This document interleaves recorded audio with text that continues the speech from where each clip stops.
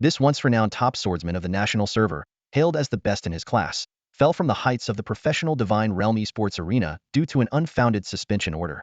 Gu Qingzhu never imagined he would stay away from that virtual world for so long. Once a household name in the gaming circles, the swordsman known as Yin Guo now lives under the alias Gunai, leading a monotonous and almost barren life within the confines of a university campus. 3 years ago, on a buzzing summer afternoon filled with the sound of cicadas, at the red-bricked training camp, head coach Liang handed him the suspension letter with a deep sense of sorrow and helplessness. "Bamboo, I believe in you, but tell me the truth, did you break any rules?" Coach Liang asked. "No, I didn't. The test results were tampered with, I was framed," he replied firmly. Yet months of appeals yielded nothing, leaving him with nothing but the anguish of exhaustion. Coach Liang shook his head with a sigh, passing him his luggage. "We'll try to help, but don't get your hopes up too high. The suspension order from the professional league is beyond my power to overturn. All right, goodbye, and thank you for everything," he said, pushing open the glass door of the training camp. The outdoor air had already turned cooler, signaling the end of summer. While his peers from the training camp were signing contracts with teams and preparing to step onto the professional stage, he was bidding farewell to the world of professional gaming he had fought for over 2 years, stepping into an ordinary life. "I've already said I won't be anyone's sparring partner, nor have I considered transitioning to a data analyst role." He couldn't even remember how many times he had firmly turned down the good intentions of old friends. It wasn't stubbornness. It was the unwillingness to fade into obscurity after once being just a step away from the professional stage. Time passed, and he had grown used to sleeping until the sun was high in the sky, wandering lazily around the small campus, blending into the millions of ordinary university students in China. One afternoon, around 4 o'clock, he awoke on a park bench, the southern sun still blazing. A sense of aimless emptiness surged within him, and he couldn't help but ask himself, how long has this purposeless life been going on? Perhaps he was the type of person who could only thrive on youth and hard work. Once he left the stage, he lost his vitality and passion, as if living a life that didn't belong to him. He clung to an unrealistic hope that one day, the league would uncover the truth, revoke the suspension order, and allow him to return to the stage. That hope had kept him waiting for 3 long years. Walking through familiar streets and alleys, he was greeted by massive posters promoting the VR game Nation, the sequel to Divine Realm. A vast land, The Nation Descends, the classic VR game sequel, is coming soon. He stopped to gaze at the advertisement. The image featured a far eastern backdrop, with clouds of dust and cavalry charging in the distance. At the center of the scene were a man and a woman on horseback, wielding a sword and a staff. They were none other than Lian Wuque and Zhou Zhanshi, star players of the Divine Realm Professional League and his former training camp teammates. Divine Realm was arguably the brightest gem in the VR gaming world over the past decade, sparking a nationwide craze with a record-breaking 1 billion concurrent players. As its developer looked toward the next decade, Nation, its sequel, was naturally expected to become the next sensation in the gaming industry. With promotional posters and trailers everywhere, it was clear that Nation was destined for greatness. As he stood at the edge of the city, bathed in the orange hues of the setting sun, he felt a pang of melancholy. Even deciding what to have for dinner had become a trivial yet insurmountable challenge. Night fell like a flood, the streets grew desolate, and the flickering streetlights resembled stars in the night sky. He had always loved the dim lights of food stalls, the shaky tables and chairs, the refreshing beer, and the cheap yet delicious food, not to mention the lenient owners who allowed him to run up a tab. "Gunai, make sure you bring money next time." After dodging a few red lights, he stopped to catch his breath. In moments like these, the hardships of his life were laid bare. Suddenly, his phone rang. It was a familiar number. "Hello, Bamboo. Guess who this is?" With that raspy voice of yours, how could I not recognize Lin Hansu? Lin Hansu, the celebrated top rogue of the national server and vice-captain of the prestigious Qingyu team, was a star player known throughout the gaming world. More importantly, he was Gu's former bunkmate during their training camp days. Lin Hansu laughed. "What? You don't find my raspy voice sexy? Anyway, enough joking around. Did you hear about Nation going live? Hard to miss, with posters everywhere. Got your holographic headset yet? Isn't it time for you to come back? You've been hiding long enough. Are you planning to become a recluse? I retired 3 years ago. Why would I get involved again? Besides, shouldn't you be wondering why Nation didn't feature you in its promotions and went with Lian Wuque instead?" A sneeze came from the other end of the line. "It's all because Qingyu didn't win the championship in the final season of Divine Realm, but that doesn't matter. Nation is a fresh start. Don't you feel even a little tempted? Fine, I'll think about it. I'm waiting for you. You are a professional player, after all." After hanging up, he walked along the rugged asphalt road, expressionless, as neon lights began to flicker on, casting specks of light on his retinas. He didn't want to reveal the turmoil in his heart. Though he longed for a fresh start, the shadows of his past loomed over him like a dark cloud. Time had eroded his passion, leaving him hesitant to re-enter the virtual world. To him, Divine Realm was more than just an online game. It was a place filled with unforgettable encounters and countless dramas, all of which ended abruptly with that suspension order. Some things, though seemingly within reach, are the hardest to grasp, like standing in front of your dorm room only to realize you've forgotten your keys. Waiting was always unbearable, especially now. Leaning against the doorframe, half asleep, he was startled by his roommate Haozi's excited shout. "Gunai, you've got a package, someone sent you this." He took a deep breath, rolled his eyes, and saw the words Nation holographic headset on the package. What was going on? Who would send him a headset? He exchanged a puzzled look with Haozi, who was convinced that Gu was a die-hard fan of Nation, despite his countless denials. "Hey, Lin Hansu, did you send me a holographic headset? Why would I sponsor your gaming gear? The game's going live tomorrow, just go buy one yourself. Anyway, my captain's calling me. Talk later." After the call ended, he was lost in thought. The day had been filled with encounters tied to Nation, from the street posters to Lin Hansu's invitation, to the unexpected headset. "Wait, Lin Hansu? Why do you know Lin Hansu from Qingzhu? And you've been denying you play Divine Realm? You liar." Haozi exclaimed in disbelief. He chuckled awkwardly. "I haven't played in 3 years, I swear. Bro, that's Lin Hansu, top rogue of the national server." Haozi's eyes widened. Back when Gu left Divine Realm, Lin Hansu had just joined Qingzhu as an official team member. Over time, Gu had paid less attention to the game, assuming Lin's fame was exaggerated. "Is that dagger-wielding rogue really that good?" Haozi looked at him incredulously. "Are you serious? In the entire server, you're probably the only one who'd dare say that. Lin Hansu is someone even Lian Wuque respects." Feigning agreement, he nodded. Lian Wuque was a renowned heavy swordsman from the Divine Realm era, a fellow 2023 training camp graduate, and a frequent leader on various ranking boards. After graduation, Lian and the tactician Xiao Juanfu had joined the Qingzhu team, achieving a staggering 3 championships in 4 years. What are you waiting for? Look at how popular Nation is. Everyone's playing it now. I even bought a headset myself. Stick with me, and we'll dominate Nation together." Haozi enthusiastically laid out his grand plans, oblivious to Gu's preoccupied state. Gu was merely contemplating whether he should seize this opportunity to step into Nation, an entirely new virtual world. Deep down, he knew he couldn't let a holographic headset gather dust. His dream of returning to the professional stage still lingered in a hidden corner of his heart. Most importantly, Lin Hansu's words kept echoing in his mind. "You're a professional player." That's right, was a professional player. "Let's do this," he said, forcing a calm smile at Haozi. In his mind, the world beyond the holographic headset came alive once more, a storm brewing with endless possibilities. Returning to Nation wasn't just about breaking the monotony of his current life, it was about finally reaching the professional pinnacle he had always dreamed of. The iris scan completed, and the headset bound. The countdown to the launch of Nation began. 12 hours, 37 minutes, and 7 seconds. Half a day of aimless living passed in a blur.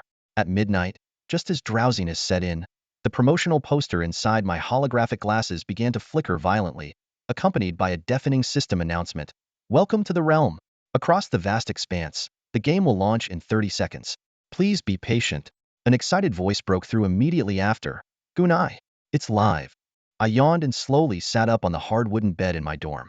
The images in my holographic glasses began to surge wildly, and a blinding white light burst forth from the center, rapidly consuming everything around it until only 4 bold black characters remained. "Enter the game." The system's voice followed promptly. "Welcome to the realm. Detecting physical functions. Scanning facial contours. Please enter your game ID." I typed Shuangdong on the keyboard. "This ID is available. Confirm?" After confirming, 9 initial character classes appeared on the screen. In addition to the original roles of archer, swordsman, priest, mage, knight, and assassin, 3 new ones had been added: warlock, druid, and hunter. A flash of white light later, the scene before me gradually came into focus. It was still the desolate expanse of a barren wasteland. A special starting location? Surely it was too early to trigger a hidden quest. I strolled across the endless desert, adjusting the game's pain sensitivity to its maximum setting, allowing the biting wind to sting my face with a sharp realism. Scattered around were a few other players. A swordsman named Zhang Rong approached me, his unruly hair standing out conspicuously. "Hey, do you know what's going on?" he asked. Not even a single NPC in this starter village. As I pondered, the seemingly calm quicksand beneath my feet began to churn unexpectedly. A system notification popped up. "The next wave of monsters will appear in 30 seconds. Wave 0103. For the glory of the realm, Please engage your character in battle. Suddenly thrown into a beginner's quest? I brushed off the drifting sand from my forehead, and the sight before me sent a chill down my spine. Rows of skeletons, clutching rusted weapons, were staggering toward me. The system immediately locked onto these creatures, and detailed information appeared on the screen. Skeleton. Level 1. HP 100. Defense 0. Description. Remains reanimated by necromancers from beyond the borders. Slow-moving, devoid of self-awareness, and instinctively attacks living beings. Just beginner-level mobs, I thought to myself as I drew my level 1 wooden staff. Targeting the joints of the skeletons, I struck with force. Crimson numbers splattered across the screen, a sign of a critical hit, exploiting their weak points, dealing extra damage when hitting vital areas. Dude, are you seriously landing critical hits with that staff as a warlock? Exclaimed Jinrong, the swordsman beside me, who was still clumsily hacking at the skeletons. Focus on hitting their joints, I advised as I continued fighting. Ah, got it. But man, you're a warlock smacking skeletons up close with a wooden stick, and you're this smooth? That's just unfair. I chuckled. Though I hadn't played a fully immersive game in 3 years, my skills were only slightly rusty. These sluggish skeletons were no real threat. This was the charm of the realm. As long as your reflexes were sharp enough, theoretically, you could dodge any attack, even instantaneous basic strikes. As a warlock, I quickly cast a level 1 poison field, then followed up with a precise jab of my staff into a skeleton's neck. A string of damage numbers appeared, and the skeleton collapsed into a heap of bones, scattering across the yellow sands. The first wave of monsters has been defeated. Please take a moment to rest. I looked around. The other players were in varying states of condition.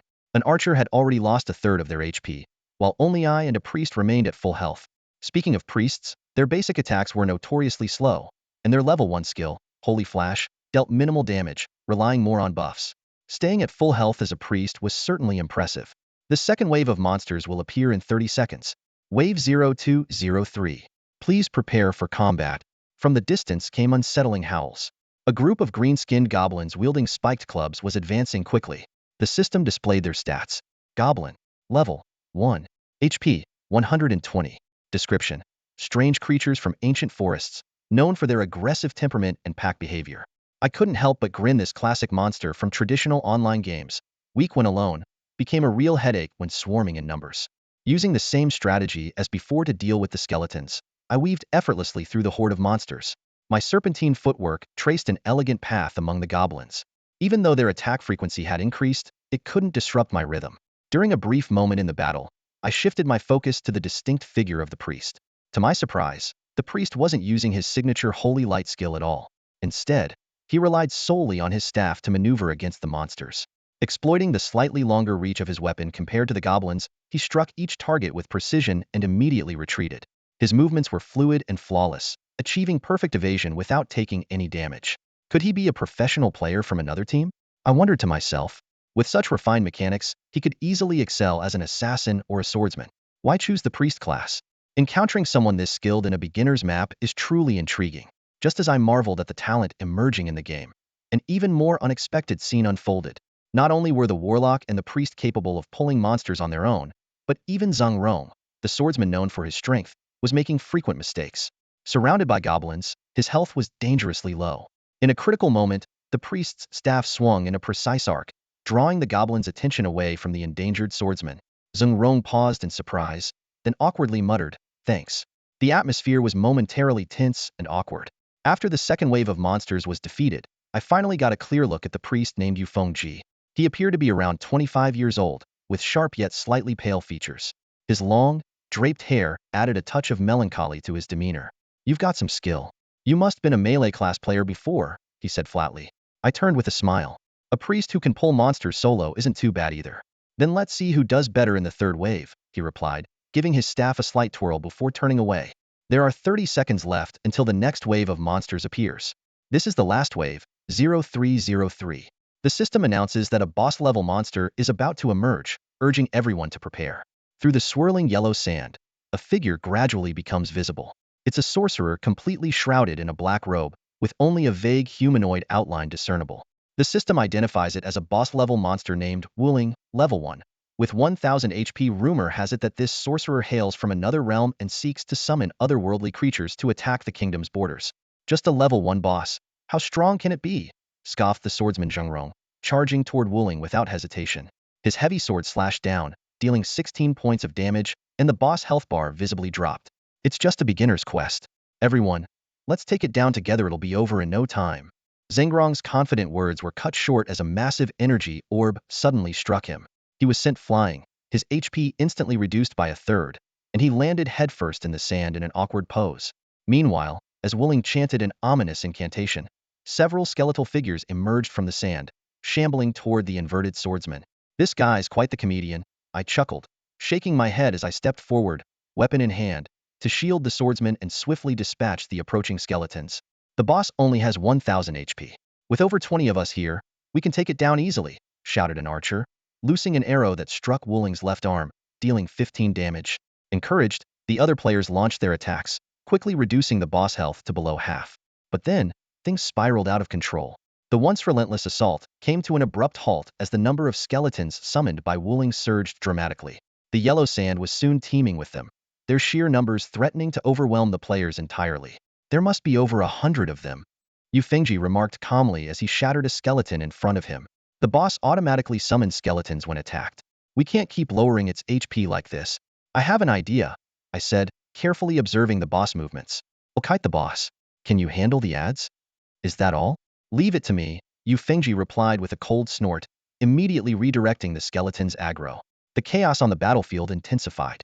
The flood of skeletons made the situation increasingly dire. Though they were only level 1 creatures, their overwhelming numbers were enough to grind down the players. Meanwhile, Wuling's attacks were devastating. Its earlier strike had already drained a third of the swordsman's HP in one blow. It'll take care of Wuling, I declared, nimbly weaving through the encroaching skeletons to approach the boss. Just then, Wuling swung its staff, glowing with eerie dark flames, and sent a mage player flying. The mage's HP hit 0 instantly, and their character vanished from the battlefield. Isn't this supposed to be a beginner's quest? Why did the character suddenly vanish and get teleported? Just as I was pondering this, the boss Wuling had already locked onto me with its aggro. A glowing green orb shot straight toward my face. Fortunately, the projectile speed of this charged skill wasn't fast, so I quickly sidestepped at a sharp angle, easily dodging it. In the kingdom, evasion relies entirely on real-time control, without the red circle warnings typical of traditional MMOs. Against a mage-type boss with such a predictable attack pattern, using a spiral movement technique is the most effective strategy. Observe the direction of the skill release, maneuver left and right to maintain distance, and seize openings to counterattack. I swung my wooden staff down hard, dealing 12 damage. Wuling staggered briefly before raising its dark purple staff, and a pale gray progress bar appeared above its head. Hit it hard during the casting, I shouted to my teammates. Although we couldn't interrupt the boss casting, this was the perfect window for dealing damage. Together, we managed to push the boss health below half, and during the casting phase, damage wouldn't trigger its bone summon ability. As soon as the casting ended, I immediately regained aggro. Meanwhile, Feng Yueji skillfully weaved through the battlefield, using her staff to lure the newly summoned skeletons in the opposite direction. With this coordinated effort, the boss health plummeted rapidly. Can't you kill it any faster?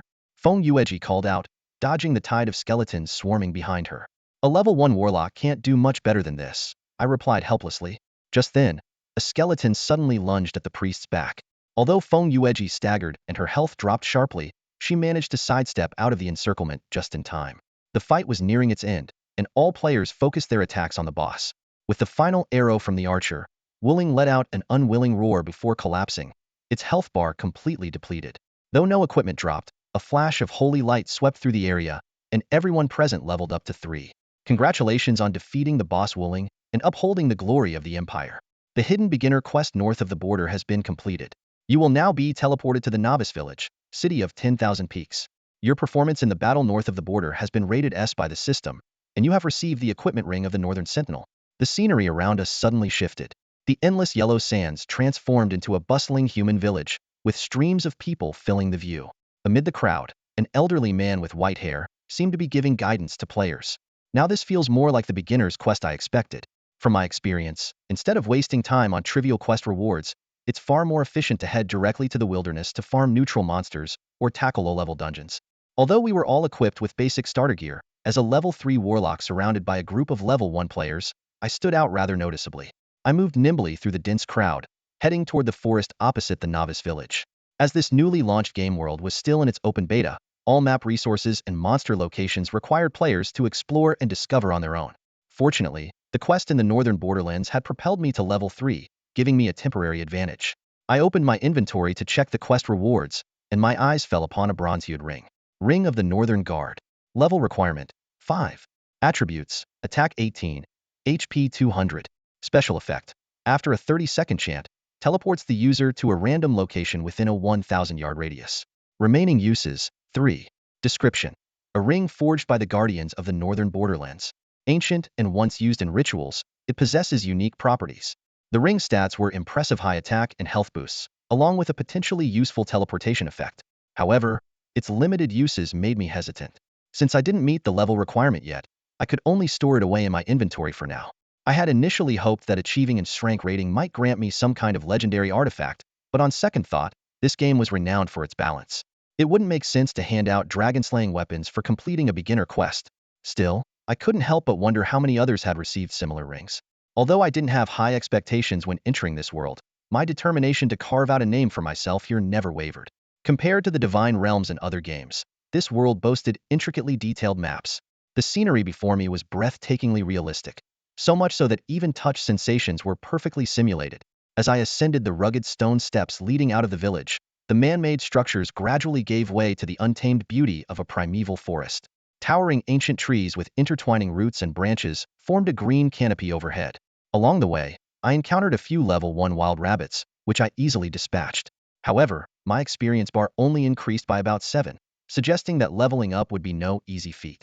Occasionally, a few players passed me silently, likely opting to escape the crowded novice village and grind levels in the wilderness, just as I had. I pressed on, venturing deeper into the forest, hoping to encounter higher-level monsters. Gradually, the landscape of Wanren City began to take shape. At the end of the winding mountain path, a steep cliff suddenly rose amidst the dense forest. After about 20 minutes of walking, the trail started to level out, while the crowd of players became noticeably thicker. Ahead was a small leveling area, where a group of players with IDs all prefixed with Chu He were hunting level 2 green snakes in the bushes. They were likely members of a studio or guild. Leading the group was a swordsman named Chu He Xian, who glanced at me briefly before refocusing on the slithering prey in the grass. Sensing their exclusivity, I tactfully avoided the group and passed through the scattered crowd. These small leveling groups were typically unwelcoming to outsiders. Fortunately, it was still the early stages of the game, and players didn't carry much valuable equipment. Otherwise, encounters like this could easily escalate into open-world PvP. In this game, dying not only resulted in losing a level, but also the potential loss of equipment. Ultimately, strength was the key to survival. This reminded me of the infamous Yunxian Pavilion in the Divine Realm, a group notorious for ambushing solo players in the wild and stealing their gear to amass wealth. Though they were eventually wiped out by a major guild, they had once struck fear into the hearts of lone adventurers. After advancing roughly 1,000 yards and circling a massive boulder in the middle of the path, my field of vision suddenly narrowed. The surrounding weeds had grown tall, reaching up to my knees. Out of nowhere, a dark figure lunged at me from the side. Instinctively, I sidestepped, but my simple cloth robe was still slashed, leaving 2 deep tears. As I turned, I locked eyes with a pair of blood-red pupils. Wild wolf. Hostile creature. Level 3. HP 150. Description. A wolf dwelling in the mountains with a strong sense of territoriality. It will actively attack any creature that enters its domain. Before I could finish reading the information, its claws struck again. This time, I failed to dodge, and a critical hit landed directly on my neck. Sparks flew as my health bar instantly dropped by more than a third. Cold sweat ran down my back. This wild creature actually knew how to ambush? As a squishy mage, I couldn't afford to take more than a couple of hits. I immediately used a sliding step to create distance. As the wolf leapt at me again, I swung my wooden staff to deploy a poison field at its feet. Though it avoided my fangs, it stepped into the poison zone, triggering a debuff icon above its head. Its health began to steadily decline. Carefully observing its attack patterns, I noticed the wolf's movements were relatively straightforward. Whether it clawed or pounced, its trajectory was always linear. By employing spiral footwork, I could dodge its attacks with ease. After about 2 minutes, the wolf let out a piercing howl before collapsing to the ground, dropping 2 gold coins. Congratulations! You've successfully looted 2 gold coins. My experience bar jumped significantly. A single wild wolf provided 6 experience, far more rewarding than the level 1 wild rabbits I had hunted earlier. It seemed this area was ideal for leveling up. I decided to stay here for a while. The process of leveling up can indeed be a bit tedious, but it's an essential part of the game. I stared at the wolves reappearing before me, mechanically swinging the wooden staff in my hand. For professional players, repeatedly practicing the same combo is just routine. But for me, This monotonous repetition always felt tiresome. I longed for new challenges instead. Equipment details immediately appeared in my view. Name: Straw Raincoat. Level requirement: Level 5. Bonus attribute: Defense 10. Description: a straw raincoat left behind by villagers after a mountain attack, providing basic defensive capabilities. Even though it was just a plain piece of gear, it was still better than having nothing at the start of the game. I casually stuffed the raincoat into my inventory when a sudden wave of drowsiness hit me. Glancing up at the clock, I realized it was already past 3 a.m. I removed the holographic headset and stretched my stiff neck. Beside me, Housie was still deeply engrossed in the game. Not wanting to disturb him, I quietly pushed the door open and stepped out of the dormitory. Leaning against the railing in the hallway, I felt the slight chill of an autumn dawn. The late-night silence of Linjiang City was almost tangible, with the cold wind dispelling some of my sleepiness. Logging back into the game, I felt an unusual sense of calm. As a veteran player of Age of Divinity, I knew well that in-game connections often faded as quickly as they formed. Former gaming companions would inevitably drift away, swept aside by the currents of real life. Lost in thought, I suddenly heard a long yawn behind me. Housie stepped out in pink pajamas, his hair a mess. "How's it going? Getting used to the controls?" "Not bad, just taking my time," I replied with a nod. That said, Housie scratched his disheveled hair. "The leveling speed in the nation is seriously slow." "Yeah," I agreed. "I've been grinding for ages and only got to level 4. Level 4? Haosie's eyes widened in disbelief. "No way, how did you level up so fast?" "I even took shortcuts and farmed 2 monster zones, and am still stuck at level 3. I took a step back and explained. "When I started the game, I got teleported to a special space and killed a boss, which gave me an instant boost to level 3. Did you get a ring too?" "Yeah, but it's just a limited use item. Nothing extraordinary." Housie looked pained. "Man, your beginner's luck is insane. The Borderland quest is part of the launch event. Players have a chance to get teleported to an out-of-bounds dungeon, and if you perform well enough to get its rank rating, you're rewarded with a ring. They say collecting all 6 rings unlocks a special reward. So there are only 6 of these rings in total?" I shook my head with a smile, turning to get some rest. Behind me, Housie's disgruntled voice lingered, muttering about my inability to make good use of resources. Exhaustion swept over me like a tide, and the moment I hit the bed, I fell into a deep sleep. Dreams unfolded like a revolving lantern. First came the propaganda images of the kingdom replaying in my mind. Armies clashing with golden armor and iron weapons, a tide of skeletons spreading across the yellow sands, and in the distance, the towering, imposing city of Wanren. Suddenly, the scene shifted, and I found myself in the realm of the gods. A colossal tower stretched endlessly into the clouds before me, making me feel as insignificant as an ant. I craned my neck to gaze at its seemingly infinite height. The tower began to tilt, and its immense shadow slowly engulfed me. I was paralyzed, unable to move, forced to watch as the towering structure consumed me. When the dust settled, the scene transformed once again. I was now at the pinnacle of the celestial tower, in a circular hall. The walls were adorned with dazzling jewels, and a radiant crystal sphere hung above, casting a golden glow. In the distance, a grand golden throne stood, occupied by a woman dressed in resplendent attire, exuding elegance and regal majesty. I had challenged the celestial tower countless times in the divine realm, yet I had never been able to approach the figure seated on that throne. The final image was of a massive blade slicing me in half, sending my body hurtling backward as my vision faded into darkness. I woke with a start to find it was already 10 in the morning. Sunlight filtered through the gaps in the curtains, illuminating the dust motes dancing in the air. I gasped for breath, disoriented.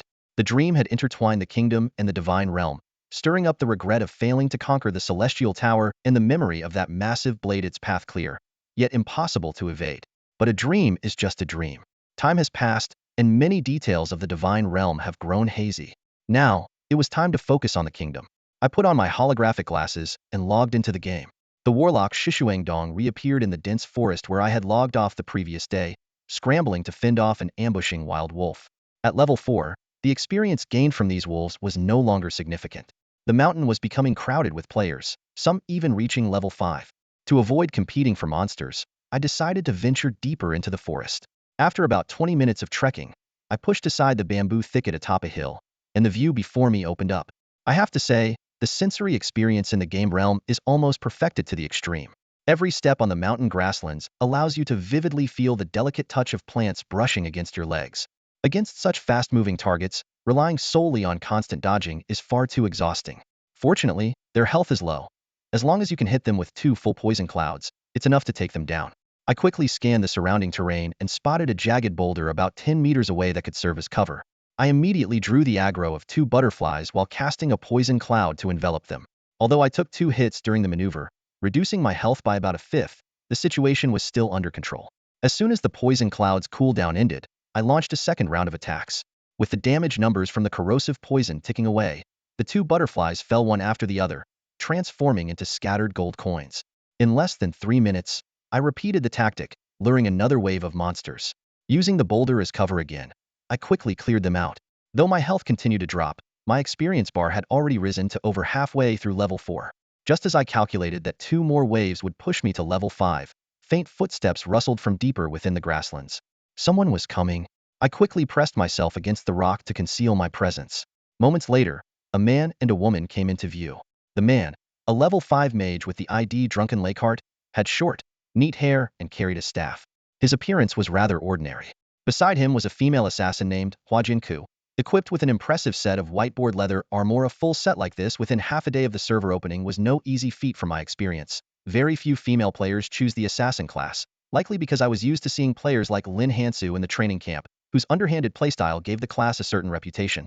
However, Gu Qingzhu, with her stunning looks, seemed utterly incompatible with the word underhanded. Huajian, what do you think of this spot? Drunken Lakeheart asked with a fawning smile. I can have someone pull the mobs for you, and you'll be level 7 in no time. Gu Qingzhu, however, was unimpressed. She let out a cold snort. This place will do. At least there aren't any of those annoying small guilds here. Clearing a spot with them around takes forever, and just wastes my time leveling up. Don't worry, Drunken Lakeheart said smugly. How could our Luoxue guild be compared to those small fries? I've prepared thoroughly for this server launch. This land will belong to you and me. Ha ha ha. Listening to his arrogant laughter, I shook my head. Since a guild was planning to take over this area, it was wiser for me to find another leveling spot. After all, early in the game, leveling up should take priority. It's not worth getting into unnecessary conflicts. He stood up, ready to retreat rationally, when a faint sound of flapping wings suddenly caught his attention. The moment he looked up, he realized, to his surprise, that he had already drawn the monster's hostility. Who's there? A sharp voice came from behind a distant rocket. Was Zue Huxin. Feigning calmness, he stepped out slowly from behind the rock and gave a composed smile to the 2 hostile-looking individuals. Just leveling up. You 2 can talk. No need to mind me. Humph. This area is reserved for the Luoxue Guild. Outsiders, move along, Zue Huxin said arrogantly, raising his chin with a domineering tone. Before he could finish, Gu Qingzhu beside him waved her hand dismissively. Don't be like that. At first, this made her sound reasonable, but then came the second half of her statement. Send him back to the city? In this game world, there were only 2 ways to return to the city. Either by using a teleportation item or by being killed and automatically transported. Clearly, the latter was the option they had in mind. The fight broke out in an instant. As he dodged to the side, a blazing fireball whizzed past his head. To make matters worse, the butterfly he had accidentally angered earlier was still relentlessly chasing him, leaving him trapped in a perilous situation, attacked from both sides. The Luoxue Guild is going too far, he thought to himself. I may not like causing trouble, but I won't let myself be bullied. Even surrounded by enemies, he refused to sit idly by. Huh. Zue Huxin, the mage in the distance, let out a puzzled sigh. His confusion was evident. His fireball had somehow missed its target. Gu Qingzhu was visibly unimpressed by her partner's performance. What's wrong with you? You can't even hit someone like this? Huajian, listen, Zue Huxin said, clutching his fists in frustration. That guy's movement is too erratic. He suddenly shifts direction, and my fireball doesn't track targets it's bound to miss sometimes. To make matters worse, Zue Huxin's fireball not only missed but also hit a blackback butterfly hidden in the grass. Since Zue Huxin was farther away, the injured creatures immediately redirected their hostility toward the nearest target. Him. Can't even handle a level 4 warlock. Let me take care of this. Huajian sneered at her companion before charging forward with a sharp dagger in hand. Just as the dagger was about to strike, the blackback butterflies closed in from behind. Seizing the opportunity, he stepped forward swiftly, skillfully avoiding the pincer attack. Huajian's dagger struck one of the butterfly's wings instead, instantly drawing all its hostility toward her. This was precisely the outcome he had hoped for. While running, he had used a poison trap to attract nearly 10 blackback butterflies. In just a few seconds, with 2 poison traps, he had managed to gather almost all the nearby blackback butterflies together. Now it was Huajian's turn to find himself in trouble. Before reaching level 20, Assassins had yet to master the stealth skill, making it impossible to quickly disengage from combat. 10 colorful butterflies attacked simultaneously, their wings flapping in unison. Hua Jian could try his best to dodge, but the astonishing speed of their attacks was unavoidable. Dozens of 20 damage numbers popped up in succession, and the stacking effect instantly drained his health bar. Hua Jian, Zue Huxian, disregarding her fragile mage identity, rushed to the front lines without hesitation. Hua Jian Ku, gasping for breath, swung his dagger in a cross slash to force the butterflies back. Still shaken, he muttered.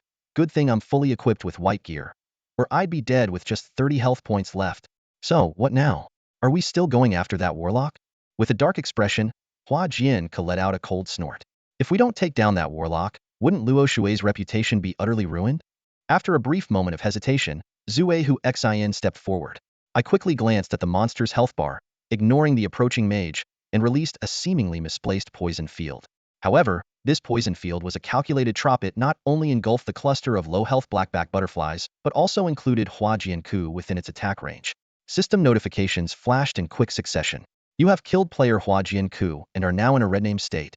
You have killed 8 blackback butterflies, gaining 848 experience points and leveling up. As golden light shimmered, I advanced to level 5, unlocking the opportunity to learn a second skill. The system prompted, would you like to spend 5 gold coins to learn the skill, Frostfield? Almost instinctively, I completed the upgrade. Hua Jian, I'll make you pay with your life. Zue Huxian roared furiously as she saw her companion fall. She swung her staff, and another fireball narrowly grazed my sleeve. Her aim was far from threatening. Just as I prepared to counterattack, dense footsteps suddenly echoed from the forest behind Zue Huxian. About a dozen figures were pushing through the foliage. Reinforcements from the Luo Shui Guild had arrived. At level 5, I was no match for a crowd.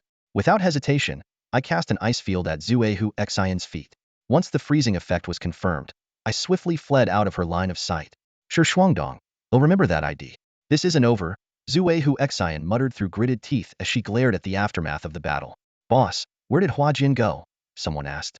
Zue Huxian stammered. He returned to the main city. We ran into a skilled player, and he got taken out. But weren't the two of you together? That guy was too cunning, too devious. Boss, are you sure you didn't just get played by that warlock? After quickening my pace for a while, the surroundings fell silent once again. I bent down and sneezed loudly several times, wondering who might be thinking of me. The mountain scenery was largely the same, and studying the map for a long time still didn't help me pinpoint my exact location.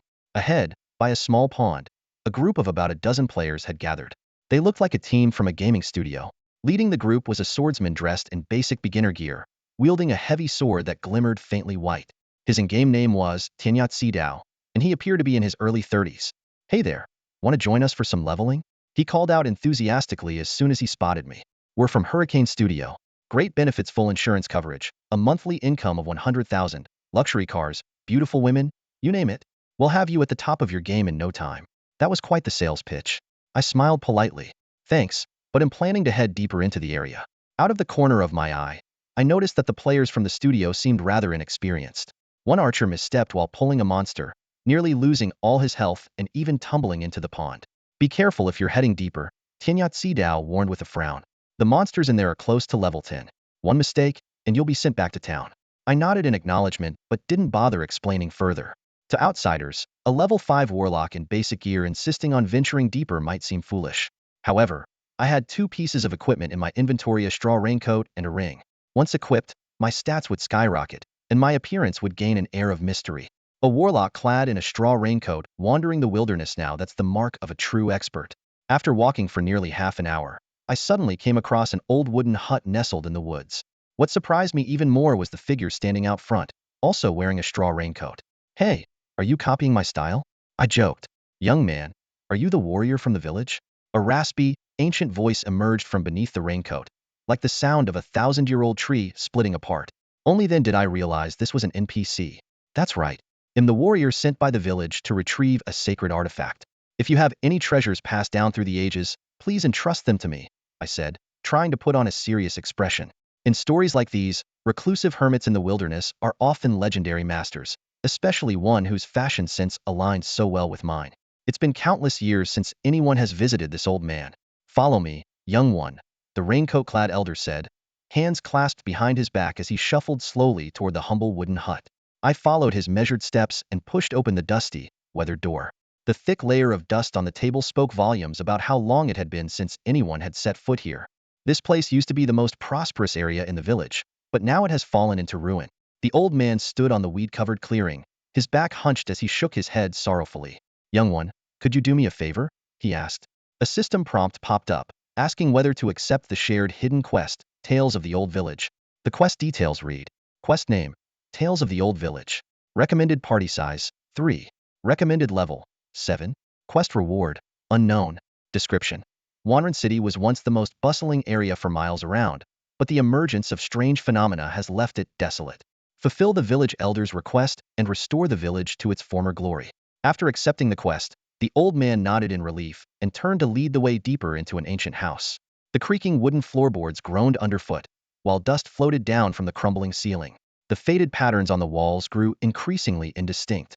This is the place, the old man said suddenly, stopping in his tracks. He reached out with his frail, bony hand and pulled open a drawer. Young one, I hope you can use this weapon to fulfill your mission. Just as I was anticipating the reveal of some legendary artifact, the old man lifted both hands to present a severely rusted axe. I was stunned. How could this decrepit axe, barely fit for chopping firewood, possibly help restore the village? And besides, I'm a sorcerer, not a warrior. Despite my doubts, I took the axe. The system immediately notified me that I had obtained the item, Corrupted Mountain Cleaver. However, upon inspecting its attributes, I found: Name, Corrupted Mountain Cleaver. Quest item, level requirement, none. Enchantment effects, unknown. Description: a seemingly useless axe. After handing over the axe, the old man suddenly appeared revitalized. With surprising energy, he leaned on his cane and walked away, leaving me even more perplexed. Still, having accepted the quest, I had no choice but to proceed. The real challenge, however, was that the quest required a 3-person team, which was a problem for me since most of the people I knew were tied up in major guilds. After some thought, I decided to contact Hausi. When the video call connected, he immediately teased me. Hey, Gunai, it's been an hour. I'm already halfway to level 6, and you're still stuck at level 5. I shared the quest with him, and he was instantly intrigued. Wait, is this a hidden quest? Hold on, let me see if I can teleport over. Be right there. As I stepped out of the old house, my thoughts drifted to Lin Hansu. He was probably grinding levels diligently right now. That kind of focused, professional gamer lifestyle was something to admire. Returning to this world once more, I couldn't help but wonder how far would I get this time? In a dim cave thousands of miles away, a nimble assassin was weaving his way through a swarm of bats. His movements, though lacking grace, were highly effective, ducking, sidestepping, rolling, skillfully evading every bat's attack. Just as he was about to deliver a fatal strike to the monster before him, an unexpected sneeze disrupted his rhythm. In an instant, several bats struck him, and his health plummeted to a critical level. Fortunately, the nearby priest cast a healing spell in time, averting a disastrous team wipe. Lin Hansu, stay focused. A long-haired female mage frowned and reminded him, waving her staff to cast a fireball spell that wiped out the remaining creatures. The assassin quickly adjusted his position and rubbed his nose. Got it, Captain. Just wondering who keeps thinking about me. At that moment, I was in the forest outside an old house, farming green snakes for about 20 minutes. I had successfully leveled up to level 6 and even picked up a plain wrist guard, which slightly boosted my defense. Just as I was about to finish off a dying green snake in front of me, a sudden flash of a sword struck the snake's weak point, stealing the kill. Looking up, I saw Hausi's smug face. Without a word, I swung my wooden club at him, landing a headshot that dealt 245 damage. Ow! Hausi exaggeratedly clutched his head and fell to the ground. I'm here to help you with your quest, and this is how you treat me? It was then I noticed a girl standing timidly behind Hausi. She looked about 16 or 17, with bangs and a nervous grip on her bow. Hey, mind your manners in front of a lady, I teased. Hausi immediately jumped up and positioned himself protectively in front of the girl, whose ID read, Falling Petals Rain. This is my little sister. Don't get any funny ideas, he said warily. Looking at their completely different appearances, I found it hard to believe they were siblings. I'm not interested in kids. Hausi pretended to be serious. Hurry up and lead the way.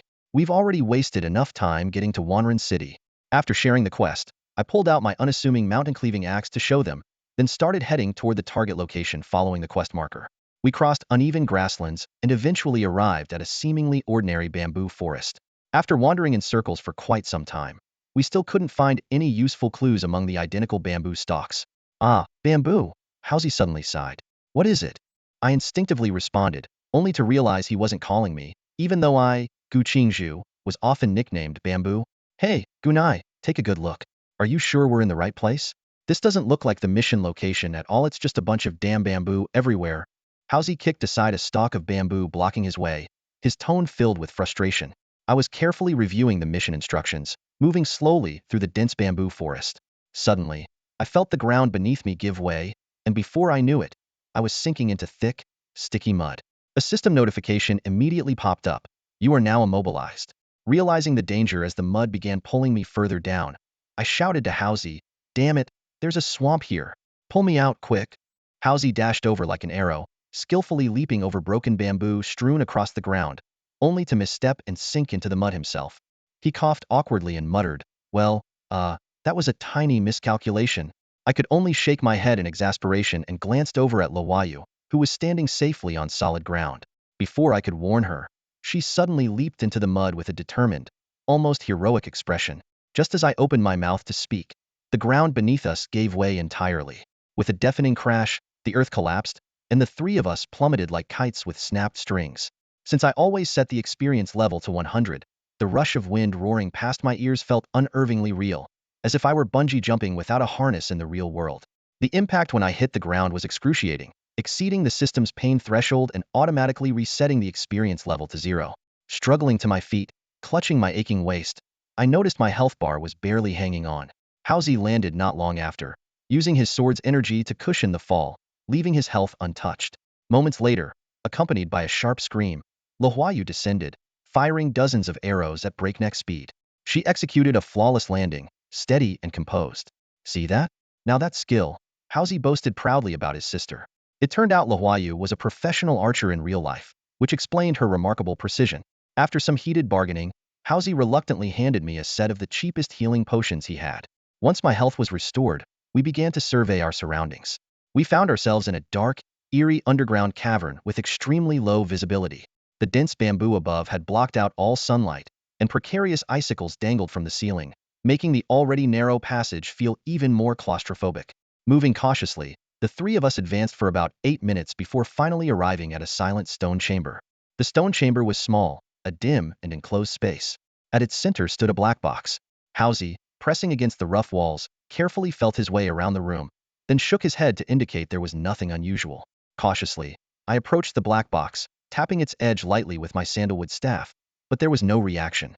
The surface of the box was covered with mottled marks left by time, and faintly visible was a small indentation the size of a keyhole. I rummaged through my backpack, only to find nothing but a mountain-splitting axe.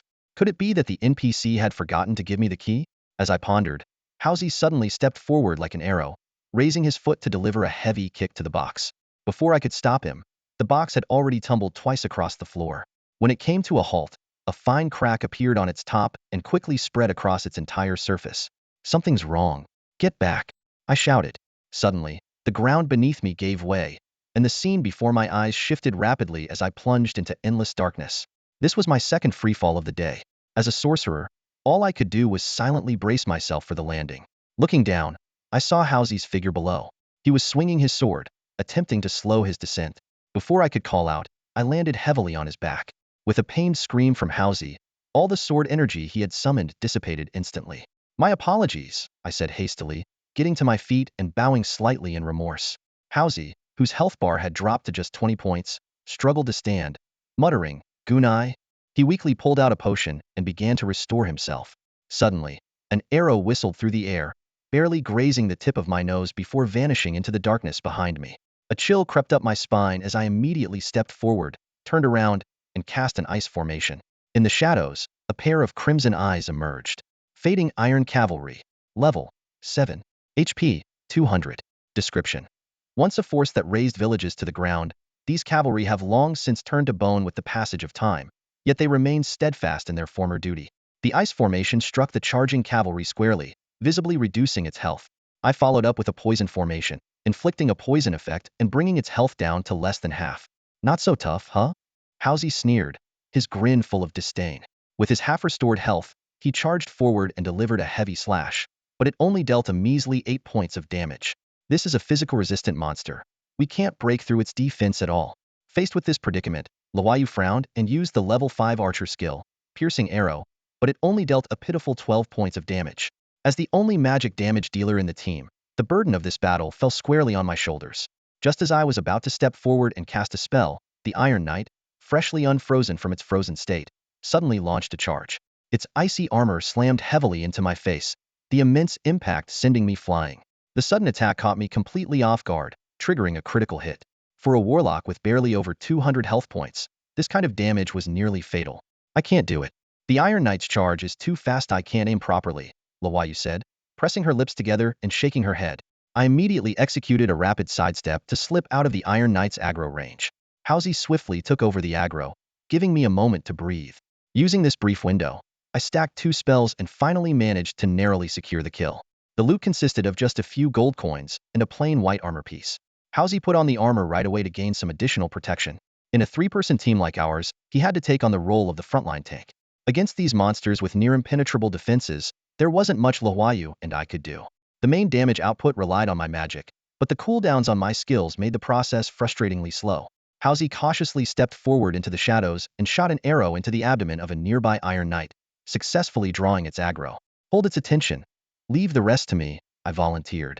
The Iron Knight quickly retaliated with a kick, but thanks to the newly acquired armor, Hansu's health over 350 points only dropped slightly. I methodically cast my spells, and after the Iron Knight launched 2 more charges, its health was finally depleted. Although the experience gained from the Iron Knights was considerable, without a healer, we had to rely on consumables to sustain ourselves, making it impossible to grind monsters continuously. Additionally, our strategy of repeatedly creating distance and casting spells was tricky to execute. One small mistake, and we'd be trampled under their iron hooves. I signaled to Hansu, "This space is too cramped for kiting. I'll look for a better spot." Avoiding the nearby Iron Knights, I ventured deeper into this small but densely packed map. I stopped by a medieval-style fountain at the center of the map and carefully observed the terrain. The Iron Knights maintained a fixed 2-meter distance from each other. If I could find a suitable cover, we might be able to attempt group pulls. Suddenly, I noticed the fountain beneath my feet was the perfect choice. The fountain's channels provided a place to hide, and if the edges of the fountain could block the Iron Knight's charges, we could potentially kite them without taking damage. After explaining my idea to the team, the 3 of us quickly positioned ourselves at the center of the fountain. Should I go pull the monsters now? Lian Wuque asked for confirmation. I gripped my staff tightly, my eyes fixed ahead. Go for it. From a distance, she released an arrow toward an approaching iron cavalry. The rider's scarlet eyes widened instantly, and with a sharp neigh from the warhorse, it galloped furiously toward Lian Wuque. As the iron cavalry prepared to charge, the warhorse had to rear its front hooves to leap over the water pool. This split-second movement exposed a fatal flaw, negating the cavalry's prideful speed advantage. Lian Wuque, quick to react, seized the moment. Drawing her bowstring to its full extent, she released an arrow that sliced through the air. The arrow struck precisely at a vital point, triggering a stagger effect that abruptly halted the cavalry's charge. This rendered the cavalry powerless, trapped outside the pool, vulnerable to any attack until its next charge skill cooled down. Lian Wuque spun her longbow effortlessly in her hand, a faint smile curving her lips. Lian Wuque, can you keep firing arrows that cause a stagger effect like that? I asked curiously. Maybe you'll give it a try, she replied. The so-called stagger arrow required identifying and exploiting a monster's moment of vulnerability to interrupt its actions. Like the arrow she had just fired, it had struck the warhorse's joint with pinpoint accuracy feat, demanding exceptional skill. All right, let's start with 3, Hansu said, drawing 2 nearby iron cavalry with his sword. The sound of galloping hooves grew louder, and clouds of dust rose in their wake, but Lian Wuque's arrows were faster. In an instant, 2 arrows shot out in rapid succession, so swift it was hard to tell which came first. Both warhorses shuddered simultaneously, crashing heavily against the edge of the pool as their health bars dropped significantly. Lian Wuque's archery was so precise it left us in awe. Meanwhile, Hansu, tasked with tanking, seemed almost redundant, awkwardly swinging his sword and dealing pitiful single-digit damage. Fortunately, my formations handled most of the damage output, ensuring our efficiency in clearing out enemies remained high. By the time we had cleared the map of all monsters, our experience bar had risen to level 8, and we had upgraded from having nothing to equipping a few basic white items. A quick glance at the clock revealed it was already past 5 in the afternoon. I was beginning to feel exhaustion creeping in, but Lian Wuque was still full of energy, making me reflect on how my university life had drained my physical stamina. Just then, a faint noise echoed from the dimly lit depths ahead. It sounded like something was being unlocked. Taking off the holographic glasses, the familiar setting of the bedroom came into view. Hansu and Lian Wuque decided to log off first to solve the dinner problem before continuing with their mission. At dusk, Hausi and I changed into formal attire and strolled leisurely along the campus avenue. The trees lining the path cast dappled shadows on the ground, obscuring most of the fading sunlight. We sat on the steps at the campus gate, watching the passers-by. Occasionally, someone would glance at us curiously, but they quickly blended back into the bustling crowd. Suddenly, a red Maserati appeared at the campus gate, coming to a dramatic halt with a sharp drift that nearly blocked the entire entrance. The car window slowly rolled down, and a hand adorned with an expensive watch casually flicked off some ash from a cigarette. Hausi's eyes widened, then he turned away angrily. When I make it big one day, I'll flaunt it just like that, he muttered. I was about to console him when a girl in a school uniform came running out from campus. She carried a luxurious designer bag that caught my eye. It was the campus beauty from a certain department, someone I vaguely remembered. Hausi had pursued her during freshman year, though it ultimately led nowhere. Wearing high heels and a radiant smile, she climbed into the Maserati. The engine roared, and the car disappeared around the street corner. Hausi's expression grew even more despondent. I patted his shoulder. Don't overthink it. Maybe her family just has money. He gave me a resigned look and stood up with effort. Let's go drink. Under the dim glow of the bar lights, Hausi drank heavily, unlike his usual self. He was never one to openly show his emotions, leaving me to guess at his inner turmoil without knowing how to comfort him. By 9 p.m., I helped the drunken Hausi back to the dorm, only to find him insistent on putting on his holographic glasses to log into the game. You're this drunk and still want to log in? Stop nagging. I need to level up. Unable to dissuade him, I logged in as well. Lian Wuque was already waiting in a corner of the dungeon and noticed Hausi's dazed state. Bro, you don't seem to be in great shape, she said with concern. It's nothing. Just a little dizzy from the alcohol. Let's keep going, Hausi replied, forcing a faint smile.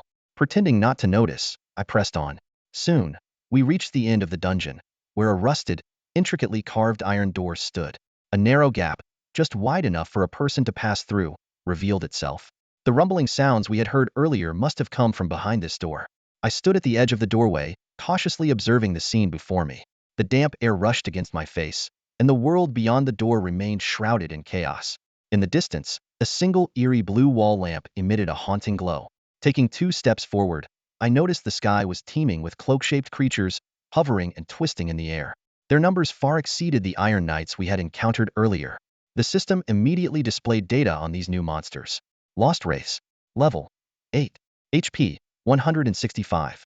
Description: once innocent villagers who perished during the fall of the village, now wandering aimlessly in the depths of the dungeon. Just as I was about to cast a formation to test the waters, Hausi suddenly staggered out from behind me, swaying drunkenly. Despite his intoxicated state, he exploded with astonishing speed in an instant.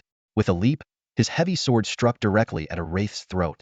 A piercing shriek echoed as a lightning effect number, 182, flashed critical hit. It became clear that the throat and head were the most vulnerable points of these humanoid monsters. Hausi, seemingly more agile in his drunken state, landed precise blows one after another, each striking a lethal spot. The rapid succession of critical hit numbers left me dumbfounded. Thinking back to Lian Wuque's impressive marksmanship earlier, I couldn't help but view this sibling duo in a new light. Lian Wuque's skills as a sharpshooter made sense, but Hausi's finesse, was he secretly a fencing champion or something? The thought sent an unsettling chill down my spine. With Hausi's relentless assault, our progress through this level was surprisingly smooth. Even when he occasionally missed, Lian Wuque would always land a timely fatal arrow to finish the job. Along the way, we picked up several cloth armor items, the highlight being a piece of green quality archer-exclusive leather armor. Forest Sentinel leather armor. Level 10. Effect: increases critical damage by 15. All 3 of us had now reached level 9, with Hausi and Lian Wuque already at higher levels to begin with, likely just a step away from hitting level 10. Finally, we arrived at the end of this level, a decrepit, ancient well. The bricks around the well's edge were crumbling, and the water below rippled faintly in the seemingly bottomless darkness. Thick moss covered the walls of the well, evidence of its long abandonment. Lian Wuque cautiously fired an arrow into the depths, creating a small splash before the water returned to stillness. There was no doubt that this well concealed an important quest clue, and it seemed the only way forward was through it. I deliberated whether to descend and investigate, but seeing Hausi swaying drunkenly, barely able to stand, it was clear he was in no condition to take on this task. Falling Petals, as an archer, is even more fragile than I am.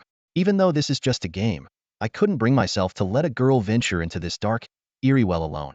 I'll go instead. Be careful. I have a bad feeling about this well, I said to Falling Petals. Hausi immediately waved his hand dismissively, cutting in. What's there to be afraid of? Me and Gunai, Were they the legendary duo of Windbell University? He trailed off mid-sentence, then added awkwardly, on second thought, you should just stay back and rest. Carefully, I stepped onto the slippery bricks of the well's wall, gripping the makeshift rope falling petals had crafted from her bowstring. Slowly, I began my descent.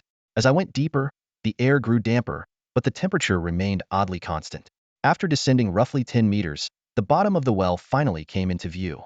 The murky water below was littered with small, drifting organisms. Freeing one hand, I used my staff to prod the surface of the water. The moment the staff touched the surface, ripples erupted outward in rapid waves. The once still water suddenly caved inward, and then, without warning, the surrounding water surged upward, engulfing my legs in an instant. There's something down here. Pull me up. I shouted toward the top. A persistent force tugged at me from beneath the water, and my health bar began to slowly but steadily drop. Frowning, I quickly adjusted my stance. Using my left hand for leverage, I shifted my weight to one leg, using the staff as a pivot to swing my body and try to break free from the water's grasp.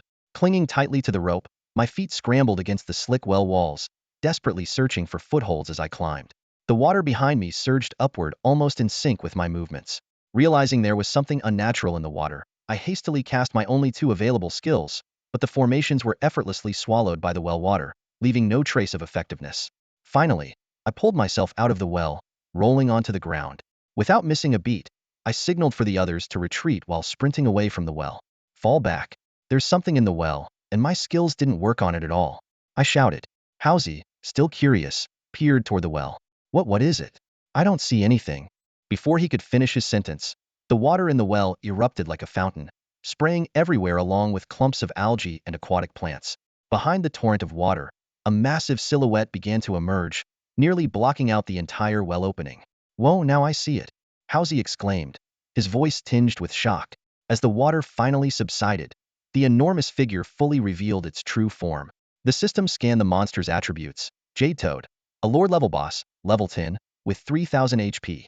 This was a toad that had inhabited the depths of an ancient well for years, the culprit behind the destruction of the village's old civilization. Its entire body was coated in potent toxins. A massive toad, towering 1.5 times the height of a person, leaped out of the well. The sudden visual impact in this fully immersive VR game was nothing short of stunning. As it emerged, murky well water splattered everywhere, sizzling upon contact with the ground and releasing wisps of white smoke from its corrosive droplets. Standing by the well, Hansu was unfortunate enough to be splashed by the water. His arm immediately glowed with an eerie green light as the poison debuff took effect. His health bar began to plummet at a rapid rate of 30 points per second. As a warrior with only around 300 HP and incomplete gear, Hansu quickly downed a health potion, barely stabilizing his life bar. To avoid the amphibian's toxic spray, I cautiously moved to the side.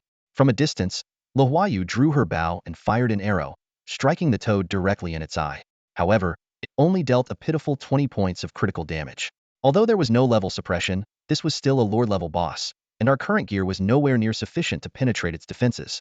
To make matters worse, the toad was immune to poison effects, rendering poison-based skills entirely useless.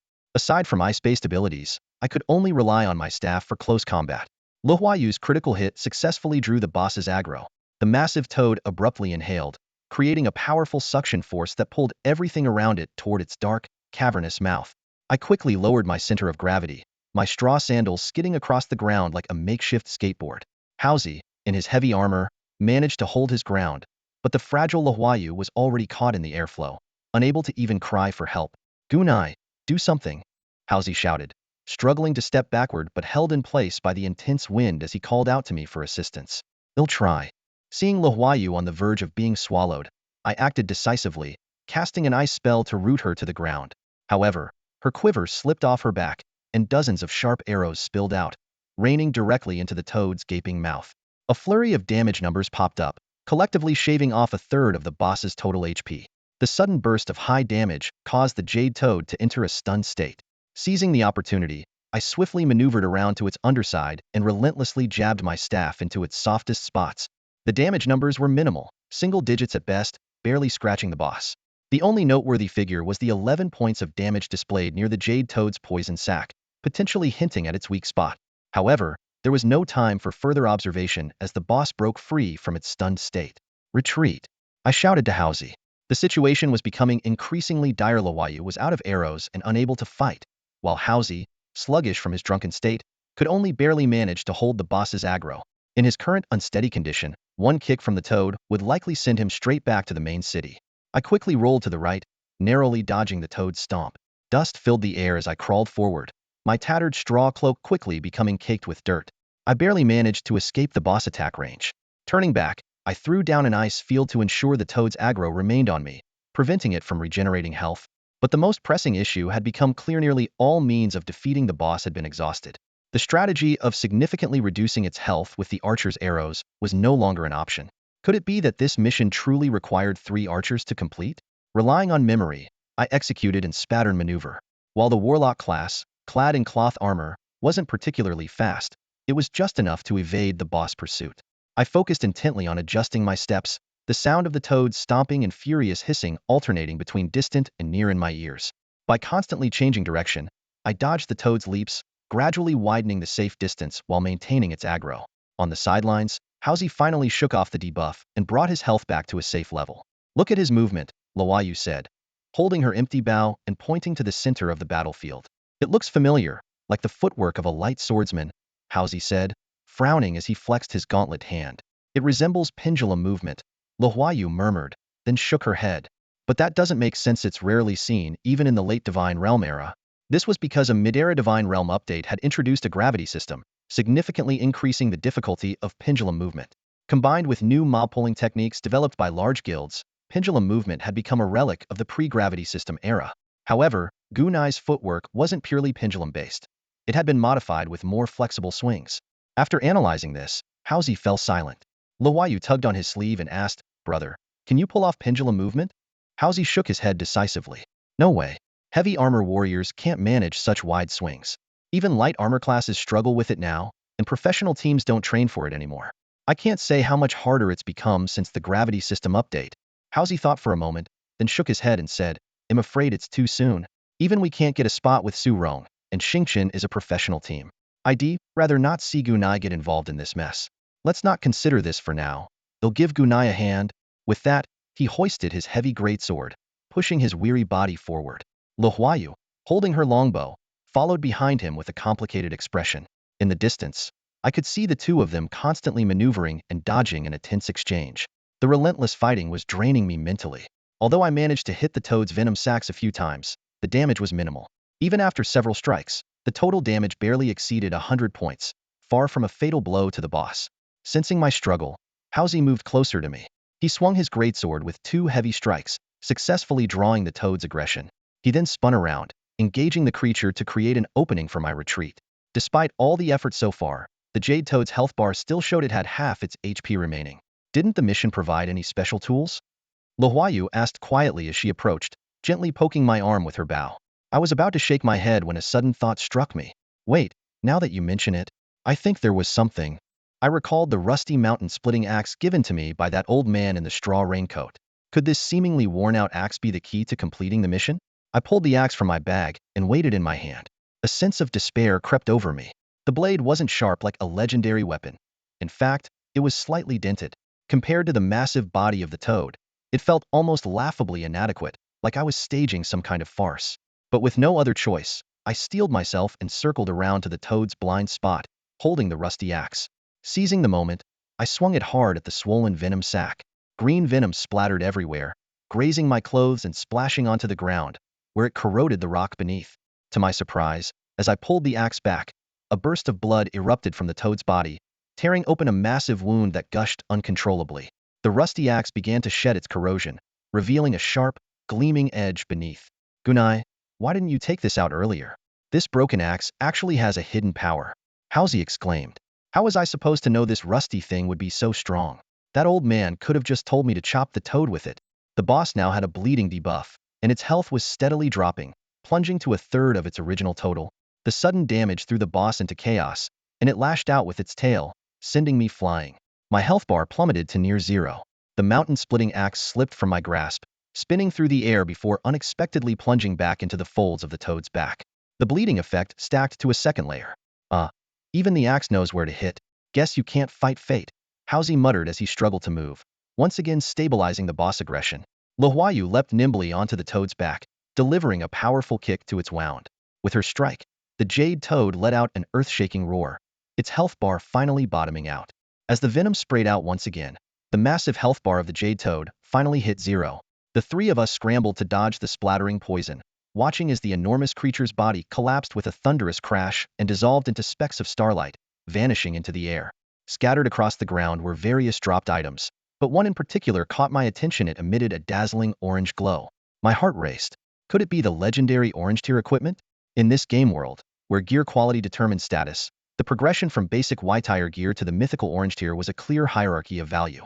Early game players typically only managed to obtain green, superior, or blue, excellent equipment, while purple, rare, red, legendary, and orange, ultimate items required either an enormous amount of resources to craft or defeating high-level bosses. I rushed forward eagerly, but froze in surprise when I saw what it was: a familiar-looking axe glowing with that orange hue.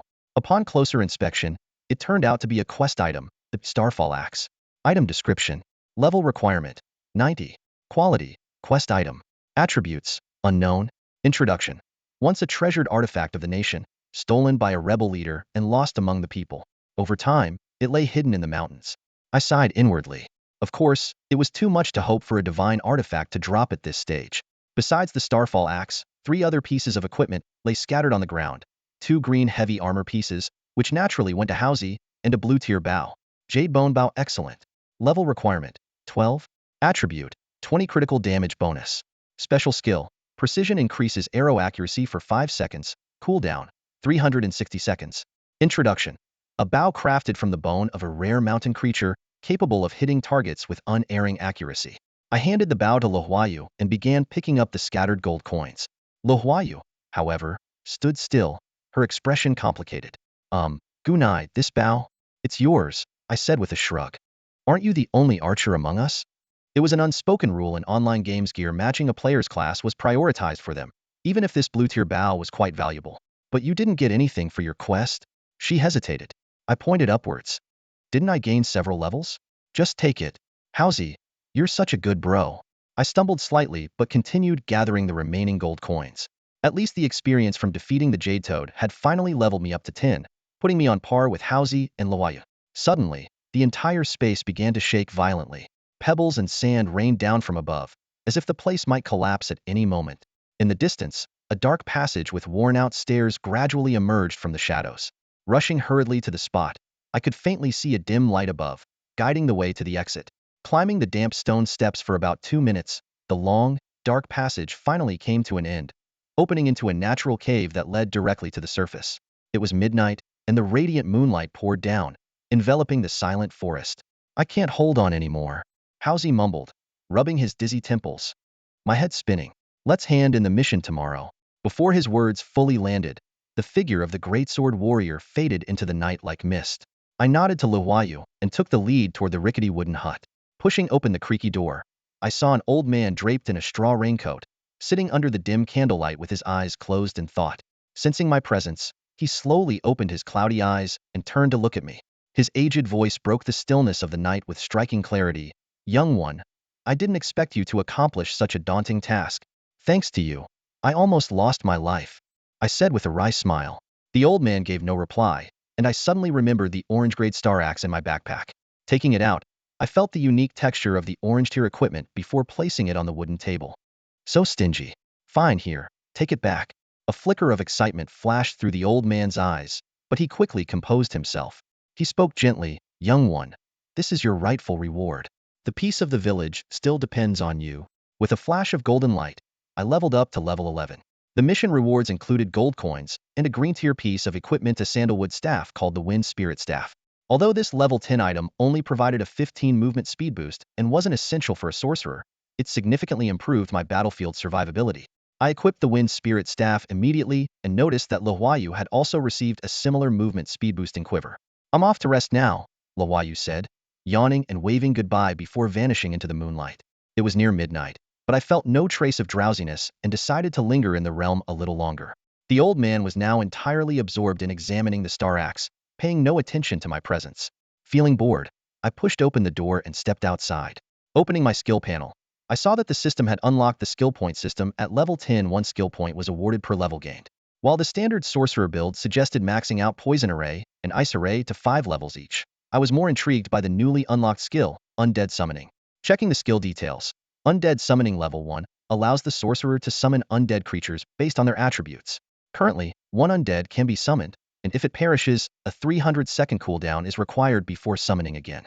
Although most players dismissed it as a niche skill for diverting aggro, I had a different perspective. I allocated all 10 skill points to it, increasing the summoning count to 2. With a brief incantation, 2 skeletal warriors slowly rose from the ground, their hollow eye sockets glowing faintly. These level 11 summons each had 250 health points. While they lacked independent consciousness, they were unmistakably a legacy of the sorcerer's craft. The attributes of the 2 skeletons were indeed quite unremarkable, even inferior to elite monsters of the same level. I tried to control them to move forward. While their movements were clumsy, their speed was unexpectedly fast. I proceeded in the direction illuminated by the moonlight, my boots brushing against ankle-high grass, producing a faint rustling sound. The surrounding forest was silent, with only a few scattered players diligently leveling up. To avoid drawing attention, I dismissed the 2 skeletons and quietly passed by these players, continuing to venture deeper into the forest in search of a secluded leveling spot. As midnight approached, the number of online players plummeted. Those who remained were mostly members of professional studios or gaming guilds, each with a clear goal to reach level 20 as quickly as possible, leave the beginner village, enter the main city, and climb various leaderboards to bring recognition to their teams. When gaming becomes a means of livelihood, the harsh realities of life surface. Small guilds often struggle to stay afloat, while only a handful of well-managed large studios dominate the hierarchy. As I walked, I gradually lost track of time. Immersed in my thoughts, I suddenly found the flat path beneath my feet turning into a slope. Caught off guard, I lost my balance and tumbled down. Looking up, I noticed the map indicating the name Moonlight Canyon. I had inadvertently stumbled into a completely new area. Continuing down the steep slope, the view opened up dramatically. The dense, towering trees gave way to low shrubs. The vegetation brushed gently against my legs, causing a faint, tickling sensation. Moonlight poured down softly, shifting across the ground with my steps. The mountain path extended to the valley floor, where the terrain became more level. As the system notified me, "You have entered Moonlight Lake." A vast expanse of water unfolded before my eyes. The silvery moonlight gleamed on the lake surface, reflecting the deep, shadowy contours of the surrounding mountains, creating a natural landscape painting. I sat down by the lakeshore and noticed a few plants nearby emitting a glow reminiscent of fireflies. Reaching out to touch them, I realized my gathering skill level was insufficient to obtain any information. So I simply sat there quietly, immersed in the interplay of light and shadow around me. The most enigmatic guild in the Divine Realm was called the Scenic Sightseeing Group. Its members varied widely in level, from beginners to maxed-out veterans. What was remarkable about this guild was that its sole purpose was to admire the game's scenery. I once believed the appeal of a fully immersive game lay in achieving feats impossible in real life, but at this moment, I realized that simply appreciating these breathtaking landscapes was a joy in itself. However, during my early years in the Divine Realm, I had no time to notice such details. Nearly all of my online hours were consumed by grinding levels, slaying monsters, and racing through maps, eventually trapping the game in a monotonous loop. As the top-ranked archer in the game once said, "If you aim to become a master in a game, you inevitably lose much of the joy it has to offer." It's true, no game's fun has ever come from endlessly grinding monsters. A self-deprecating smile flashed across my face before I decided to stop dwelling on ancient grievances and instead headed toward the lakeshore. With such an expansive map, there had to be some creatures around, right? Just then, a rustling sound suddenly came from behind me. I barely had time to turn around when a feathered arrow whizzed past my face, narrowly missing me. Instinctively, I dove into a quick roll on the grass, just barely avoiding the unexpected attack. As I planted my hands to push myself up and prepare to counter, the ground beneath me abruptly gave way. Before I could react, a net-like rope snapped tight around my waist, pinning me in place. Damn it, a trap! The words slipped out in alarm. In the brief moment that followed, I racked my brain, trying to recall if I had crossed anyone recently, someone who might be lying in wait for a midnight ambush. But emerging slowly from the bushes were not enemies as I had feared, but several humanoid creatures with feathered headgear. The screen immediately displayed their information. Name: Moon Tribe Villager. Level: 25. HP: 500. Description: the Moon Tribe are the native inhabitants of the Moon Lake region, fiercely territorial. So, that's what happened. I had wandered into the Moon Tribe's territory. No wonder this vast area was devoid of other monsters. They must have already driven everything else out. 2 of the villagers hoisted me up high and began carrying me in a specific direction. Under the faint moonlight, I finally got a clear look at these creatures. Their bronze-toned skin shimmered softly in the light, and they carried wooden quivers on their backs. Aside from their shorter stature, they bore a striking resemblance to primitive tribespeople from reality. Struggling proved futile. Even the sandalwood staff at my waist was tightly bound, leaving me unable to use any skills. The thought of breaking free crossed my mind, but considering their levels and attributes far surpassed my own, such a reckless move would likely end badly. As I was carried along, the scenery around me shifted continuously, shrouded in an eerie, dim atmosphere. Eventually, we arrived at the entrance to a camp. Standing guard at the gate were two villagers with even more elaborate headgear. The system displayed: name, Moon Tribe Warrior. Level, 25 Elite Monster. HP, 650. Description: the most skilled fighters of the Moon Tribe, trained rigorously from a young age, possessing formidable combat abilities. This isn't looking good, I muttered under my breath.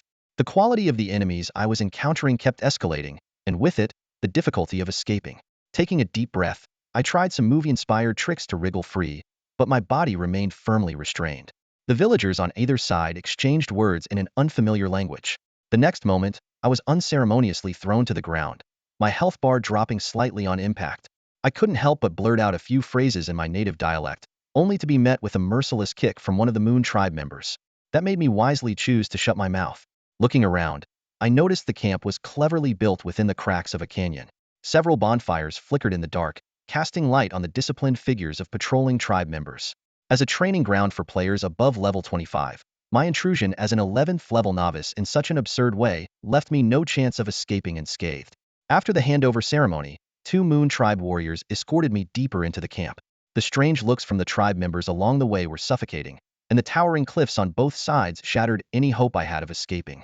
When we finally stopped, the scene before me was awe-inspiring. A massive bonfire, almost tearing through the night sky, illuminated a burly middle-aged man seated on an intricately crafted bamboo chair. He was clad in the hide of some unknown beast, his sharply defined muscles clearly visible. The system identified him as the Moon Tribe Chieftain, a level 35 Lorder boss with an intimidating 60,000 HP. I swallowed hard, and my earlier resolve to fight to the death evaporated instantly. How could such a high-level boss exist on the beginner's map? I had no chance of survival, especially barehanded. While the warriors conversed with the chieftain, I carefully studied the terrain, desperately trying to map out an escape route. However, the enclosed environment offered no way out unless I had a special item. Suddenly, I remembered the ring of the Northern Guard on my left hand. I deliberately cleared my throat to draw attention, plastering on the brightest smile I could muster as I raised my hand, preparing to activate the ring's teleportation ability. But my hopes were immediately dashed by the system's cold notification. You are currently in a restrained state and cannot activate the ring of the Northern Guard's teleportation function.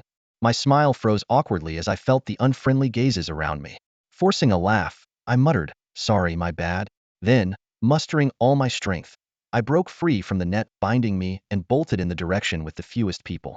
Angry shouts in an unfamiliar language rang in my ears, and to make matters worse, the pursuers were unerringly fast. I couldn't create enough distance to activate the ring. Making a sharp turn past a nearby sentry, I realized with dread that the entire camp was probably chasing after me now. This absurd situation felt entirely out of place for a game.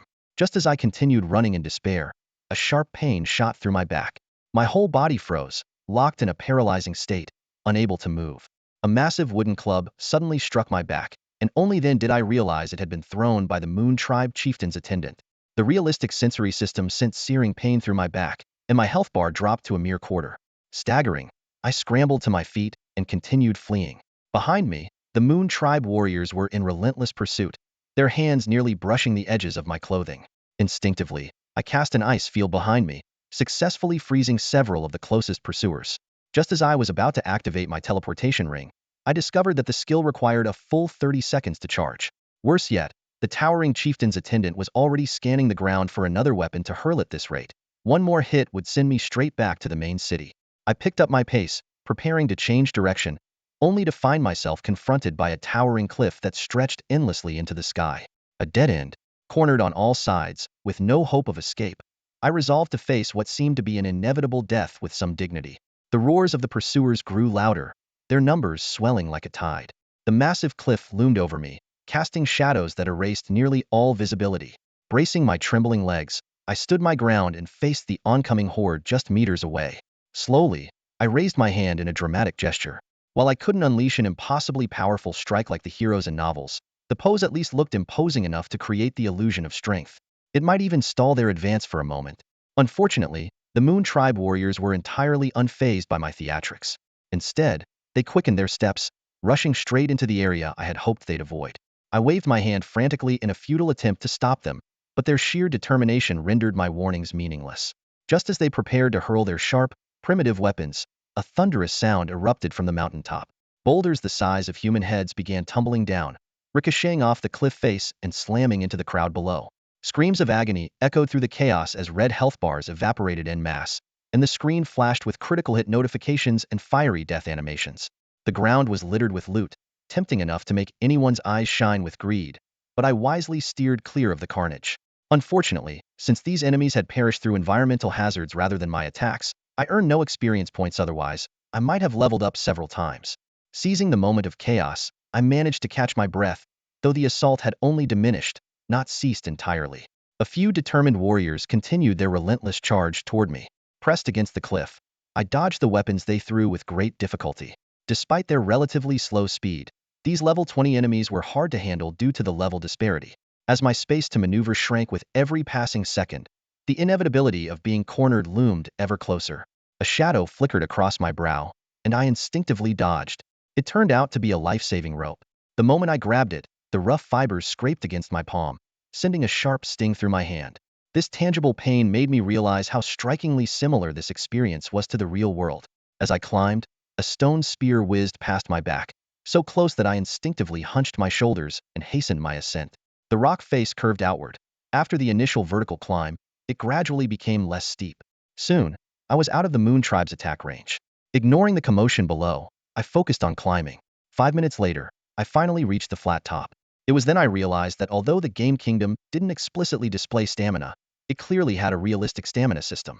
Unlike other full-dive VR games, many of the attributes here were hidden, greatly enhancing the sense of realism. Catching my breath, I noticed a female hunter sitting on a nearby rock. She rested her delicate chin on her hand, her lips curling into a playful smile that revealed a mischievous fong. Her eyes were sharp, her brows arched with amusement, and her sleek hair was tied into a ponytail at her ear. Her long legs swung leisurely over the edge of the rock, exuding an irresistible allure. The hunter's mark on her cheek stood in subtle contrast to her playful demeanor. I checked her information. ID, Zifengwu. Level, 14. Class, Hunter. HP, 450. Other details were hidden. Her sly smile sent a chill down my spine. With my current health, there was no way I could withstand her attacks, which likely exceeded 100 damage per strike. I was just about to retreat using the same trick as before. Apologies for disturbing your peace, my lady. Farewell, I said, clasping my hands in a respectful gesture before turning to leave. A soft laugh came from behind me. I did save your life, after all. Shouldn't you show some gratitude? How about we add each other as friends? Next time, I'll save you, I suggested awkwardly, turning back around. She bit her lip in mock annoyance, her expression laced with resignation. Shameless. Then, her tone grew serious. Don't say I didn't warn you. Getting out of this place isn't as easy as you think. You'd better rely on your own luck. With that, she stood up from the rock and walked toward the far end of the plateau. I hesitated for a moment before following her. The plateau wasn't large, and we quickly reached the edge. Peering over, I was immediately struck with vertigo. The other side was a sheer cliff, as if cleaved by a giant axe.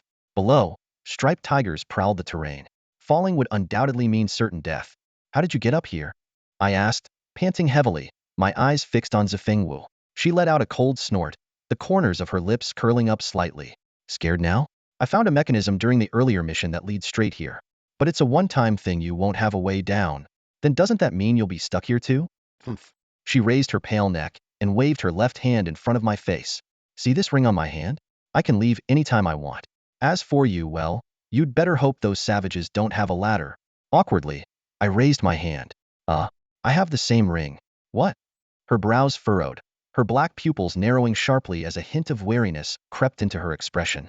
I quietly reached for the wooden staff by my side. Even though she was a stunning girl, in this situation, it was better to stay alert. Forget it, Zifengwu said, shrugging. You're so weak. Bullying you would just feel embarrassing. Her blatant disdain reminded me of her terrifying stats, and I quickly abandoned any thought of fighting her. Still, I couldn't help trying to save face. Actually, I'm a lot stronger than I look. Really? A glimmer of amusement flickered in her beautiful eyes. Care to test that in a fight? Mercy, please. She chuckled softly. All right, This place isn't safe to linger. Since you have a ring to get out, that's good. I need to go turn in my quest. Fair enough, I nodded. Consider me in your debt. If you ever run into trouble, feel free to call me in the world chat. A vein twitched on Zifeng's forehead. We both activated our teleportation rings. In 30 seconds, the scenery around us began to blur, as if we were being sucked into a black hole, losing all sense of direction. I had no idea how much time had passed before I finally felt solid ground beneath my feet again. I silently thanked the Northern Guardian's ring for saving my life. Without it, I might not have escaped death today. If I'd been unlucky enough to respawn back in town, not only would I have lost levels and gear, but finding the entrance to this mysterious map again would have been nearly impossible. Zifeng's image flickered through my mind, and I shook my head. This game was like the Martial World chance meetings and fleeting encounters. A debt of gratitude might not always be repaid, but fate has its ways of bringing people together again. Then again, who was I kidding? I was probably just smitten by her looks. Glancing at the time, I saw it was already 2 a.m. It had been ages since I'd stayed up this late, and sleepiness was hitting me hard. I logged off in a hurry, removed my VR headset, and as soon as I hit the bed, I was out like a light. The night was quiet and ethereal, the moonlight pouring through the curtains like liquid silver, casting a glow on the VR headset. The silver-gray letters spelling Kingdom shimmered faintly in the dark. The next morning, with no classes scheduled, I was sleeping soundly in bed until Housie nearly kicked me off the mattress. I reluctantly opened my drowsy eyes to see the glaring black numbers on the digital alarm clock in his hand. 11:30. Still heavy with sleep, I waved him off, signaling my intention to go back to bed. But as soon as I lay back down, a sudden thud jolted me awake as I, along with my blanket, was unceremoniously dumped onto the floor. Scrambling to put on my jacket and wiping the toothpaste residue from the corner of my mouth, I stepped onto the pathways of Fengling University with my hair still a messy tangle. The chilly autumn wind mercilessly crept into my sleeves, causing every pore on my body to tighten instantly. As we walked along the tree-lined avenue, Housie kept urging me, "Hurry up. Do you know what today is? It's the esports club recruitment day. Spots are super limited. If we're late, we won't have a chance." I nodded absent-mindedly, feeling entirely indifferent. To be honest, I had zero interest in the esports club and was only tagging along out of curiosity to see the commotion. The esports club was housed in an old building. While the school didn't interfere with the club's activities, it also didn't provide any funding. Despite the rapid growth and promising future of the esports industry in recent years, the topic remains somewhat taboo on campus. Many in the older generation still viewed it as a harmful distraction, and it seemed that societal attitudes wouldn't shift until our generation took the reins. That said, the facilities inside the venue were surprisingly well equipped. The floors gleamed faintly under the spotlights, and rows of holographic headsets were neatly arranged. Passing by a few smaller gaming sections, I noticed the foot traffic wasn't particularly heavy. Housie continued to sing praises about the benefits of the esports club, but I couldn't muster any enthusiasm and treated it more like a casual tour. Reaching the end of the corridor, we were suddenly greeted by a cacophony of voices. Looking up, I saw a massive decorative sign overhead that read Kingdom. Behind it was a spacious area filled with private booths, each equipped with holographic headsets. Clearly, the esports club had shifted its focus to Kingdom, the most popular game of the moment. Following the directional signs on the wall, we arrived at the source of the noise, and the sight left me stunned. The registration line stretched over 10 meters long, and the club space was packed with students waiting to take the entry test. Haosie's face was etched with worry. "See? What did I tell you? The test started at noon, and there's already this many people in line. Just imagine how much worse it'll get later." I smiled at him, patted his shoulder, and said, "Don't worry. With your skills, Hao, getting into the esports club should be a piece of cake. Once I'm in, with my swordsmanship, I might even become the president. When that happens, they'll definitely have your back."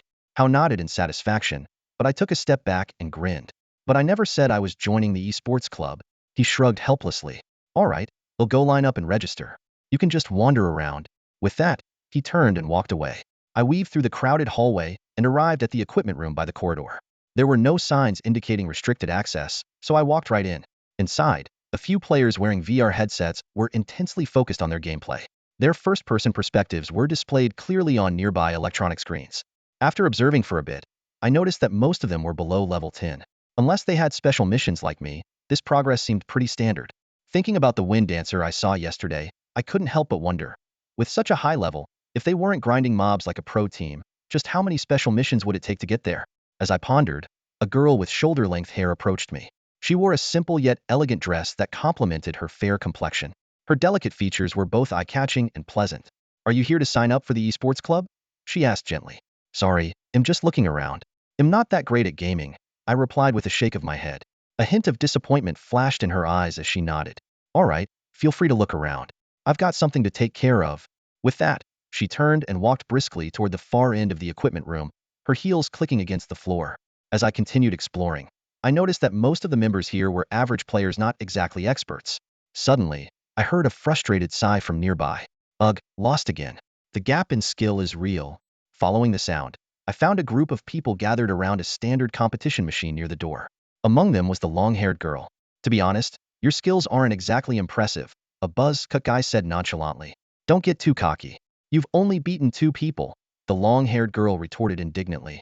"Oh, so the president and vice president both lost. What's next? Is your club mascot going to step up?" The buzz-cut guy sneered with a smirk. "You." The long-haired girl seemed at a loss for words, but a guy with black-rimmed glasses stepped in, raising his hand to stop her. "Forget it. We have to admit we're outmatched." I knocked on the door and peeked in. Are you guys having a match?" The girl's eyes widened at first, but her expression quickly dimmed.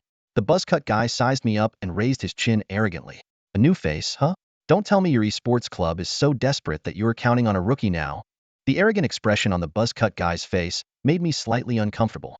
Just as I was about to retort, a sharp female voice suddenly came from behind me. "Just answer if you dare to accept the challenge or not. Winning 2 rounds by chance doesn't mean anything. Isn't this just painting a target on my back?" I thought with a wry smile. I only stepped in because I couldn't stand his smug attitude. The buzz-cut guy snorted coldly, a disdainful smirk playing on his lips. "All right then, let's do this. Just don't say I bullied a newbie." With no way to back out now, I had to steel myself and step forward, pretending to be modest. "Please go easy on me. We'll stick to the old format BO3. Get on the equipment," he said confidently before turning to walk toward the competition's holographic headset station. The long-haired girl beside me looked visibly worried. "Hey, are you sure about this? Have you even played Divine Realm before? What's your ranking?" I thought for a moment. I think when I played, there wasn't even a ranking system yet. I was probably around level 70 or so. Hearing this, the long-haired girl almost collapsed, covering her forehead with one hand. She softly reassured me. "It's okay, just do your best." I nodded and calmly walked to the machine, taking a seat and putting on the holographic headset. A mechanical voice immediately chimed in. "Iris scan complete. Character recognized. Matching players, please wait. The match will begin in 10 seconds. A flash of white light later, I was transported to the system's default PvP Mapan Ancient Arena. The yellowed stone tiles, towering walls, and layered stone seating all exuded a sense of age and history. "Kid, don't get distracted. Lose focus for a second, and your health bar will be gone," taunted my opponent, a mage named Night Soul, standing across the arena. Clad in a black robe radiating an eerie aura, he held a staff embedded with a dark purple gemstone that faintly glowed, a clearly superior weapon. In contrast, I looked like a complete amateur, wearing a straw coat and holding a greenish wooden stick, resembling a beggar from some martial arts story. Outside the arena, a short-haired girl asked nervously, "Jinxie, do you think this guy stands a chance?" The long-haired girl, Jinxie, seemed equally unsure. Even the strongest president and vice president of the esports club had been defeated. A scruffy guy who hadn't even reached max level in Divine Realm? She could only hope he wouldn't lose too miserably. The club president, wearing black-rimmed glasses, frowned deeply. "A warlock versus a mage. There's no clear class advantage between the two. If he loses, we won't even have an excuse to save face." As the numbers on the large screen counted down from 10 to 0, I reached for the wooden staff at my waist, gripping it tightly while locking my gaze on the face hidden beneath my opponent's black robe. The system panel displayed the opponent's basic information. Name, Soul of the Night. Health, 400. Status, additional information hidden. This was a typical mage configuration: high attack, low defense. Before reaching level 11, mages had yet to learn mobility skills, making their survivability relatively weak. As long as I could close the distance and breach their spellcasting range, the fight shouldn't be too difficult. Across from me, a dark purple staff moved slightly, its gem-encrusted tip shifting colors as a fireball roared toward me. It was the mage's most basic probing skill. I stood motionless, letting the searing heat graze my body. My health bar dropped by only 62 points, a negligible amount considering my total of 450 health points. What's going on here? The audience erupted in surprise. Not even dodging the most basic fireball? My reaction clearly caught Soul of the Night off guard. He hesitated briefly before raising his staff high and beginning to chant a new spell. It was Gale Strike, a level 10 mage skill requiring 1.5 seconds to cast. The spell unleashed 3 wind slashes in a designated area, dealing damage while disrupting the opponent's movement. I quickly closed the distance, intending to interrupt his casting with my ice array. But I underestimated his reaction speed. The 3 wind slashes howled toward me before I could enter my casting range. My health bar plummeted to less than half, and I still couldn't get close enough to touch the hem of his robe. That's odd, muttered the club president, adjusting his black-rimmed glasses. A mage's casting range is longer than a warlock's, sure, but it shouldn't take this long to get an ice array off. Don't tell me they didn't allocate any skill points?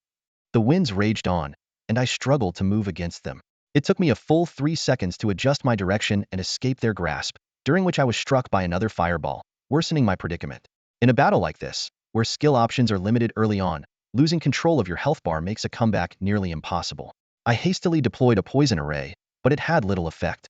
My opponent was clearly experienced, staying just outside my skill range and using their superior casting distance to wear me down. This level of distance control was exceptional, even among mage players. Eventually, a misstep during a sidestep left me exposed to another fireball. The lethal damage indicator popped up, and my remaining health was wiped out. The screen dimmed to gray. See that? That's the difference between us. The buzzcut man under the cloak lowered his staff, his tone dripping with mockery. Is this really the best your esports club can offer? I remained silent, replaying the details of the fight in my mind, his movement patterns, skill timing, and predictions. Every moment was being analyzed and stored, all in preparation for the next battle. For a fragile class like a mage, being engaged in close combat is the ultimate nightmare. In the myth-based game, as a light swordsman player, I had witnessed countless times when mages, who were supposed to be devastating weapons, fell instantly to the ground when approached by moderately equipped assassins or swordsmen. This wasn't a coincidence. Mages' most powerful skills often required lengthy casting times, and in close combat, enemies would never provide such an opportunity. Jinxi flicked her long hair, her face filled with disappointment. So, it's still not working, huh? She muttered with a sigh. The guild leader adjusted his glasses and gave a helpless expression. The damage output for warlocks is indeed lackluster in the early stages. As the second match was about to begin, I focused on the countdown ticking to 0, my expression remaining calm. Knight's Soul let out a mocking snort. Still putting on an act after getting beaten like that, huh? Ignoring his taunts, I began chanting with concentration.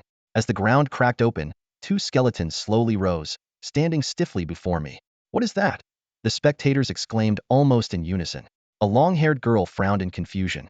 I don't think I've ever seen anyone enhance undead summoning. Exactly, a short-haired girl chimed in. Everyone says that's a useless skill, right? Building your character like this would just ruin the account.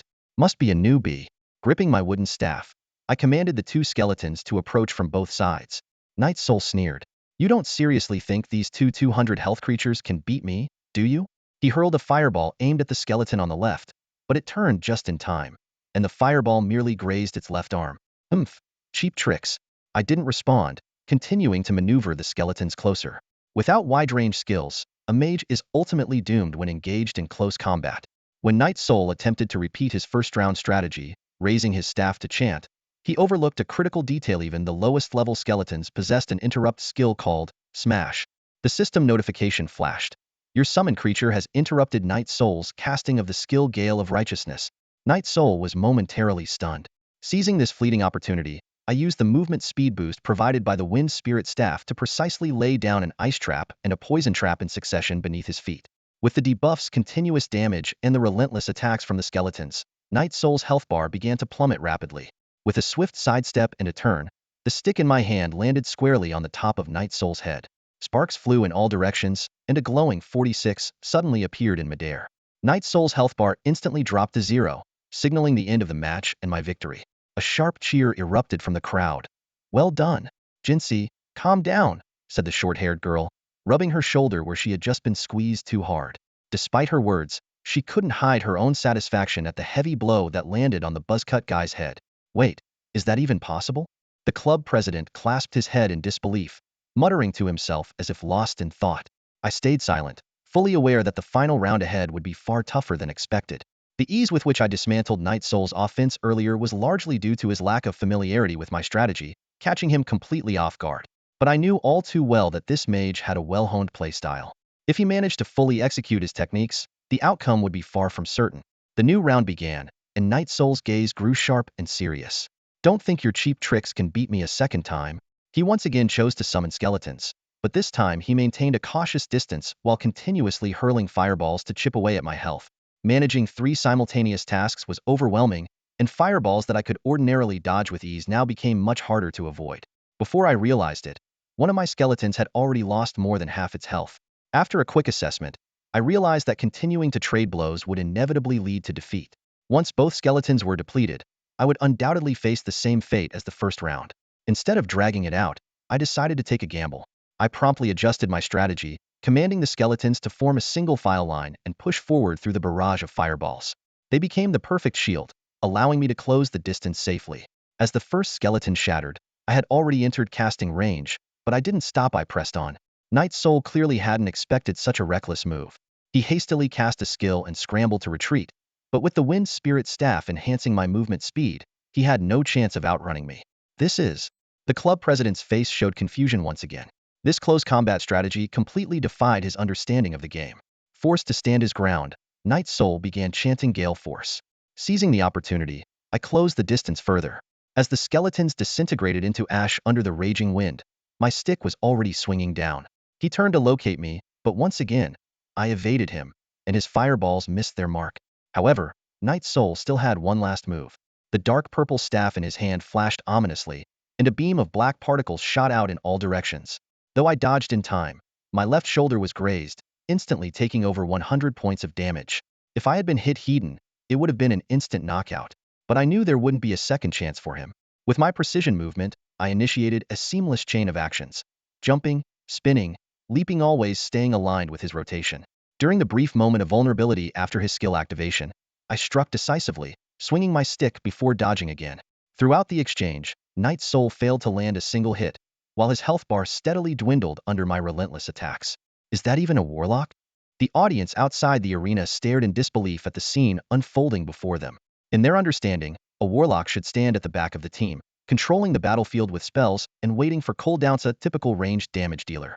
But the warlock in front of them completely defied convention, wielding a wooden staff for close-range combat, striking swiftly and repositioning after each hit like a guerrilla fighter. Knight's Soul's expression froze. What he was facing didn't feel like a warlock at all, it was more like a street brawler, employing bizarre tactics he had never encountered before. A sharp smack echoed as the staff, meant for casting spells, landed squarely on his face, depleting the last sliver of his health. What crushed Knight's Soul even more was that he hadn't landed a single skill on his opponent. The constantly shifting, agile footwork made it impossible for him to predict the moves. It reminded him of the humiliating bouts against rookie training players. He stared hard at the defeat screen, his emotions churning uncontrollably. That was amazing. Even Guan Yiping lost to you. The long-haired girl, Jin Shi, pulled me excitedly from my seat. I waved my hand with a smile. It's nothing, just basic moves. But your playstyle is downright shameless, said a guy wearing a black round hat, patting the shoulder of the club president. That strange tactic really disrupted the mage's rhythm, but this person's true skill is still up for debate. Could you or I pull off those rapid spins? The president shook his head. I can't figure this guy out. He seems to have solid close combat skills, so why choose a warlock? It's baffling. The man in the round hat shrugged.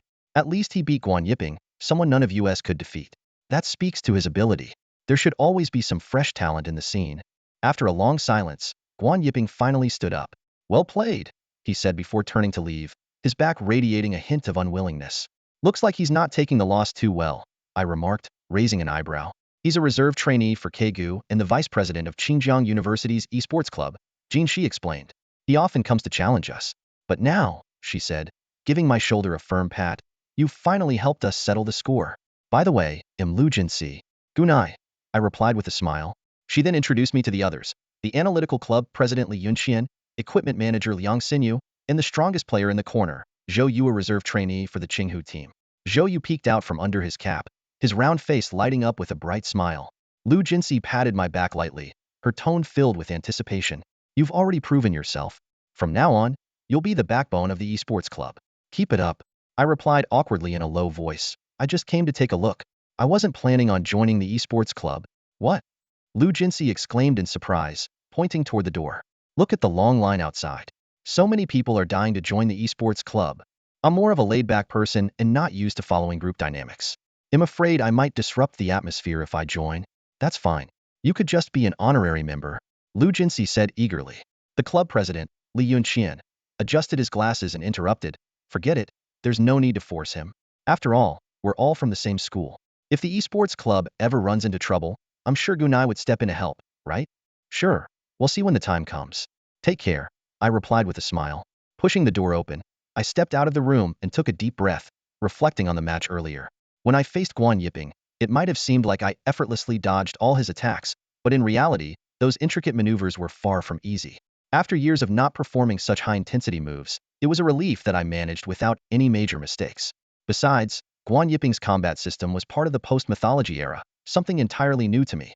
As for those even more formidable professional teams, I shook my head, choosing not to dwell on such distant matters. As I walked out the main door, I noticed Hausi glancing around. I waved at him, and he immediately jogged over, his face beaming with pride. Gunai, guess what? I passed the test. Am officially a member of the esports club now. Jealous? I didn't mention how I nearly got into the club without even taking the test. Instead, I clasped my hands together and said, well then, they'll be counting on the big shot from the esports club to take care of me. Of course. Let's go back to the game. After quickly finishing lunch, I logged back into the game at 2 p.m. The screen in my holographic glasses was pitch dark, and I suddenly remembered that I had hastily used a ring to escape last night before logging off, leaving me completely unaware of my current location. Standing up and looking around, I found myself in a low, cramped cave. The ceiling was so close it nearly touched my head. Darkness stretched endlessly in both directions, with no light source in sight. Pressing against the rocky walls, I picked a direction and began cautiously making my way forward. The uneven ground was scattered with loose stones, and the slope alternated between steep and shallow. After walking some distance in complete darkness, I suddenly tripped over something. Focusing my gaze, I realized that what I thought was a rock was actually a monster. Rock turtle. Level 12. HP 400. Description: a turtle-like creature residing in the Moonstone Caverns. It possesses an extraordinarily long lifespan, and its hard shell is impervious to blades and swords. Seeing its astonishing defense stats, I couldn't help but gasp.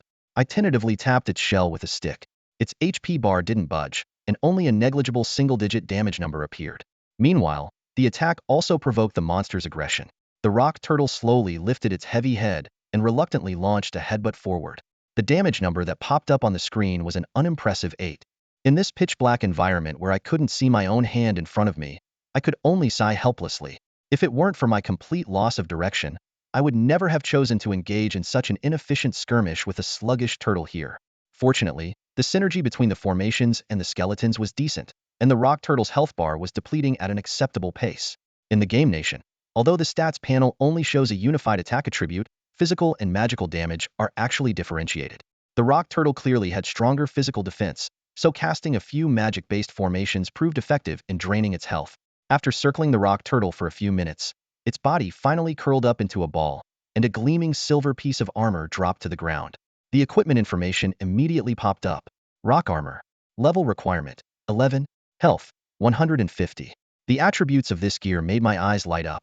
At the current level range, this was undoubtedly a top-tier defensive item for tank classes, especially with its slow effect, which perfectly countered the weakness of tanks being easily kite. I couldn't resist the urge to try it on. However, I regretted it as soon as I equipped it. The armor was far too cumbersome. Even walking became unusually laborious, and the loose fit provided little effective protection. Although the game's gear system was quite flexible, allowing heavy armor, light armor, and even gender-neutral equipment, the differences in performance were stark. Reluctantly, I switched back to my simple straw cloak. As I pressed on, I encountered more of the same rock turtles. Considering the decent gear drops, I patiently cleared them one by one. All the monsters dropped items from the same heavy armor set, and if a full set of 5 pieces was assembled, it could even stack to grant an impressive 25 slow effect. Such an attribute would allow tanks to stick to squishy classes like glue.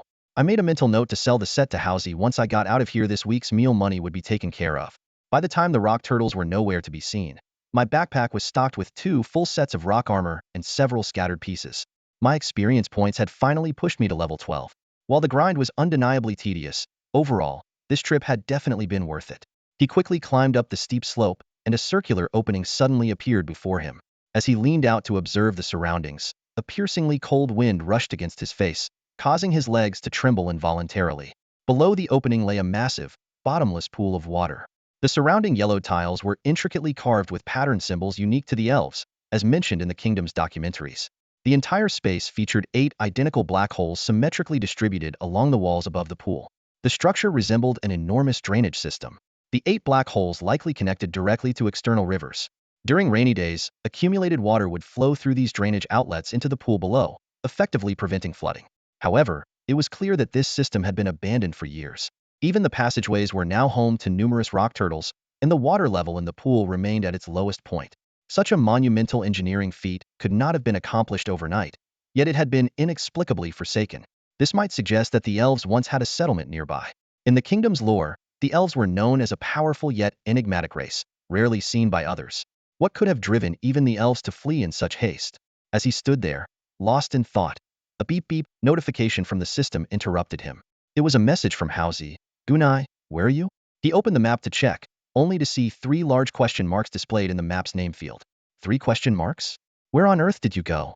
Let me see. Hausi sent a video call request. On the screen, Hausi was wearing a flashy green wind spirit helmet, busy fighting for mobs in the middle of a crowd. What is this ancient building? How did you end up in a map like that? Don't tell me you secretly picked up some hidden quest to level up again. I wish that were the case, he replied helplessly. It's that Ringgit teleported me here. This creepy place is pitch black, and there aren't even any decent mobs. I've only managed to take down a few turtles, and now I don't even know where the exit is. Well, good luck with that. I'm off to level up. Hausi grinned mischievously.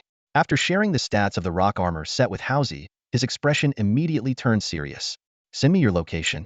I'm coming to save you, bro. Fate will decide, he said with a faint smile before abruptly ending the video call. Turning around, he began retracing his steps. If this really is a drainage system, following the outlet should eventually lead to the outside world. The surrounding darkness compelled him to contemplate his exact location. Before the teleportation yesterday, he had been at the Moon Tribe camp, which was situated within the Moon Lake map. Moon Lake was a rather unique area, with monster levels exceeding the level 20 cap of the beginner village. Considering the teleportation distance was only about 1,000 yards, he estimated that he must still be somewhere near Moon Lake. As he pondered this, a sudden sharp pain struck his head, accompanied by a dull thud. He had walked straight into a rock wall. The drainage tunnel had come to an end. Rubbing his aching forehead, he couldn't help but curse his own bad luck. Unwilling to give up, he carefully felt along the rock wall, hoping to discover some kind of mechanism, but there wasn't even the smallest crack of light. Despairing, he slumped to the ground, but then a critical thought struck him. If this area still belonged to the Moon Tribe's territory, could the massive pool of water below lead directly to Moon Lake? This idea reignited his determination. Rising to his feet, he ventured down the dim drainage tunnel for the 3rd time. When light finally reappeared in his field of vision, he quickly made up his mind. Rather than waiting around in this environment for another 30 hours, it was better to take a risk. At worst, he would be teleported back to the main city, and a single day would be enough to regain this level. That was far better than falling even further behind the leading players in terms of level progression. Standing at the edge of the drainage outlet, he looked down at the water surface dozens of meters below and couldn't help but draw a sharp breath. Summoning his courage, he stepped forward, intending to execute a stylish midair spin, but instead lost his balance immediately, plunging into the water in an awkward, twisted position. With a loud splash, water sprayed everywhere, and his health bar instantly dropped to less than half. Thankfully, the game's gravity system wasn't entirely realistic. Otherwise, a fall from this height would have been fatal. As the chaos around him settled, an orange breath meter appeared on the screen, slowly ticking down. He had to find an exit before running out of air. Although it was daytime, the sunlight filtering through the water's surface barely illuminated the underwater world. The scene before him wasn't as clear as he had imagined. Rusty, discarded tools were scattered all around, along with the wreckage of old boats. There was no time to investigate further. In the distance, a massive black opening appeared to be the only possible exit. Clinging to his hope of survival, he swam toward it with all his strength, the promise of escape just ahead. The void expanded as it moved, emanating a strange suction force from its center. Scattered tools and abandoned metal scraps flew past me, as if drawn by an invisible power, vanishing into the depths of the void. It was unmistakably a massive underwater vortex. Glancing at the breathing gauge that had dropped to half, I gritted my teeth and decided to speed up toward the void. As the distance closed, the suction force intensified abruptly. Just as a flash of white light flickered at the center of the void, I lost all control and was pulled in. My body spun uncontrollably, descending deeper along the spiraling currents. Rubbing my sore back, I stood up and began searching for a way out along the pebble-covered riverbank. Suddenly, I heard voices coming from up ahead. Quickly hiding behind an outcropping of rock, I held my breath and observed. "Captain, this is the spot," a booming male voice echoed in the open space. The team included a young knight and a weathered archer, all bearing the emblem of the Feng Yu Guild. Though curious about their purpose, I knew that with my current gear, revealing myself might result in being overwhelmed. It was wiser to remain hidden. I watched as Yu Fengji approached the riverbank, retrieving a blue crystal orb. Holding it aloft with both hands, he began chanting an incantation. I immediately recognized it as a special item used to trigger quests. The calm water suddenly rippled violently, and dark shadows flickered beneath the surface. With a burst of splashing water, a fearsome dragon's head emerged, its sharp fangs glinting and its gaze menacing. The system displayed, Ice Soul, Lorder Boss, level 15, 5000 HP. This was a dragon once revered as a sacred relic by the elves, whose power had waned due to the passage of kingdoms. It now slumbered beneath the lake, recovering its strength. I swallowed hard, my eyes fixed on the scene before me. Another Lordier boss. These high-level monsters were becoming almost routine lately. In this game world, bosses are classified into 6 tiers from lowest to highest: normal, elite, lord, sky mystic, legendary, and the exceptionally rare Godier. During the early stages of the game, the Lordier was already considered the ceiling for what players could realistically challenge. The memory of our last battle with the Jade Toad was still fresh in my mind. That time, helping Luo Huayu had resulted in her obtaining a top-tier blue bow. Could this boss drop a warlock specialized weapon this time? However, this boss was first discovered by the Fengyu Guild. I had no quarrel with Fengyu Ji, and both professional ethics and pride as a skilled player dictated that I shouldn't steal their boss. Then again, this was a Lordier boss. Given the difficulty, there was a chance Fengyu Guild might wipe, and if that happened, I might end up benefiting from the situation. The ice dragon raised its head and mechanically delivered a few lines of standard-issue threats before exhaling a chilling dragon breath. Instinctively, I tightened my raincoat around me as the surrounding temperature plummeted. A young-looking knight was the first to charge forward. His fully armored silver plate gleamed under the light, producing crisp metallic clinks as he moved. I quickly glanced at his stats panel and was stunned. Nearly 180 defense and 800 HP. Such stats were monstrous for the early stages of the game. He was likely equipped with a full set of blue-tier silver armor with special effects. While this tank setup was sufficient for normal and elite-tier bosses, against a Lordier boss that only appeared in special missions one with a clear level advantage, the odds of victory were far less certain. The Fengyu Guild's teamwork was impressively coordinated. Fengyu Ji's strength was, of course, unquestionable. I had experienced it firsthand back in the northern frontier during the game's early days. Although the knight's movements were slightly awkward, his ability to manage aggro and time his skills was excellent, showcasing solid fundamentals. His swordsmanship, with its wide and forceful strikes, had a distinctly professional flair. What puzzled me, though, was the weathered-looking archer in their ranks. Compared to the professional sharpshooter Luo Huayu encountered before, this uncle's bow-drawing posture was highly unconventional. His exaggeratedly tilted stance brought to mind the imagery of shooting a great eagle with a bent bow. Yet, strangely enough, his arrows consistently found the gaps between the dragon's scales, landing critical hits every time.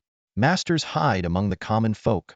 This exclamation vividly captured the uncle's profound understanding and skillful operation of the archer. After suffering a precise critical hit, Bing Hun's health plummeted below the 4,000 mark. A sharp dragon's roar echoed and centered around Bing Hun. The lake within a 50-yard radius began to churn, freezing into countless ice crystals that plummeted rapidly from the sky. This massive area attack engulfed everyone, with immediate and devastating effects. Fengyu Ji and the knight, having higher defenses, barely withstood the assault, but the archer lost more than half of their health in an instant. The most unfortunate was Numu Ningmo, who, being in close proximity to Bing Hun to deal damage, bore the brunt of the ice crystal's impact, with their health dropping straight to zero. They unwillingly raised a hand, leaving behind a blue sword, before being teleported back to the main city. Fengyu Ji frowned deeply. As expected, a Lordier boss is no easy foe. Guangza, hold the boss's aggro for now while I think of a strategy. He turned to the uncle, inquiring whether there were any capable mages in the guild, but the response was disappointing. The highest level mage was only level 11, and Xiao Xiangwan's top-tier staff had been looted by Hong Xianga just the day before. Again with Hong Xianga. His voice carried both anger and helplessness. They bully other guilds just because of their numbers? Should we have Yurua step in? Ningmo won't be back anytime soon, Fengyu Ji said, rubbing his temples. As they spoke, hurried footsteps echoed from the corridor. A curvaceous female assassin rushed over, her face filled with anxiety. Fengyu, I'm here. But the guild members said they saw Hong Xianga heading this way. What? How could this hidden quest have been leaked? Fengyu Ji hesitated for a moment before making a decisive call. We can't worry about that now. Have the guild's higher-ups prepare reinforcements. For now, let's focus on taking down the boss. He raised his staff, and holy light descended, quickly restoring the knight's health to a safe level. The battle resumed. but it became evident that the assassin class was ill-suited for dealing with such a lower-tier monster.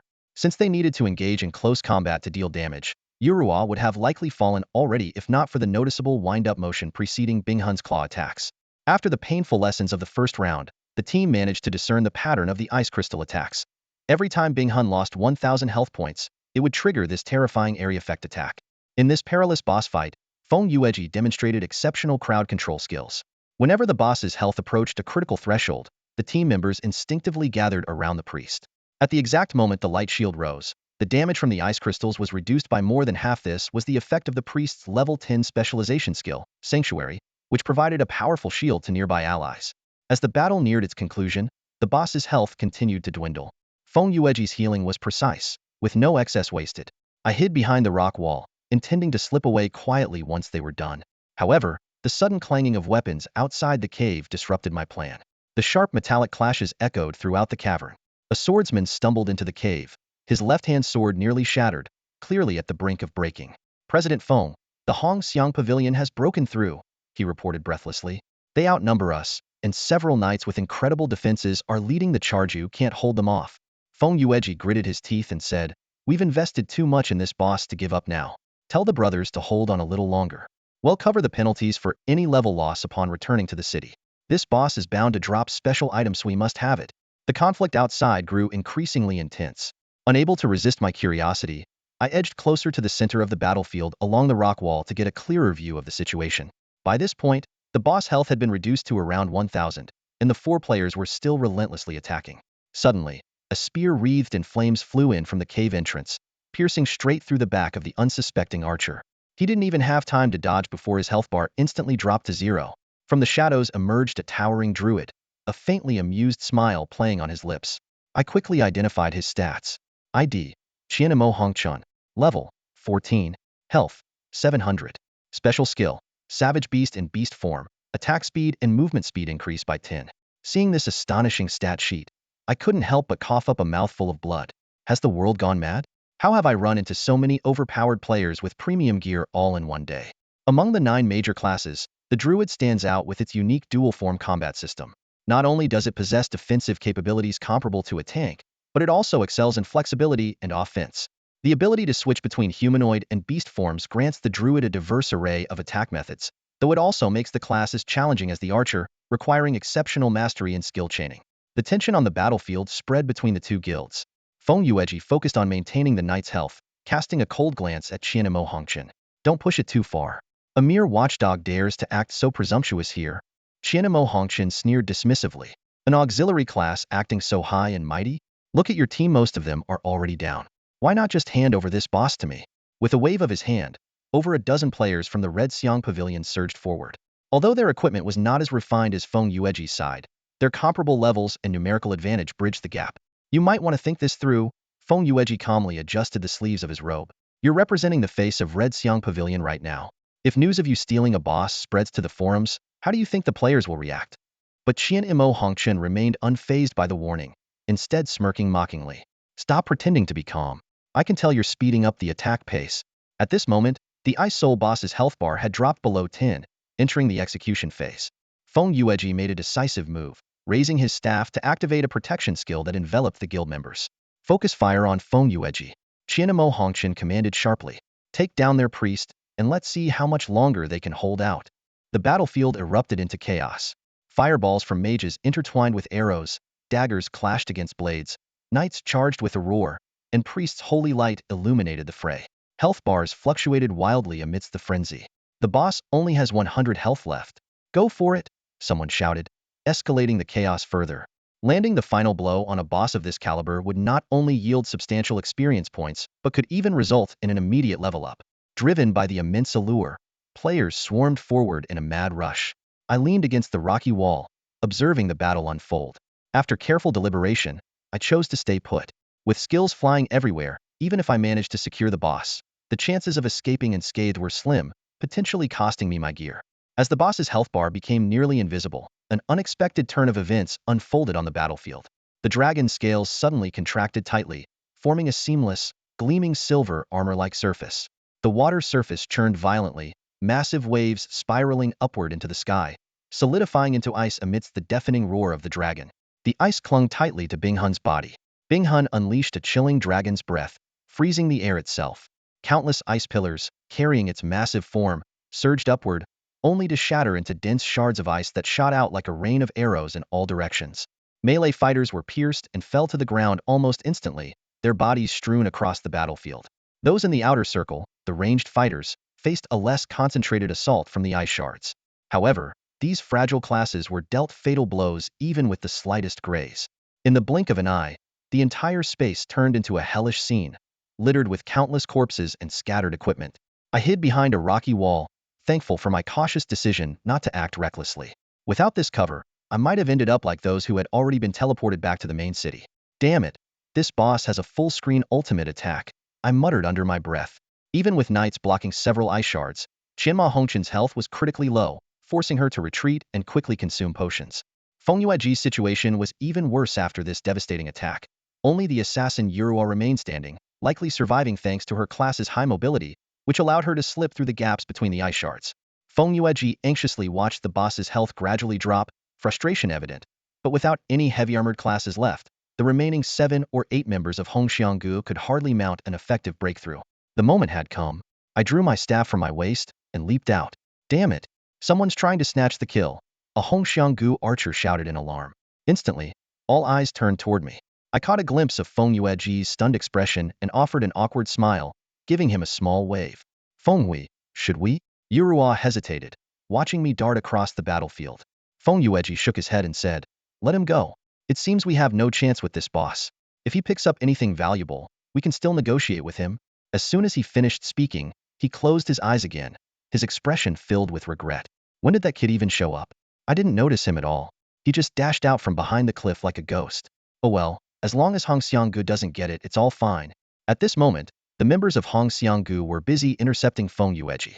I seized the opportunity to quietly approach the boss from behind, and found the perfect position to strike. Kid, think carefully. You still have time to walk away. Do you even understand the consequences of offending Hongxianggu? Qianmo Hongqian glared at the boss, whose health bar was down to a mere 20 points, clearly terrified that someone might snatch the prey he considered as good as his. I knew these were just empty threats meant to stall. Fixating on the boss' nearly depleted health bar, I threw caution to the wind and unleashed a poison trap without waiting for my skills to cool down. Almost simultaneously, Qianmo Hongqian's claws slashed at the boss. Everyone held their breath, waiting to see who would be bathed in the golden glow. But after 3 long seconds, neither Qianmo Hongqian nor I showed any signs of victory. Then, the system notification popped up. Lord-level boss Ice Soul has been slain. Killer, Zhu Fengwu. What? I stared in disbelief at the fallen dragon. Its head was impaled by a gleaming silver dagger. What surprised me even more was the Adit belonged to the beautiful girl who had saved me just a few days ago. At that moment, a slender figure descended gracefully from the top of the cavern. The distinct hunter's mark on her face revealed her identity. So this was the real mantis stalking the cicada, unaware of the oriole behind? Zhu Fengwu swiftly approached Ice Soul's corpse. Qianmo Hongqian, furious, realized that not only had the killing blow been stolen, but the loot was also about to slip through his fingers. Stealing Hong Xiangji's boss? Qianmo Hongqian roared, hurling a massive spear at her. But Zhu Fengwu seemed to have anticipated it. She lightly pivoted on her left foot, dodging with ease, and continued forward. Everyone, get her. Don't let her leave. Qianmo Hongqian shouted to his comrades. But it was too late.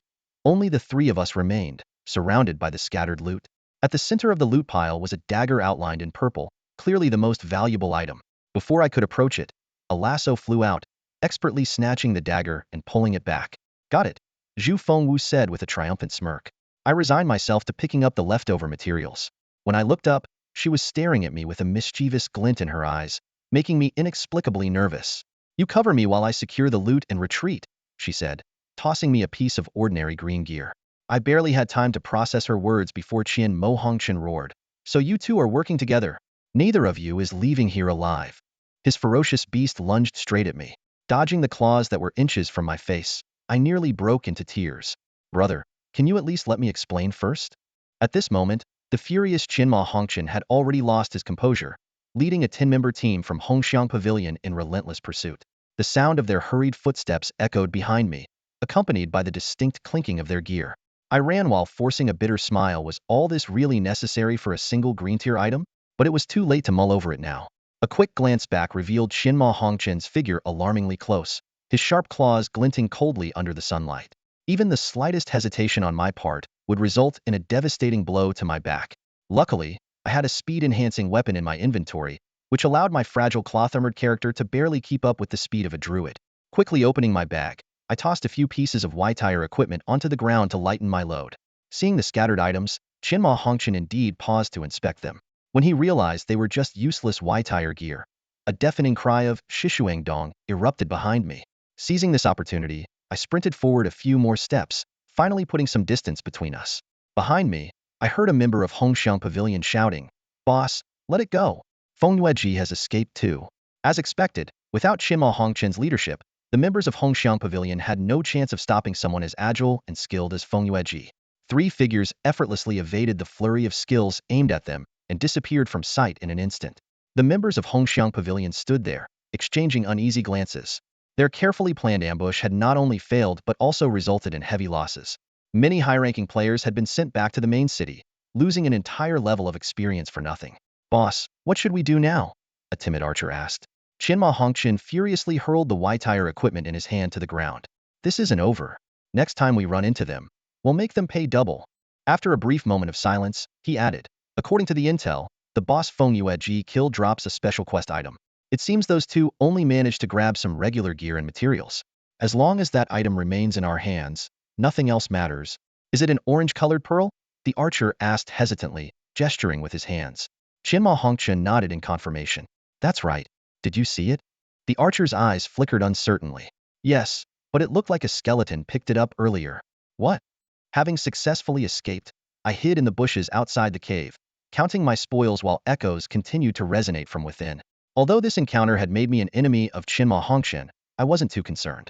Feng Yue's Feng Yue Guild would inevitably clash with Hongxiang Pavilion, and even if Xinma Hongchen did come after me, my status as a lone wolf and my nimble movements would make it difficult for him to corner me. I took stock of the materials I had acquired: around 20 blue-tier dragon scales and 2 purple-tier dragon horns.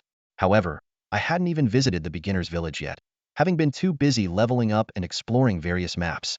Since I was still unfamiliar with the forging system, I'd need to head to the blacksmith shop to figure out the process of crafting equipment. I stared thoughtfully at the blue material in front of me. Judging by its quality, it should be able to craft equipment of the same level. Just as I was about to open the map and plan my return to the main city, a skeletal hand suddenly appeared beside me, offering a smooth, orange glowing orb. It was none other than the bone warrior I had summoned earlier. Knowing I wouldn't be able to carry all the loot alone while taking on a boss like the Ice Soul, I had anticipated this situation. During the chaos, I hid behind a rock wall and summoned the bone warrior, instructing it to continue looting after I grabbed the first batch of items. At the time, Hong Xiang's attention was entirely focused on me, making my plan a success. I carefully examined the orb's properties. Name: Lingyu. Type: special item. Level requirement: 15. Description: a lost treasure of the Moon Tribe. Its purpose remains unknown. As I pondered whether this could be a quest item, a notification sound interrupted my thoughts. Player Feng Yuji has sent you a friend request. I accepted the request, and a flurry of messages came through immediately. "Hey brother, are you there? Sorry to bother you. Thanks for your time." Amused by the polite tone, I replied briefly, "No need to be so formal, guild leader Feng. Did you happen to pick up an orange orb?" Feigning ignorance, I responded, I don't think I've seen anything like that. Is it something important?" "It's not particularly useful," he said, trying to sound casual. "I just enjoy collecting these random trinkets. They're like a hobby of mine. By the way, would you be interested in the same cloak as the mysterious old man from the beginner's village? I'll give you a discount." Seeing through his pretense, I didn't call him out. Well, finally, he got to the point. "All right, no use beating around the bush. That orb is really important to our Feng Yu guild. I clearly saw a skeleton pick it up, and you're the only warlock who was there. How about we meet up to discuss? Name your price." Meet face-to-face? Not a chance. If he brought a group of players, I'd be outnumbered, no matter how skilled I was. "Just say what you're offering." "I'm busy, so let's keep this quick." There was a long silence before he replied. "A full set of blue warlock gear, 6 pieces with a 15 damage bonus." The offer caught me off guard. At this stage, blue gear was already incredibly rare, let alone a set perfectly tailored to warlocks. But I had to stay composed. "Feels like it's still a bit lacking, don't you think? Brother, you must not realize the value of blue gear at this stage." I pressed further. "If it's so important to your guild, surely you don't want it falling into the hands of another guild, right?" Another pause. Just as I was about to close the chat, A new message popped up. Fine. They'll throw in a purple weapon too. But that's the best we can do. We're a small guild with limited resources anymore, and we can't afford it. The offer left me stunned. At this stage of the game, there were fewer than 10 purple weapons in the auction house, each going for over 30,000 gold, a jaw-dropping price. I carefully examined the text in the chat window, confirming the condition of adding a purple weapon. Soon enough, an image of the equipment's attributes was sent over. Fire stick. Quality. Rare purple. Level requirement. 15. Base attributes. Special effect. Fire starter. This was undoubtedly a rather peculiar weapon. As a piece of sandalwood that could transform into a melee weapon, its stats were worthy of its purple rarity. However, its special effect might be difficult for the average warlock player to utilize. For me, though, it was practically tailor-made. Seeing my delayed response, Feng Yuji grew a bit anxious. Bro, I really can't add anything more. There are so many members in the guild to take care of. Suppressing my inner excitement, I feigned reluctance. Alright, since you're being so sincere, I'll do you this favor. I quickly opened the trade menu, and we finalized the agreed transaction. The blue set and the fire stick were now safely in my inventory. Thanks, man. I owe you one, Feng Yuji said with a sigh of relief. No need to thank me. We both got what we needed. I should get back to grinding now. By the way, any interest in joining the Feng Yu Guild? Goodbye, I said, decisively cutting off his sales pitch. Equipping the newly acquired gear, I couldn't help but marvel at this unexpected windfall, all thanks to a bead casually picked up from a pile of bones. I opened my character panel to check my stats. Shi Shuangdong. Level. 12. Class. Warlock. HP. 650. Formation proficiency. 15 output. At last, my attributes had risen above the weak, beginner level phase. Though I wasn't yet high enough level to wield the fire stick, my current defenses were already quite impressive. I didn't rush to test the new equipment. There were still materials in my inventory to sort through, and the rock armor set to deliver to Housie. The moon was just beginning to climb above the treetops as I retraced my earlier steps toward higher ground, hoping this time to avoid any encounters with the Moon Clansmen. On the way, I couldn't help but think of Zhu Fengwu, that elusive female hunter. Not only had she snagged experience points from the boss Eye Soul, but she'd also made off with the most valuable Luda purple grade dagger. With skills like hers, she could dominate as a rogue. It was the first time I'd been outplayed like that, and I swore to return the favor next time. Fortunately, the journey was uneventful. By the time the moon was directly overhead, I had safely reached Wanren City. Following the map's directions to locate the main city of the starter village, I sent Housie a message. Before long, a green hat that blended almost perfectly with the surrounding forest appeared in the distance. Gunai, when did you strike it rich? Housie asked, his face full of disbelief. It's been a bit of an eventful day too much to explain in a few words, I replied with a shrug, handing him the rock armor set. I knew it. You're a good guy. Dinner's on me tonight. Housie exclaimed excitedly, slapping me on the shoulder. His new Luke silver-gray armor paired with the green hat was admittedly odd, but the defensive stats were now comparable to those of a knight. Check me out. This heavy swordsman can totally be the main tank now. Big, bold moves, none of that flimsy stuff from light swordsmen. Alright, I'm logging off now, I said, rolling my eyes at Housie, who was still bragging. I took off my holographic headset and ended the session. In university life, the nights feel the longest, and the mornings the shortest. The sunlight outside had already climbed to the height of 10 o'clock. I leaned against the mottled window frame of the dormitory, my gaze wandering aimlessly. Downstairs, the flow of people ebbed and flowed, with students strolling by in small groups. Even the occasional long-legged girls passing by failed to stir any interest in me. I contemplated whether to smoke a cigarette to kill time, then chuckled at myself being a so-called model youth. I didn't even know how to smoke, let alone use it to soothe my inner solitude. Just as I squinted my eyes in a daze, a faint commotion came from downstairs. Looking closer, I saw a familiar pretty girl waving at me. It was Lu Jinsi. Good morning. Though the time for greetings had passed, I awkwardly forced a smile at her. What's up? Come down, I'll tell you, she said hesitantly. I raised an eyebrow, guessing it was probably something to do with the esports club again. To be honest, I wasn't keen on joining any organization. Solitude made me feel more at ease. Besides, ever since that guild in the Divine Realm disbanded, I had lost all interest in such groups. Still, considering it was a pretty girl, I figured it wouldn't hurt to go down and chat. Facing her wide, slightly pleading eyes, I listened to what she had to say. The system was about to open the level 1 main city, and she hoped I could join the same city as the esports club. Alright, I replied briefly. I hadn't decided where to go anyway, and being in the same city as Housie didn't sound too bad. Thanks. See you in Luodao then, she said, beaming as if a major problem had been solved.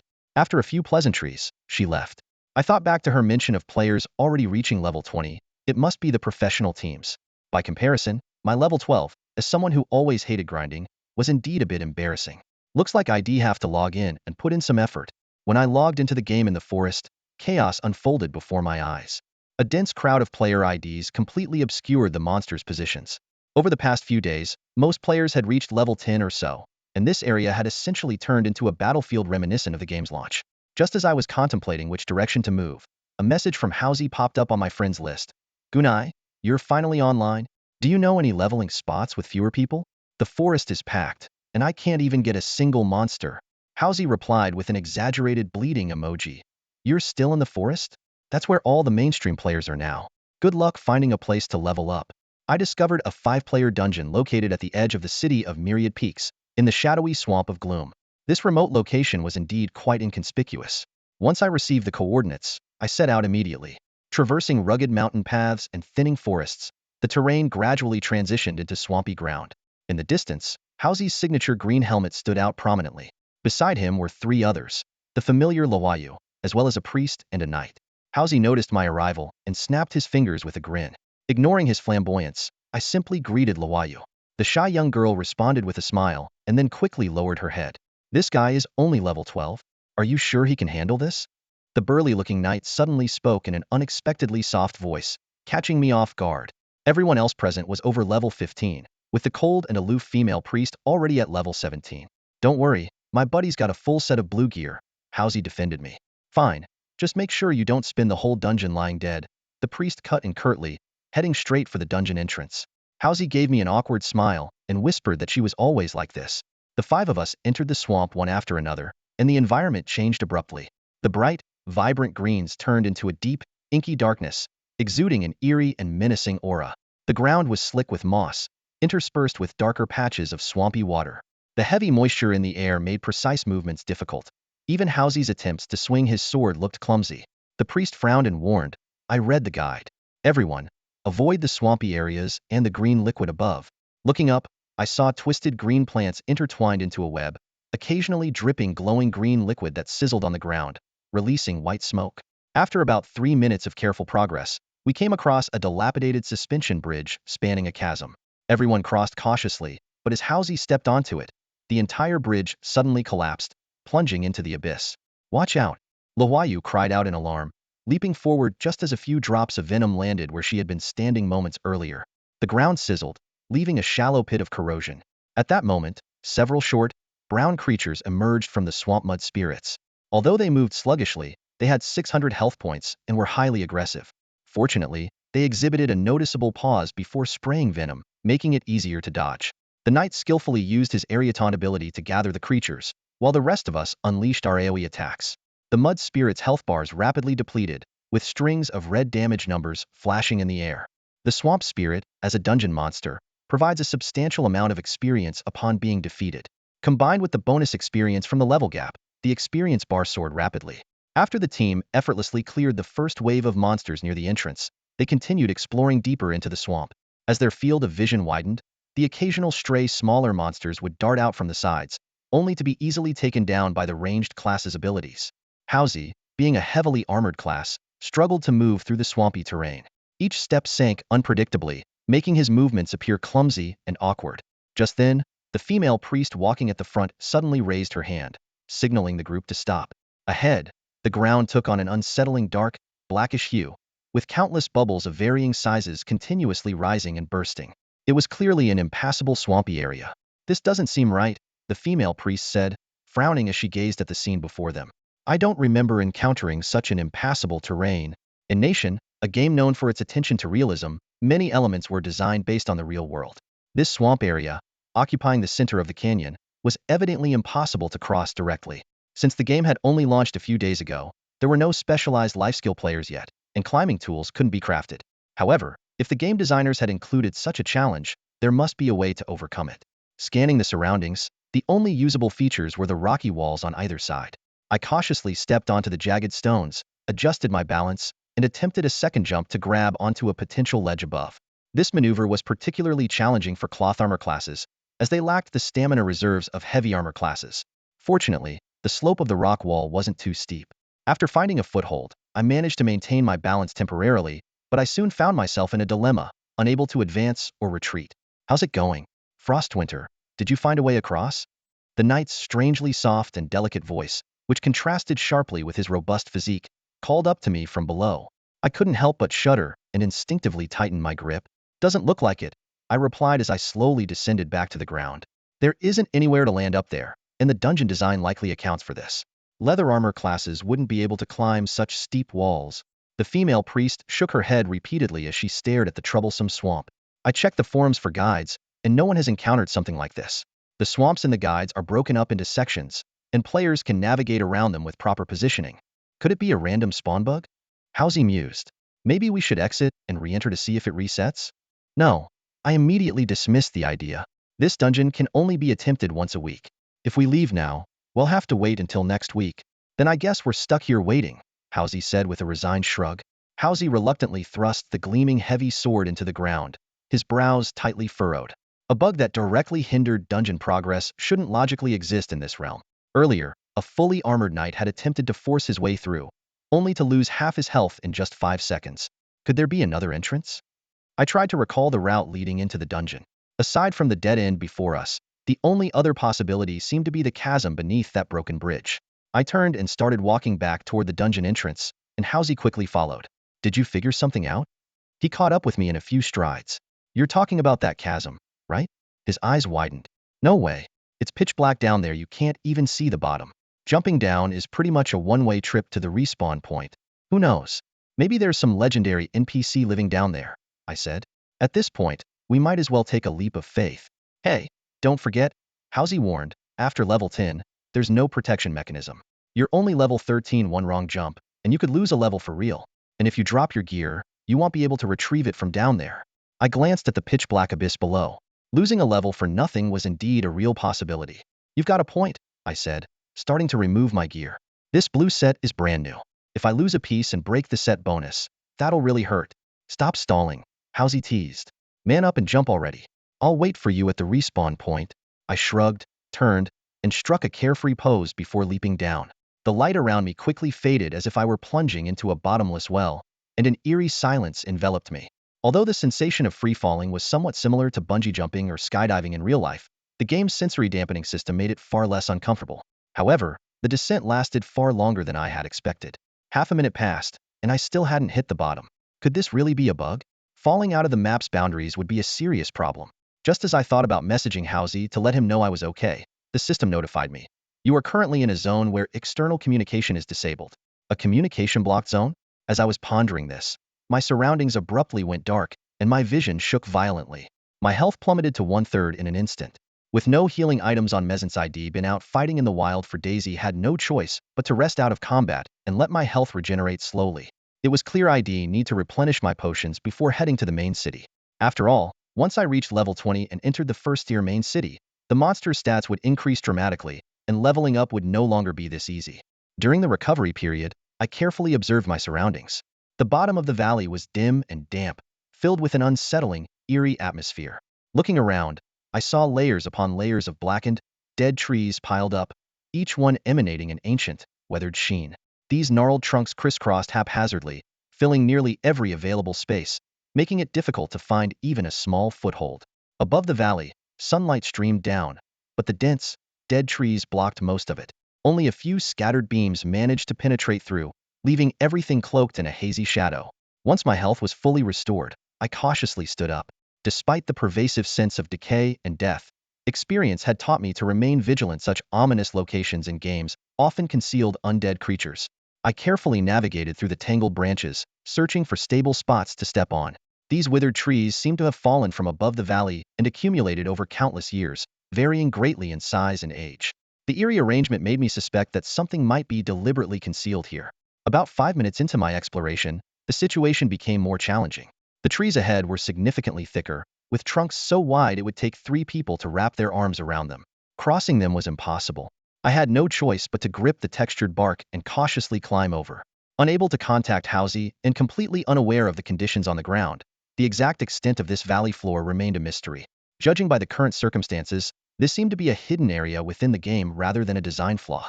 However, The trigger condition was incredibly peculiar after all. Who would randomly jump off a cliff without reason? As I found myself caught in a repetitive cycle of climbing and crossing, the tree beneath me suddenly began to shake. Alarmed, I noticed a section of bark giving way underfoot. My body slammed heavily into the hollow interior of the tree, and I slid uncontrollably along its slanted surface. As the world spun around me, countless splinters grazed my face, leaving a stinging sensation in their wake. When I finally regained my senses, I realized I had fallen into a completely dark, enclosed space.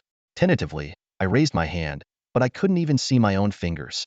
Just then, a faint beam of light filtered through my Fingersa kerosene lamp, seemingly from a bygone era, appeared in the darkness. Its weak flame flickered behind a glass clouded with cobwebs, threatening to extinguish at any moment. Beyond the lamp stood a figure cloaked in black, nearly blending into the surrounding shadows. Faced with the sudden appearance of the figure in the black robe, my mind raced. Could this be a reclusive master of unparalleled skill meditating here? Or perhaps a demon once sealed away by a hero? If it were the latter, releasing it would surely spell disaster for the entire kingdom. Where do you come from?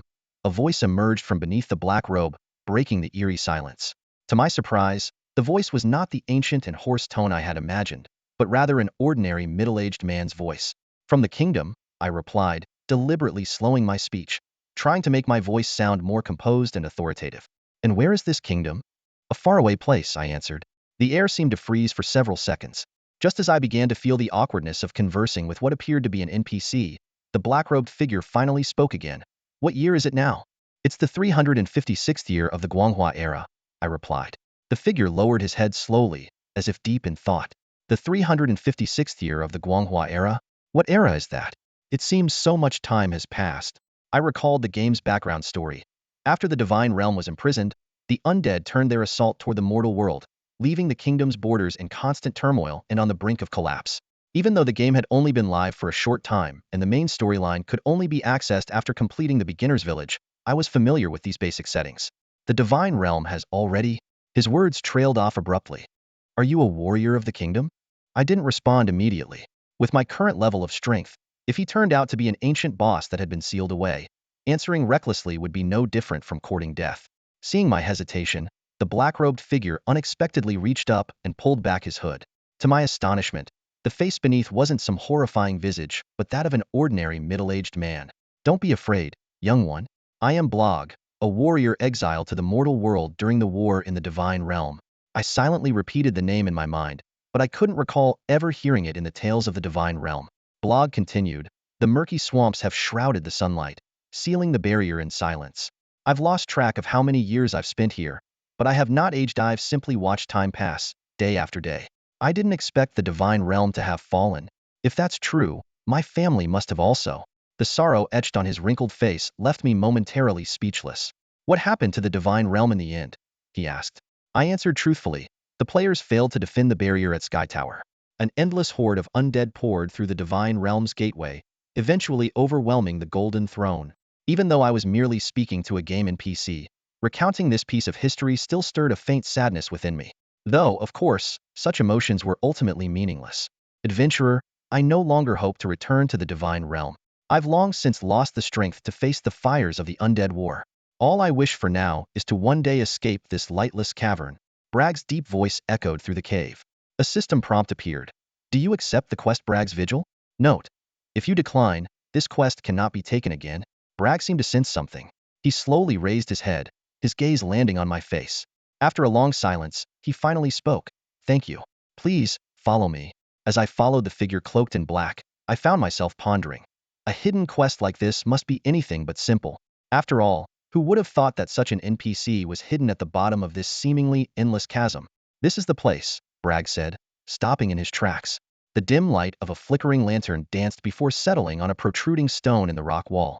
Under the glow, the pattern of a six-pointed star emerged, intricately carved into the wall, its deep grooves faintly shimmering with a soft light. A barrier? I asked, turning to him. Indeed. For countless years, I've been unable to find a way to break it, leaving me trapped in these depths. I frowned. This barrier had resisted a character whose level was marked only with question marks for centuries. And now, it was up to me, an ordinary adventurer, to break it? Surely, this wouldn't involve some kind of advanced real-world mathematics, would it? Brother, this barrier's energy is far too strong for me to handle, I admitted frankly. No, no, Bragg coughed lightly, his gaze falling to my right hand. Your power is indeed insignificant, incapable of breaching the barrier. However, with the aid of that ring emitting a peculiar silver glow, opening it might not be an impossible task. The Northern Ring? While I knew little about the ring, Bragg's reaction suggested it was far more than just a tool for teleportation. Yet, I couldn't rule out the possibility of a trap. What if he planned to take the ring once the barrier was down? Sensing my hesitation, Bragg said, "Brave one. I understand your concerns, but look at this six-pointed star. 4 of its points have already dimmed. That's because 4 other ring bearers have come before you. Breaking the barrier requires the power of 6 rings, each corresponding to one of the star's points. A single ring alone cannot fully dismantle it. So that's how it worked. This quest was specifically designed for ring bearers.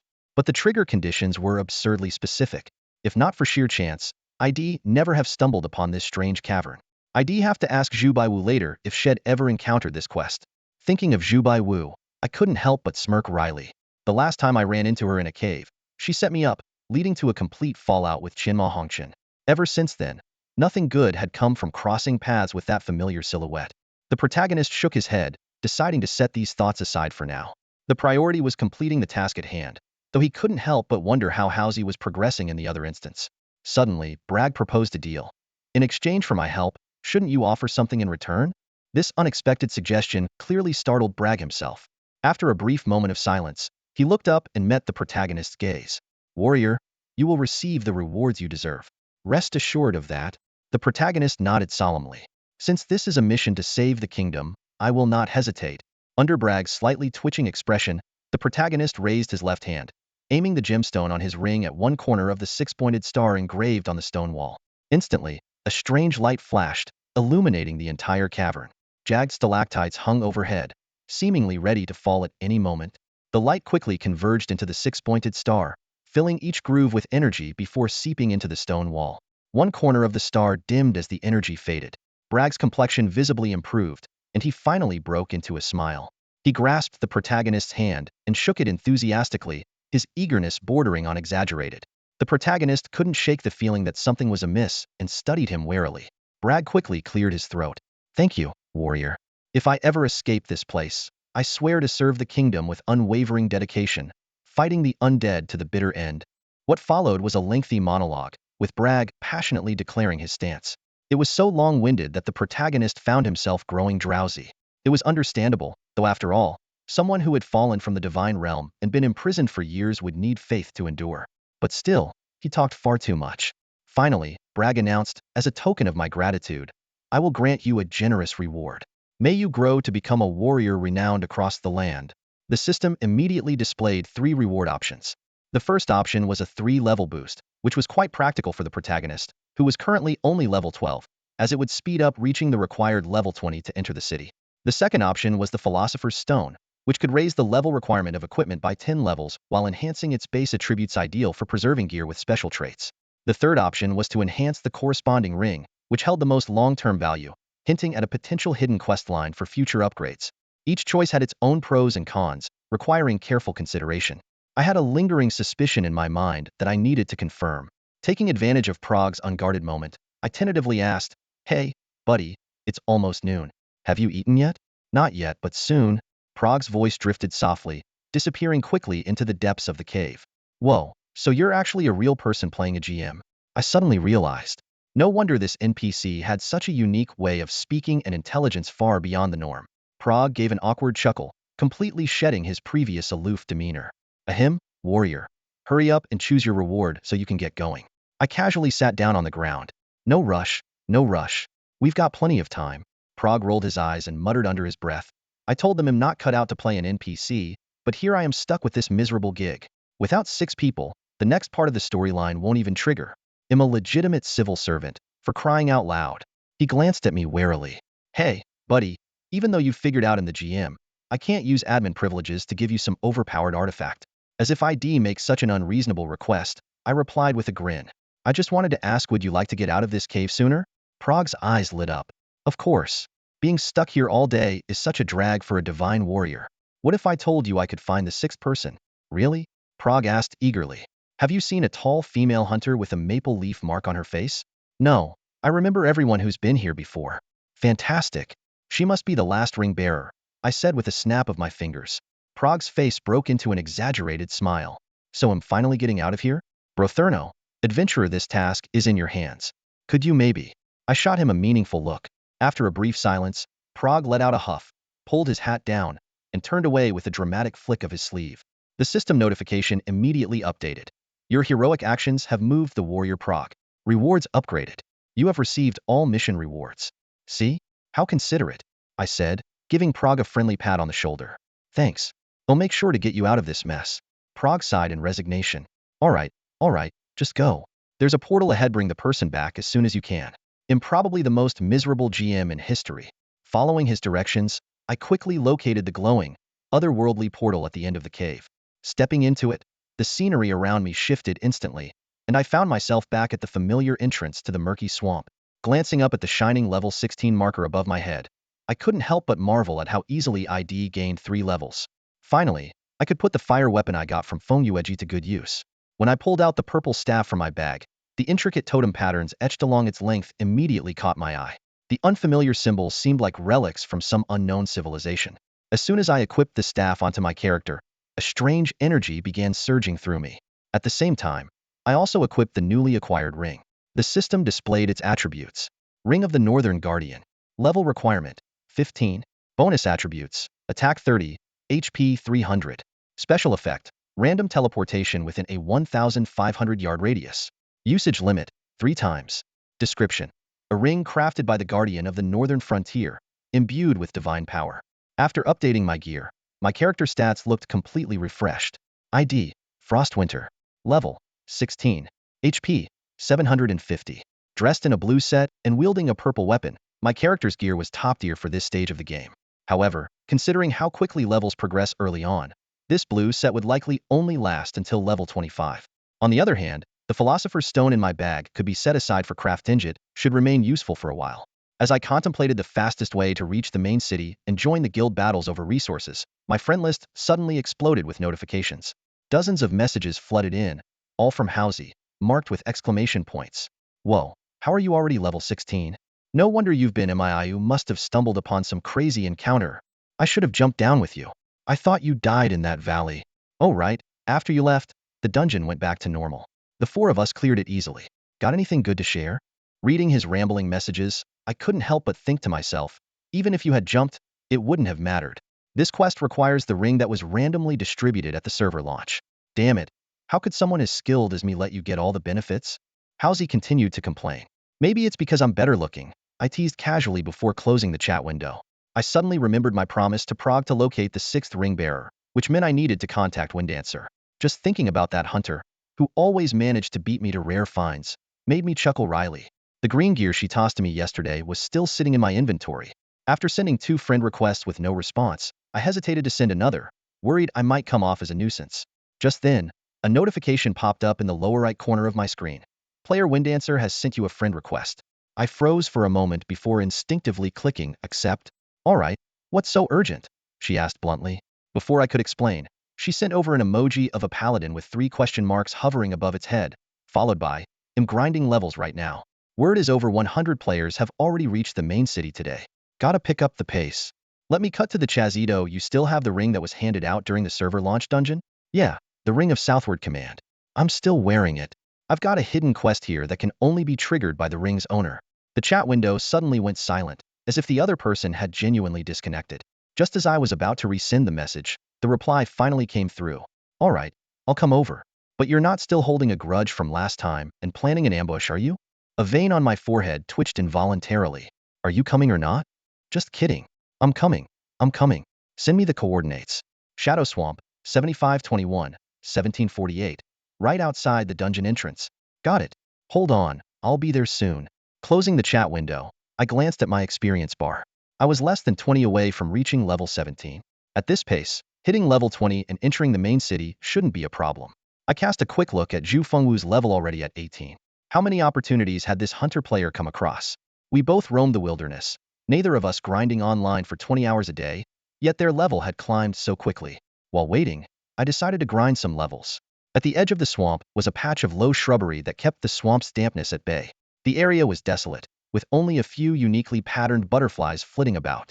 Opening the monster panel, Name: Black Spot Butterfly. Level: 18. HP: 475. Description: a butterfly mutated from prolonged exposure to swamp gases. The phosphorescent powder it sheds is highly toxic. A level 18 monster with high attack stats. No wonder players avoided this place. But it was perfect for testing out my new weapon. Fire up. With my command, a purple-gold light flowed from the weapon's engravings. I swung it experimentally and discovered that it allowed for moves typical of melee classes. Luckily, my background as a light swordsman in the Divine Realm meant I still remembered some basic techniques, and using it felt surprisingly natural. The staff struck precisely at the butterfly's left wing, hitting its weak spot. A critical damage number, 156, popped up. The damage was impressive, cutting a third of its HP in one blow, on par with the output of swordsmen or assassins, though the attack speed was a bit slower. The injured butterfly immediately locked its aggro onto me, its wings beating fiercely as it swooped in. But the attack was far too slow for me. Easily dodged it with a quick backstep. You are now poisoned. I wiped the phosphorescent powder off my face, suddenly recalling the toxic effect mentioned in the monster's description. Thankfully, the poison's damage over time effect wasn't too severe. Upon closer observation, I noticed the butterfly's weak point was its fragile wings. With precise strikes, it was easy to land critical hits, significantly boosting my efficiency in taking it down. As I skillfully wielded the staff, the butterfly's movements suddenly froze, and it plummeted straight to the ground. At the same time, my experience bar visibly ticked upward. After swatting away around 20 butterflies, a golden flash enveloped me, signaling my level up to 17. I sheathed my weapon, satisfied as I confirmed the effectiveness of its fire-based abilities. Once transformed into its melee form, the weapon felt not only natural but perfectly suited to me. The only downside was its 2-hour cooldown, which limited its sustained combat potential. I opened my inventory to find an assortment of items scattered within. A few low-level green items and blue gear pieces dropped from defeated monsters occupied most of the space. I casually listed these items on the auction house. The current gear market wasn't particularly active, with most items selling for a mere handful of gold coins. Anything fetching dozens of gold was already considered a rare find. However, as player-level progression slows down, truly exceptional gear is bound to skyrocket in value. My attention was drawn to a striking purple longbow listed in the auction house.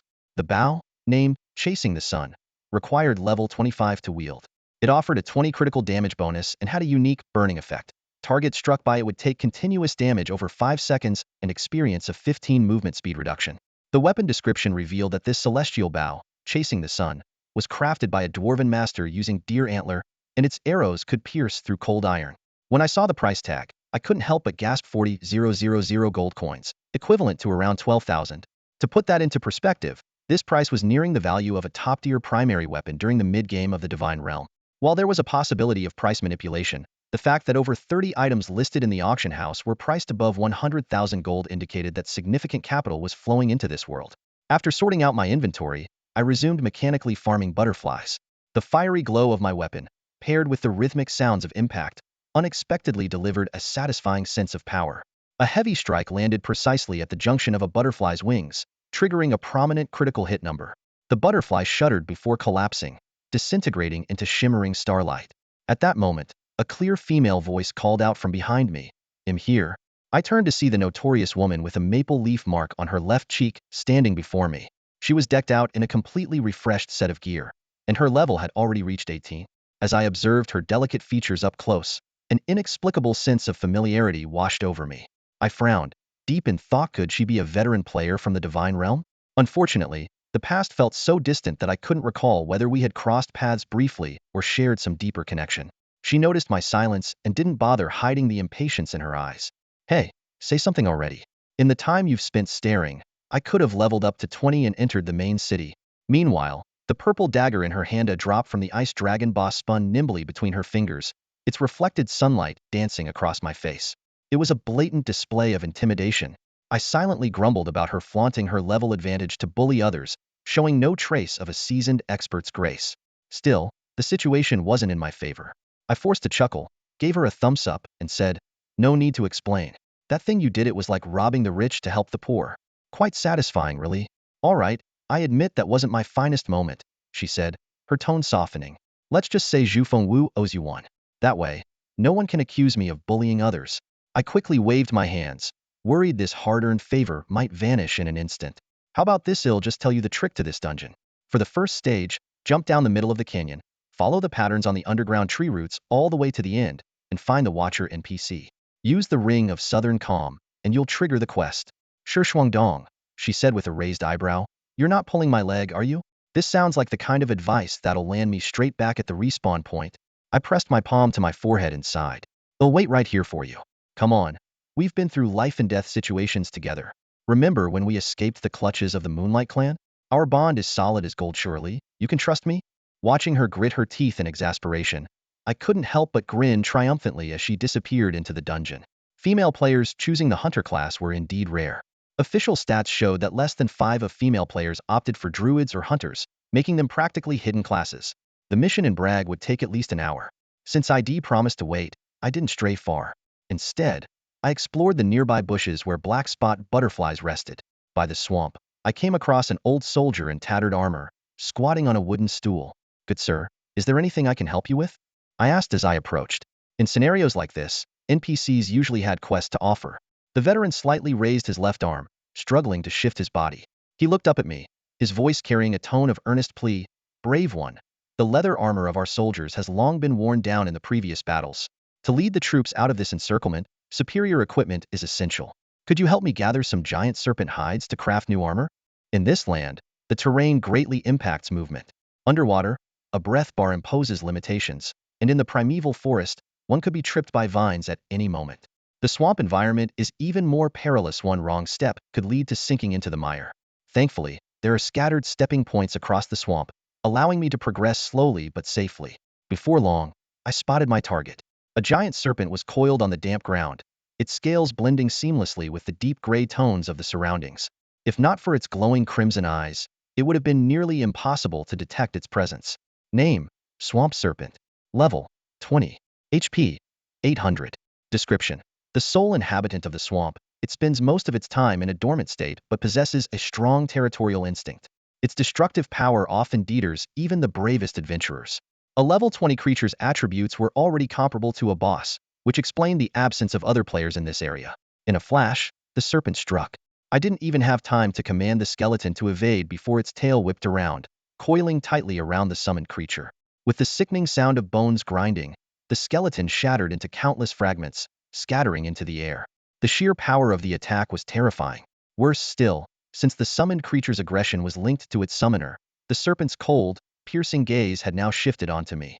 A loud crash snapped me out of my wandering thoughts, followed by a massive force that sent me flying backward uncontrollably. My head spun violently, as though it had been struck by a hammer.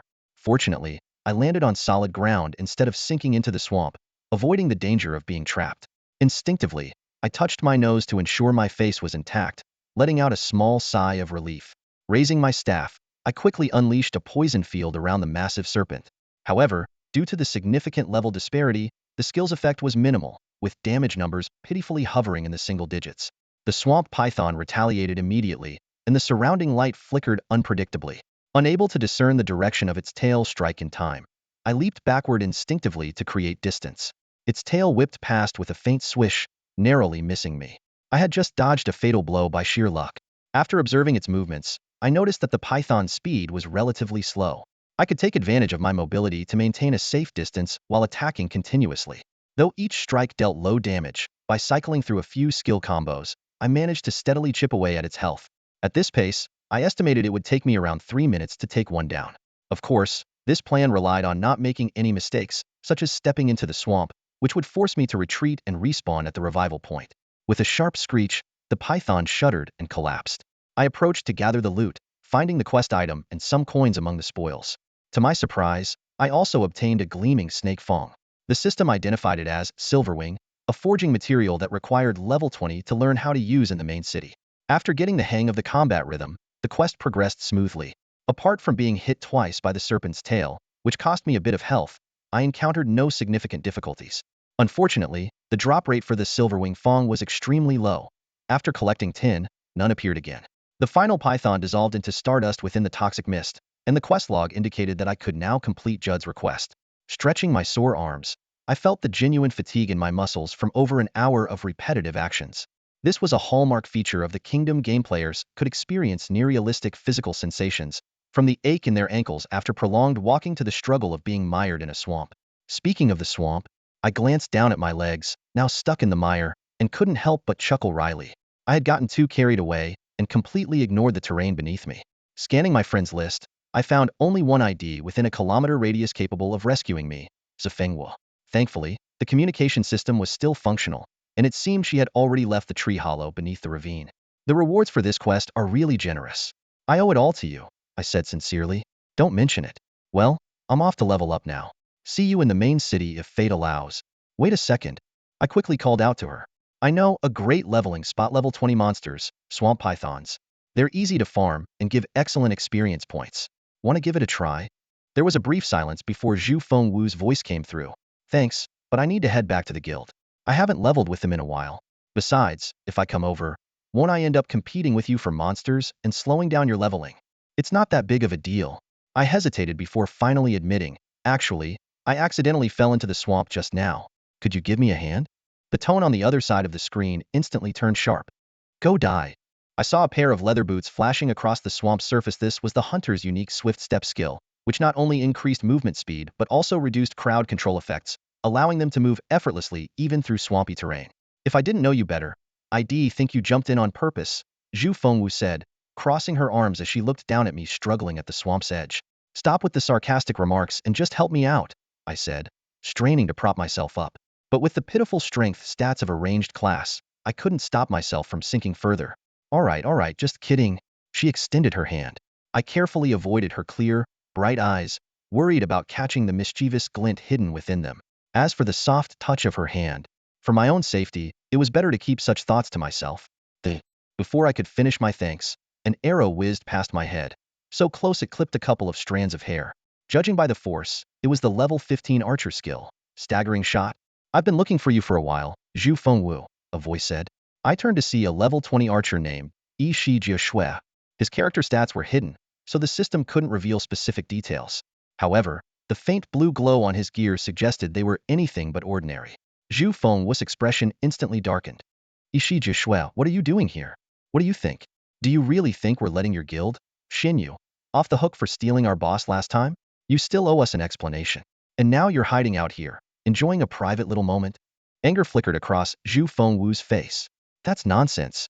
We found that boss first, and its aggro was on our Xinyu knights the entire time. You guys from Jiuli have bullied solo players and stolen bosses countless times. Aren't you ashamed to say something like that?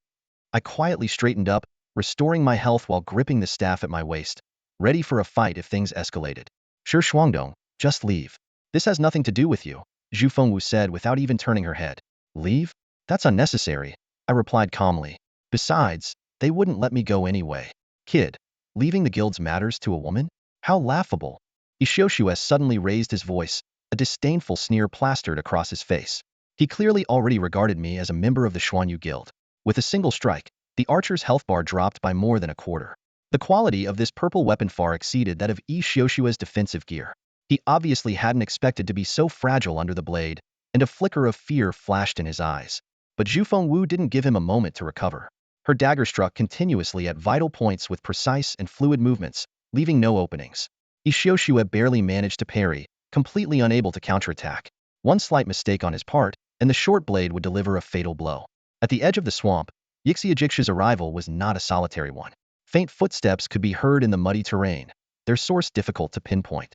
Clearly, assassins with stealth abilities were closing in silently. However, Yixi overlooked the impact of the terrain. In this swampy area, the movements of rogues were heavily restricted, rendering their stealth skills nearly useless. I noticed a trail of faint footprints not far away and, listening carefully, deduced that there was more than one rogue lurking nearby. The nearest footprint was a mere 2 meters behind Zifengwu. Watch your back. I quickly stepped back to Zifengwu's side, giving a gentle push to her waist.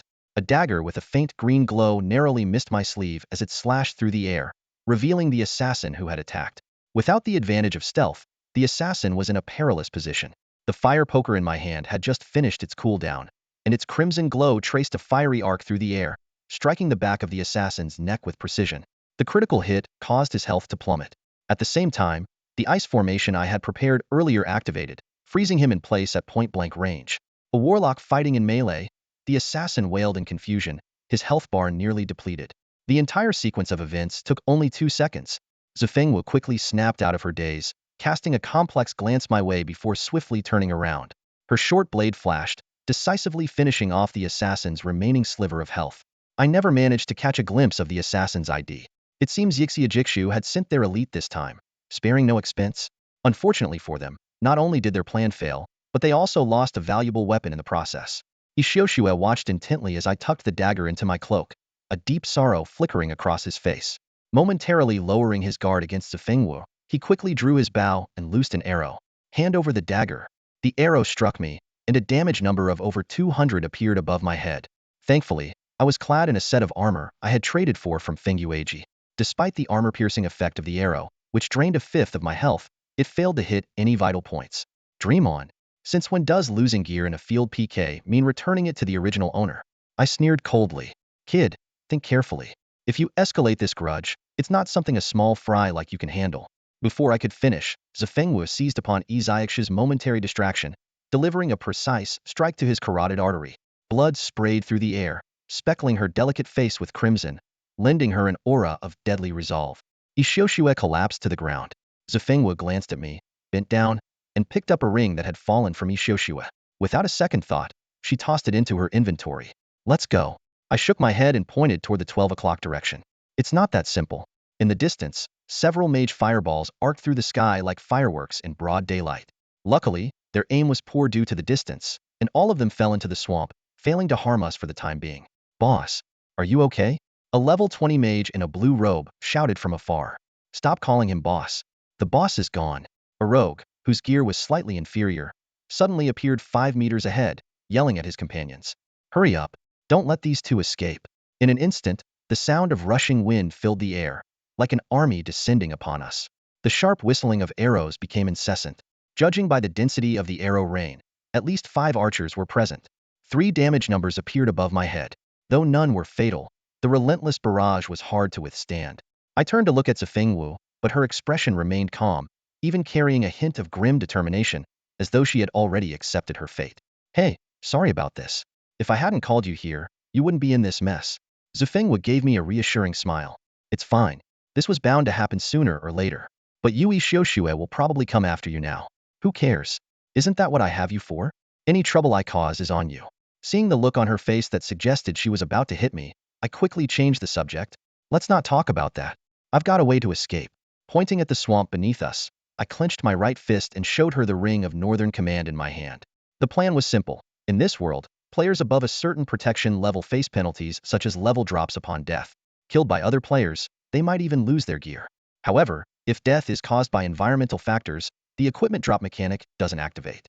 Both Zifengwu and I held guardian rings, and in this critical moment, sinking into the swamp might actually be our lifeline. As long as we could buy enough time to cast a spell, there was hope of escape. Even in the worst-case scenario, where we suffocated to death in the swamp, the natural cause of death meant our equipment wouldn't be lost. Zifengwu gave me a knowing nod. Without hesitation, I stepped into the swamp, and the thick mud quickly engulfed my calves as my body began to sink slowly. The scene reminded me of the very first moment I encountered danger. Suddenly, a figure darted out of the shadows. It was that assassin. He had clearly seen through my intentions and was now rushing toward me, determined to strike me down before I was fully submerged. However, his eagerness betrayed him.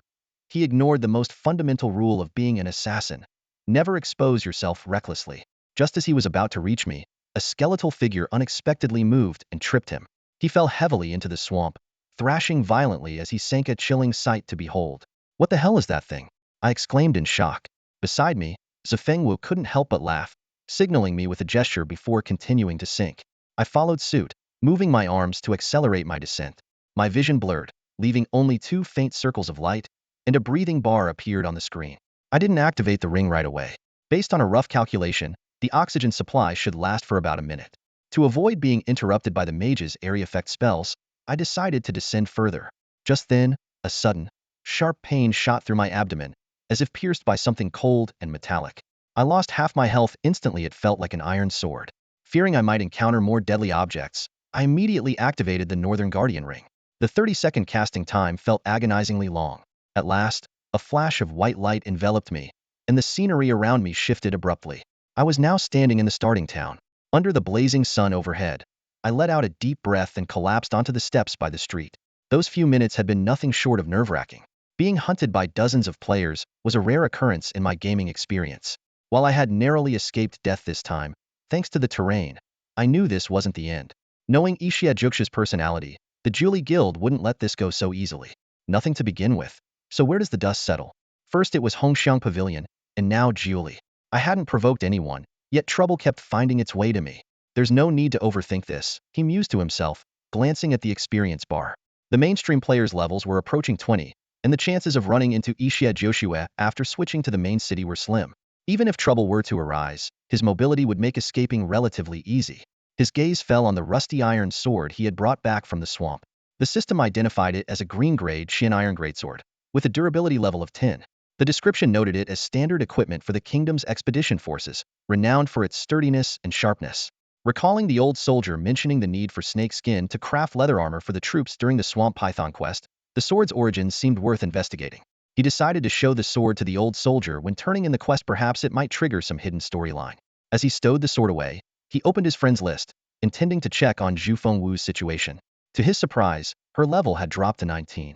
Logically, she should have descended earlier than him and had enough time to escape with her mage casting speed, yet for some reason, she hadn't succeeded. Hey, bro. You. Before he could finish, Zhu Fengwu's voice came through, laced with frustration. Luckily, I dodged the mage's fireball at the last moment. I finished my breath bar, and though it was close, I managed to self-destruct without letting my gear drop to them. They must be furious. Xie Zhuxia didn't get that rare ring, and the rogue missed out on that dagger with the healing reduction effect. But, he chuckled awkwardly. You could have just used the ring to teleport away. Why didn't you tell me earlier? I even gestured to remind you at the time. I thought you were cheering me on. Am I that clueless? From the other end of the call came a grinding of teeth. Sis Huangdong, could you communicate in a way normal people can understand next time? Humph, there won't be a next time. Before he could explain, she snapped back in frustration.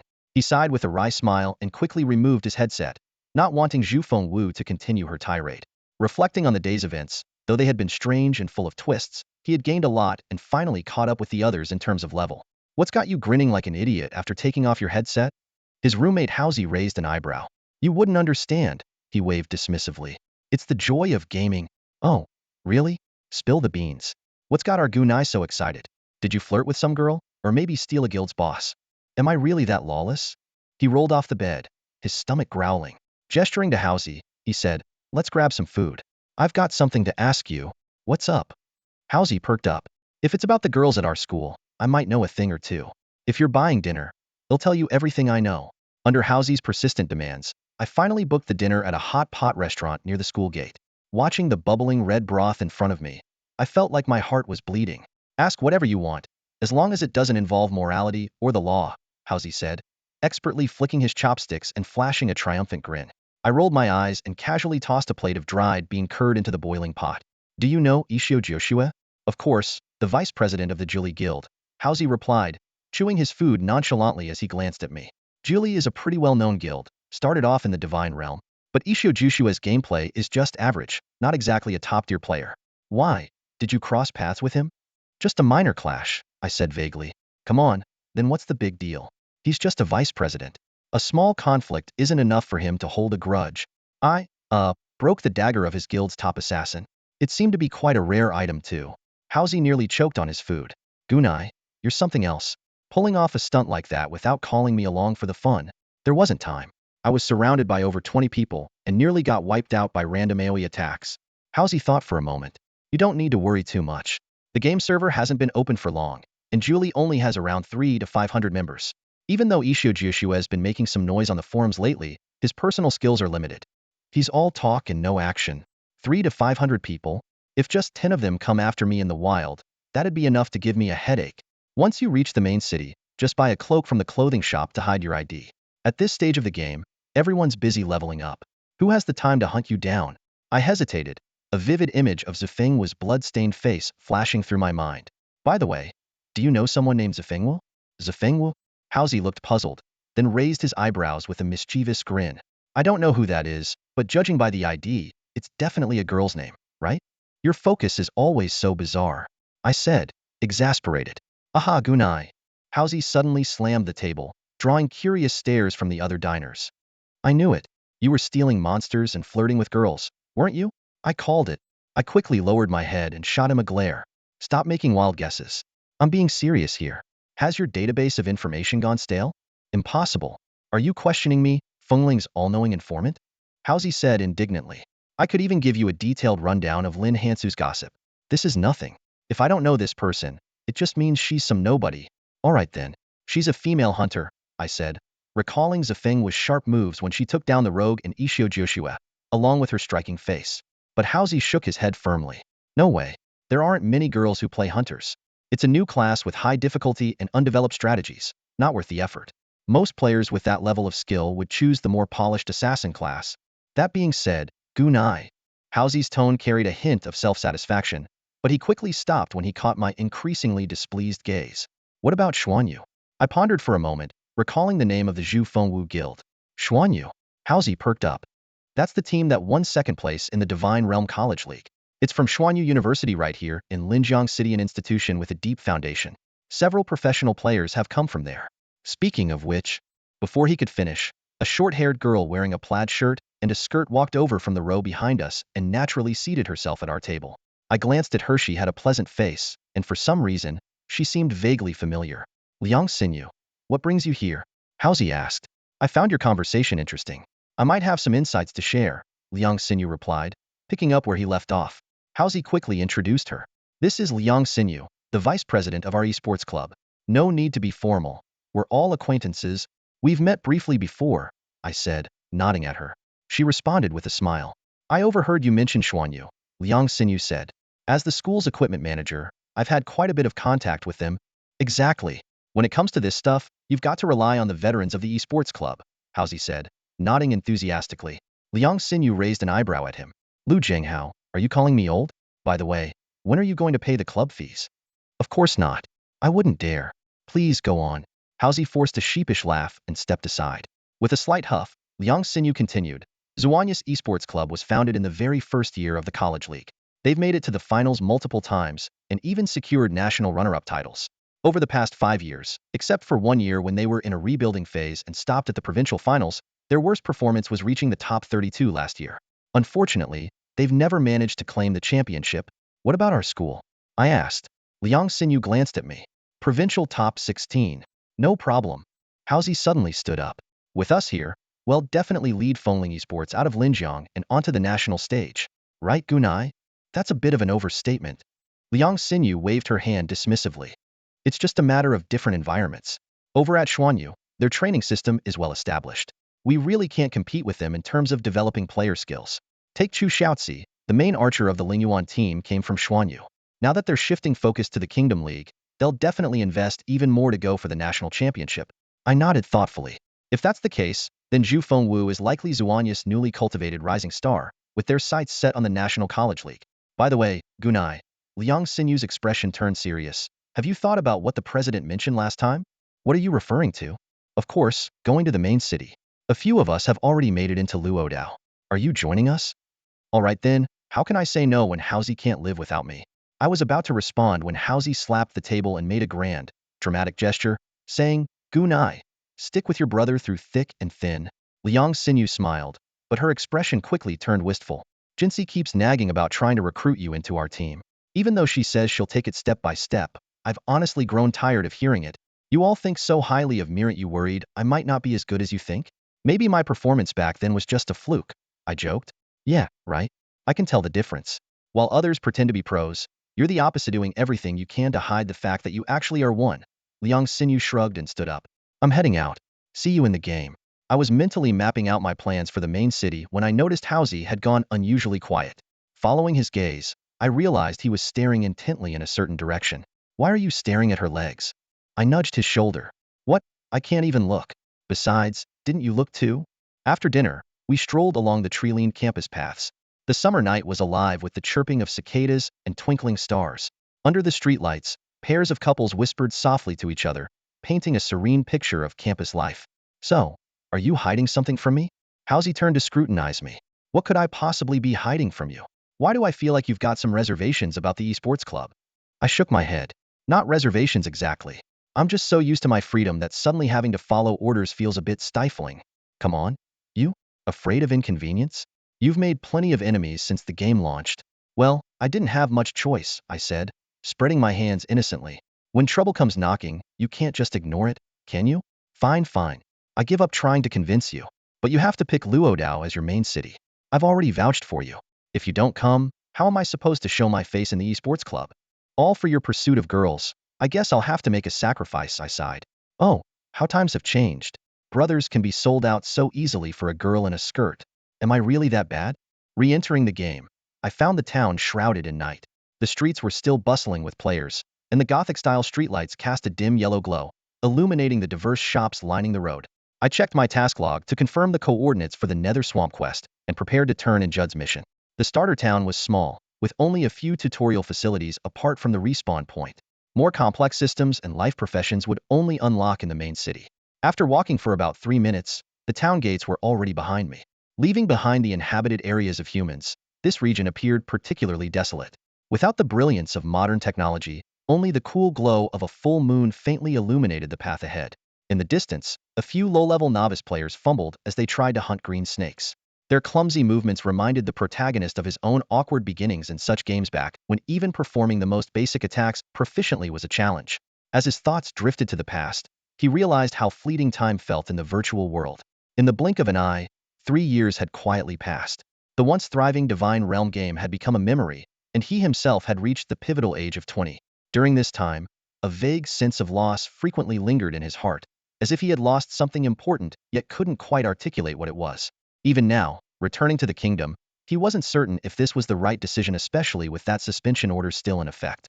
Walking alone under the moonlight through the dense forest, the setting easily stirred melancholic emotions. He shook his head, forcing himself to focus on the task at hand. An hour later, the figure of the old man, Jed, finally appeared in his sight. Thanks to the game's relatively forgiving stamina recovery system, the long walk hadn't been too taxing. From his backpack, he retrieved the python skins he had collected earlier in the day and handed them carefully to Jed. The old man inspected them thoroughly, then nodded solemnly and said, "Thank you, young man. With these leather armors, our warriors will be much better equipped for battle." The system promptly displayed a mission completion notification, and the rewards were deposited into his inventory. His experience bar increased significantly, leaving him roughly 1/3 away from reaching level 20. In addition to the experience, he also received some gold coins and a blue-gray druid fist weapon. Given that he didn't know any players who used that class, he casually listed the item in the marketplace. Noticing Jed lost in thought, he took out the heavy sword he had found in the swamp and waved it in front of the old man. "Sir, do you recognize this?" Jed accepted the sword and ran his fingers carefully along its length, from the hilt to the tip, scrutinizing the intricate patterns etched into it. After a moment, he shook his head and said, "This isn't a weapon from the kingdom. Judging by its design, it's likely a relic from the previous dynasty. You should visit the historian on the 2nd floor of the town library, might know more about it." "The same town where we usually trade?" he asked, a flicker of anticipation lighting up his eyes. "Yes, that's the one." Perhaps the historian on the library's 2nd floor could unravel the mystery behind this enigmatic sword. I felt utterly helpless. Just an hour ago, I had set off from there, and now, do I really have to retrace my steps and walk the same path again? I said to Commander Jude, voicing my frustration. Jude seemed to understand my concern. "Commander, it's already late, and wild beasts roam the forest at night. I'm worried about the dangers I might face on the way back. Do you have a better solution?" Hearing this, Jude paused, lost in thought for a brief moment. Then, to my surprise, he pulled out an ancient staff from his belt, its surface marked by the passage of time. This caught me off guard. Dressed as a warrior, who would have guessed he was actually a mage? With the staff in hand, he began tracing patterns in the air while chanting an incantation. A glowing 6-pointed star magic circle appeared on the ground. "Young one, this teleportation circle will ensure your safe return. Please convey my regards to the historian." As I repeatedly expressed my gratitude, Jude waved his staff. The scene before me blurred, and within seconds, the outline of the library began to take shape. The suddenness of my arrival startled the NPC librarian on duty, understandably so, as a person materializing out of thin air is enough to alarm anyone. If I hadn't kept my behavior calm and respectful, I might have been greeted with a fireball and sent back to the respawn point. "Sorry to disturb you. May I ask if the historian is here?" "What business do you have with the historian?" the librarian NPC asked, still wary. "Commander Jude from the edge of the Nether Marsh sent me," I replied. The librarian nodded. "You may go upstairs. The historian is on the 2nd floor." The 2nd floor was modestly sized, with a few rustic yet tidy wooden tables and bamboo stools, scattered with some books. By the window sat a middle-aged man with a neatly trimmed beard, dressed in a blue velvet robe adorned with golden embroidery. He was the historian. He looked up, his piercing eyes seeming to see right through me. Jude sent you, didn't he? Yes, sir, I replied, handing over the weapon I had retrieved from the marsh. The historian carefully examined the blade before remarking, "This is indeed a relic from the Dark Era. Young one, are you familiar with that period of history?" He then recounted the events from 5 centuries ago. A war between gods and demons that left humanity caught in the crossfire, bringing devastation, the fall of kingdoms, and 3 centuries of ceaseless conflict until the gods emerged victorious. He gestured to a poster on the wall. Do you recognize Lian Wuque and Yunming's? I immediately recognized them as Lian Wuque and Zhou Zhanshi, though I chose not to reveal that I had once seen them with my own eyes.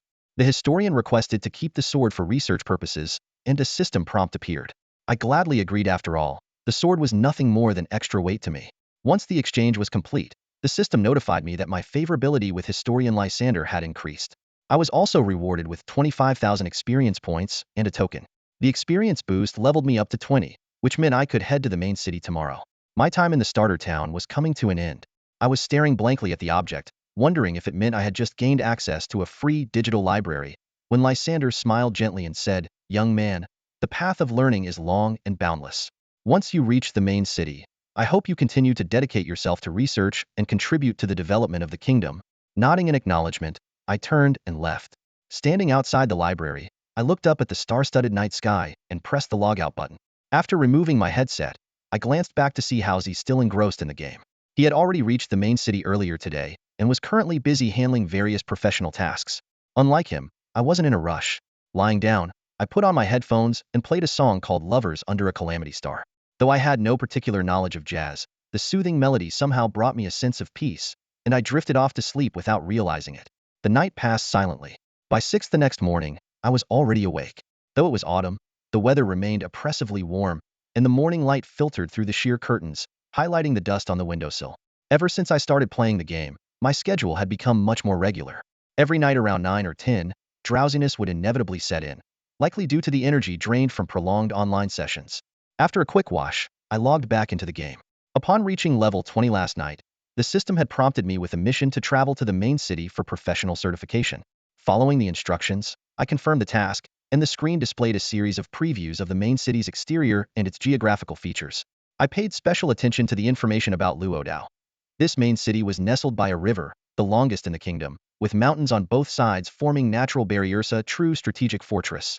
Additionally, it served as a vital trade hub connecting the northern and southern regions. After selecting Luodao, a flash of white light enveloped the screen. About 5 seconds later, I found myself standing beneath a towering city gate. The massive stone gate, standing 20 meters high, was wide open, intricately carved with the kingdom's emblem. On the city walls, soldiers clad in silver armor stood in neat rows, gazing out over the lush green plains and the endless mountain ranges. The four-colored national flags fluttered in the wind, and the lofty watchtowers seemed to almost touch the sun. The day was still young, but the main city of Luodao was already bustling with activity. The streets were crowded with players coming and going, their various leather and metal armor glinting in the morning light. Weapons of different lengths and designs intermingled, creating a lively and vibrant scene. As I stepped through the city gates, a guard bowed respectfully and greeted me. "Welcome to the main city of Luodao, brave adventurer." This city, which would serve as my base for the next few months, was far beyond comparison to the starter village. When I opened the map for a closer look, I noticed that Luodao was at least 30 times larger. The map was densely dotted with markers indicating the locations of shops and training grounds. I zoomed in and carefully searched from south to north, eventually locating the Warlock Association tucked away at the end of a secluded alley in the western part of the city. Walking along the bustling main street, I noticed players setting up stalls to sell equipment. Most of it consisted of outdated green and white gear, clearly aimed at newcomers unfamiliar with market prices. Occasionally, I spotted a few blue-tier items, but their exorbitant prices were shocking. With the game still in its early stages and the market unstable, listing items directly on the auction house seemed like a wiser choice. The exterior of the Warlock Association was unexpectedly unassuming. A dark sign bearing the Warlock emblem hung above its low, slanted roof, giving off an air of desolation. For one of the 9 major professions, the lack of visitors seemed rather unusual, especially when compared to the bustling Mage Association next door and the Night Order visible from the street. Pushing the door open, the creaking of old wooden floorboards greeted me. The dimly lit room was sparsely populated, with only a few NPCs assisting players with their Warlock certifications. After a brief wait, an elderly man with a gaunt frame and graying hair appeared at the reception desk. Despite his frail appearance, His eyes were sharp and lively.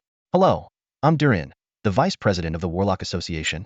It's a pleasure to assist you," he said in a monotone voice, showing no trace of the pleasure he mentioned. "I'm here to register for the Warlock certification," I replied. "Please demonstrate one of your skills," he instructed. After a lengthy casting bar completed, a faintly amused smile appeared on Durin's face. "Ah, a necromancer, I see," he remarked. "Yes, that's correct," I mumbled, still only vaguely familiar with necromancy. "An intriguing discipline," Durin said seriously. "For a warlock, necromancy is the most challenging specialization. It's been years since I've seen a warlock from this branch. If you wish to master it, you'll need to put in a lot of effort. Controlling bones is far more complex than you might imagine." His words suddenly made sense to me. Warlock abilities all required intricate formations to function, which explained the rarity of necromancers. If not for the staff, I'll need a versatile weapon that could transform into a close combat tool, perfectly suited for bone-based attributes. I might never have considered investing points into undead summoning. While I was lost in thought, Durin stamped a bright red seal on my registration document, officially inducting me into the Warlock Association. At the same time, the system updated my title from Apprentice Warlock to Professional Warlock. "If you wish to learn new skills, head over there," Durin said, pointing to a nearby area. After spending 10 gold coins, a new skill icon lit up on the interface, a dark symbol quietly resting in the skill bar. This was the Warlock's level 20 skill, Desolation, a special ability that could create a unique wall within a 1,000-yard radius, weakening enemies who crossed it while enhancing the attributes of allied units. The expense stung a little, considering that 10 gold coins were worth at least 50 real-world currency. After dealing with my class skills, I remembered the 10 silver fangs in my inventory, obtained from defeating swamp pythons. Rumor had it they were related to the forging system, so I decided to visit the blacksmith shop to investigate. Following the map, I arrived at the blacksmith shop located in the heart of the commercial district. The place was bustling with activity, with various small groups and guild members coming and going. I even spotted a few members from professional team-affiliated guilds. Though none of them seemed to be core players whose names I recognized, their presence confirmed that professional teams indeed had a base in this main city. After a moment of thought, I opened my friends list and searched for Lin Hansu. The system returned no results. Changing my approach, I searched for Lian Wuque, and this time, a level 25 assassin appeared in the results. Got it. Before I could think further, my finger had already pressed the Add Friend button. I knew Lin Hansu was usually grinding levels at this hour. When there was no immediate response, I sent the friend request over a dozen more times. Sure enough, the other person soon appeared in my friends list. "Who are you?" came a slightly impatient voice message. "It's me," I replied with just one word. "Am I hearing things?" I chuckled softly. "Didn't you ask me to come? Why so surprised?" "I was just wondering who would add me as a friend so early in the morning," he said, the sound of a dagger slicing through the air in the background. "I even went out of my way to change my ID to avoid crazy fans, and yet here you are. Let me be clear, I'm not one of your fans," I began, but before I could finish, Lin Hansu suddenly raised his voice. "Wait, Bamboo, you're playing a warlock? New game, can I try out a different class for a change? Are you serious? What about your light sword? Not to discourage you, but mastering a warlock without someone like Xiao Junfu's deviousness is no easy feat," he said with obvious disapproval. "I told you, I'm just trying it out. I might switch back once I get the feel for the light sword again, but not yet. I've been experimenting with a build focused on bone magic, and it's actually pretty fun." "I think you're just trying to stir things up," he said suspiciously. "Let me ask you this, are you playing something other than a light swordsman just to keep a low profile? It's been 3 years. Who even remembers me anymore?" I replied as calmly as I could. The moment I saw his level, I knew he was still the same as ever, not fond of leveling up. Just as I was thinking this, Lin Hansu sent me an eye roll emoji. "Where are you now?" "At level 20, you should have entered the main city by now." "I'm in Luodao," he said. "Luodao? That's pretty close." "I'm in Linen. Why don't you come over here? We can catch up a bit." "Catch up? That sounds a little gross." I immediately refused. "No thanks. You're the type who changes locations 4 times a day to grind. It's hard enough just to track you down. I don't want to get in trouble with your coach for slowing down your leveling." "All right, no pressure," Lin Hansu replied casually. "If you change your mind, let me know anytime. I have some sway in the team with Qingyang, and am on good terms with the coach too." I shook my head.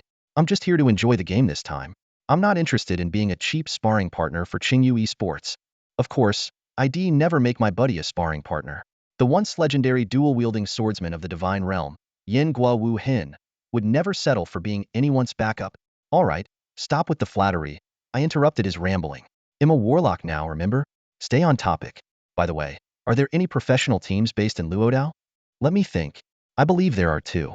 One is Moonlight, which barely stayed in the Pro League after last year's relegation match. The other one might be Wonju? I didn't have much of an impression of either team probably because I didn't follow the Pro League closely. Wait, why are you asking about this? Lin Hansu pressed. Just curious. Go focus on leveling. Bye. After ending the conversation, I was deep in thought when a gray-robed priest passed by. His striking long hair caught my attention, and I realized the ID above his head belonged to someone I knew, Feng Yuji. Running into Shuangdong Guild members on the streets of Luodao at 7 in the morning was quite the coincidence. He was followed by over a dozen players, mostly ranged classes. I recognized a few faces from the underwater cavern. When they greeted me, I waved back. Guild leader Feng, long time no see. Brother Shuangdong, don't tease me. My little guild could hardly claim such a title, I'm just leading some friends for fun, Feng Yuji replied, suddenly turning serious.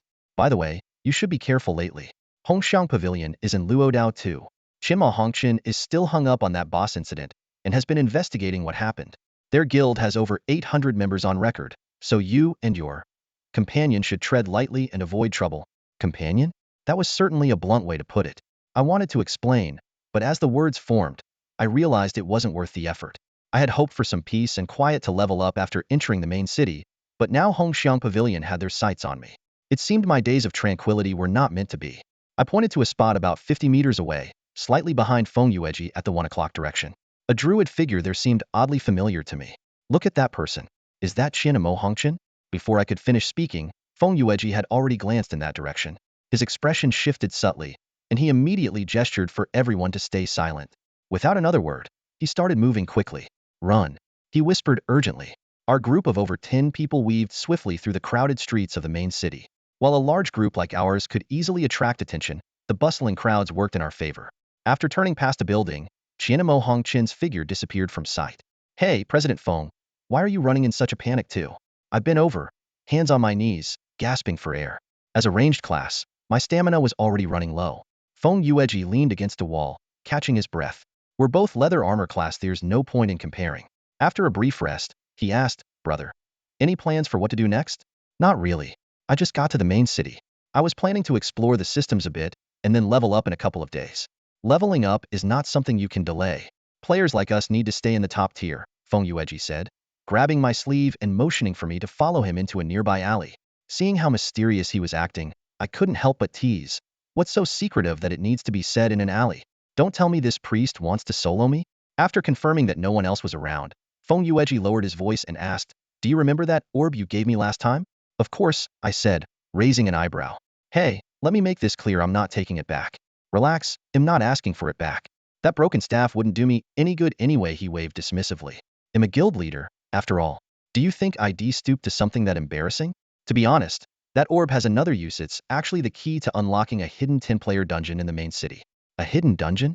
My interest was piqued. Feng Yueji went on to explain that the ice dragon boss inside was the guardian of the Yu clan, and the orb was the key to unlocking the Moonlight Lake dungeon. I thought back to my time in the starter village when I had accidentally stumbled into the Yu clan's territory. Now it made sense why players couldn't defeat those level 20 monsters at the time. Judging from Feng Yueji's hesitant expression, I could tell he had encountered some kind of obstacle in this dungeon and needed help. So it's a hidden dungeon. President Feng, that orb is practically priceless, I'd better make good use of it. Feng Yueji gave me a meaningful look that almost gave me goosebumps. Brother Shuangdong, we wouldn't have found that orb without you. So, I think it's only fair that you have a spot in the dungeon team. There are plenty of materials and equipment inside, and at the very least, ITLL help you level up quickly. I knew opportunities like this were rarely extended to non-guild members unless the guild couldn't handle the dungeon on their own. President Feng, in that case, I won't hold back. I know how rewarding hidden dungeons can be. What's the issue you're facing? Just tell me directly. The stats of the monsters inside are shockingly high, and their aggro is incredibly unstable. It demands extremely high output from ranged players, Feng Yueji said gravely, gripping his staff tightly. We had been in the main city for 2 days now. We had formed 3 different 10-player teams to try and clear the dungeon, but each time we were wiped out before even managing to clear the mobs. Not only did we gain nothing, but we also suffered significant losses, dropping a whole 2 levels of experience. I'm afraid I can't contribute much in terms of damage output, I admitted, seeing Feng Yueji's troubled expression. You know warlocks aren't a DPS focus class. Besides, if I join, won't I be taking the spot of another warlock from your guild? Feng Yueji rested his staff lightly against his forehead and sighed. Don't worry about that. Any drops suited to your class will be prioritized for you, and I'll divide the rest among the guild members. Honestly, this dungeon closes in 5 days. We don't have time to grind levels anymore, and I'm worried we won't be able to finish it in time. Then what can I do to help? My setup is like this. 1 knight, 2 mages, 2 archers, 2 priests, 1 warlock, 1 hunter, and 1 assassin, Feng Yueji explained in detail. The monsters in the dungeon have incredibly high stats, so the requirements for gear and levels are strict. I've already locked in everyone except for the warlock and hunter slots. The warlock position is reserved for you. As for the hunter, at this point, I finally understood Feng Yueji's intention. She wanted me to convince Zhu Fengwu to join. The thought sent a chill down my spine. That independent and eccentric hunter wasn't someone who could be easily persuaded. Ahem, I cleared my throat, choosing my words carefully. All right, I'll give it a try. Even though she's part of our team, we still need to respect her decision. Feng Yueji smiled knowingly. Fair enough. If all goes well, we'll set out this afternoon. Meet me at the tavern by the city gate. Got it. I'll ask her and get back to you, I replied, waving a hand as I turned to head down the alley. I'm going to check out the blacksmith shop first. After leaving the crowd around Feng Yueji's guild, I walked toward the blacksmith shop while pulling up my friend's list. Seeing that Zhu Fengwu hadn't logged on yet, I sent her a quick message. Are you free this afternoon? The moment I sent it, I realized how much it sounded like I was hitting on her. I blinked hard, feeling a wave of frustration. But since the chat system didn't have a recall feature, over-explaining would only make things worse. I decided to wait until she logged on to explain everything properly. The blacksmith shop was located in the 3rd district, boasting an impressive size that spanned nearly the area of 5 regular shops. Pushing open the heavy wooden door, I was greeted by a bustling crowd under the metallic signboard. Players of various professions packed the entrance so tightly that it was nearly impossible to squeeze through. Hey, buddy, what's with all the people here? I tapped the shoulder of a swordsman in front of me and asked. Just some excitement going on. The swordsman lowered his voice, speaking with enthusiasm. Look over there, at the very back. The professional players from the Yuebai team are forging equipment. No idea how the word got out, but now everyone in the district has gathered here. Hearing that professional players were present, I couldn't help but chuckle wryly. Remembering how Lin Hansu spoke about the Yuebai team, even though they were only a relegation level team, their players were still seen as untouchable idols by the average gamer. Seriously? They're just professional players. Why does everyone have to watch them forge metal? A nearby archer grumbled impatiently. His comment immediately enraged the swordsman, who used his height advantage to glare down at him. What do you mean, just professional players? Let me tell you. One of them could take on 5 of you without breaking a sweat. I don't know if they could beat 5 of me, but I do know I could take on 5 of you without any problem, the archer retorted sharply. What did you say? Let's settle this in the training arena. With that, the 2 of them stormed off, trading barbs as their argument was quickly swallowed by the noisy crowd.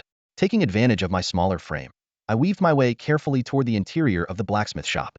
The interior of the shop was arranged in an orderly yet intricate manner, with hundreds of individual workstations of varying sizes lined up neatly. Although the equipment forging system had only recently been unlocked, and there weren't many players who actually had materials to forge, the crowd gathered to watch the professional players made the spacious hall feel overwhelmingly packed. Dodging the crowd, I managed to find a relatively quiet workspace. A system prompt immediately popped up. Would you like to use the blacksmith workshop? The current rate is 1 gold coin per hour. The price seemed reasonable converting it to real-world currency. It was just about $5 an hour. Confirming the prompt, I was enveloped in a faint white glow and transported to room 0183. Would you like to set the room to prohibit others from spectating? Yes. The workshop was compact but fully equipped. Waist-high workbenches were neatly arranged with various metal tools whose names I couldn't even guess. As I pondered how to proceed, my fingers brushed against a hammer on the table. The cold metal sent a chill through my hand, and a system notification immediately appeared. Please place the materials you wish to forge on the crafting platform. I carefully pulled 2 silver fangs from a swamp viper out of my bag and placed them on the designated area of the workbench. The system instantly provided a prompt. Forging material, silver wings. Can be used to craft bracelets of various grades.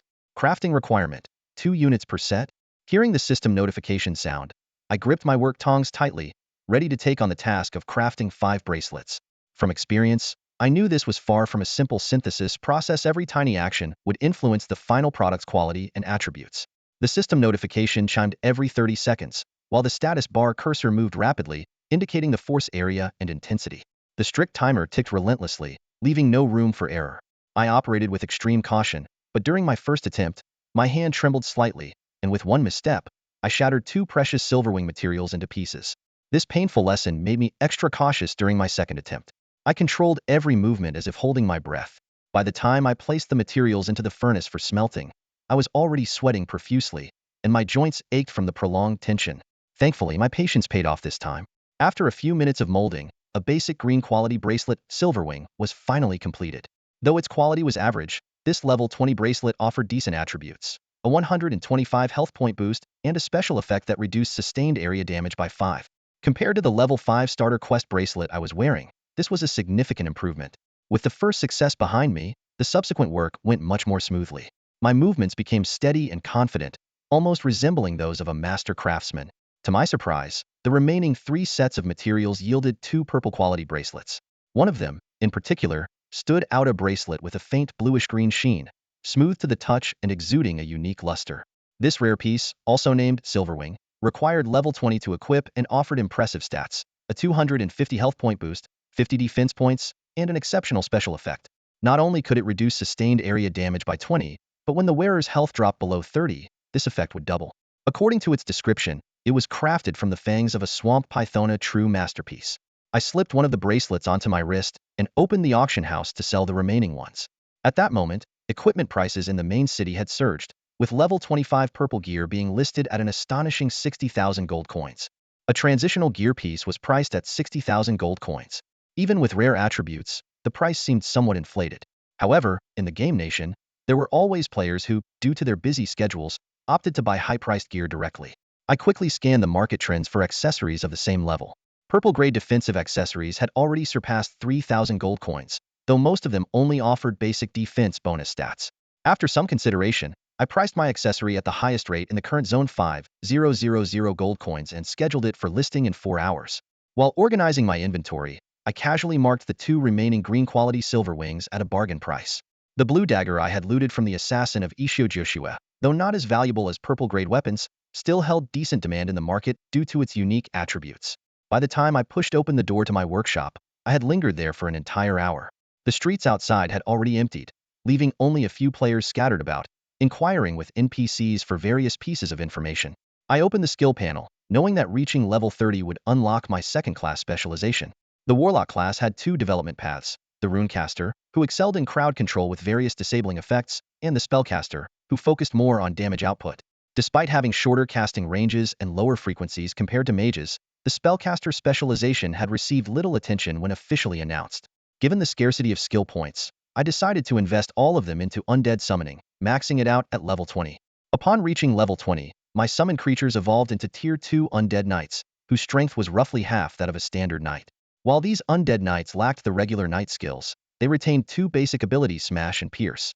The stacking armor penetration effects from the 2 knights provided a decent damage output strategy. Controlling 2 skeletal warriors simultaneously required a fair amount of focus.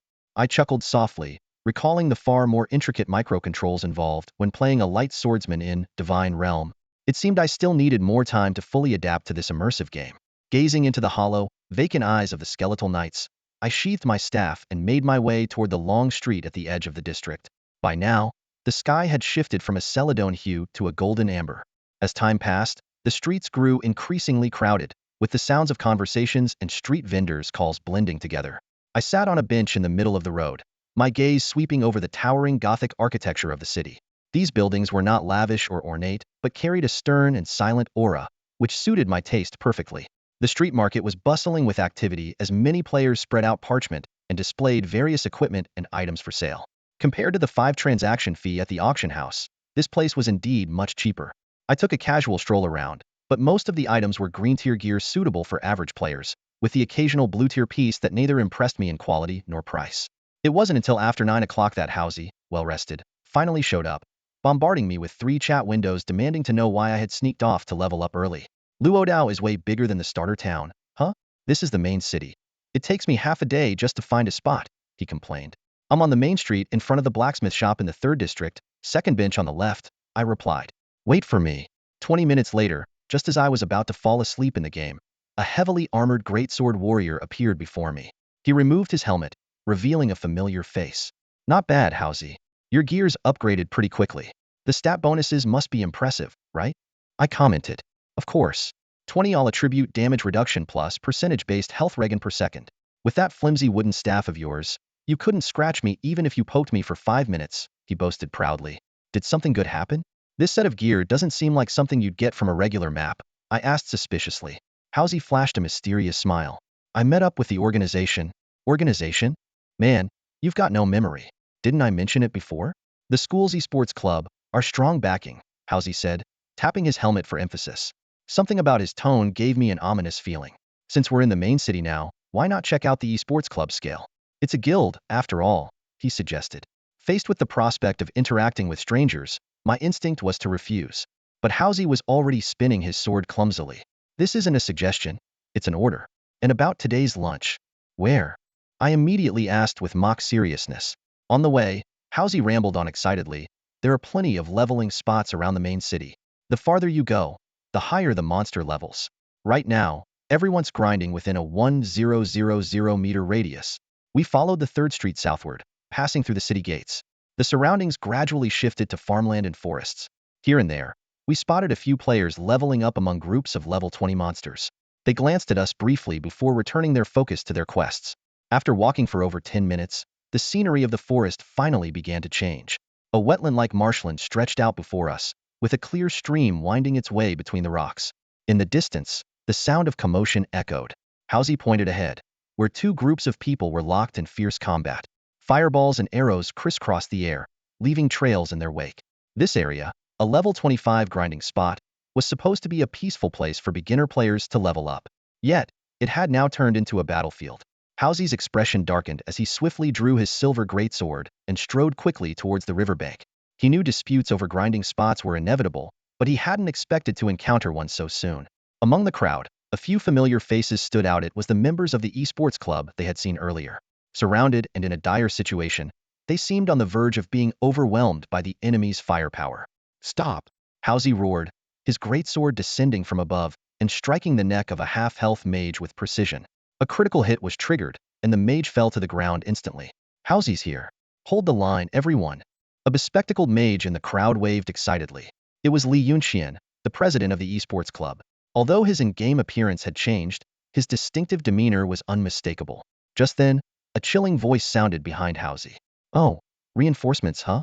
A gray-haired assassin, holding a dagger coated in dark purple poison, had silently crept up behind him. I immediately drew my fire staff and activated its special ability. Red patterns ignited along its surface as I planted my left foot and swung with my right hand. The staff collided with the dagger midair, perfectly deflecting the sneak attack. Hauzi realized the danger and turned to counterattack with his sword, but the assassin's speed was astonishing. With a smooth backstep, he evaded the strike effortlessly. And you think this level of skill is enough to compete with our late autumn guild for a grinding spot? The gray-haired assassin crossed his arms, showing no fear of Hauzi's greatsword. We were here first, Lian Wuque finally retorted after a moment of hesitation, only to be met with mocking laughter from the other side. A burly knight sneered. Is this your first time playing an online game? Grinding spots don't belong to whoever gets here first.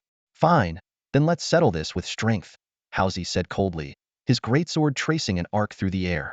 His expression was serious, but the odds were not in our favor. The esports club had only 20 to 30 members. While their levels were decent, their equipment was clearly lacking.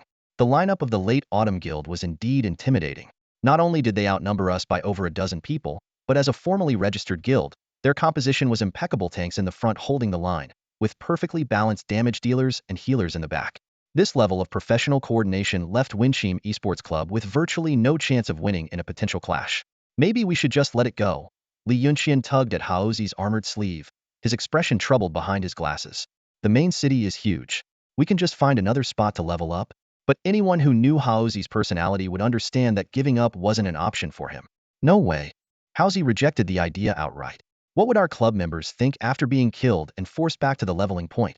Lian Wuque adjusted his black-framed glasses, momentarily at a loss for words. Just these few people? They're not worth worrying about. Hauzi's confident grin revealed gleaming white teeth. Besides, do you see who I brought with me? I could only offer an awkward smile as I waved to the crowd that had started to notice me. Gunai. Lu Jingxin's voice rang out. The priest class player appeared exactly as she did in real life, her priestly robes adding an ethereal air to her demeanor. Whispers rippled through the crowd. Isn't he the one who defeated Guan Yiping from Qingzhang Esports Club? That warlock definitely seems skilled, but look at his gear-purple weapons paired with a blue set. He's clearly from a major guild. Why would he join a small club like ours? As the club president, Lian Wuque's expression shifted unpredictably as he listened to the murmurs. Meanwhile, Gu Qingzhu and Lian Wuque approached me. Both were well-equipped, their gear emitting the distinct bluish glow of said items. Never thought you'd be doing so well in the game, Gunai. Lian Wuque teased with a smirk. Our vice president was thinking of lending you a hand, but it seems that wasn't necessary. Don't say that. Gu Qingzhu nudged her lightly. Isn't he here because Hausi invited him to help? Of course, it's all for the glory of the school's esports club, I replied with mock seriousness. It's definitely not because Hausi promised to treat me to dinner. Can we talk later, man? Hausi interrupted through gritted teeth. By now, the opposing guild had launched their attack. 3 or 4 knights charged forward simultaneously, forcing Hausi to scramble to dodge. I shrugged helplessly, summoning 2 skeletons as my gaze swept over the densely packed enemy lineup. If we were going to fight, it would have to be quick. He couldn't afford to waste the cooldown on my fire staff. With a flick of my hand, flames danced through the air, striking with the crisp clang of metal. A nearby assassin's expression turned to shock as a 3-digit damage number appeared above his head, instantly depleting a third of his health. This was the weakness of stealth. Any area effect skill, no matter how minor the damage, would expose their position. It was through a casual ice field spell that I had detected the lurking assassin. The Winchim team seized the opportunity immediately. 2 arrows flew in succession, striking the assassin's left shoulder and neck with pinpoint accuracy. As his health hit 0, the assassin's figure dissolved into shimmering light, vanishing toward the respawn point. After dispatching the immediate threat of the assassin, the battle was far from optimistic. Despite Hausi's top-tier equipment, he began to falter under the coordinated control chain of several opposing knights. His health had already dropped below half under the relentless barrage of AoE attacks. In a critical moment, I decisively cast Star's Wish. A silver glow flashed at the tip of my staff, instantly enveloping Hausi and restoring 600 health points. This skill, known as the Great Healing Spell, had a long cooldown but required no incantation, making it highly effective in emergencies. With the immediate health crisis resolved, Hausi's moves became bolder. He deliberately took a charge attack from one of the enemy knights, using the opening to complete the chant for Earthshatter. As the skill activated, the ground trembled violently, dust surged, and the 4 enemies in front of him were sent flying. Seizing the opportunity, I quickly deployed a poison field on the ground. The persistent burning debuff caused the knight's health to plummet, with triple-digit damage numbers continuously popping above their heads. I then slid forward, closing the distance, and swung my staff, landing a staggering critical hit of 705 damage. The knight's eyes flashed with disbelief, clearly unprepared for a warlock's basic attack to deal such devastating damage. Hausi, equally stunned, stared at the weapon in my hand and asked in surprise, "What is that?" "Maybe it's just a purple weapon," I replied, scratching my head awkwardly. "A purple weapon? So that's what you've been up to these past few days. You went gambling for loot." At this point, the tide of battle began to shift. With the enemy's front line cleared, the output positions of the Late Autumn Guild were completely exposed. Though they outnumbered us, their combat skills were wildly inconsistent. Many squishy classes were quickly taken down by Hausi's relentless close-range combos. However, the lack of an assassin class in the esports club became apparent. Without someone to quickly penetrate the enemy's backline for swift eliminations, we could only rely on ranged attacks to chip away at them. Fortunately, my burning debuff was particularly effective against low defense targets. I decided to forego setting up spell formations and instead indulged in the visceral thrill of close-quarters combat. Suddenly, Lian Wuque's startled cry disrupted the flow of battle. He hastily used Blink to create distance, but his health had already dropped to 500. Before the nearby priest could react, a shadow streaked past, taking them out instantly. This enemy assassin moved with lightning speed, and every appearance was marked by the fall of one of our teammates. Frowning slightly, I realized this threat needed to be dealt with immediately, or our backline would be wiped out in no time. After signaling briefly to Gu Qingzhu and Lian Wuque, I turned and made my way toward our backline. This time, I saw it clearly. The weapon in the assassin's hand was anything but ordinary. After every standard combo, it triggered an additional 2 bursts of purple damage. This specialized execution effect caused massive damage overflow, leaving someone like me, a fragile light-armored class, with no chance to counterattack. A sense of unprecedented danger engulfed me. Amid the chaotic sounds around me, a sharp whistling cut through the air. A dagger was flying in from the right. I immediately controlled the bone shield to block it. A blood-red critical damage number flashed before me. Although I successfully deflected the attack, the necromancer's summon shattered as its health was completely depleted. I glanced at the assassin's stats panel in front of me. ID, Abyss. Class, Assassin. Level, 23. Health, 1800. Special skill. Bloodthirst inflicts additional bleed and critical damage on enemies with less than 35 health. The gray-robed assassin cast a cold glance at me before vanishing swiftly into the shadows. I knew all too well that the next wave of attacks was imminent. In encounters like this, assassins held the upper hand with their initiative. Simply defending would only lead to a dead end. I recalled a lesson I once learned from Lin Hansu about countering an assassin's close-range attacks. Although the details were fuzzy, one thing was clear: never move aimlessly. Assassins, with their unmatched agility among the 9 classes, could exploit reckless movements to their advantage, making it harder to predict their position. Seizing the fleeting opportunity, I struck back immediately, swinging my weapon for a 2-hit combo. Although assassins were also a fragile class, his high-quality equipment allowed him to retain a third of his health even under our combined assault. Things took a turn for the Warsea beam of holy light descended on the gray-haired assassin, rapidly restoring his health above the safety threshold. Lian Wuque, standing at a distance, glared grimly at the priest with the ID stranded amidst the crowd. A high-damage assassin paired with powerful healing made achieving a kill nearly impossible. How did you figure out my position? Abyss raised his dagger defensively in front of his chest, his sharp gaze fixed on me. It wasn't that hard, I replied calmly, gripping my weapon tightly. By the way, Brother Gunai, how exactly did you manage that? Lian Wuque edged closer, lowering his voice. Just a creative application of formation tactics, I said. Care to elaborate? Abyss's previously cold tone now carried a hint of eagerness. Have Wanxia withdraw from this grinding zone, I said. Agreed. Abyss's decisiveness took me by surprise. He gestured to the nearby knight, signaling him to step back. The burly knight hesitated, wanting to speak, but under Abyss's commanding gaze, he reluctantly turned away. I let out a silent sigh of relief. Late Autumn had the advantage in numbers, and with Abyss being such a formidable opponent, avoiding a fight altogether was undoubtedly the best outcome. Of course, I couldn't let any of that show. It's a simple concept, I explained calmly. An assassin's invisibility becomes partially visible when hit by an area effect skill. For melee classes, attacking requires close proximity. By setting up a persistent damage field beforehand, you can pinpoint their location from the damage numbers as soon as they step into range. Abyss was silent for a few seconds, seemingly replaying the earlier battle in his mind. Then, without a word, he turned and walked away, sheathing his dagger at his waist and pushing through the crowd until he disappeared from sight. The Late Autumn Guild members were thrown into disarray. Housie seized the opportunity, his blade flashing as several light-armored players were instantly sent back to the respawn point. This habit of finishing off opponents even after the fight was essentially over was just so typical of Housie. Let's go train somewhere else, the priest named Stranded suggested. His tone was calm, but the guild members quickly scattered at his instruction. As I watched them disappear into the forest's edge, a notification suddenly popped up on my friend list. Abyss was sending me a friend request. After accepting it, he left a short message. Let's spar next time. This battle-hungry maniac really left me at a loss for words. Lian Wuque walked over and patted me on the shoulder, his smile a little stiff. Thanks, Gunai. If you and Housie hadn't arrived in time, a heathen fight with Late Autumn would have cost us dearly. It was nothing, just lending a hand, I replied, reattaching my dagger to my waist and meeting the gazes of the others. A timely rescue, Lian Wuque said earnestly, extending his hand. This is our first meeting in the game. Welcome to the team. As we shook hands, a system notification popped up. Player Yun Linfeng has invited you to join the Windbell Esports Guild.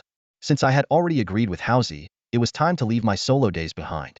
A few seconds later, the symbol of the Wind Guild appeared beneath my ID, marking my official membership. Sinyu, how did we fare during this clash? Lian Wuque turned to ask another member. In total, over 30 of our people were sent back to the respawn point. But Late Autumn suffered even more. Especially after Housie and Gunai arrived, they didn't even have a chance to recover their equipment. They'll distribute the loot to our members later. Lian Wuque relaxed slightly. That's good. At least we held on to the leveling spot. Let's have everyone continue as usual in their assigned groups. Gunai, care to join us? Faced with Lu Jingxix's hopeful gaze, I gave a wry smile and pointed at the red name hovering above my head.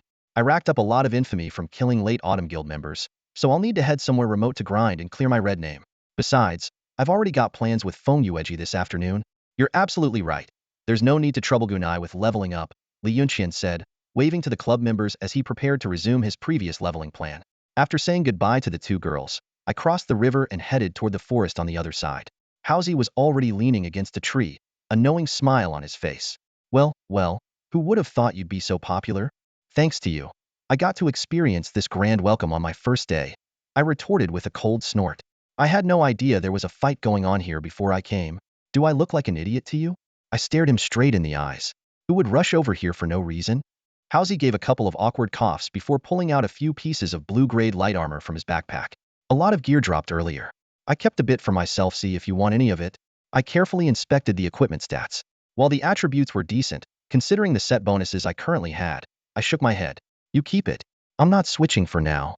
All right, I'll sell it at noon and treat you to lunch, Hausi said, swiftly stuffing the gear back into his bag. Now that's thoughtful of you, I replied with a laugh. Hausi suddenly asked about my experience in the esports club. Scratching my head, I admitted that Li Yunqian's attitude toward me felt a bit complicated, though I understood that was normal for a newcomer. Why overthink it? Want to find a spot to hunt some red-named players? Hausi pointed to his own blood red ID, which was even more striking than mine. Judging by his bag full of gear, he clearly hadn't spared many members of late autumn. Sure, but we should pick a less crowded area, I reminded him. With your high sin value, dying once could cost you half your gear. Hausi feigned a regretful expression. Ah, too bad you need to help my sister with a dungeon run. Good luck, though. As I watched Hausi leave, I ventured deeper along the riverbank alone. The number of players in this area dwindled, and I occasionally came across a few sightseeing players taking photos. The moment they saw my red name, they bolted without a second thought. After about 15 minutes of walking, the river came to an end, and the forest gradually gave way to an abandoned village. The place exuded an eerie, desolate atmosphere. Just as I was about to step into the village, a message from Zhifengwu popped up on my friend list. It was already 10:55, aimed definitely not the schedule you'd expect from a hardcore player. Your level's even lower than mine, so don't give me grief about waking up late, Zhifengwu teased. I paused for a moment, deciding to come clean. Remember that Ice Dragon boss? It actually dropped a special item that unlocks a hidden dungeon. That's how I got the fire weapon I'm holding now. The avatar in the chat window seemed to pause for a moment, deep in thought. I quickly explained. It's not what you think. The partnership between us is solid as a rock. How could you have such doubts? It's just that back then, I couldn't even fight back. As I read this line, an image of a mischievous face with tiger teeth and a signature sly grin surfaced in my mind. Someone as tough as that, it's better to tread carefully for one's own safety. I can definitely make time for something like this. Is it this afternoon? Zhu Fengwu asked. Yes, I'll reach out to you then. All right, I'll be around this afternoon. She paused for a moment before continuing. By the way, your bright red eye, did you just get into a PK fight in the wild? Ah, it's the usual issue with leveling spots. It's an old story. I had a minor scuffle with a guild earlier, just a small skirmish. Wait, now that you mention it, huh? Since when did you join a guild? It looks kind of familiar. That's when I remembered that I'd recently joined the Fengling guild through the esports club. She went on, the word Feng, I've definitely seen it somewhere before. Come on, isn't it your own ID? Idol, I've always been your loyal fan. I quickly interrupted her train of thought. Who are you trying to fool? Fengling. I can't quite recall, but I know I've seen it before. I could only squint awkwardly, signaling her not to strain herself trying to remember. Never mind, just make sure to call me this afternoon. After ending the conversation, I sent a message to Feng Yueji to report. He immediately replied with a laughing emoji and sent me a set of coordinates. Brother Shuangdong, 2 p.m. this afternoon. Don't be late. Although his words sounded a bit ambiguous, the thought of a hidden dungeon filled me with anticipation. After checking the map, I found that the location was near the river I'd passed earlier. I'd have to backtrack later to pinpoint the exact spot. For now, the priority was clearing my red name status. I copied the coordinates and sent them to Zhu Fengwu before heading toward the village ahead. The air was thick with the musty scent of damp, rotting wood, growing stronger as I ventured deeper. The ground beneath my feet was soft and wet, the sparse weeds swaying gently in the wind. The entire village exuded an air of decay, as if it were on the verge of collapse. Just as I was about to delve further, the dry, creaking sound of a wooden door suddenly shattered the eerie silence. A shadowy figure swayed behind the door, and through the faint sunlight, I barely made out what it was, a corpse. Its face was deathly pale, with sparse black hair curling against its scalp. Its skin was withered and ghastly, like a zombie straight out of a movie. Name, Decayed Villager. Level, 26. HP, 4,500. Description: a once innocent villager who fell victim to the curse upon the village. Their spirit has long perished, their body rotted, and only their lingering obsession keeps them moving. Staring at the high-level undead before me, I felt no fear whatsoever. Instead, I found myself completely engrossed, analyzing its attributes with intense focus. This level 26 corpse monster might not look impressive, but its stats far surpass the gap between its level and my mere level 4. Using it to farm red name players is undoubtedly a challenging task. Since I'm already here, I've made all the necessary preparations. I slowly drew the firewood staff from my waist. Although its active effect was still on cooldown, the staff's innate power alone should be enough to handle a field monster. As I chanted the summoning spell, 2 skeletal soldiers materialized before me. I carefully maneuvered them, step by step, toward the corpse lurking behind the door. Without hesitation, I laid down an ice field beneath the corpse. Controlling the skeletal soldiers that had already drawn its aggro, I made them circle around and distract it. As the icy mist rose, a slow debuff icon appeared above the corpse's head, and its health began to gradually tick down. To maintain steady aggro, I commanded one of the skeletal soldiers to deliver a heavy strike at the right moment. Although the damage was a pitiful 3-digit number, it successfully kept the corpse's attention locked. Its blood-red eyes widened as it struggled to move toward the skeletal soldiers. Field monsters typically follow a fixed skill rotation. As long as I accurately track the cooldown time and range of the corpse's piercing attack, controlling the rhythm of the fight is a task well within my ability. As the corpse collapsed, thick, dark liquid oozed from its body. Its health bar hit 0, and the emaciated figure convulsed violently for a few seconds before crashing to the ground. The putrid blood spread outward from the body like ripples, and even with the sensory settings dialed to their lowest, the nauseating stench still invaded my nostrils. The grotesque design forced me to temporarily shut off all sensory systems just to regain the ability to move normally. Witnessing such a scene up close, despite being used to Western horror films, the hyper-realistic experience in the game was still unsettling. I shifted my focus to the experience bar. This overlevel kill had granted me nearly 3 of my experience points. At this rate, leveling up twice in one afternoon seemed entirely feasible, which was an impressive pace at this stage of the game. As predicted by players on the official social media page, the opening of the main city, along with the expansion of the map and leveling areas, would inevitably accelerate the leveling process. However, this also meant that the level gap between players would widen. Thinking about professional players like Lin Hansu, who had already surpassed level 25, I knew there was no need to compete with such leveling fanatics, but I had to at least ensure I stayed within the leading tier. I carefully noted down the coordinates of this location. After completing the Fengyuji dungeon quest, this would become my primary leveling spot for a while. Though the environment was far from pleasant, the efficiency made up for it. More importantly, such a desolate area was unlikely to be monopolized by guilds, nor would it attract the attention of Gu or Julie. The only downside was that these undead creatures seemed to drop no loot whatsoever. Progressing steadily, I took down another 2 or 3 corpses. As I had anticipated, their behavior patterns were highly predictable.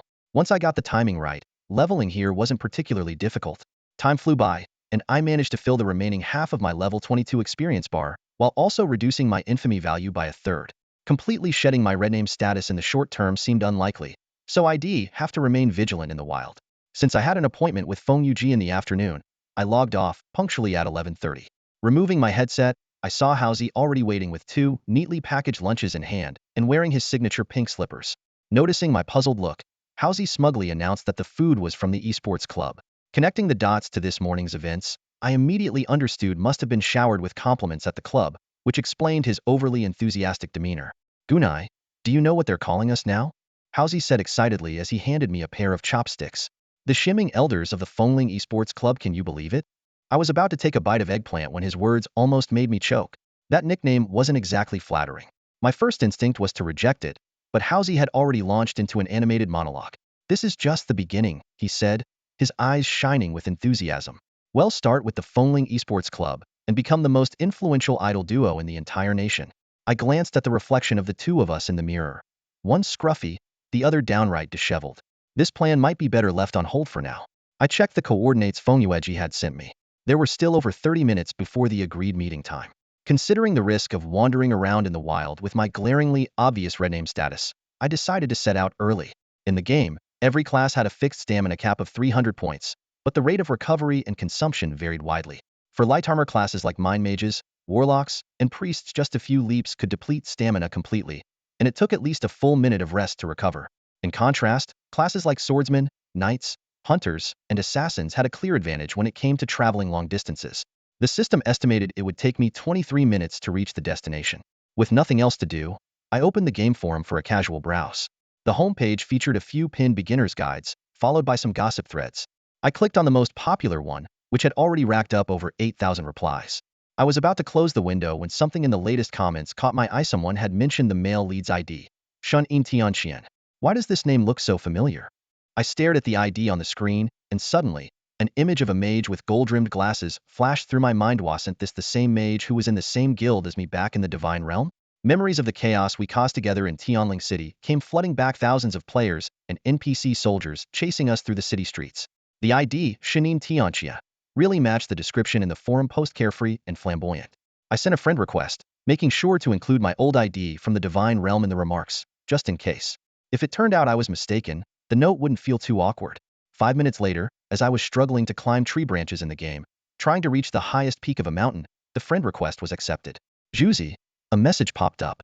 Holy crap, it really is you. You haven't changed your ID all this time? Shanine Tianqian replied with a melancholic emoji. Don't even bring it up, man. Long time no see. These past few days, people have dug up all my old black history from the divine realm. What's going on? Did you and Bubble break up? We broke up ages ago, about 2 months after you disappeared from the divine realm without a word. A voice message followed. I never expected it to be you. I'm surprised you're back in the game. Too bad your main city's so far away. Otherwise, we could have recreated some of our old legends, haha. That familiar voice brought back even more memories. I replied, it's been a while since I last played. For now, I'm just casually leveling up. Didn't you notice I'm a warlock now? What happened to you? Maybe I lost my confidence. Switching classes feels like starting over. That's such a shame. Back in the divine realm, you could have... It's fine. That's all in the past.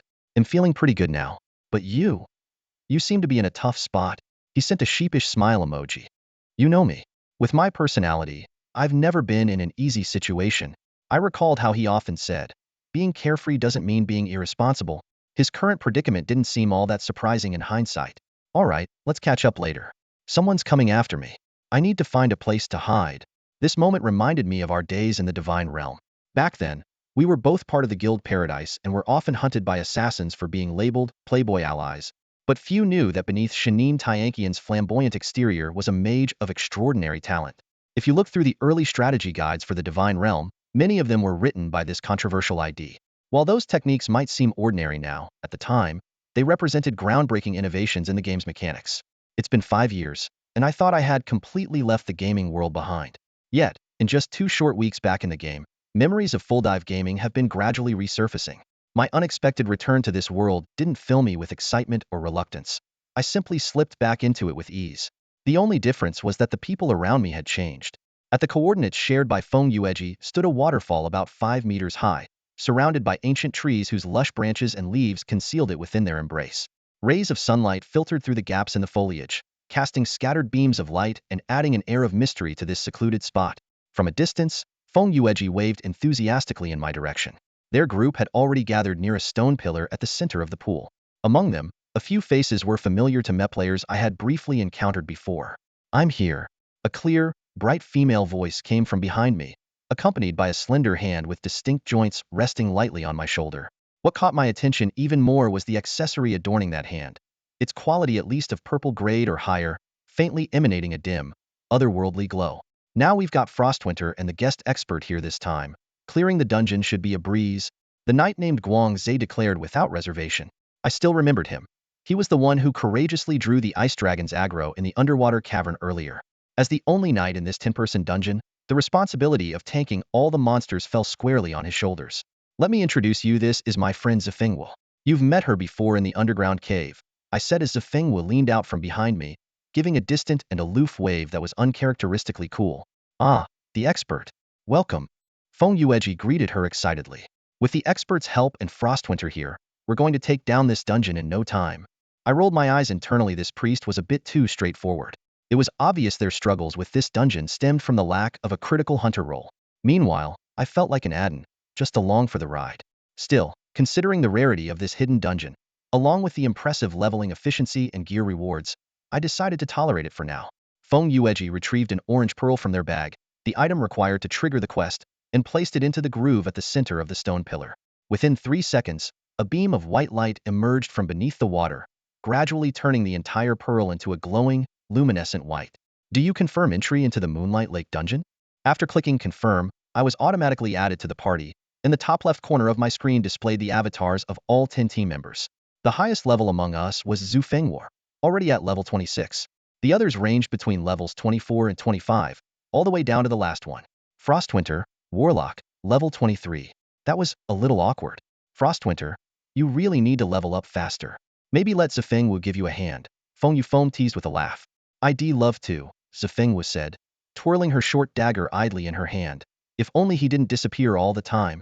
Feng Yu exaggerated a look of heartbreak, patting me on the shoulder. Brother, you've got to count your blessings. Sometimes, a man's pride just isn't that important. Huh.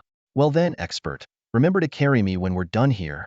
I gritted my teeth, emphasizing the word expert as I shot a glare at Zifengwu, whose expression was full of mischief. When it came to watching me get embarrassed, she always seemed particularly enthusiastic. To be honest, I really wanted to tell Fenghua Bubble that teaming up with a so-called pro player was nothing like the carefree leveling experience one might imagine. Looking back, every step was fraught with danger if we weren't being ambushed. We were practically dancing on the edge of a blade. Ultimately, it all came down to bad luck and poor choice in companions. The air around us suddenly grew heavy, a layer of misty gas slowly rising. A hazy yellow glow enveloped my vision, and when everything cleared, we found ourselves standing on a vast grassy plain. Welcome to the hidden dungeon, Moon Lake. Remaining time: 5 days, 15 hours, and 17 minutes. Time seems a bit tight, I said, frowning. Feng Yueji looked uneasy. Yeah, the timer starts as soon as this dungeon is triggered. Normally, would have 2 weeks, but we already spent one of those on the first stage fighting the small mobs. Even the first stage mobs were that tough to deal with. This hidden dungeon was clearly no joke. Its high difficulty wasn't surprising. There were bound to be traps scattered throughout, courtesy of the designers. Let's not waste any more time. I drew my blade and focused my gaze into the distance. If I remembered correctly, Moon Lake was an enormous map. Last time I accidentally stumbled into this place, I only barely escaped thanks to a special ring. It was also here that I first encountered Zhu Fengwu. I turned to glance at the female hunter. The maple leaf mark on her face stood out vividly against the backdrop of the blue sky. Let's move. Aside from Shuangdong brothers and the pro player, everyone here has done dungeons before.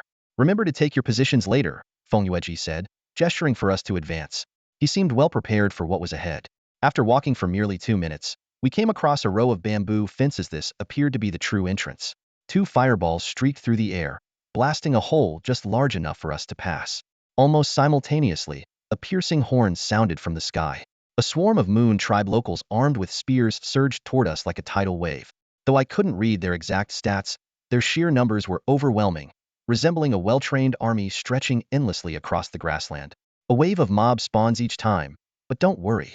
Their stats are low. They're just regular level 25 wild monsters, Zhu Fengwu said, adjusting her wristband. You can tell from this far away? I asked, surprised. Hey, you really need to read your skill descriptions more carefully, she replied, pointing to the hunter mark on her face. It's a passive effect of the level 15 hunter skill, tracking.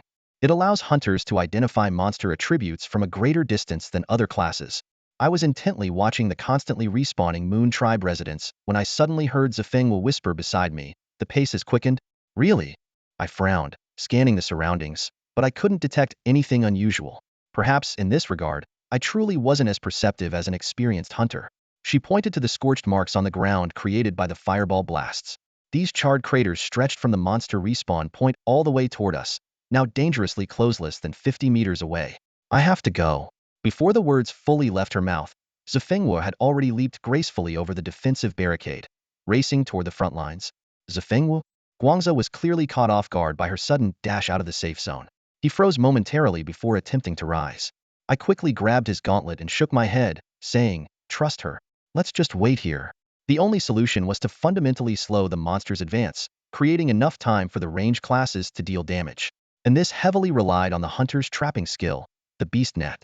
That was precisely the key to Zifengwu's mission. The shadow of Zifengwu stretched long under the afternoon sun. The belt wrapped around her slender waist swayed slightly with her movements, and her long legs darted lightly across the grass. She moved like an arrow, weaving effortlessly through the crowd of monsters. Guangzhou suddenly patted me on the shoulder, interrupting my gaze. I turned to look at him, silently checking if my earlier actions had been inappropriate.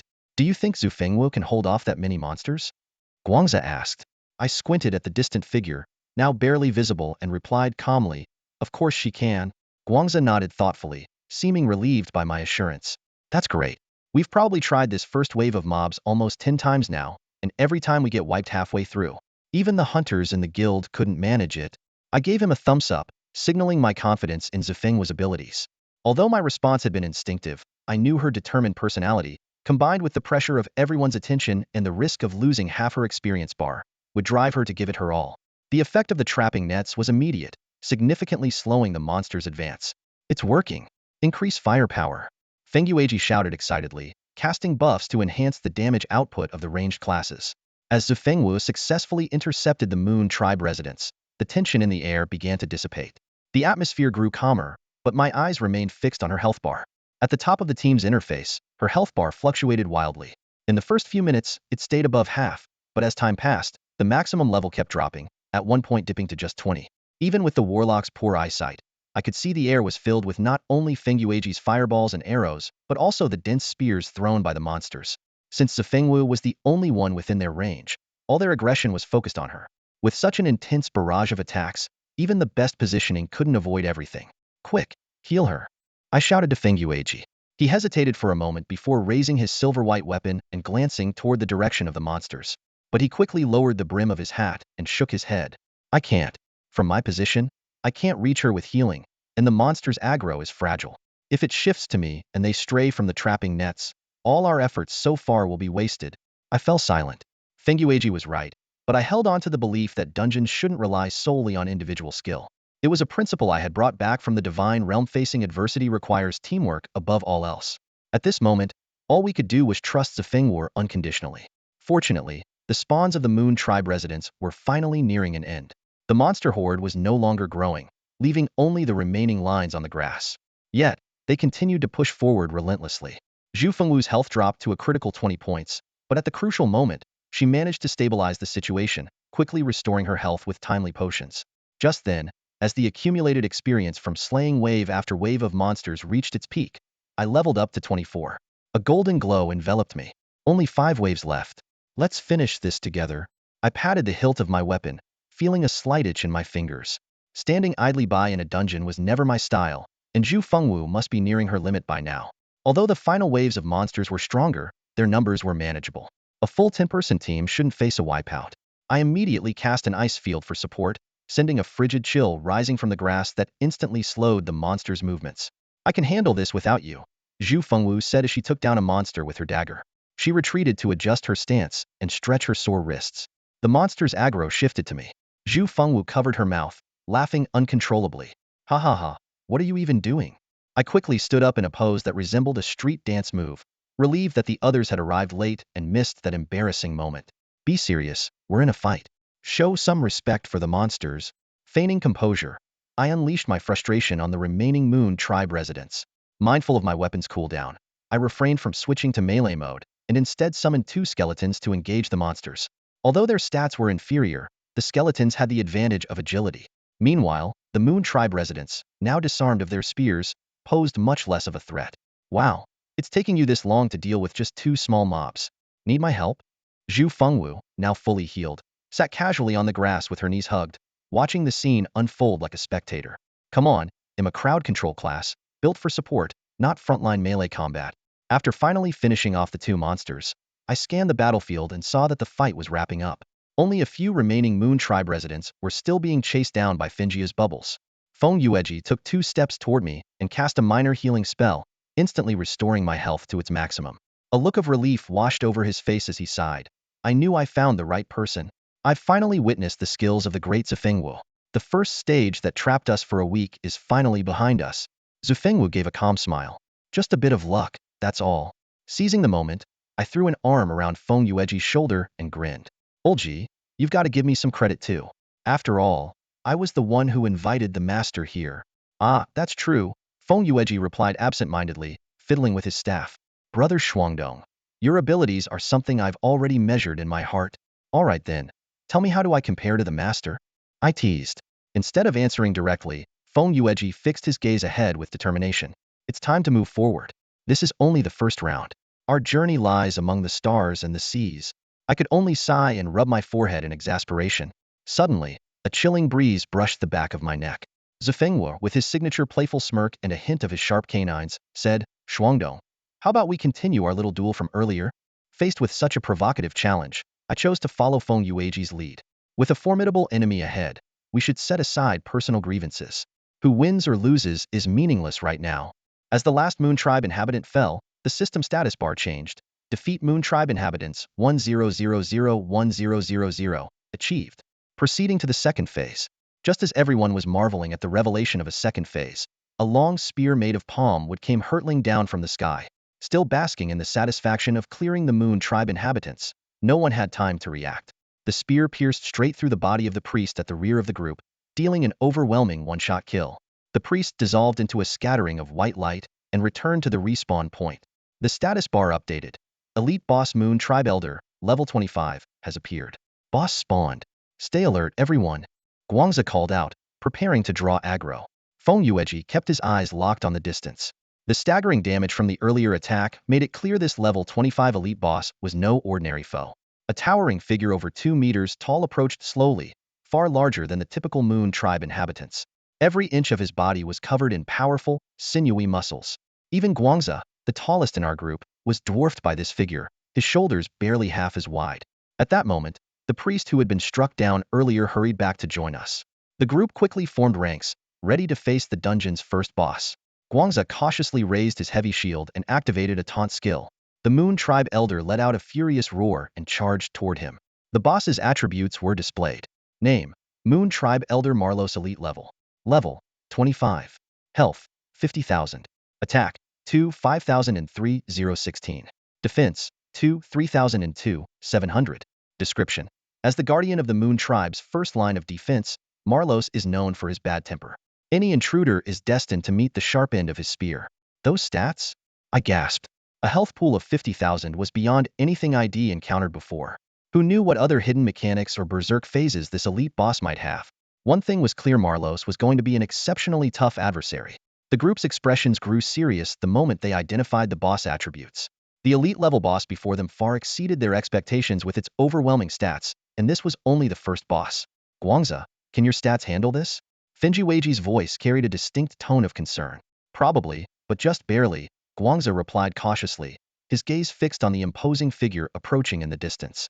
After all, I'm wearing a full purple gear set. At this stage, the boss shouldn't be able to completely break through my defense. The purple armor set Guangza wore was truly remarkable. It was clear that the Fengyue Guild had invested heavily to prepare Guangza for this hidden dungeon. The equipment was unlikely to have been obtained through regular drops and seemed more like a meticulously curated collection from the market.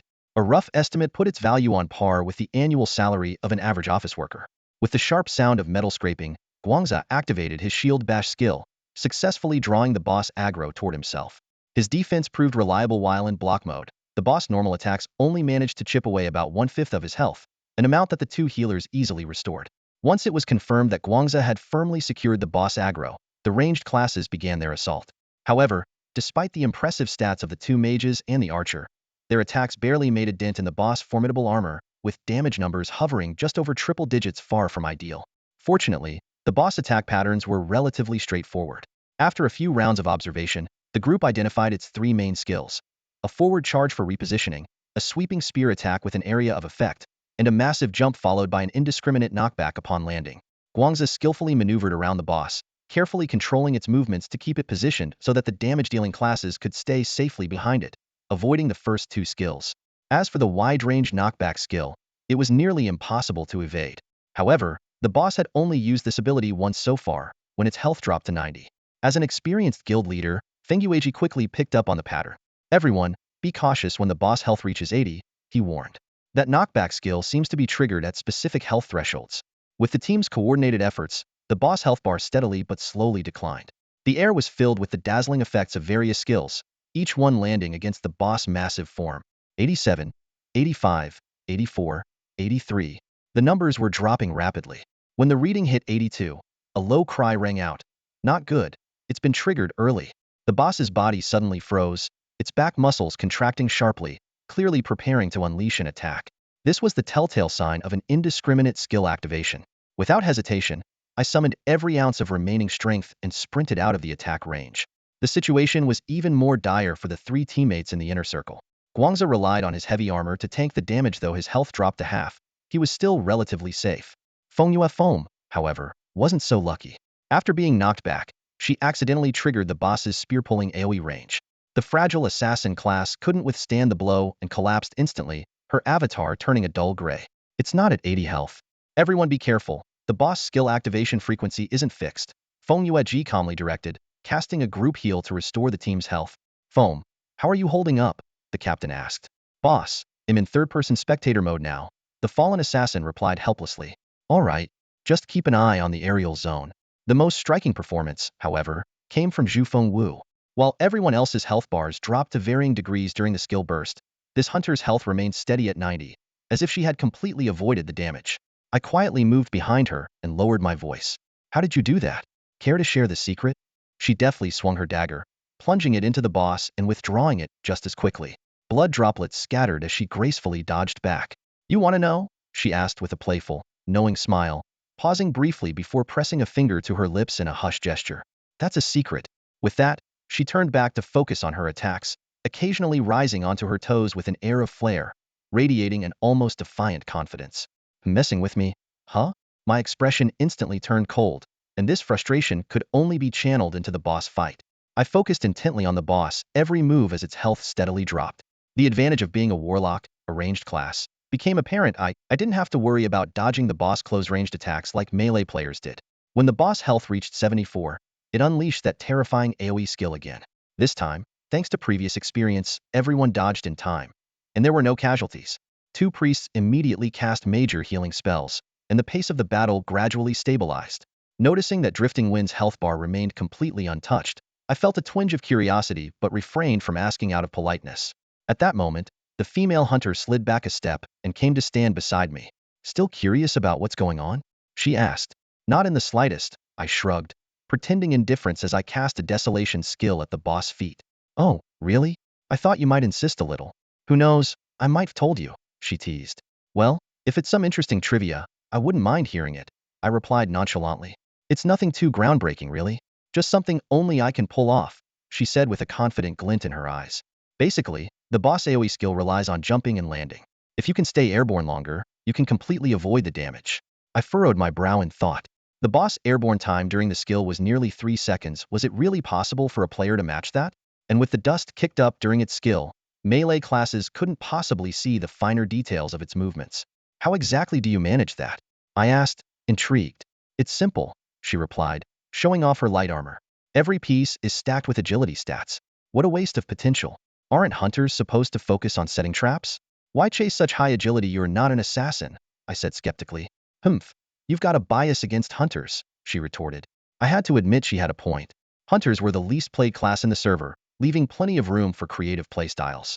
All right, I didn't tell you this for free, Drifting Wind said as she maneuvered closer to the boss. In return, you've got to share something with me. I'm an open book, never hidden anything. But if it's a fair trade, you're after I sent her my character's attribute sheet. 2 seconds later, she paused, visibly taken aback. You're really not hiding anything. Why are you still using outdated gear at level 20-something? I spread my hands and replied, when you're broke, you do the best you can. With a level 15 set paired with purple accessories, I have to say, you're keeping it pretty low-key. I dodged the boss's attack while throwing up a shrug emote, trying to mask the awkwardness I felt inside. Need me to help you out? A message popped up from the other player. I was just thinking about how to respond when I suddenly realized the purple accessory they were wearing seemed strangely familiar. A sense of unease crept over me. Wait a second. The purple accessory hanging in the marketplace, that wouldn't happen to be yours, would it? They pressed on relentlessly. Forged gear like that isn't exactly common at this stage. I avoided looking directly at her and played it off with a nervous laugh. Haha, I bought it too. Really? Who skips upgrading their gear and instead spins on secondary accessories? She clearly didn't believe me and even sent a smirking emoji, tinged with mockery. Girls like shiny things, right? As a macho guy, I thought I'd give it a shot and learn a thing or two. I joked, still trying to play dumb, but internally I was panicking. Don't be so defensive. I never said it wasn't yours. With a little offline trading, you can even save the transaction fee. Let's chat after the fight. Her tone sounded casual, but her words sent a chill down my spine. There was no doubt who would benefit from those saved fees. Just then, the boss launched its third wave of indiscriminate skill attacks. This time, it triggered the skills after losing only 6 of its health, much faster than before. Through the dust stirred up by the boss, I caught sight of Zifeng's agile figure. She leapt almost in sync with the boss, executing an incredible mid-air double jump maneuver that showcased the extraordinary ability granted by her high agility. The battle was heating up. Half an hour later, the Moon Tribe Elder's health had been whittled down to 30. This elite boss doesn't seem so scary after all, remarked a female mage in the team named Qiu Xiangwan. Don't get careless. This is a hidden dungeon, Feng Yueji warned while cautiously circling the boss. Who knows if it'll go berserk? His concern was valid. In the game, high-level bosses often entered a berserk state when their health dropped below a certain point, massively boosting their stats or unlocking devastating new skills.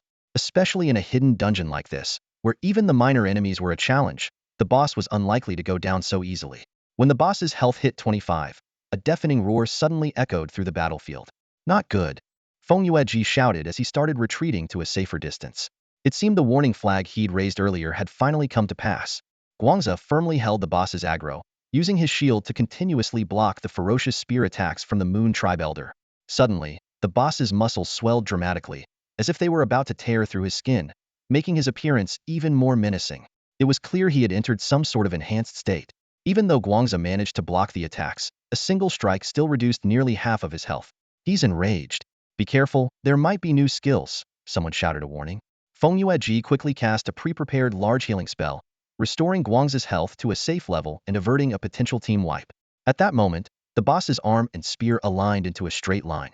Before anyone could fully react, the spear transformed into a streak of silver light, slicing through the air at incredible speed and piercing through the chest of a backline archer.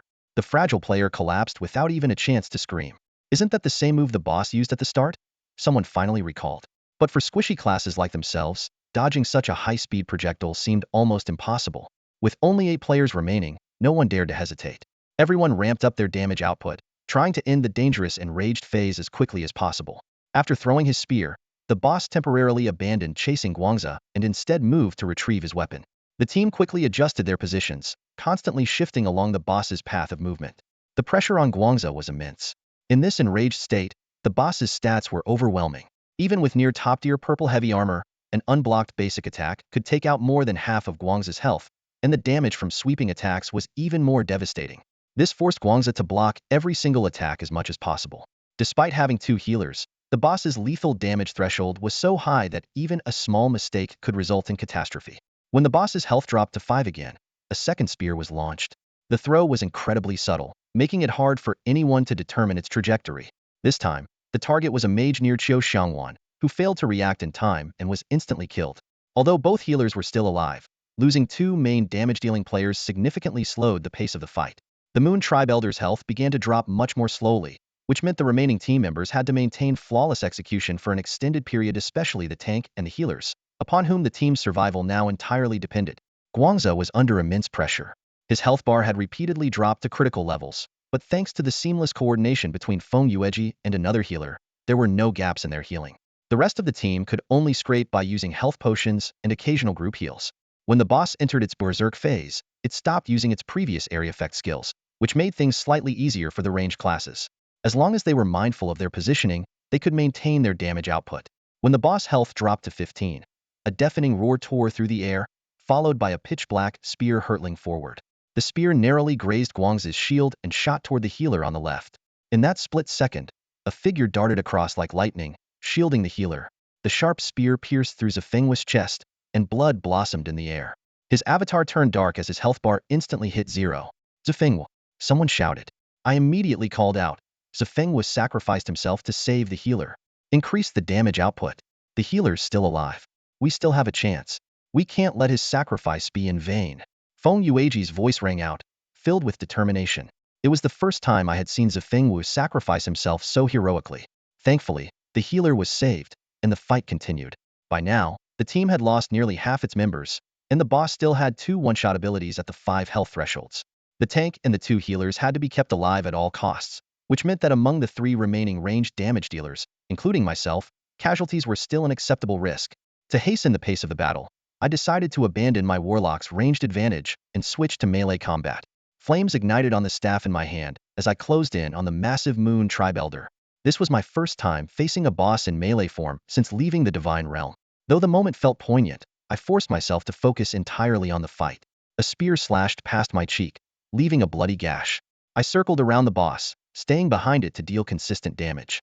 The occasional area effect skills were manageable to avoid. Once the boss entered its burning phase, its health began to drop significantly faster. Another throwing skill was launched, this time aimed at the last remaining mage. Even in a game, the oppressive aura of an elite boss at close range made cold sweat run down my back. With my current armor, I couldn't survive a direct hit. Just 10 left. We can do this, Feng Yueji said, nodding at me with a serious expression. At this point, we had no choice but to give it our all. I didn't want to repeat this fight again. As I continued to attack, my arm began to numb. Melee combat was far less comfortable than drawing magic circles. However, the growing scorch marks on the boss body indicated that the damage was adding up. The intense concentration made time stretch unnaturally, and the final 10 of the boss's health seemed to drain at an agonizingly slow pace. It wasn't until Feng Yueji suddenly shouted, "Watch out," that I realized the boss's health bar had dropped to its last segment. The turn of events happened in an instant. The boss swung its arm abruptly, thrusting its spear at Guangzhe, who was locked in close combat with it. The strike was so fast it took my breath away, and the sharp clash of metal echoed with a piercing wail. A thumb-sized black dent appeared on the purple-grade shield, and its durability plummeted by over a quarter. Feng Yueji cast healing spells repeatedly, but the screen only displayed invalid. Guangzhe's avatar turned gray in an instant. Damn it! Right at the final moment, Guangzhe's frustrated voice came through the team chat. "It's not your fault. This elite boss stats are just ridiculous," the already defeated mage consoled. With no target holding its aggro, the boss immediately turned toward Feng Yueji, its massive figure charging across the grassland. Assessing the situation quickly, I knew there was no way a priest could outrun the boss at its speed. At this point, only I, as a melee class, had any chance of regaining the boss's attention. I swiftly deployed 2 formations to block the boss path and rushed forward to intercept it. Swinging my staff, I unleashed a full 4-hit combo. As expected, the Moon Tribe Elder's gaze shifted to me, and it retaliated with a sweeping strike. I instinctively leapt back, narrowly avoiding the spear as it grazed my clothing. "Hold on, Frostwinter. You can do it," my teammates' voices urged through the headset. With my current defensive stats, any single hit from the boss would be enough to knock me out. The health bar read 4.7. As I maneuvered around the boss, I couldn't help but marvel at how such a massive figure could move with such agility. I repeatedly tried to discern a pattern in its attack trajectory, but failed to predict it. My only option was to dart behind it in the split second it raised its hand, seizing the fleeting 0.5 seconds to react. Mississippi, Mississippi, Mississippi. Although the boss attacks all narrowly missed, I didn't dare relax for even a moment. Every second felt like the next could be my last, with that razor-sharp spear ready to pierce me. To keep up with the boss' relentless pace, I pushed myself to the limit, squeezing in attacks whenever I could. Fortunately, the aggro mechanics for melee classes differed from ranged ones, and with the sustained damage from my formations, I managed to firmly hold the boss's attention. At this point, the healer's efforts no longer mattered to me. Every strike from the boss brought my health bar to the brink. This shift, however, allowed them to focus on casting buff spells, teaming up with the lone surviving archer to slowly chip away at the boss's health. Only 2 health left. The sky above was blindingly bright, and the silhouette of the Moon Elder stood in stark contrast against the sprawling shadows of the forest behind. Just as I was about to glance around to gauge the distance from the forest, a sudden weapon strike snapped my attention away. The attacks were relentless. Left or right, I instinctively sidestepped, but out of the corner of my eye, I caught a subtle twist of the boss' wrist. The spear, which I could have easily evaded, abruptly changed trajectory and thrust straight toward me. "Frostwinter, brother. Frostwinter. Dodge quickly." I gritted my teeth. Dodging was easier said than done. Not everyone had sky-high agility stats. In a desperate move, I summoned a skeletal minion. It hovered in midair just long enough to collide with the incoming weapon, shattering instantly.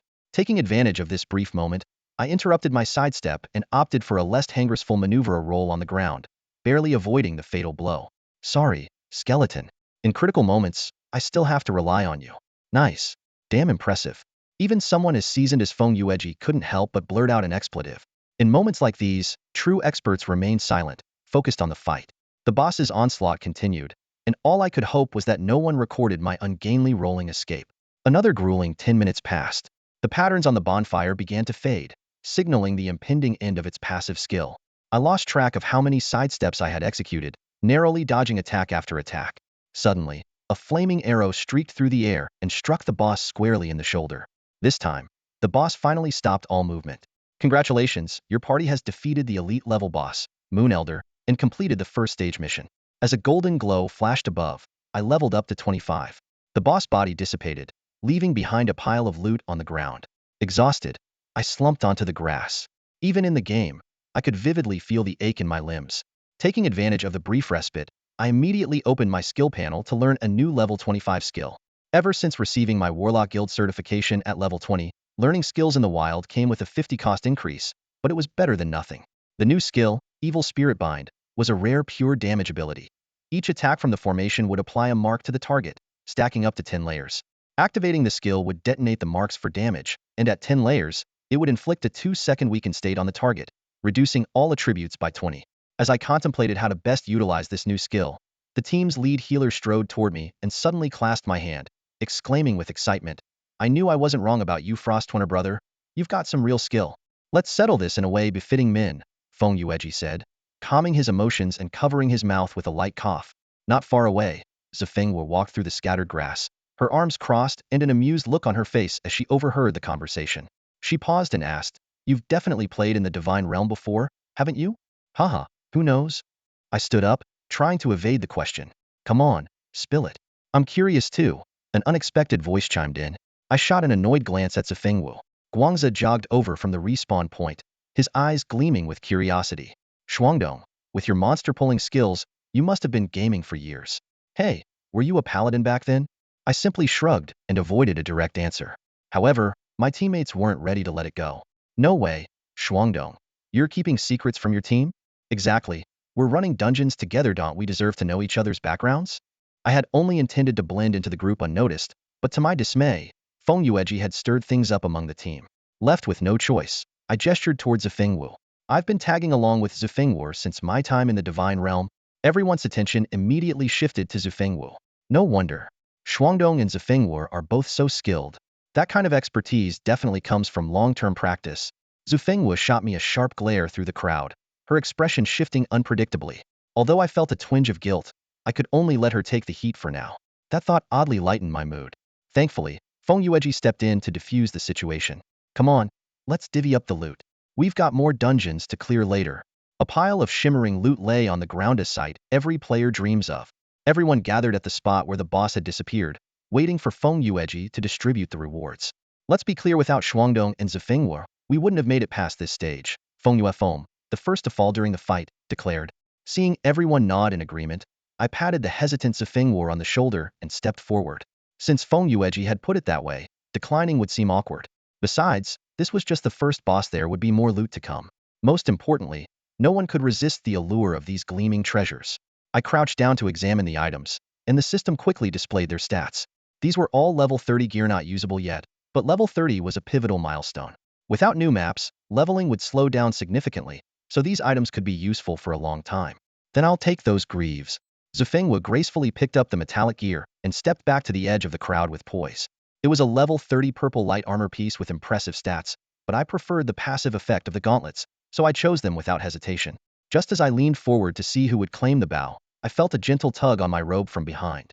Turning around, I saw Zifengwu gesturing for me to come over while silently moving away from the crowd. I followed her for about 10 meters. Just as I was about to ask what was going on, a pair of gleaming silver greaves flew straight toward my chest. I clumsily caught the cold armor, momentarily speechless. "You need this more than I do," Zifengwu said with a slight tilt of her head and a soft smile. If I didn't know her well, her innocent expression might have made me drop my guard. "I can't take this," I said, raising my hand to return it. "Just keep it. You don't have the next gear, do you?" she said, her tone slightly annoyed as she turned her face away, glancing at me out of the corner of her eye. "Haha, a strong player adapts to the situation. I'll wait for the system to drop something," I joked. "A strong player wearing level 15 gear," she retorted. I stood there awkwardly, struggling to come up with a response. "All right, just take it," she said firmly. "The silver color doesn't look good, and it doesn't match my class. Plus, it's not leather armor, so it's uncomfortable to wear." Her reasoning left me dumbfounded. "Sister, who picks gear based on how it looks or feels?" Zifengwu closed her eyes. "I can't explain this to someone wearing level 15 gear." "Hey," I ventured cautiously, "you're not giving it to me because your legs are too thick to fit, are you?" "Give it back. I've changed my mind. I'm sorry."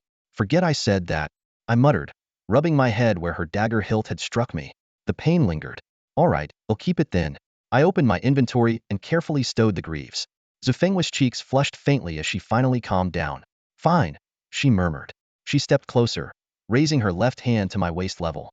I couldn't quite figure out what she wanted. Was she asking me to look at her palm? For a game character who frequently used daggers, her hands were surprisingly smooth and free of calluses, which seemed oddly unrealistic. For some reason, I instinctively gave her a high five. Time seemed to freeze. "Are you an idiot?" she said, quickly pulling her hand back and lowering her head to hide her expression. "I'm mad now. No more freebies, let's do an equal trade." She extended her hand again, and this time, I didn't dare to high-five her. I didn't have much of value in my inventory, and trading the gauntlets would defeat the purpose. Suddenly, I remembered the bracelet I had seen in the auction house. Though it wasn't as valuable as the greaves, it was still a practical piece of current gear. I took out the bracelet and gently placed it in her palm. She immediately closed her fingers around it, turned gracefully, and walked back toward the crowd without looking back. I could have sworn I just saw her eyes narrow slightly, a faint smile playing at the corners of her lips. But by the time I caught up with her, she had already reverted to her usual expressionless, aloof demeanor.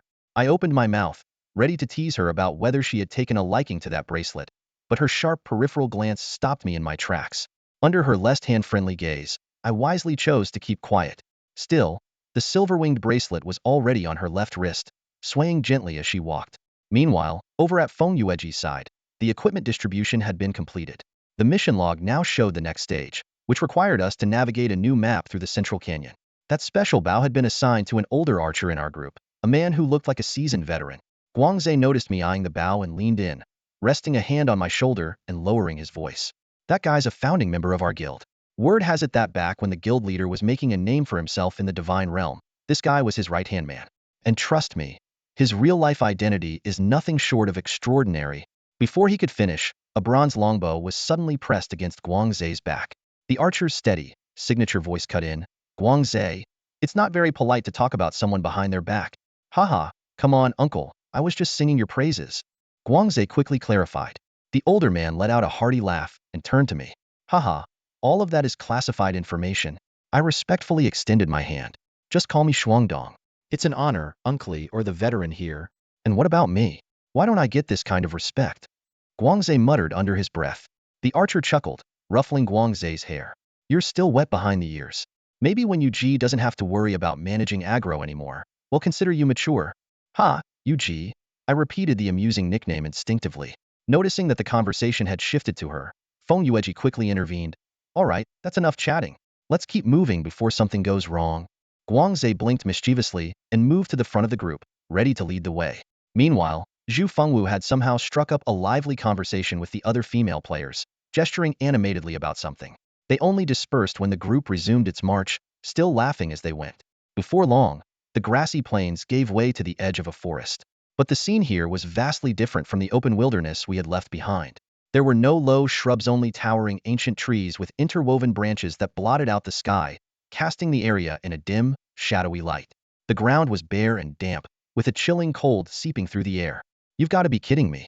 Just a moment ago it was all sunshine and flowers, and now we're in some kind of dark forest, someone in the crowd complained. Guangze strutted ahead confidently, looking fearless. Feng Yueji followed behind, shaking her head in mild exasperation. When will you learn to be as composed as me? Her worry seemed unnecessary, though. After walking for about 10 minutes, not a single monster had appeared in sight. The dampness in the forest was suffocating, making it hard to breathe. I had to dull my senses by half just to ease the oppressive, stifling atmosphere. The first stage was so difficult, but the second one is this boring? Did the designer run out of ideas? Guangze complained. Guangze, keep your voice down. The older man immediately cut him off. We still don't know what might happen. Guangze, clearly out of patience, stomped heavily on the ground, leaving a faint footprint. Why don't you ask Palma? I bet he has something to say about this. Silence. No response. Huh. Guangze turned to look behind him, his voice suddenly rising. Where is everyone? I spun around to check. In my memory, Palma and the female priest had been at the back of the group, but now there was no one there. Strangely, I hadn't noticed when they disappeared. Not a sound, not a trace. Even more unsettling, their health bars on the team list still showed as fully intact. What the hell? Qiu Xiangwan, the mage, muttered under her breath. This isn't good, Feng Yueji sighed. The friend list shows a special dungeon restrictiono contact possible. Zhu Fengwu stood silently beside me, resting her chin on her hand, lost in thought. The path we came from had been swallowed completely by darkness, leaving only a few scattered fireflies offering faint illumination. Come on, this can't be some real-life horror escape room. Guangze tried to lighten the heavy atmosphere. Just then, I saw two vines suddenly shoot out from the treetops, swift as lightning, snatching up the two mages ahead. The entire event lasted barely a second, so silent it sent chills down my spine. What is that thing? Guangze's voice trembled as he exchanged a nervous glance with me. Stay alert and watch your surroundings, Zhu Fengwu said, her voice cold as ice, her expression unusually tense. Everyone quickly formed a tight circle, standing back to back to cover all angles. But the vines appeared again, this time targeting Feng Yueji and another archer. Despite everyone unleashing their skills in a dazzling display of light, the vines effortlessly carried off their targets. In the blink of an eye, only 3 of us remained. What are we supposed to do now? I didn't sign up for a horror game. Guangzi kept muttering. Relax, this is nothing. Back in my day, when I was on a case. The older man trailed off mid-sentence as something flickered in his line of sight. At this point, Zifengwu and I were standing back to back, the last two survivors in less than a minute. If I had to describe how I felt, it would be the sharp discomfort of his hunter's dagger pressing into my lower back because, frankly, the protective qualities of a level 15 warlock robe left much to be desired. I saw it clearly. This to me a dark green vine, jagged with sharp thorns, was hurtling across the ground toward me at an alarming speed. Instinctively, I raised the fire poker in my hand to block it in front of my chest, but it barely made a difference. The vine slammed into my makeshift defense, and I immediately lost my balance. Before I could react further, my vision spun wildly, and the next thing I knew, the vine had coiled around me, lifting me off the ground. Not far away, Zifengwu met a similar fate. I saw her hold her ground for a few seconds before another vine wrapped around her and pulled her into the air. We were both yanked upward rapidly, soaring through the dense canopy of trees. Fortunately, the branches didn't scratch us, but soon the scenery around us plunged into complete darkness, as if we had entered some kind of alternate dimension. If it weren't for the system interface still functioning normally, I might have thought the game had crashed. As my thoughts wandered, my feet suddenly struck something solid.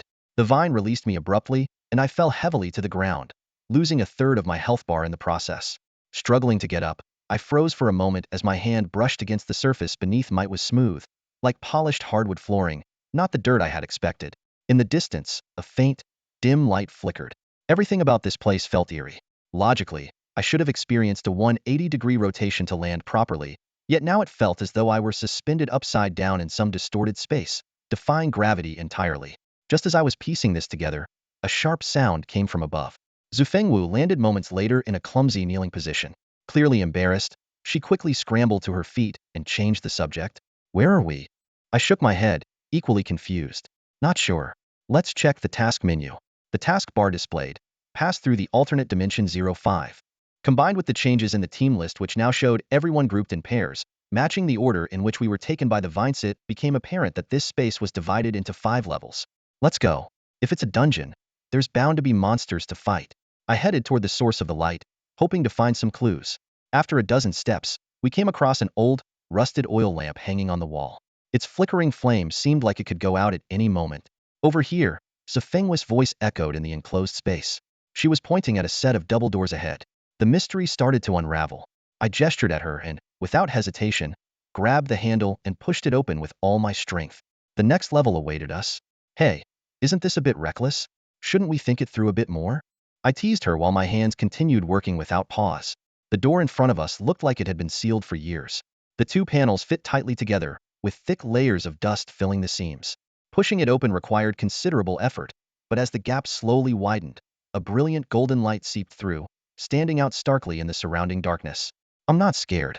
I just want to plan carefully. This place is too creepy, Zifengwu said, peeking out from behind me with half her face showing. I want to see what's behind this door. I gritted my teeth and pushed harder until the door finally swung open completely. The moment I stepped inside, the sight before me made me freeze. In placid crystal clear spherical chandeliers, luxurious wall decorations, smooth and gleaming golden tiles, and, most strikingly, the familiar, golden throne ahead. Cold sweat instantly drenched my back. I opened my mouth to speak, but no words came out. Zifengwu followed me in, circling to stand in front of me. She frowned as she looked at me. Why do you look so pale? Is something wrong with this place? It's nothing, really, I replied dismissively, while internally confirming. The weapon in my hand was still a fire poker, not the pair of light swords. This was the mortal realm, not the divine realm. All of that was in the past. But why did the scene of the divine sky tower appear here so vividly? Do you know where we are? Zifengwu asked, her back facing me. After a brief moment of thought, I replied, I do. So, you've played the divine realm game before. What's the matter? Got some unresolved issues? She turned to face me, her sharp gaze softened by a warm expression. Her arched brows and gentle smile reminded me of fine white jade. Not really. You know how an Iceberg guy has a past he'd rather forget. This is the sky tower, right? I said, trying to sound calm. Maybe, she said, studying me. This is the 90th floor. Most players can't make it this far. This was precisely where I had last stopped in the divine realm. Out of the tower's 125 floors, I had struggled on the 90th for over half a month. In the end, I failed to clear it, leaving only the memory of leaping out of the window. It's not unresolved issues, really. It's just that the boss here was tough to beat. I ran into some setbacks back then, I said lightly, brushing it off. That's all? She said, disappointment flashing across her face, shattering the elegant impression she had just given me. I thought it was going to be some emotional drama, like you got dumped by a girl or something. Come on, someone like me, getting dumped? I shook my head with mock confidence, trying to steady my emotions. Who knows, she said with a smirk. Let's get the boss started and finish this quickly, I suggested, cautiously moving closer to the golden throne. Though every fiber of my being resisted facing this scene again, I forced myself to appear calm in front of the others, masking my unease with a facade of indifference. It was partly to save face, but mostly because this challenge was unavoidable. The boss's stats displayed on the system were all question marks, with a bold message at the bottom of the screen. The shadow has no fixed attributes and will adjust according to the player's status. This at least relieved us of the need for tactical planning, just had to follow the rhythm of the fight. Before I could ask Zifengwu who would initiate the attack, a cold flash sliced through the air. Her short blade had already pierced the boss's left arm with precision. The crystal chandelier above shook violently, and the regal woman seated on the golden throne sprang to life, vanishing into thin air. Only her crown remained, teetering precariously. A familiar sense of dread engulfed me. The glaring light above made it hard to keep my eyes open, and suppressed memories from the past 3 years surged back like a tidal wave. Countless times lying defeated beneath the golden throne, the scenes replaying in my mind over and over. Suddenly, a warning rang out. Watch out! A sword, inlaid with 7 shimmering gemstones, was hurtling toward my throat, a strike I knew all too well. But I was frozen, unable to move, as if my body no longer obeyed me. Just as the blade was about to pierce me, Zifengwu appeared from the left, swiftly planting a binding trap on the ground. She grabbed me by the waist and rolled us out of harm's way. The sword narrowly grazed her shoulder. Why didn't you dodge? Didn't you say you'd start the boss? Zifengwu got to her feet, a hint of irritation flashing in her eyes. I looked down in silence, my mind still consumed by memories, only able to mutter repeated apologies. The boss's aggression quickly shifted towards Zifengwu. Although the trap momentarily restrained it, the boss broke free in an instant thanks to its extraordinary agility. In midair, their figures clashed, but the boss's speed was clearly superior. This was exactly why it had been nearly impossible to defeat back then. One could keep up with its relentless attack rhythm. Under the boss's relentless assaults, Zifengwu began to show signs of fatigue. The sword's longer reach amplified its advantage over her short blade, and her hunter's leather armor was now riddled with cuts of varying sizes. If not for her timely use of potions to maintain her health and her ability to create distance during brief respites, her health bar would have long hit 0. Guilt weighed heavily on me. Why was this happening? 3 years after returning to the 90th floor of the Sky Tower, I was still powerless. When I returned to the kingdom, I had vowed to reclaim my professional peak, but deep down, I had always doubted myself. These past 3 years had made me realize that I was no longer the 17-year-old prodigy, or perhaps I never truly was. I had always been acutely aware of my own limits, knowing when to cut my losses and walk away from what I couldn't achieve. Maybe it was that final defeat beneath the golden throne, or the moment I left the youth training base, or perhaps it was when my stubborn confidence finally shattered. I had long believed the story should end here, even if the ending was so unsatisfyingly abrupt. Suddenly, my vision began to spin uncontrollably. The golden-hued scene was stripped away, merging with the darkness behind my closed eyes to form an eerie interplay of light and shadow. In the final moment before my consciousness plunged into chaos, my head struck the ground with a heavy thud. The edge of my sorcerer's robe hood slipped from my head, shrouding me in total darkness. The system has detected the player's mental load exceeding the maximum threshold, initiating forced logout. The helmet vibrated violently, jolting me awake in my seat. A wave of indescribable exhaustion swept over me, my mind feeling as if it were weighed down by molten lead. As I stepped into the bathroom to wash my face, the pale, ghostly face staring back at me in the mirror felt unfamiliar, as though I were looking at someone else. The amber sunlight outside the window signaled it was nearing 5 p.m. I glanced down at the helmet on the desk, its cryptic numerical code still offering no clues. Though only a minute or two had passed since the system forcibly logged me out, it felt like an eternity. But now, the triumphs and failures of the past no longer mattered. This was the realm. Here, I had to push beyond my limits and transform myself. Taking a deep breath, I placed the helmet back on. The character information flickered before my eyes, and the visuals came into sharp focus. The moment I opened my eyes, a short dagger whizzed past, grazing my hairline. Gu Qingzhu, in an effort to avoid injuring me as I suddenly logged back in, abruptly halted her combo attack, losing her balance and collapsing awkwardly to the ground. Sorry, but wasn't I coming to help you? The once dashing female hunter now looked somewhat disheveled. Her leather armor was covered in scratches, with the damaged sections starting to peel away, clearly on the verge of falling apart. A fresh wound stretched across her delicate face, and blood trickled slowly down her cheek. Yet, her eyes remained sharp as blades, radiating an unyielding fighting spirit. She reached up to wipe the blood from her face, her brows furrowing slightly, clearly displeased with my earlier retreat. Just then, the boss swung its sword toward us. I instinctively entered a defensive stance, using my staff to block the incoming blade. The mysterious mask on the boss' face loomed close less than a foot away. If I said I was just going to the bathroom, would you believe me? I offered a sheepish smile. Honestly, running off during a critical boss fight was hard to justify, no matter the excuse. That depends on whether we can take this boss down, she replied between labored breaths. Leave it to me, I said firmly. Let's try again. The battle resumed. The boss' sword strikes were as swift as lightning and utterly unpredictable. Even while in my defensive stance, I could barely manage to parry, let alone find an opening to counterattack. I had thought that with the two of us working in tandem, one focusing on defense and the other on offense, we'd have an easier time. But reality proved far harsher than I'd imagined. With my re-entry into the fray, the boss attacks grew even more ferocious. Her swordsmanship was bold and sweeping, seamlessly handling our dual assault. She unleashed strikes at sharp, unexpected angles. As her damaged armor became more of a hindrance, Zifengwu drifting wind dance was forced to retreat repeatedly. I didn't dare let my guard down for a second, knowing that a single mistake could shatter the delicate balance of the battlefield. Don't hold back so much, Zifengwu said through gritted teeth, her face flushed with determination. Look for her openings. She doesn't have as many skill combinations as the Sky Tower bosses. As I pondered where her weaknesses might lie, a glint of cold steel suddenly aimed straight for my forehead. At the last possible moment, Zifengwu grabbed my sleeve, pulling me out of the blade's path. Though the maneuver was a bit clumsy, it saved me from what could have been a critical hit. In that instant, a realization struck me. To deal with our dual attack, the boss had to widen the range of her sword strikes, inadvertently exposing a blind spot in her close-range defense. No matter how sharp her blade was, it was limited by its length. While she could defend well from a distance, the areas near her chest and lower back were vulnerable. Seizing the opportunity, I moved in close, following the arc of her blade. As her balance shifted, I swung my staff with all my might, striking her squarely in the chest. A Redan-black scorch mark appeared on her golden armor, and her health bar visibly dropped. Adding in the damage Zifengwu had dealt earlier, the boss now had about 55 of her health remaining. We can exploit her defensive blind spots, I said, finally feeling like we had a chance. Zifengwu looked at me suspiciously. Don't tell me you just realized it now. I knew something was off with your moves earlier. Ha, that was just the warm-up phase, I replied, my fighting spirit reignited. After a few more exchanges, my attacks began to land effectively, and my confidence in my skills returned. Facing the boss's fierce offensive, pure defense would only lead to my health bar depleting rapidly. I made a quick decision to go on the offensive, even though it meant taking greater risks. Agile movement became the key to dodging direct attacks.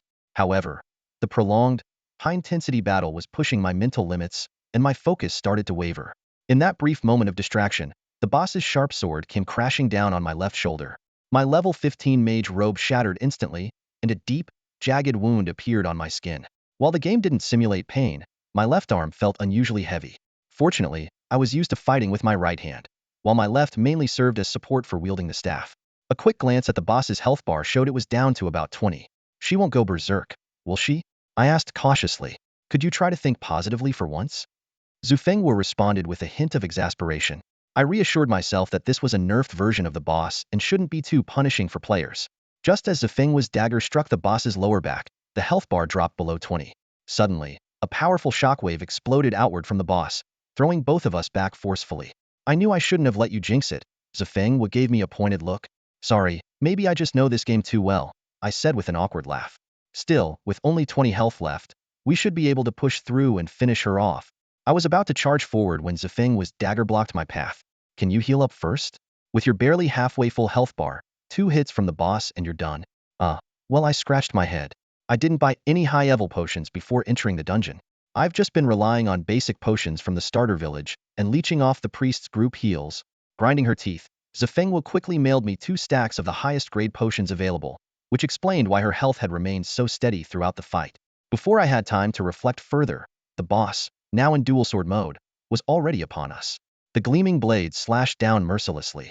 I barely managed to block the attack, but the force behind it was much stronger than before, causing my right arm to tremble uncontrollably. The second strike followed immediately, only to be intercepted by Zifengwu. The clash of weapons sent a shower of sparks flying, and the metallic screech echoed in my ears. As a hunter, Zifeng's strength stat was no match for a swordsman. The impact sent her flying backward. She barely managed to adjust her posture midair before landing, rubbing her reddened wrist in pain. Classes like hunters and assassins were not designed for close combat. In battles between swordsmen, knights, or druids, raw strength often determined the outcome, with technique taking a back seat. Against a swordsman-type boss, they were relegated to a supporting role. This disparity became even more pronounced when the boss entered dual sword mode, significantly boosting its power. Even with the enhanced stats from wielding my staff, my strength still couldn't compare to that of a traditional warrior. In such situations, the only viable strategy was to counter strength with finesse, using precise angles to deflect and neutralize the overwhelming force of the boss's attacks. A challenge that seemed like a far-fetched dream to many players now sparked a flame of determination within me. As a former light swordsman player, I was all too familiar with this dual-wielding boss. Though the boss had relatively low health, the intensity of close-quarters combat made casting spells nearly impossible. I had no choice but to rely on the melee damage of my staff, chipping away at her health bit by bit. The memory of helplessness I felt each time I faced her was still vivid, especially during her final berserk phase, when the fight devolved into a pure dual-sword duel that always ended in my defeat. Now, armed with a staff and facing a boss no longer at her peak, would the outcome be different? To my surprise, every parry and counter seemed ingrained in my muscle memory. Each strike from the boss was as swift as lightning, yet none broke through my defense. Sparks flew through the air, bearing witness to the ferocity of this battle. After 3 years away from the divine realm, I thought my skills would have dulled, but the feel of those light swords remained deeply etched in my memory. However, the inherent physical disadvantage of being a warlock began to show. Veins bulged on my hands, and my wrists twisted unnaturally. While my mind could keep up with the boss' relentless pace, my body was beginning to falter. 6 left, came Gu Qingzhu's voice. That tiny number should have filled me with hope, but instead, it felt like the final straw. My right hand gave out, and the boss's left sword pierced through my right side. Blood arced through the air as my health plummeted to a critical level. In a panic, I downed a potion, barely pulling my health back to a safe range. Gritting my teeth, I gripped my staff tightly, just managing to block another incoming attack. At the same time, Gu Qingzhu seized the opportunity, unleashing every skill in her arsenal without regard for cooldowns. 2. Another sword came slashing toward me. This time, I knew with certainty that I had reached my limit. Neither my stamina nor my remaining health was enough to endure another direct hit. Was I destined to fall here, beneath this golden throne? A tremendous force bore down on me, the blade nearly grazing my neck. Just as I was about to lose my balance, a pair of slender hands suddenly gripped my staff, skillfully deflecting the deadly strike. The boss froze briefly, and Gu Qingzhu took advantage of the fleeting moment, pulling me into a quick spin to dodge the other sword's attack. A short dagger sliced through the air, striking the boss squarely in the forehead. With the sound of shattering, her mask broke, and the boss' health bar was completely depleted. It's over, Gu Qingzhu sighed, leaning down to retrieve her dagger from the boss. The generous experience from the kill instantly boosted me to level 26. I felt so dizzy and overwhelmed that I was on the verge of tears. Never in my life had I imagined that someone as laid back as me could climb 2 levels in a single day, though the process was anything but smooth. Gu Qingzhu approached gracefully, reaching out to pull me up. How are you feeling? Ow, it hurts, I replied, shaking my wrist. Then I realized I might be overacting and quickly coughed twice to cover my embarrassment.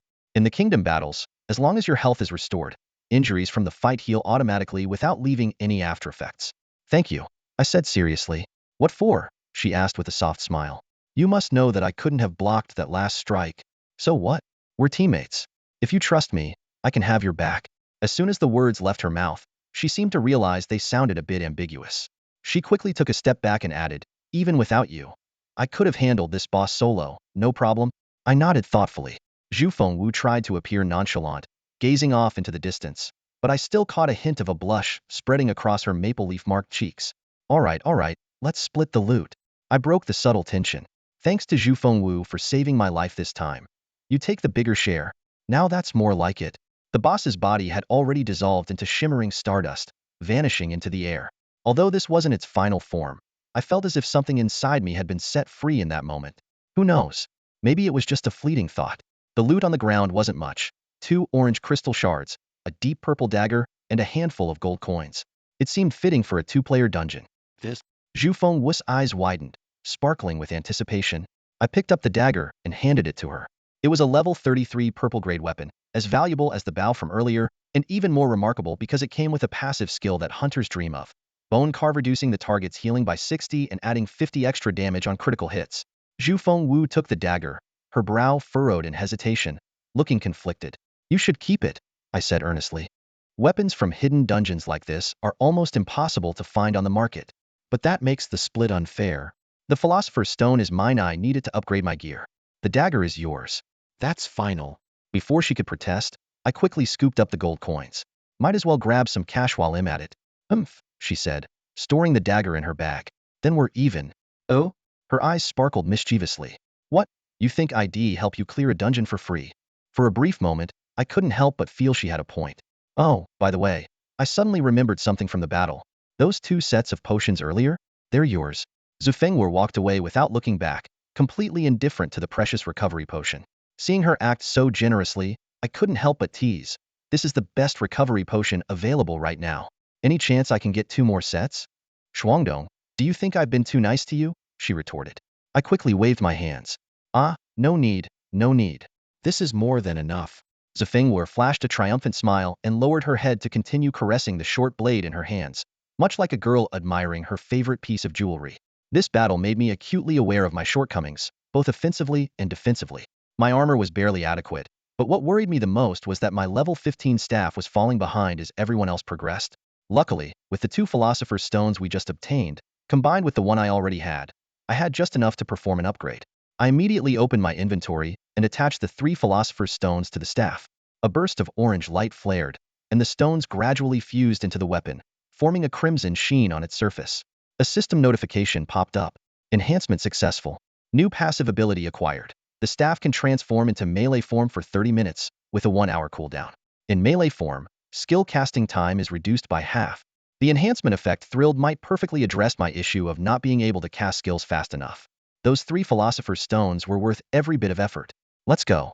What are you grinning about? Zhu Fengwu nudged me lightly with her foot. I proudly shared the staff's updated stats panel with her. As expected, the enhanced attributes now surpassed those of a standard level 25 weapon. Don't get too cocky, she scoffed. These stones aren't easy to come by. Our guild's only ever found one so far. Level 25 should last me a while. I'll figure it out when the time comes. I wasn't too worried. I've always been the type to cross bridges when I get to them. Zhu Fengwu brushed her bangs aside and pointed toward the door behind the golden throne. Let's move. The task list showed that all groups had completed their objectives. It seemed Fengyu and the others had done a great job as well. Before the door closed, I couldn't resist glancing back. Perhaps this was my proof of conquering the 90th floor of the Sky Tower. I told myself, this is the last time. I murmured as I let go of the door and turned away. Only then did I notice Sifeng had been silently watching me the entire time, and I suddenly felt awkward. Aren't you going to ask why I disconnected earlier? She asked. I can tell it wasn't a pleasant memory. If you don't want to talk about it, that's fine, I replied. I'm sorry, I said, taking a few steps closer. When I'm ready, I'll tell you next time. Maybe when I'm in the mood for a story, she said with a faint smile. Suddenly, the space around us collapsed, and a wave of weightlessness washed over me. When I came to, I was sitting on a massive boulder. In the distance, Fengyu waved at me. Hidden dungeons really are something else, he remarked in awe. Not that special, honestly. It was pretty straightforward, I replied nonchalantly. Your face says otherwise, he said with a knowing grin, seeing right through me. Before we knew it, we had left the forest and arrived at a riverbank. Behind us, the dense canopy of trees remained shrouded in darkness, making me wonder if everything earlier had been nothing more than an illusion. Seeing everyone gathering by the river, Fengyu spoke up. You all must be tired. It's getting late. How about we meet back here in 12 hours? 12 hours? That's 6 a.m., I muttered, watching everyone nod in agreement. With a wry smile, I realized I was about to join the ranks of those waking up in the middle of the night to raid. So much for maintaining a healthy sleep schedule. A series of flashes signaled players logging off, and after exchanging brief goodbyes with those around me, I followed suit. The moment I removed the helmet, the earlier feelings of suppression and exhaustion vanished completely, replaced by an intense urge to express myself. Normally reserved and not one for words, today I felt an overwhelming need to document this bizarre experience. Glancing around the empty dorm room, I noticed Hauzi was nowhere to be seen. My phone lit up with a message from him. It turned out he had gone to participate in an event with the esports club. I touched my parched throat, wishing there were 2 bottles of beer in the dorm to ease my thoughts, but instead, I settled for a can of soda as a small comfort. My gaze landed on the corner of the room, where a dust-covered packaging box for the Guadu helmet sat. Something clicked in my mind. I picked up the box and gently brushed off the layer of dust. The customer service number printed on the side stood out. Taking out my phone, I dialed the number, and the promotional song of Guadu, Battle, played in my ear. Before the chorus reached its midpoint, the call was answered. Hello, this is Guadu's official customer service. My ID is 0051. How can I assist you today? I'd like to inquire about some game-related information, I said after organizing my thoughts. My ID is 735862470. Earlier today, I accidentally entered a Divine Realm scene while in the Hidden Moon Lake dungeon. Was this some sort of bug? Please hold on. The representative paused briefly before replying. After checking, your account appears to be functioning normally. The Moon Lake dungeon is an early hidden level in the game. The scene you experienced was an Easter egg left by the designers. The system uses iris recognition to read your personal information in the Divine Realm and generates a scene tailored to match you and another individual. I see.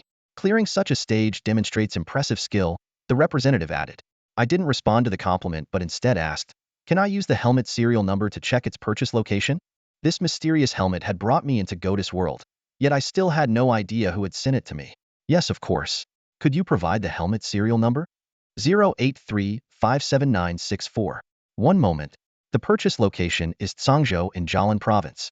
The name of the place Stunmet Hat was where the Divine Realms youth training camp was located. I had spent 2 full years there. Could the helmet have been sent from that place? Is it possible to check the buyer's information? I asked. Apologies, but that falls under personal privacy, and we are not authorized to access it. Understood. Thank you. Have a great day. After ending the call, I leaned against the balcony railing, sipping my soda and feeling the bubbles fizzing down my throat. To think the Sky Tower was merely an Easter egg in the Divine Realm, and yet, the mystery of who purchased the helmet lingered. Today's events stirred up a flood of memories. Though I was barely in my 20s, such musings might seem laughable, but for me, these past 3 years had felt impossibly long and indescribable. It was nearing dusk, and the hues of the wind in the distance blended indistinctly into the dreamy warmth of the early autumn sun. The vast, dim sky served as a backdrop for the hazy silhouettes of high-rises near and far, faintly rippling outward with the drifting clouds, stretching all the way to the horizon. I picked up my phone and pressed the top number on my contact list. Soon, a familiar raspy voice came through, like a hoarse duck's call. Well, a rare guest. What made you call me? Tilting my head back, I drained the last sip from the can in my hand. Nothing urgent, just felt like chatting. You free? Sure, just finished training. What's up? Spill it. Ha, I couldn't help but tease. Lin Hansu actually training seriously now? The voice on the other end immediately raised several decibels. You have no idea. These past few years, I've been training diligently, no shortcuts at all. I'm practically the role model of the team. I tightened my grip, crushing the can into a twisted shape. Cut the nonsense. Listen, I came across something strange today. What kind of thing could possibly surprise Gu Qingzhu? Come on, let me hear it and have a laugh. I told you, call me Gunai. Oh, forget it, you'll never change. I paused. I played a dungeon today, made it back to the 90th floor of the Sky Tower. There was silence on the other end for a few seconds before he spoke softly. Moon Lake, right? How did you know? I asked, surprised. Didn't expect that, did you? Lin Hansu's tone carried a hint of smugness. I've been through it too. Hidden dungeons like these are usually monopolized by pro teams early on. Regular players can't even clear them, and besides, selling the loot from these can fetch a hefty price. Not bad. You managed to crack the hidden dungeon in Luo Dao. Not cracked yet, just cleared the first 2 stages. Still a long way to go. I quickly denied. Don't be so quick to deny it, he interrupted. I know you better than you know yourself. You can be so contradictory sometimes. By the way, my run was also on Sky Tower. You? Stop being so ambiguous with your words.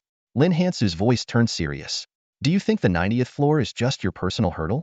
It's a shared knot for all 10 of us. But the real reason we couldn't pass ultimately lies with me. I was about to respond when he continued. You're too sensitive. Thinking too much makes life exhausting.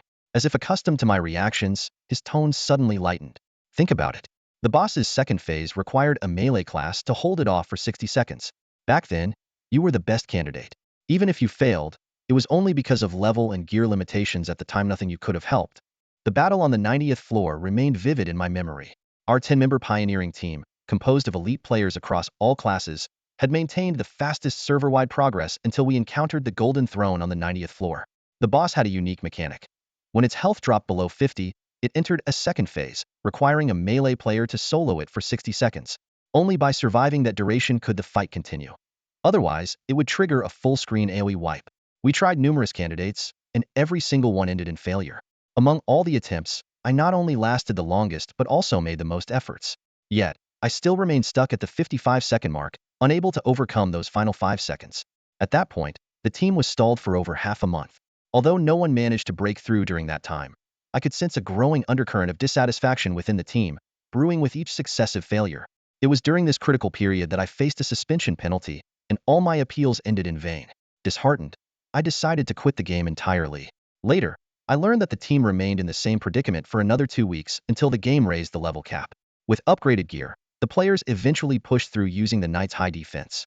Perhaps it wasn't entirely my fault, but given my state of mind at the time, I doubt I could have endured until the moment of victory. What are you thinking about? Lin Hansu's voice snapped me back to reality. All right, you've said this too many times already. I'm immune to it now. Stop lying to yourself, trapping yourself in a cage, he said, looking straight at me. Take Kingdom, for example. If you didn't still care about it, would you even bother playing? I smiled faintly, neither agreeing nor denying. Indeed, after returning to this world, everything felt so natural, as if I had never left life in Kingdom. But time had passed, and with a bitter smile, I said, maybe. But now, I can only participate as an ordinary player. Have you really ruled out coming back? He asked. I can't go back, I shook my head. I'm well aware of the current competitive level. I'm no longer the agile swordsman I once was, and I can't keep up with you all anymore. Your biggest problem is that you overthink everything, always worrying and hesitating, Lin Hansu said. Our captain mentioned you the other day. What did she say? I asked, suddenly intrigued. Well, she said if I stuck around you, I'd be doomed sooner or later. You didn't need to tell me that. You were the one who wanted to know. I chuckled self-deprecatingly, trying to console myself. Oh well, at least I haven't been forgotten. Being a cautionary tale isn't the worst thing. I'm serious. Lin Hansu's voice suddenly turned low and earnest, almost unrecognizable. No matter what others think, I personally really hope you'll come back. I know it won't be easy, but it's not entirely hopeless. We've been around long enough that we have some influence now, and maybe we can help. He still held on to that optimism and stubbornness qualities that had carried him out of the youth training camp and helped him grow into a top-tier assassin. However, I had to remain realistic. The esports scene of the Divine Realm had long entered the era of industrialization, with increasingly higher professional thresholds. Kingdom had taken this professionalization to unprecedented heights. Just 2 years ago, the Divine Realm still relied on a unified youth training camp model to cultivate reserve players. Now, to meet league demands, each team had its own independent youth training squad. The competition was fiercer, and the entry barriers were significantly higher. Compared to my training days, the number of players in the same training period had increased 5-fold. These were all young talents in their prime, the future stars of professional esports. It's worth noting that many current star players in the league came from the smallest youth training camp cohort of 2023. Starting that year, the Divine Realm Professional League entered a golden age of stars, with capital pouring in, offline events expanding in scale, and team operations evolving beyond the traditional confines of esports. Against such a backdrop, how could I possibly bridge the 3-year gap and return to where I started? Lin Hansu's words were as fragile as the autumn leaves swaying outside the window. I decided to put off a deeper conversation for now, simply saying, we can talk more another time. Before ending the call, I quickly wrapped it up with the excuse of his intense training as a professional player, ostensibly to let him rest. In truth, I was afraid he might unintentionally stir up memories buried deep within me. For the past 3 years, I've led the most ordinary college life, shuttling between the dorm, classrooms, and cafeteria. I rarely paid attention to professional leagues anymore, except for that one time when Lin Hansu made it to the finals. I bought a ticket in the 3rd row, a spot close enough to clearly see the game and feel the electrifying cheers from the fans around me. Unfortunately, that year, Qingzhu lost to Quij and missed the championship. When I saw Lin Hansu's frustrated expression as he removed his helmet, I quickly left the arena. Standing in the dimly lit corridor, an unprecedented thought suddenly surfaced. If I hadn't left the youth training camp and had signed on as a professional player, what would my life be like now? Perhaps I would have been on the same team as Lin Hansu, though I'd have to endure the strict discipline of Captain Lin Qingzhu. Then again, maybe my presence would have been a burden, and we wouldn't have even made it to the finals. The cold wind outside only deepened the turmoil in my heart. Back in the dorm, Housie sent me photos and noisy voice messages from the esports club celebration. I replied with a few casual messages before tossing my phone aside. Lying on my bed, the harsh glare of the fluorescent light blurred my thoughts. I reached under the mattress and carefully pulled out a yellowed envelope, untying the white string at its opening. Inside was a collection of photos and documents. A group photo of the 2023 youth training camp, a close-up of Lin Hansu and me during a solo training session, a candid shot of our dorm group being punished for tardiness, snapshots of daily life, and a screenshot of the duel's word-wielding swordsman Yin Guo from the game. Behind the photos lay a series of records, medical reports, the youth training camp roster, training data analysis, personal training plans, and character evaluation sheets. Two pieces of paper stood out in particular. One was a photocopy of the professional player registration list, which clearly stated, ID 282, name, Gu Qingzhu, confirming that I had once been officially approved as an active professional player in the Xinjie League. The other was a crumpled notification. After verifying the situation, it has been confirmed that contestant number 082, Gu Qingzhu, has committed a severe violation of the professional regulations of the Divine Realm by maliciously altering game data. As a result, a 5-year suspension has been imposed as punishment. I lowered my head, staring at the empty file in my hands, with everything scattered around the edge of the bed.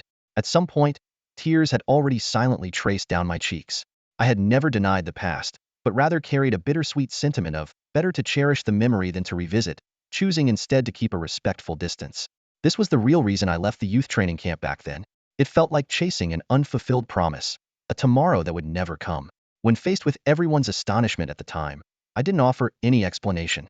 I simply packed my bags and left decisively, leaving behind a carefree silhouette. 3 years ago, it was with such a naive and stubborn mindset that I bid farewell to the Divine Realm and the illustrious youth training camp. Yet at this very moment, during this peculiar crossroads, I find myself truly missing all of you and hoping that the future might hold some change. After tidying up the photos and putting the file folder back in its place, my mind was in turmoil. I decided to take a shower and then collapsed into bed. When I opened my eyes again, it was already 4 a.m. the next morning, with the sky faintly tinged in deep indigo. I have to admit, sleep truly is the best remedy, and now I felt completely back to normal, with last night's discomfort entirely gone. Housie was still sound asleep, his light snores indicating he must have stayed up late playing games. After a quick wash, I noticed 2 portions of breakfast on the table and couldn't help but mutter, how thoughtful. There was still plenty of time before my 6 a.m. rendezvous with Feng Yueji, and there wasn't much to do in the game dungeon. So, I opened the official forum of the kingdom. The gossip thread about Shan Yin Tianqian remained at the top of the board, prominently marked as hot. Thinking about how he had confided in me about his situation yesterday, I figured this guy was probably still neck-deep in trouble, relentlessly hunted down. As a fellow player, I couldn't help but admire how he had taken the game to such extremes. Setting aside his complicated romantic entanglements, Shan Yin Tianqian's skill as an ice mage was undeniably top-tier in the Divine Realm. As a former teammate in the Paradise Guild, I vividly remembered his almost cheat-like accuracy with ice spears. Unfortunately, the tales circulating about him were always about his romantic escapades, with little attention paid to his actual gaming prowess. I silently observed a 5-second moment of respect for him. Just as I was about to close the thread, a new post caught my eye. It had only been up for less than 10 hours but had already climbed to the forefront of the forum. Tang Ying transfers to Gu team. Ling Xiao joins Lian team. Is the era of star alliances upon us? Tang Ying and Ling Xiao, those names were all too familiar. They had been my peers in the same youth training camp cohort. It seemed that Lin Hansu's frequent mentions of the era of the stars might truly be coming to fruition. Curious to find out more, I clicked on the post, only to be met with a heated discussion. The post revolved around 2 major transfer announcements. According to the club's official website at 9 p.m., the top-ranked light swordsman in the national server, Tang Ying ID 075, had transferred from the Qinghu team to the Quij team. Shortly after, at 10 p.m., it was announced that the Knight Ling Xiao ID 090 had also made a move, leaving the Nanfeng team to join the Luyun team. As a longtime fan of the Qinghu team, the poster didn't hold back their opinions. They stated that Qinghu's ability to maintain a mid-tier standing in the Divine Realm Professional League in recent years was largely due to Tang Ying's outstanding performance as the team captain. While they understood her desire to chase a championship, they argued that choosing Quij was not a wise decision. The poster analyzed that although Quij had once achieved the glory of 3 consecutive championships, their current lineup already had an abundance of damage dealers, leaving little room for Tang Ying to showcase her talents. What puzzled them even more was Ling Xiao's transfer decision. They pointed out that the Luyun team, as last season's champions, already had a solid roster of defensive knights. Meanwhile, the Nanfeng team had painstakingly developed the twin stars duo of Ling Xiao and Lu Xiaoxi, which had propelled them into the semifinals. To part ways now seemed akin to self-sabotage. The comments section below the post became a battlefield for fans to vent their emotions. Supporters flooded the thread with declarations of loyalty to their idols, leaving messages like, Tang Ying, no matter where you go, we'll always support you. Fly high, Tang Bao, your mom's always with you. And Tang Ying is so beautiful. Meanwhile, fans of Quij and Luyun teams engaged in fierce verbal clashes, both sides firmly believing their respective teams would dominate the next season.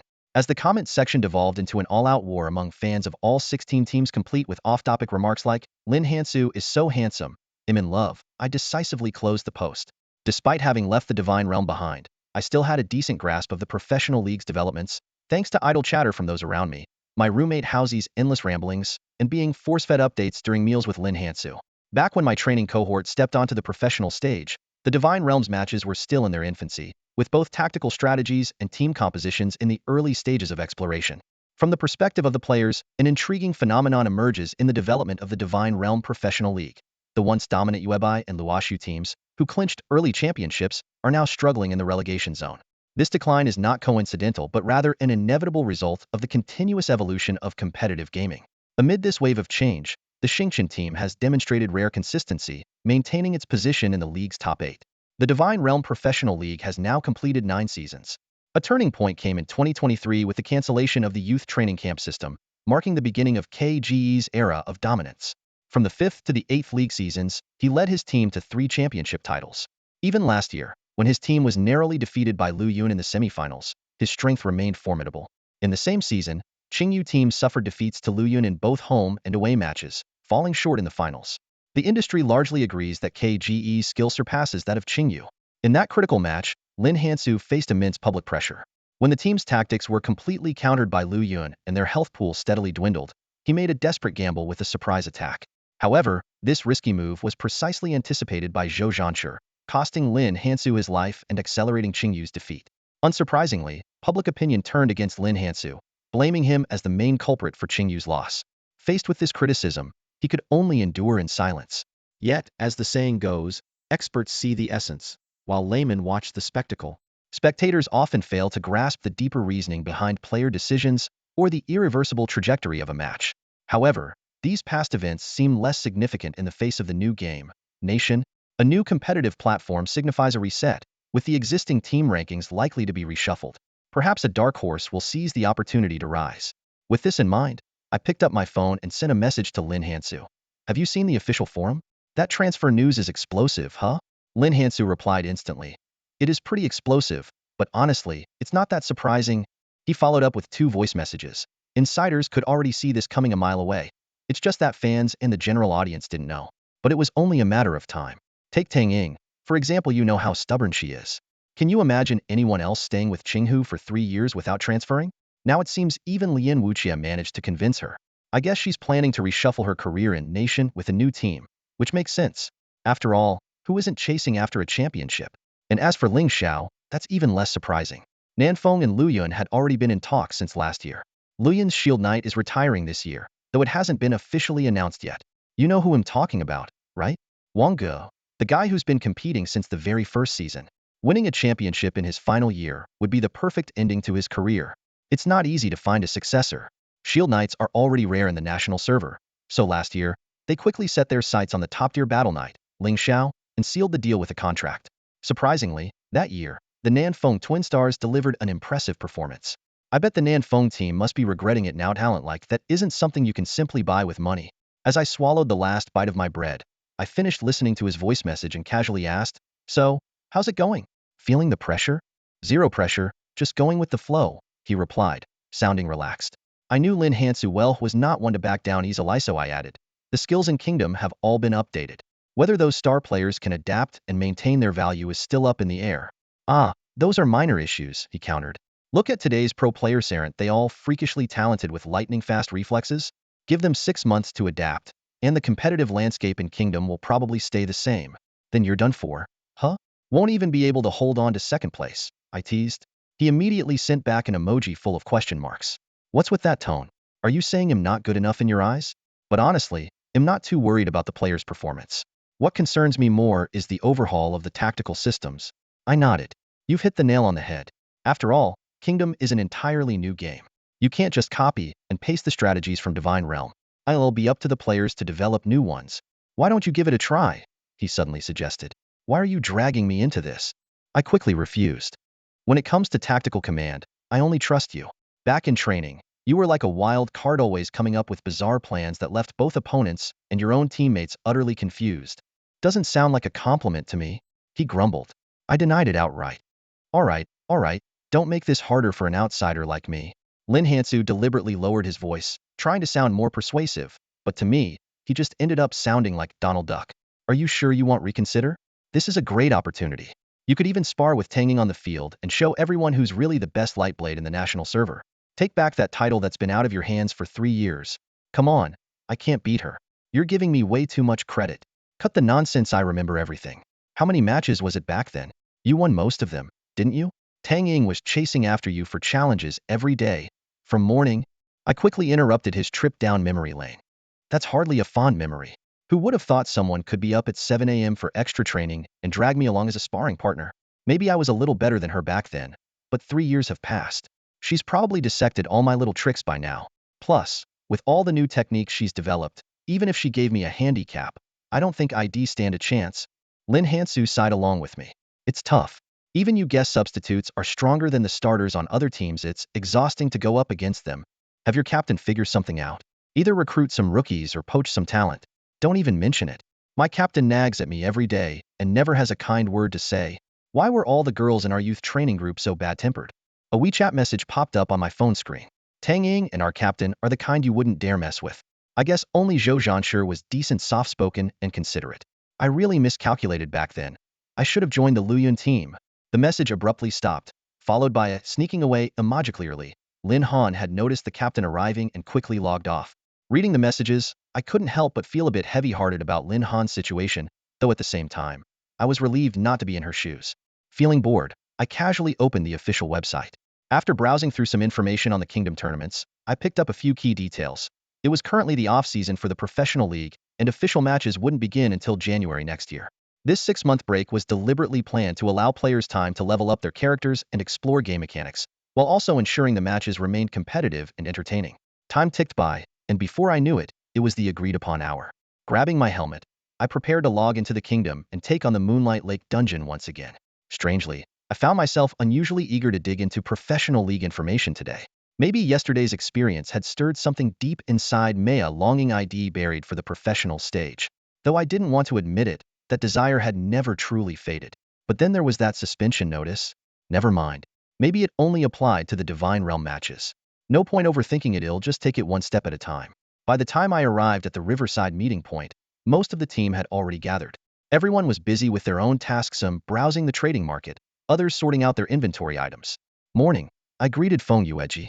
He looked exhausted, lazily raising a hand in response. We should have pushed the meeting back by 2 hours. Getting up at this time is just torture for me. Can you even manage? Guangzhe teased from the side, showing off his shield as he flipped it back and forth. Even the old man isn't complaining, but here you are, a young guy, struggling.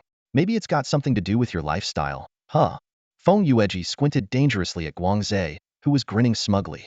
Guang, my friend, I'm afraid this month's guild subsidy and equipment might. Ah, guild leader.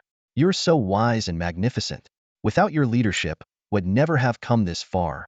Guangzhe instantly switched to flattery. Watching this exchange, I couldn't help but laugh. Although Feng Yueji's guild wasn't particularly large, the camaraderie here was far more appealing than the rigid hierarchy of the more established guilds. I decided to open my friend list and added everyone present. Glancing at the list, I noticed only a few people were online. Yet, the name Shinin Tianqian stood out at the very top. Online at this hour? On second thought, it made sense given his current situation. He would have to train in secret during off-peak times to avoid being hunted down. Even so, he had already reached level 28, a ranking that put him in the top 500 on the Luodao server. I sent him a casual message. Still online at this hour? Pretty dedicated. Don't mock me, he replied. I'm just trying to stay alive. My schedule's completely flipped now. And you still managed to hit level 28 like this? Why is level 28 such a big deal? He shot back. Oh, right, lazy folks like you wouldn't understand. We're just not on the same wavelength.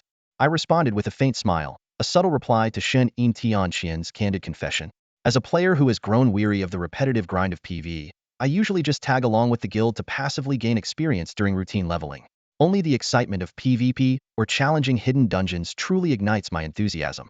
Shen Yin Tianqian, however, left a completely different impression. Ever since I met him in the guild, he seemed to alternate between flirting with girls and tirelessly grinding levels. It puzzled me after completing a hidden dungeon. I barely managed to reach level 26. With the pitiful leveling efficiency of a warlock, how could he possibly keep up with the AoE output of a mage? I solo pull mobs and grind them in groups, he said nonchalantly. That statement immediately caught my attention. Mages can solo level now? Sure, he explained with practiced ease. You just have to control the skill range, use the casting delay to maintain distance, and chain your skills together properly. The mobs in the wild aren't as tricky as bosses. They're just reskin models, really. Even though I knew next to nothing about the mage class, it didn't sound that simple to me. You'd have to be fighting higher level mobs for that to work? Yeah, about 10 levels above mine for now, he replied, still calm and composed. Come on, are you kidding me? Mobs above level 35, how are you breaking their defense? In response to my skepticism, he sent over a screenshot of his weapon stats. It was a level 25 purple tire weapon enhanced with Sage's Stone, boasting not only significantly higher base attributes than other gear of its level, but also a jaw-dropping passive effect, a 30 increase in spell damage. No wonder he could confidently take on higher-level mobs. Don't even ask, he sighed. Getting this weapon cost me a fortune. If it weren't for being hunted out of the lower-level zones, I wouldn't be stuck farming in the wild every day. This isn't your first time, I said, trying to console him. Just hang in there for 2 weeks, and the heat will die down. He replied with a bitter smile emoji. Not so simple this time. That girl's a key figure in one of the top 3 guilds in the main city. The guild leader said she won't let this go until she gets her revenge. Shinan Tianqin's home base, the Liaodong main city, was mostly populated by players from northeastern China, known for their strong emphasis on honor and loyalty. If he had seriously offended someone, getting out unscathed wouldn't be easy. Why don't you just apologize? I suggested. Taking a couple of hits is better than turning the game into a survival challenge. No way, it's a matter of principle, he said firmly. Once the level 30 main city teleport feature unlocks, they'll switch to a different location and start fresh. That's a thing now? Didn't you read the patch notes? It was added in the last update. Costs 800 gold per use. The number left me stunned. At the current exchange rate of 1:5 for gold, a single teleport would cost 4,000 renminbi. Are you in Luodao? How's the scene there? If it's decent, I might come join you, he asked. Still reeling from the shock of the exorbitant teleport fee, I replied absent-mindedly, not much else here. But there are plenty of girls. The tone of Shan Yin Tianqian had noticeably risen several levels. This sudden change filled me with quiet joy, and I immediately expressed my intention to go level up. Just as I was about to set off, memories of my past with Shan Yin Tianqian surged through me like a tide. In this world of martial arts, we were inseparable, facing countless assassins' ambushes together. As comrades in arms, the phrase taking a blade for each other was never just empty words, but an everyday reality. While I was lost in these memories, Feng Yuji's booming voice shattered the silence. Brothers, let's move forward. I looked up just in time to meet Zhu Fengwu's gaze. She gave me a slight nod as a greeting, then quickly shifted her eyes away, her face still wearing that sleepy expression. Feeling a bit awkward, I raised my left hand briefly and followed the group onward. Ahead of us was a suspension bridge spanning a deep chasm. The bridge's surface was made of wooden planks eroded by rain, held together by a few seemingly fragile ropes.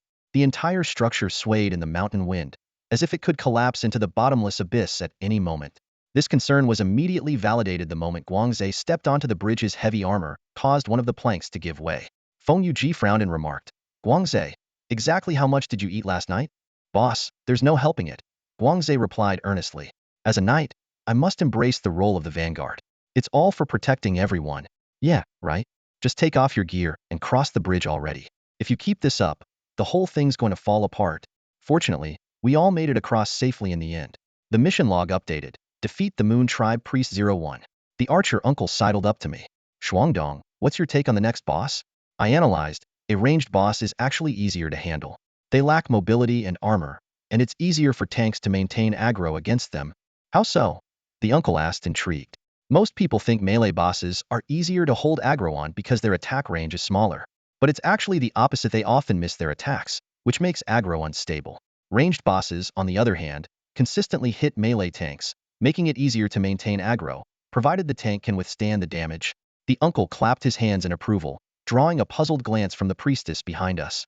Well said. If you were a knight, you'd make an excellent tank. I quickly waved my hands dismissively. Don't joke around. Tanking is way too exhausting for me. I much prefer playing DPS roles. I can tell. The uncle chuckled. I've never seen a warlock who doesn't control the battlefield. Young people these days really have a knack for innovation. Turning a few corners along the towering cliffside, the path ahead suddenly opened up. The plains at the heart of the canyon came into view, with a few campfires flickering in the distance. Shadows moved eerily now and then within the dim outlines of pale yellow tints. The task panel updated again. Defeat the Moon Tribe Priest, But first, deal with the 4 Moon tribe attendants. Isn't this like fighting 2 bosses? Qiu Xiangwan complained, pointing at the task panel. It won't be that hard, Feng Yueji explained as he strode confidently toward the heart of the area. Those 4 attendants are just small fry, nowhere near the level of the boss. Guangza and I will distract the boss, while the rest of you split into pairs to handle the attendants. Once they're down, we'll all take on the priest together. How do we split into teams? Feng Yu Paoma called out from behind. You're all grown-ups, figure it out yourselves. Feng Yueji's voice floated back. 8 people needed to form 4 teams. Feng Yu Paoma clasped his hands toward the Shuangdong brothers. I have to team up with my girlfriend? 2 mages together will clear faster, Qiu Xiangwan said deliberately, raising her voice. The usually quiet archer was just about to speak when the older man interrupted, practically dragging him away. In the distance, his scolding voice could still be heard. What did Aji just say? You're an adult now, learn to adapt to the situation. I turned to Zifengwu, who stood with arms crossed. Looks like it's us teaming up again. Seems like you're quite popular. It's just the nature of the role, I explained. Like priests, warlocks are naturally in demand for their crowd control abilities. According to the official stats, support classes are the most sought after, while DPS classes are actually less favored. Zifengwu scoffed, feigning disdain. Then why does everyone still pick DPS? Well, who doesn't want to be the main character in a game? I grinned. You're quite the exception, she said, looking at me. You chose a crowd control class but insist on playing it like DPS. That's just how I am. If I can't be the best, they'll settle for being the most unique. Don't take it seriously, just joking. Let's go, I added when I noticed her thoughtful expression. The campfires on the plains gave off ashen smoke, their dark flames devoid of any warmth. As Guangza stepped into the territory, a deep voice echoed from within the tents. Intruders who passed through the Black Forest, you've finally arrived. This boss can even greet us? Guangze mumbled as he quickly headed toward the central tent in the heart of the area. His silver shield struck the Moon Tribe priest's staff with precision, dealing a small double-digit amount of damage. Compared to the Moon Tribe elder from the first stage, the priest's health and defense were slightly more than half of the former's. As a ranged class, it lacked heavy armor but boasted a 30 higher attack attribute. Combined with the boss's level 30 advantage, this challenge was no walk in the park. Can you hold up, Xiaoguang? Feng Yueji asked, her tone tinged with concern as she focused on the stats panel. That depends, Guangze replied, agilely dodging an incoming energy beam with a quick roll. On whether your healing can keep up. I switched to defensive gear, barely managing. All right, everyone, take care of your assigned minions first, Zhu Fengwu said, giving me a meaningful glance to signal me to act. I shrugged to show I understood and jabbed my weapon into the shadow lurking inside the tent. Soon, a hunched minion emerged with a twisted face, shambling toward us. Its stats were on par with a level 25 wild boss, and its slow movement speed didn't seem particularly threatening. The man beside me had already chipped away 20 of its health. I feel like it won't be that simple, just like the berserk skill of the first boss, Zhu Fengwu said cautiously as she approached the minion with her dagger. This time, her worry seemed unfounded. Under our relentless assault, the minion's health bar was depleted in just over 10 minutes. It staggered into a hunter's trap within the icy field and collapsed with a piercing howl, though it dropped no loot or experience. At that moment, Guangze's panic shout came from a distance. The party list showed his health plummeting to 1/4 in an instant. Feng Yueji quickly cast a major healing spell, restoring 1,057 health points to Guangze. However, in his disarray, Guangze lost his positioning, and a pitch-black energy beam struck him squarely in the face, instantly depleting the health he had just regained and leaving him dead on the spot. The aggro immediately shifted to Feng Yueji, who had provided substantial healing. This situation was even more dire than the first stage without a tank. Ranged classes had no chance of holding their own against a mage-type boss. A fireball shot out from the tip of the staff, roaring through the air and instantly killing Feng Yueji with ruthless efficiency. I glanced at Zifengwu and couldn't help but marvel at how her earlier prediction had come true. The boss had indeed gone berserk. You're like a walking jinx, I said, half in admiration. The fight quickly spiraled out of control. The tank and the healers went down one after another, and the rest of us struggled to hold our ground under the boss's relentless attacks. It didn't take long before we were completely wiped out. 2 minutes later, we regrouped at the valley entrance. Big mistake, my bad, everyone. Sorry for the wipe, Feng Yueji said, looking visibly guilty. Qiu Xiangwan frowned in confusion. What just happened? Things were going so smoothly earlier. They were, Guangze replied, gesturing with his leather-clad hand. But after Shuangdong and Zifengwu finished off the minions, the boss's attacks suddenly became way more aggressive. Its attack range and damage went through the roof. I couldn't react in time and got hit. Zifengwu and I both nodded in agreement. It was clear that killing the minions had triggered the boss's berserk mode. Does that mean we should focus on the boss first? Feng Yueji mused, resting his chin on his hand. Guangza, still shaken but eager to move forward, quickly chimed in, that must be it. Let's try again.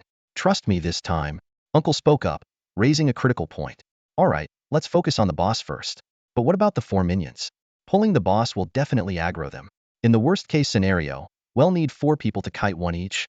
Zhu Fengwu, who had been silently listening, suddenly interjected. That won't work. Splitting 4 people to kite will severely impact our DPS output. She kicked at the dirt on the ground and continued under everyone's watchful gaze. The knight and the 2 healers need to stay on the front lines, which leaves only 3 DPS players. If the boss goes berserk, we won't have enough damage and we'll just wipe again. But Feng Yueji hesitated. Wouldn't 2 people handling 4 minions be too much pressure? I was about to suggest giving it a shot when Zifengwu spoke up first. No need for 2. I can handle them on my own. The group fell silent. After a long pause, Fengyue Paoma broke the tension. It's not that we don't trust you, Zifengwu, but a wipe means losing 50 of our experience. If the minions aggro gets out of control, we all know what'll happen. Paoma was about to continue when Feng Yueji lightly tugged at his sleeve to stop him. We're grateful to Zifengwu for helping us clear the first stage, but we need to be more cautious with this strategy.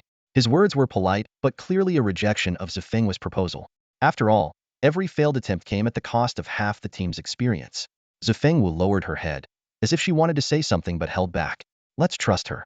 I think this strategy can work, I said, meeting Fengyue Paoma's gaze directly. Zifengwu still didn't look up, murmuring something under her breath. I caught every word clearly, as I was standing close by. Stop showing off. Feng Yueji paused for a moment before making a decision. Since Brother Shuangdong insists, let's begin. This is the boss, and anything can happen in its berserk state. A little extra damage output won't hurt.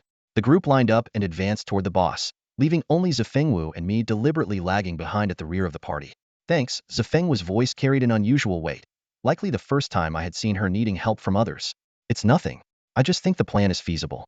Focus on holding the aggro, and I'll back you up if anything goes wrong. I hesitated before adding, if you really trust me, don't look back later. What? Afraid you'll look too pathetic being chased by monsters and don't want me to see? Ugh no. The battle officially began. Guangza activated the boss, and the Moon Tribe priest immediately raised its staff, firing a pitch-black beam at the knight. Zifengwu had already set traps near the servant tents, and as they moved, she successfully drew their aggro. 4 robed servants immediately turned and began pursuing her. The team focused their attacks, and the priest's defenses were not particularly high. Its health quickly dropped to 80. I couldn't help but glance back at Zifengwu. She was calmly leading the 4 servants around the field in circles, looking almost like a track leader. The sight was rather comical. 20 minutes passed this way. When the priest's health dropped to 40, the battle took a sudden turn. The dark green staff pointed skyward, and with a strange incantation, a blood drop icon appeared in everyone's status bar as a new debuff. Sacrifice. Reduces current health by 5 every 5 seconds. Effect doubles every 15 minutes. Damn, of course it wouldn't be that simple. At first glance, the debuff seemed harmless, but if the fight dragged on, its doubling effect would lead to a catastrophic health drain. Feng Yueji frowned. Healing might not keep up. Everyone, be ready to use potions. I pulled out the potions Zifengwu had given me earlier, not expecting to need them so soon. After a while, when the boss's health dropped by another 20, Guangza suddenly shouted, Leader, I feel like my movements are getting heavier. A bolt of lightning grazed his head. Feng Yueji was about to scold him, but quickly noticed a new debuff in the status bar. Gravitational field. Reduces movement speed, attack speed, and casting speed by 10. Effect doubles every 15 minutes. You've got to be kidding. Qiu Xiangwan couldn't hold back her frustration. The speed reduction was a critical threat to everyone, especially to Zifengwu, who was kiting the monsters. Fortunately, Zifengwu seemed unaffected for the time being, still darting around with agility. Her gear clearly provided significant boosts to her dexterity. But this wasn't a sustainable solution. We needed to finish the fight quickly. Over the next 20 minutes, the team gave their all in dealing damage, finally bringing the boss's health below 20. By this point, Sacrifice had doubled twice, draining 20 of health every 5 seconds. Although potions were barely keeping us alive, once the next 15 minutes hit, no amount of recovery would counteract the debuff's effects. At that moment, the system notification sounded. The Moon Tribe priest Yuri has entered berserk mode. This was undoubtedly another disaster. The buffs in the status bar suddenly experienced an abnormal change, doubling before the next round's timer even arrived. The berserk effect is accelerating the stacking of the debuff. Feng Yueji said gravely. At this rate of HP loss, we must take down the boss within the next 15 minutes, or we'll face a total wipeout. The team's health bars were visibly dropping at a steady pace. The debuff's impact wasn't limited to HP. Reduced movement and attack speeds were making the battle increasingly difficult. Feng Yueji had to focus more on protecting Guangza, the knight whose agility was already lacking. Meanwhile, outside the arena, Zhifengwu was being pursued by a relentless servant. She could only maintain some distance by executing constant serpentine maneuvers. Only 10 HP left. Qiu Xiangwan waved her staff and complained, "I'm almost out of mana. Casting even a single fireball now takes over a second. Down to 8, but I'm afraid we're running out of time," the older man said with a frown. "With 2 damage dealers down, our efficiency is just too low. Are we going to fail again?" Guangza got distracted for a moment and narrowly avoided being struck by the boss's staff. At that moment, inspiration struck the protagonist. Since my fire skill is on cooldown, why not let Zhifengwu focus on attacking the boss? Without hesitation, he started running toward the edge of the battlefield, though the debuff made it feel like wading through a swamp. "You handle the boss," he said briefly to Zhifengwu. She immediately understood and turned to charge toward the central tent. Pulling a rope out of my backpack, I skillfully inspected the gear. Ever since the last dungeon run with Hausi, I had developed the habit of carrying utility items with me. Turns out, it came in handy today. Scanning the rock wall quickly, I locked onto a protruding rock. With a flick of my wrist, the rope looped perfectly around the target. Using all my strength, I pulled myself off the ground and swung forward. "Whoa, Shuangdong, are you rock climbing now?" Guangza stared at me in disbelief as I maneuvered behind the boss.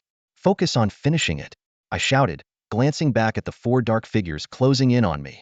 I immediately searched for the next foothold, fully aware that my stamina was draining fast. I wouldn't last much longer. 6 left. I calculated the timing as I moved the rope again. When the debuff doubled next time, even pulling the rope would become a struggle. Thankfully, Zhifengwu's contribution significantly boosted our damage output. Hunters truly excel against ranged bosses. Looking around, I couldn't find a suitable anchor point. Gritting my teeth, I made the decision to rely solely on my legs. Quickly, I set up a slowing ice field on the ground and reluctantly summoned 2 skeletal knights as decoys. The onslaught from the minions was relentless, and the skeletal knights were shattered almost instantly by their staffs. Things got worse as the system's cold notification chimed in. The debuff had stacked again. My health bar plummeted by 20, and one of the minions was already in my face, its staff raised high for a deadly strike. How does running a dungeon feel like a horror game? Just as the situation seemed hopeless, a golden light flashed above me, level up to 27. My health bar instantly refilled. Seizing the moment, I rolled to the side, narrowly dodging the fatal blow. I glanced back at the boss. Its black robe had fallen to the ground. The battle was finally over. That was brutal. Thank goodness for Zhifengwu's damage boost. Another 10 seconds, and who knows what would have happened, Guangza said as he collapsed onto the ground, his tone full of relief. Still, props to Shuangdong for stepping up when it counted. Weakly, I waved my hand. "You can chat all you want, but could someone deal with these 4 nuisances behind me first?" 5 minutes later, 4 lifeless minions lay on the ground. The second phase of the dungeon was finally complete. The system notification popped up, congratulating our team on completing the second phase of the Moon Lake dungeon and successfully defeating the Moon Tribe priest Yuri. Feng Yueji approached the loot, glancing at me with a questioning look. "Time to check the boss drops?" I understood immediately. "Let's distribute by class. I already got quite a bit from the first phase boss, so I won't ask for much this time." Feng Yueji nodded in agreement. "Alright, we'll go with that. Gear by class. Roll for duplicates and gold split evenly." The boss of this hidden dungeon was indeed extraordinary. The amount of gold coins scattered on the ground was staggering, over 600 pieces, equivalent to a week's output for some gaming studios. In addition to that, 5 pieces of equipment and a glimmering philosopher's stone were among the loot. Feng Yueji bent down and picked up a weapon, examining it closely. It was a uniquely designed staff, strikingly similar to the one used by the priest earlier. Bloodstained scepter, Warlock exclusive, level 33, epic grade purple gear. Feng Yueji quickly checked the item's stats. It also extends formation duration by 25. Although the Warlock class wasn't particularly popular, a level 33 primary weapon would undoubtedly fetch a high price on the market. Feng Yueji made a motion to hand the scepter to me, but I shook my head. "I don't need it. Let's save it for the guild's Warlock. I've got this weapon that can switch attack modes, and am more comfortable using it." "A level 33 purple item, man. Don't be so polite with us." Guangze, ever straightforward, immediately voiced his doubt. Others around us nodded in agreement. I raised the weapon in my hand. "My playstyle is a bit different from the typical Warlock. I'm just more used to this one. If Frostwinter says so." Feng Yueji still seemed a bit uneasy. "But I feel like I owe you something for this.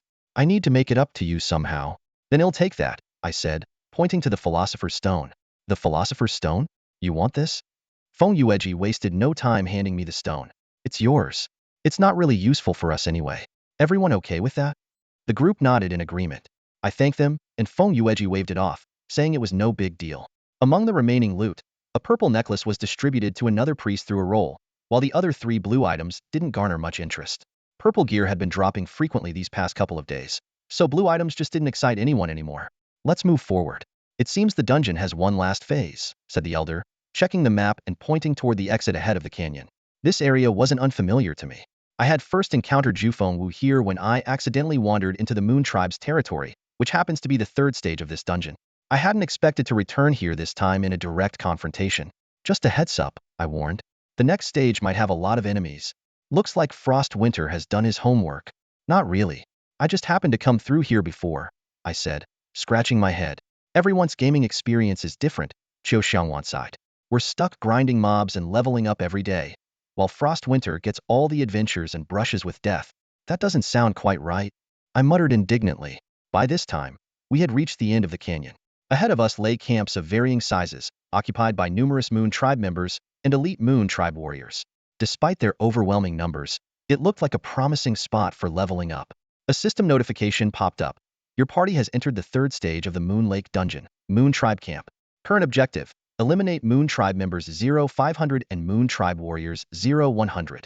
Looking at the enormous number of mobs we had to clear, it seemed we'd need a good strategy for this.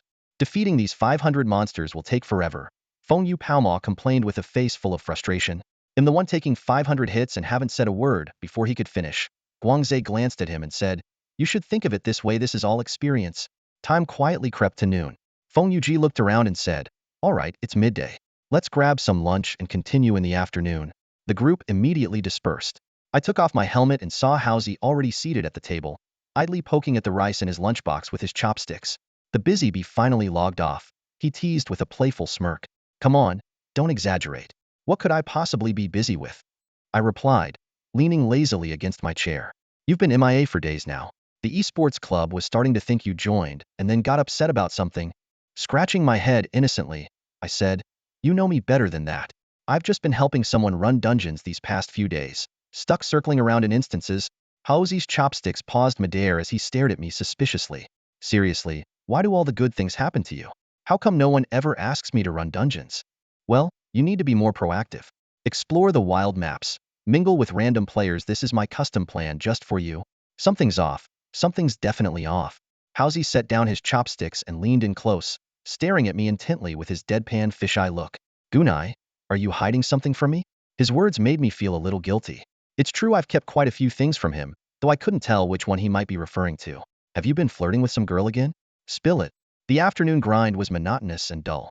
I still remember back when I was level 11 and accidentally wandered into Moon Lake, where I was chased relentlessly by hundreds of Moon Clan members with no escape in sight. But now, with higher levels and the support of my teammates, these monsters were no longer a threat. The camp area was quite large, but we didn't split up. Instead, we maintained a 10-person formation, systematically advancing from one end to the other. With a few top-tier damage dealers on the team, I could take it easy, just casting some crowd control skills now, and then to boost the team's efficiency. Hey, are you guys going to the national opening celebration at the end of next month? Deshu asked, drawing his longbow while glancing back at us. No way, Deshu. You're a local, but for us Northeasterners, it's such a hassle to make the trip, right boss? Guangzhe said, turning to Feng Yuji. Yeah, uncle, things have been hectic at home lately, and I've got a lot to deal with, Feng Yuji replied with a troubled expression. You're lucky to live in Linjiang City, so envious. Linjiang City? That piqued my interest. I'm from Linjiang City too, what a small world. What about you, Shuangdong? Deshu turned to me. I live in Linjiang City, I replied. As soon as I said that, everyone looked at me in surprise. What? No way, that's such a coincidence. Deshu clapped me on the shoulder. Then make sure you come, Shuangdong. I'll treat you to a meal. But what exactly is the national opening celebration? I asked, only to realize how clueless I sounded. Seeing their puzzled expressions, I couldn't help but regret speaking up. Zufengwu leaned against the camp wall and rolled her eyes at me skillfully. Her tone carried a hint of exasperation. You're telling me there's a player from Linjiang City who doesn't know what the opening celebration is? She gestured for me to check the official website's offline events section. Sure enough, the top announcement was about Linjiang City hosting the nation's opening celebration. Scheduled for a month later, this event was essentially a large-scale game launch party, featuring game showcases, offline merchandise giveaways, and, most excitingly, the chance to meet star players up close. As I continued reading the event details, I noticed that this year, players would first vote to select 2 teams for an exhibition match. Currently, Qingzhu was leading by an overwhelming margin, with a quarter more votes than the second-place team. Following closely were Qingyu and Luyun, with a razor-thin difference in votes between them. My thoughts drifted to Lin Hansu. If Qingyu made it to the match, I might get to see him. It had been over 6 months since we last met, back when I was passing through Liaodong province, and he treated me to a meal. I cleared my throat and pretended to have a sudden realization. If I'm free, I'll probably go. Although I wasn't keen on the hassle, I couldn't bring myself to dampen her enthusiasm. Sure, let's stay in touch about it. After the conversation, the team got back to grinding. Guangzhou rounded up the mobs, I set up formations, and the ranged players followed with AoE attacks. After 3 to 5 cycles, the entire camp was cleared of monsters. As we moved forward, I suddenly felt a nudge at my waist. Turning around, I saw Zhifengwu fiddling with her dagger, its hilt having accidentally bumped into me. You live in Linjiang City? She asked casually. Yeah, I do. She seemed to be pondering something. I thought your wind tag looked familiar. It's from Linjiang City's esports club guild. Caught. I nodded. What a coincidence. Judging by your schedule, you're still in school, right? She asked. I thought to myself, compared to you waking up at 1 p.m., I'm practically a model of diligence. Of course, I didn't say that out loud. Yeah, I'm in my 3rd year. Zhifengwu rested her chin on her hand. Same age, huh? Which university? Fengling University. She glanced upward, as if searching her memory. Sounds vaguely familiar. I'm at Xuanyu University, also in Linjiang. Judging by her expression, she clearly had no clue. Not that I could blame her. Our Fengling University's performance in the collegiate leagues had been abysmal, nowhere near the level of a powerhouse like Xuanyu. Xuanyu's been doing pretty well in competitions these past few years, right? I said, making small talk based on some tidbits I'd heard recently. Zhifengwu shook her head. It's just okay. We make it to the national finals, but we haven't broken into the top 4 for years. The esports club president complains about it all the time. I raised an eyebrow, recalling Liang Xinyu mentioning her goal a few days ago, hoping Fengling University could make it to the national finals this year. Such expectations might only be a starting point for other teams. What's going on? Did some star players graduate? I asked, while twirling the short blade in her hand. Zhifengwu explained, sort of. The core of the Xuanyu team used to be Chu Xiaozi, but he went on to play professionally. Without him, their old strategies can't be executed, and they haven't built a new system yet. They've just been muddling through these past couple of years. Chu Xiaozi, that name had indeed come up before from Liang Xinyu. But since his team, Ling Yuan, had mediocre results, I didn't have much of an impression of him as a player. Suddenly, Zhifengwu's eyes widened with suspicion. Wait a minute, why are you asking about this? You're not trying to gather intel, are you? Relax, I'm just casually asking. I replied with a laugh, waving my hand dismissively. If there's anything you want to know, I can share too. Let me think. She hesitated for a moment. I'll hold on to that for now. I shrugged helplessly. To be honest, my understanding of the Fengling Esports Club was pretty limited. My only impression was from Hauzi mentioning that Fengling had a youth trainee from a professional team.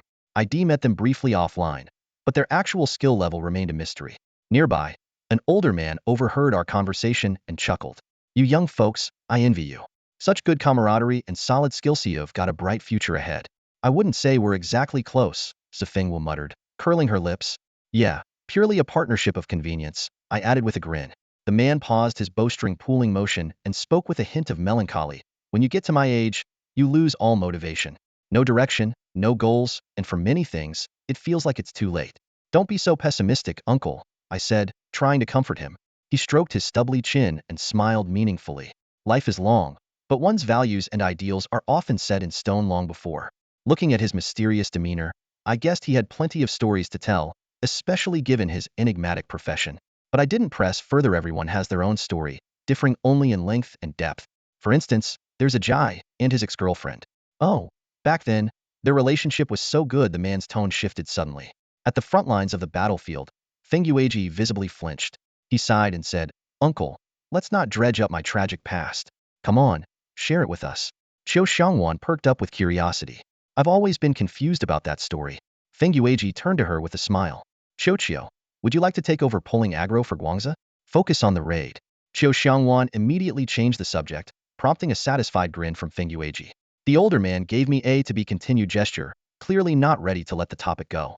Before we knew it, the day had passed just like that. But we had only managed to clear a little over half of the 100 camp task. It looked like this routine would continue for at least another day. The 2-day journey of monster grinding finally concluded at 10 a.m. the following morning. The progress bar in the quest log had finally reached 100, with all the monsters in 100 camps completely cleared out. It was undoubtedly a massive undertaking, and the relentless high-intensity battles over the past days had left me mentally numb. Looking at Guangzi's exhausted appearance, his face was gaunt from 3 continuous days of combat, and his gear had twice dropped to 0 durability.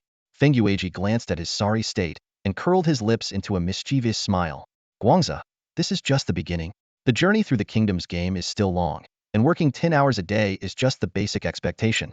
Boss, is it too late for me to change classes now? Guangzi asked with a bitter expression. Do you want to lose all your gear? Feng Yueji threatened. Guangzi immediately put on a resolute expression. Let's keep going and take down the final boss. The past 2 days have been quite rewarding. My experience points had already climbed to halfway through level 28, and the warriors in the camps had dropped a decent amount of level 25 blue gear. At last, I could free myself from the embarrassment of wearing level 15 equipment. Feeling pleased, I turned to Zifengwu. Look at this, I've got over 4,000 HP now.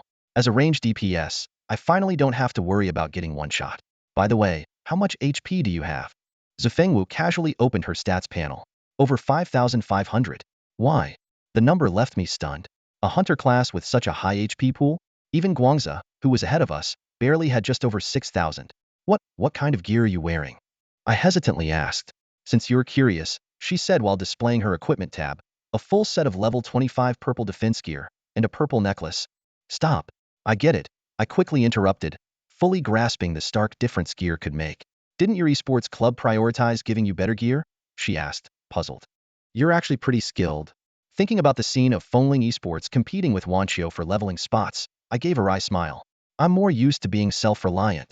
Didn't expect that from you. Zifengwu raised an eyebrow. I misjudged you. I shouldn't have shared gear with you in the first place. But I might make an exception for you this once. The dungeon had finally entered its final phase, and the quest log now displayed. Defeat the Moon Tribe Chieftain and the Moon Tribe Guardian. Progress. 0-1. What's going on? There are 2 bosses in the final stage? Guangzi's voice called out from a distance. The Moon Tribe Guardian? Feng Yueji looked at me thoughtfully. Could it be that dragon? Zifengwu and I exchanged a glance. Considering that the Ice Dragon boss earlier had dropped the key to the hidden dungeon, this possibility couldn't be ruled out. We'll find out soon enough. There's always a way to deal with it. As we pressed forward, the camp layouts gradually became sparse until they disappeared entirely. Ahead of us lay a vast, barren plain. The lifeless, vegetation-free ground was clearly an inhospitable environment for any living creature. At the end of the dungeon lay a desolate wasteland, and Feng Yuepao's doubts became evident. As sunlight filtered through, a faint shadow on the distant ground caught my attention. Something might be hidden there. Over there. I pointed in that direction. As a hunter, Zifengwu had exceptional vision and observational skills. Seeing her nod in agreement only solidified my judgment. Let's move. After walking about 30 to 50 steps, a spiral staircase descending into the depths appeared before us. The staircase extended so far down that the light couldn't reach its end, making it clear that this dungeon's final challenge wouldn't be concluded so easily. Feng Yueji let out a sigh and was about to step forward when Guangzi quickly spoke up. Boss, let me go first. If there are any traps, your body won't handle the strain. Feng Yueji's response was swift and decisive. She withdrew her foot and casually pushed Guangzi ahead. To our surprise, the passage wasn't as riddled with traps as we had imagined. It was simply an endless descent into pitch blackness, with the journey along the spiral staircase feeling interminable.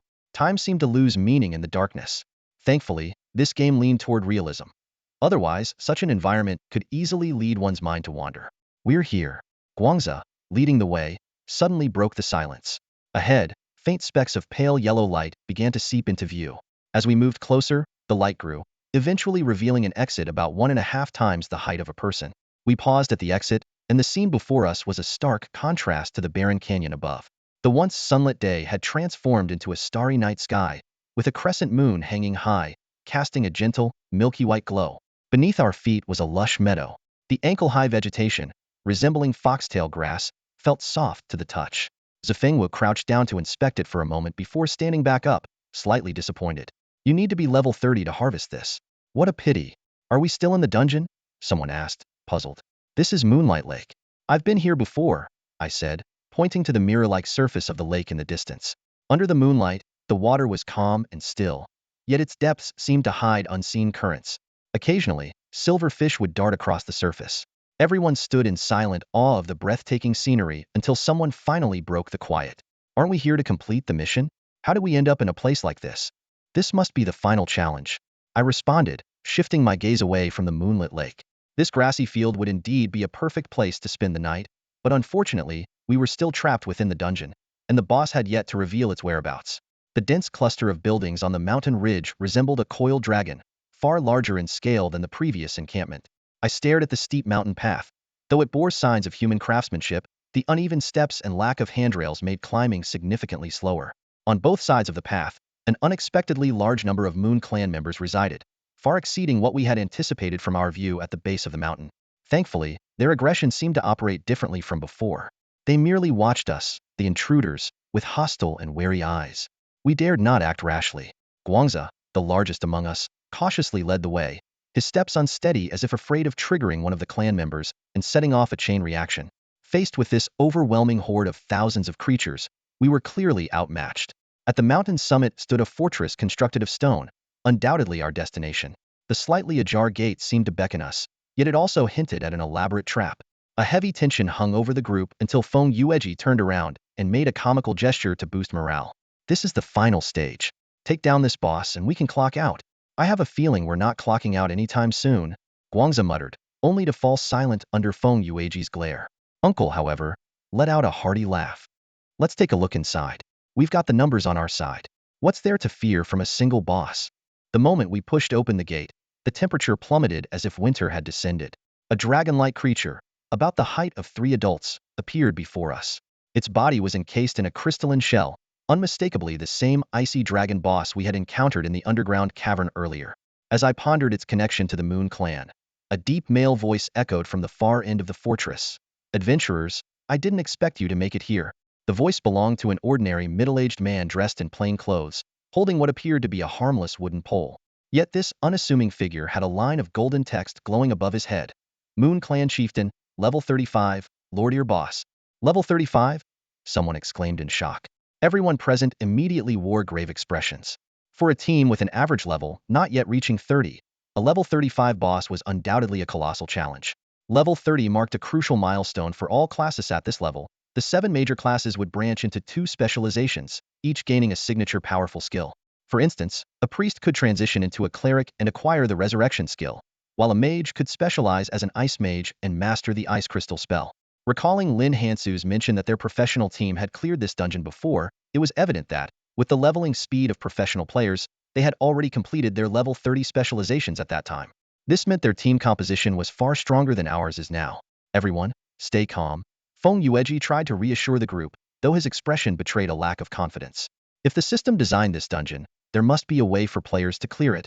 Boss, the issue is there are 2 bosses here, Guangzhe pointed out, gesturing toward the level 33 ice dragon in the distance. Despite its lower level, its massive size was still intimidating. As they spoke, the Moon Tribe's chieftain approached slowly, his gaze heavy as he surveyed the group. So the Empire still refuses to leave us in peace? I was utterly baffled, unable to see the connection to the Empire.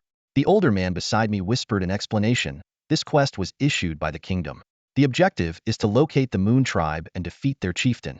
Clearly, there was an untold story between the kingdom and the Moon Tribe. While I wasn't well-versed in the kingdom's history, there were plenty of historians on the forums who had delved into its lore. Feng Yueji glanced at the approaching boss and lowered his voice. We're only following the Empire's orders. The chieftain sighed and slung a wooden pole across his shoulder. If negotiations are futile, then let's fight. Before his words had fully settled, 2 aggro markers lit up above Guangzhe's head as both bosses simultaneously entered combat mode. The chieftain moved so quickly that his figure was almost impossible to track, leaving only afterimages as he sent Guangzhe flying in an instant. What kind of skill is that? Guangzhe grumbled, staring at his health bar, which had plummeted by a third. And this was just the boss' normal state. If it entered its berserk phase later, the damage would be unimaginably devastating. Watch out, Feng Yueji called out as he healed Guangzhe, quickly casting the level 25 skill Holy Blessing. This granted Guangzhe a 30 resistance boost and ensured he would regenerate 7 of his health every second for the next 10 seconds. Guangzhe fell heavily to the ground, paralyzed and unable to move.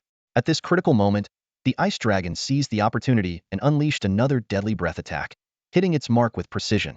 If it weren't for Feng Yueji's timely healing earlier, Guangzhe would likely have fallen here. Facing two level 30+ bosses, an untransferred knight stood no chance. Someone had to share the aggro of one of the bosses, or else, once the healer's skills went on cooldown, Guangzhou would be doomed. The most suitable person for this task was undoubtedly Zhifengwu. While I could have attempted it myself, she was clearly the more reliable choice. Just as I was about to speak, I noticed she had already taken action. Zhifengwu was now locked in fierce combat with the ice dragon. This kind of determination, charging in without hesitation and diverting the boss with sheer bravery, was something only she could pull off. With the situation so dire, I quickly set up several formations along the boss path, hoping to slow it down. However, due to the level gap, most of these debuffs were significantly weakened. To make matters worse, the seemingly ordinary pole the boss wielded had an armor-breaking effect. Guangzhou was already afflicted with 5 stacks of debuffs, each lasting 30 seconds and reducing armor by 7. With a total of 35 of his armor gone, the severity of the situation became evident. A single unblocked punch from the boss took away more than half of Guangzhou's health. Feng Yueji frantically cast healing spells while becoming acutely aware of the predicament they were in. In pursuit of maximizing damage output, the team composition lacked sufficient melee classes. Aside from Zhifengwu, who was already holding one boss at bay, the only other option was an assassin as fragile as a ranged DPS. Forced by the circumstances, I had no choice but to step in as the off-tank, a role typically meant for a swordsman. Activating my Burning Fire skill, I signaled to Feng Yueji and charged toward the boss, who was preparing to deliver a fatal blow to Guangzhou. My staff struck the boss' abdomen with all my strength, but it felt like hitting solid rock, sending a painful jolt through my wrist. Though the attack only dealt a mere 200 damage, it successfully disrupted the boss attack rhythm. The Moon Tribe chieftain turned around, staring at me with confusion, clearly bewildered by the sight of a warlock in melee range. The moment our eyes met, I didn't have time to think. My reflexes kicked in, and I swung my staff, landing a precise blow square on the face of the boss, the Moon Tribe chief. The crisp sound of a fractured nose was accompanied by a critical hit number popping up, making Feng Yueji, standing nearby, instinctively cover their face. The sudden attack left everyone present, including the boss, frozen in shock. Just as I was about to explain that it was an unintentional move, a glaring red aggro marker appeared above my head. The boss was clearly enraged, and their pole whistled through the air, aiming straight for my shoulder. I quickly sidestepped to dodge, only to see the boss awkwardly lift their right leg in an unnatural pose and unleash a fierce flying kick directly at my face. Thankfully, I had turned off the pain system before entering the dungeon, or being sent flying and skidding 5 meters across the ground would have been excruciating. As a light armor class, I couldn't even withstand this kind of attack, let alone survive the boss full power strikes. My health plummeted to a dangerous 28 points, nearly killing me on the spot. In a panic, one of the priests in our party disregarded cooldowns and cast a series of healing spells. While my HP recovered to a safer level, just over 4,000 total health was still only enough to endure one more hit from the boss. As I tried to push myself off the ground, the boss pole was already inches from my face. Forced to flatten myself on the ground, I narrowly avoided the heavy blow and immediately rolled away to create some distance. As I stood up, another powerful gust of wind brushed past the back of my head. There was no time to think, only instinctively retreat. The backward step helped me avoid the boss punch, but experience told me the danger wasn't over yet. Reflecting on our earlier exchanges, this chief had a knack for combining strange, unpredictable martial arts moves, clearly a master of combat.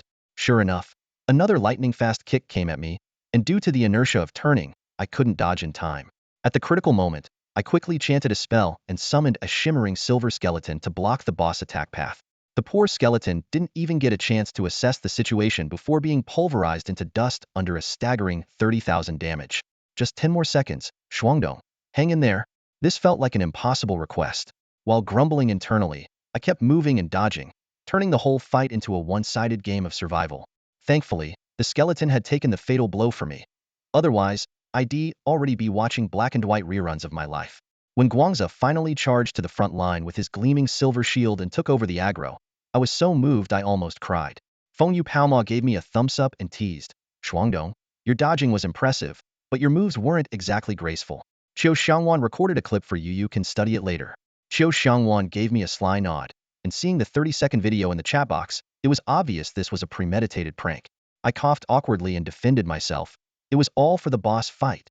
Then, changing the subject, I added, Feng Yueji, why haven't you moved from your spot since the boss fight started? Under Feng Yueji's sharp gaze, Feng Yueji shivered and quickly scrambled to the front lines, pretending to be busy applying an armor break debuff to the boss. Turning back, the scene on the other side of the battlefield was starkly different.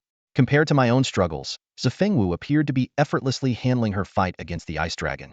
Despite being a boss-level entity, the massive ice dragon's bulky frame was its fatal weakness.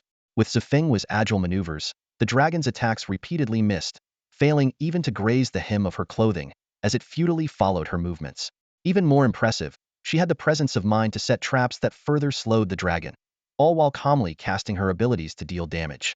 Watching this, I couldn't help but reflect on my choice of profession. Maybe being a hunter truly had its advantages. But for now, the pressing concern was the battle at hand. The Moon Tribe chieftain, as the primary boss, was far superior to any of our previous opponents in both attributes and skill combinations. Guangza, as a knight, was struggling mightily in this fight. His heavy armor hindered his ability to dodge the boss's attacks, forcing him to rely on his shield to barely block the strikes and depend on the healer to keep him alive. Even so, our damage output was severely limited after several rounds of attacks. We had only managed to chip away 15 of the boss's health. During 2 rotations with Guangza, I found myself scrambling to dodge the boss's skills, often resorting to desperate rolls. Thankfully, my 2 skeletal minions were able to hold off its attacks for the necessary 30 seconds each time. However, when the boss's health dropped to 70, the tide of the battle turned sharply. Suddenly, the man wielding the carrying pole made his move, tracing several fist-shaped symbols in the air. With a push of his hands, the symbols floated toward each of us. Instantly, a new debuff appeared in our status bars, Bone Grinding, which reduced resistance and healing effectiveness by 20. This debuff struck directly at the heart of our defensive strategy, making our already strained healing efforts even more precarious. To prevent the pole wielder's armor-piercing effect from stacking, I had no choice but to switch more frequently with Guangza. Each time, the tactic was the same: appear behind the boss, strike its nape, and immediately retreat to a safer distance. While this strategy wasn't exactly honorable, it was the most effective option under the circumstances. Just as I executed this maneuver again and backed away from the boss, a sharp whistling sound tore through the air. In an instant, a figure appeared before me like a bolt of lightning, the carrying pole in his hands swinging directly toward me. "What the heck?" I exclaimed instinctively, wanting to perform a backflip, only to realize I lacked such a skill. Instead, I stumbled backward 2 steps in a hurried retreat. It turned out that the boss had somehow acquired a new skill resembling teleportation. After a brief moment of panic, I quickly regained my composure. Since the opponent now possessed the ability to teleport, ordinary dodging and creating distance were clearly meaningless. The only option left was to confront him head-on and counter every single attack he launched. At this moment, there was barely half a meter between me and the leader of the Moon Tribe. Although the difference in our stats was significant, it didn't mean I couldn't neutralize his attacks with precise maneuvers. This close-range combat scenario reminded me of my time in the Divine Realm. Those memories, though distant, were etched in my mind. Had stood at the front lines countless times, facing bosses of all shapes and forms. The boss made his first move a hook punch from the right, the force of it slicing through the air. I steadied my left foot and sidestepped to avoid it. Drawing on my past experience, I predicted he would follow up with a flying kick. Pivoting on my left foot, I spun 180 degrees. As expected, the kick came exactly as I anticipated, and I dodged it flawlessly. The second wave of attacks came from the left. Using the same strategy, I skillfully evaded without a scratch. From the sidelines, Guangza watched in a daze as I danced around the boss with seemingly effortless precision. "Wow, that's insane. Guangza, take a good look at this," Fengyue Palma teased. Guangza rolled his eyes dismissively and patted Fengyue. "Boss, look at Pamo just standing there doing nothing. You 2 troublemakers, find somewhere else to hang out. Can't you see we're busy?" Guangza muttered under his breath. Meanwhile, ranged DPS skills continued to rain down on the boss, steadily depleting his health bar. At some point, Dashu had wandered over to Fengyue's side. While maintaining his bow-drawing posture, he asked in a low voice, "Ji, who exactly are these 2 kids? Care to share?" Fengyue cast a buff spell and shrugged helplessly. "I have no idea. We met by chance. I just noticed they were stronger than the average player, so I invited them to help out. You know how it is, there is no way our guild could clear this dungeon relying solely on our own strength." Dashu waved his hand dismissively. "Of course not. Otherwise, we'd still be stuck on the first stage." He paused for a moment before adding, "Ahem, not that it's our guild's fault. This dungeon is ridiculously tough. Be honest, these 2 kids aren't secretly borrowed from the youth training team, are they?" A voice asked skeptically. "You know the penalties for the youth team taking private jobs are severe." Fengyue shook his head firmly in denial. "No way. Didn't you hear them say they're college students? Maybe times have changed. It's definitely a young person's world now. Finding 2 players of this caliber is rare. In the Divine Realm, apart from tank classes, it's uncommon to see someone maneuver a boss with such agility." He patted his companion on the shoulder, speaking with a steady tone. Don't jump to conclusions too early. The boss fight isn't over yet, and who knows what surprises might come next. Before he could finish, I lost my balance on the slippery ground in the center of the battlefield and took a direct heavy punch from the boss. My body flew through the air like a kite with a broken string. Although I managed to dodge the boss's follow-up attacks, that single blow had already drained 70 of my health. Fortunately, I recovered quickly with some healing, and the fight continued. Half an hour later, I had mostly figured out the boss's attack patterns. As long as I followed the sequence, I could handle it. However, just then, the system notification sounded. Moon Tribe leader's health has dropped below 50. Guardian Ice Soul has entered an enraged state. The battlefield will now transition to frost mode. The ice dragon roared skyward, exhaling a chilling breath. In an instant, the entire combat area was coated in a layer of glistening frost. While ordinary players struggled to maintain their footing, the Moon Tribe leader moved effortlessly, unaffected by the icy terrain. Such mechanics weren't unusual in hidden dungeons. While analyzing the boss's attack patterns wasn't particularly difficult, most players relied on a dependable tank to avoid the hassle of doing the heavy lifting themselves. The second wave of icy energy followed closely behind, this time hitting Qiu Xiangwan. Losing 2 main DPS players within seconds threw the team into chaos. Feng Yueji shouted urgently, "He's casting a spell. Interrupt it now." The veteran player immediately drew his bow and fired, successfully disrupting the boss's spellcasting. Guangze quickly used a shield bash to regain aggro. With 2 DPS players down, the pace of the fight slowed significantly. On the frost-covered ground, sticking to my original strategy became increasingly challenging. What I could previously endure for 30 seconds now only lasted 25, leaving the remaining 5 seconds for Guangze to endure with sheer resilience. When the health difference between the Moon Tribe leader and Ice Soul exceeded 50, the system suddenly emitted a warning sound, signaling the activation of the Life and Death Bond skill. Just as everyone managed to suppress the Moon Tribe leader's health below 40, an even greater crisis emerged. A faint, shimmering light appeared between the Moon Tribe leader and Ice Soul, with a mysterious energy flowing between them. To everyone's despair, the health of both bosses began to converge, eventually stabilizing at 63. This meant that over half an hour of effort had been wasted. Guangze's face was etched with frustration, but Feng Yueji suddenly sensed an even greater threat. No, he's casting another skill. Interrupt him now. Feng Yueji's warning came too late. While everyone's attention was focused on the Life and Death Bond, the Moon Tribe leader had already completed casting his skill. A wave of energy precisely struck down a healer. This is bad. How are we supposed to fight with one less healer? Feng Yupaomo sighed in dismay. As a character primarily providing armor-breaking buffs, his role in this dungeon was indeed limited. But Feng Yueji did not give up. His weapon suddenly gleamed with a pure white light. This is my weapon's active ability. It can increase healing output by 50 for the next hour. It can only be used once a day, but now is the time we need it most. Wow, boss, you've been hiding such a powerful weapon, a teammate exclaimed. Save the chatter. Interrupt his skill again, or we'll lose more people. An arrow shot out just in time, interrupting the Moon Tribe leader's casting. It seems we have to deal with both bosses simultaneously, or their health will keep equalizing, I analyzed to Feng Yueji. He nodded in agreement and quickly devised a strategy. He'll stay here with Guangze and Shuangdong, along with the archer. The assassin and mage will focus on Ice Soul to ensure both bosses' health drops at the same pace. Thanks to the weapon's special effect, even with only one healer left, Guangze managed to withstand the boss's attacks. He skillfully positioned himself at the boundary between the two bosses, striving to maintain balance in the battle. However, with 2 main damage dealers out of the fight, the offensive efficiency noticeably dropped. What was even more concerning was the looming question of how the 7-person team would cope after the weapon's effect wore off, in an horror problem that remained unresolved. I kept a vigilant eye on every move of the Moon Tribe leader in the arena. This guy, wielding a pole, was clearly not someone to be trifled with and could unleash a deadly strike at any moment without warning. The battle had reached a fever pitch, and the health of both bosses continued to drop steadily. When Ice Soul's health fell below 50, the situation took a sharp turn for the worse. A shimmering mist of frost suddenly blanketed the entire battlefield, reducing all players' movement speed by 20. Even worse, everyone suffered 5 continuous damage per second. Guangze stumbled and almost fell, but fortunately, Feng Yueji cast a timely spell to save him. The usually composed uncle shook his head for once and said, "This debuff is brutal.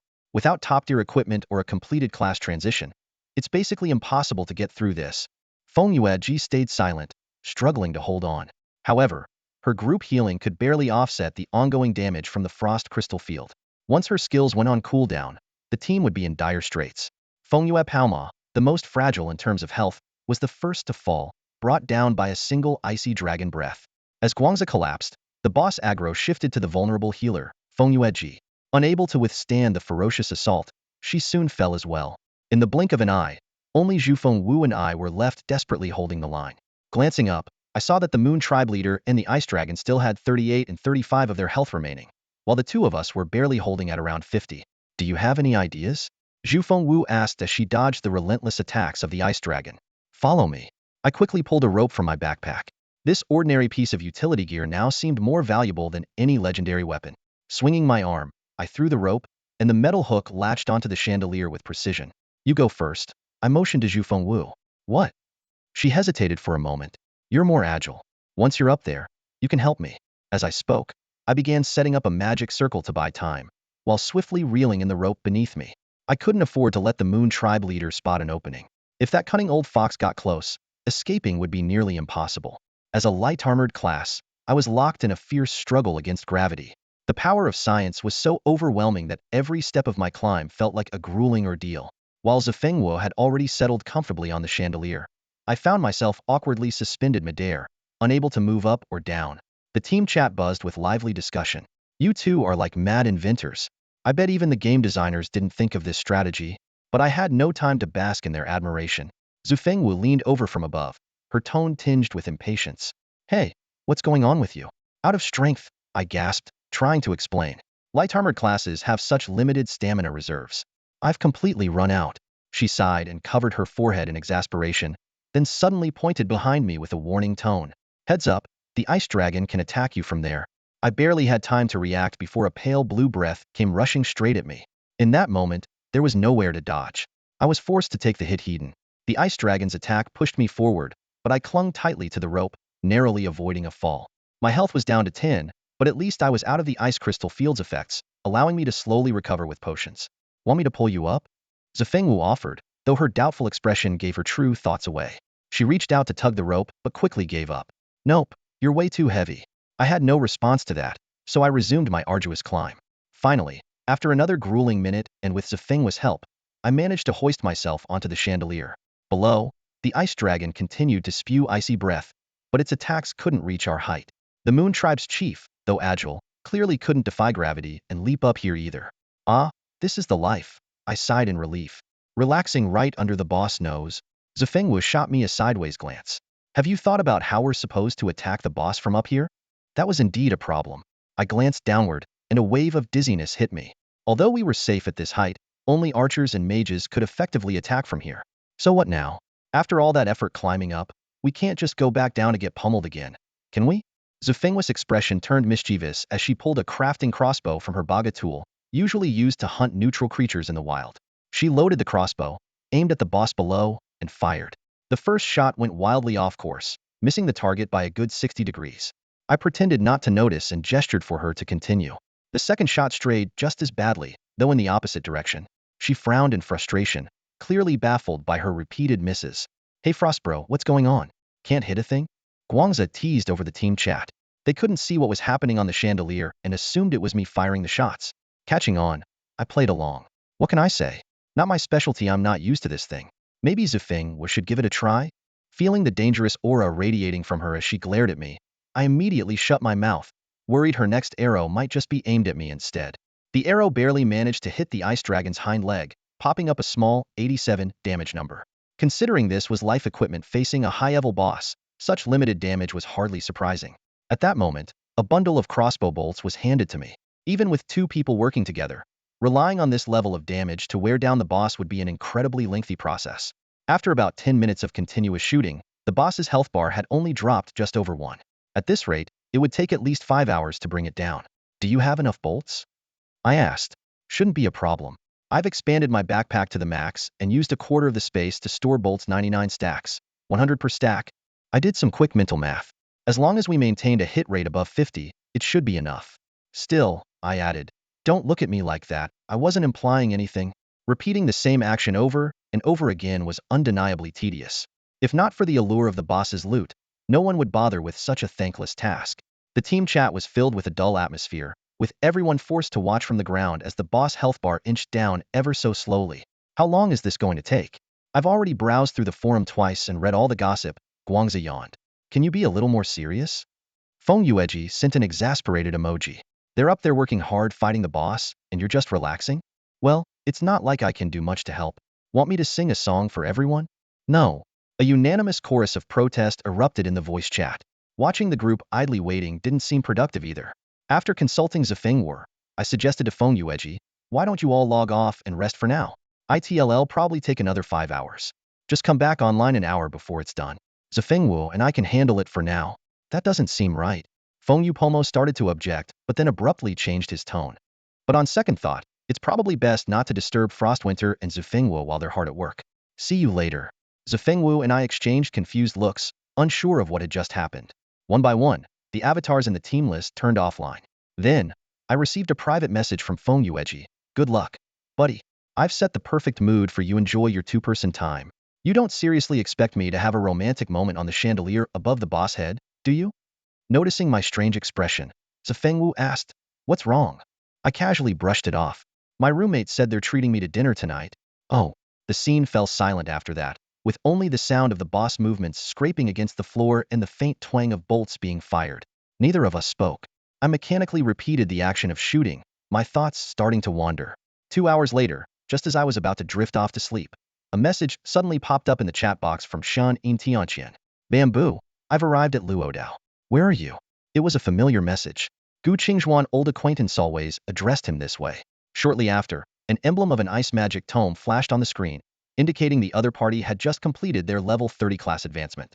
Only level 30, he responded with mild surprise, sending over his coordinates. How's the hidden dungeon going? Don't even mention it. It's way too hard. There's no way I can clear it at my level. He replied while using the screen recording feature to document the current situation. Oh? The other person sent a string of question marks. What are you doing? Fighting the boss using life skills from a chandelier. You're something else. I guess this is what they call natural gaming talent. He chuckled lightly and continued. You can wait for me at Hushi in the forest outside the city. It'll take me about 3 more hours. Alright, I'll look around. Message me when you're ready. Refocusing his attention, he began contemplating his upcoming class specialization. Warlocks had 2 potential paths, the crowd control focused rune sorcerer, which most people chose, and the Yetobe explored offensive cursecaster. While the latter didn't deal as much damage as a mage, it suited his personality better. Just then, the boss health dropped to 20, and the system notification sounded. The ice dragon suddenly raised its head, executing a 360-degree spin as its breath engulfed the entire arena. If we hadn't thought of this strategy, there's no way we'd get through, he remarked. Zhifeng nodded in agreement. I checked the guides. The nearby main city teams that cleared this dungeon are all professional squads, fully equipped with level 30 advancements and top-tier gear. This dungeon was designed for level 30 players. Knowing it's this hard, why did we even come here? Our setup is clearly lacking. Sometimes you just have to try. Level skipping challenges aren't impossible. Yeah, and because of that mindset, my sleep schedule's been wrecked from all this dungeon grinding. True, Zhifeng admitted, looking visibly exhausted. Long dungeon runs are draining. After this, I'm logging off and sleeping for 12 straight hours. As he glanced at Zhifeng, a hint of guilt surfaced in his heart. Without her, the team would never have made it this far. Regardless, Laozhu, you've been the MVP this time. Thank you. The person on the chandelier froze, taking a long moment before responding. What did you just call me? Laozhu. Zhifeng, isn't that you? At that moment, he keenly noticed her expression darken. A sense of impending danger washed over him, might be kicked off the chandelier at any second. She held her forehead, making a helpless expression. If you're going to call me something, can you at least pick a nicer name? Old Feng. I immediately shut my mouth, afraid that saying even one more word might lead to significant personal risk. She thought for a moment, her expression gradually becoming serious, as if she had made some kind of important decision. I'll allow you to call me by my real name in private, she sighed. After all, we're in the same city, and it's inevitable we'll meet again during intercollegiate competitions.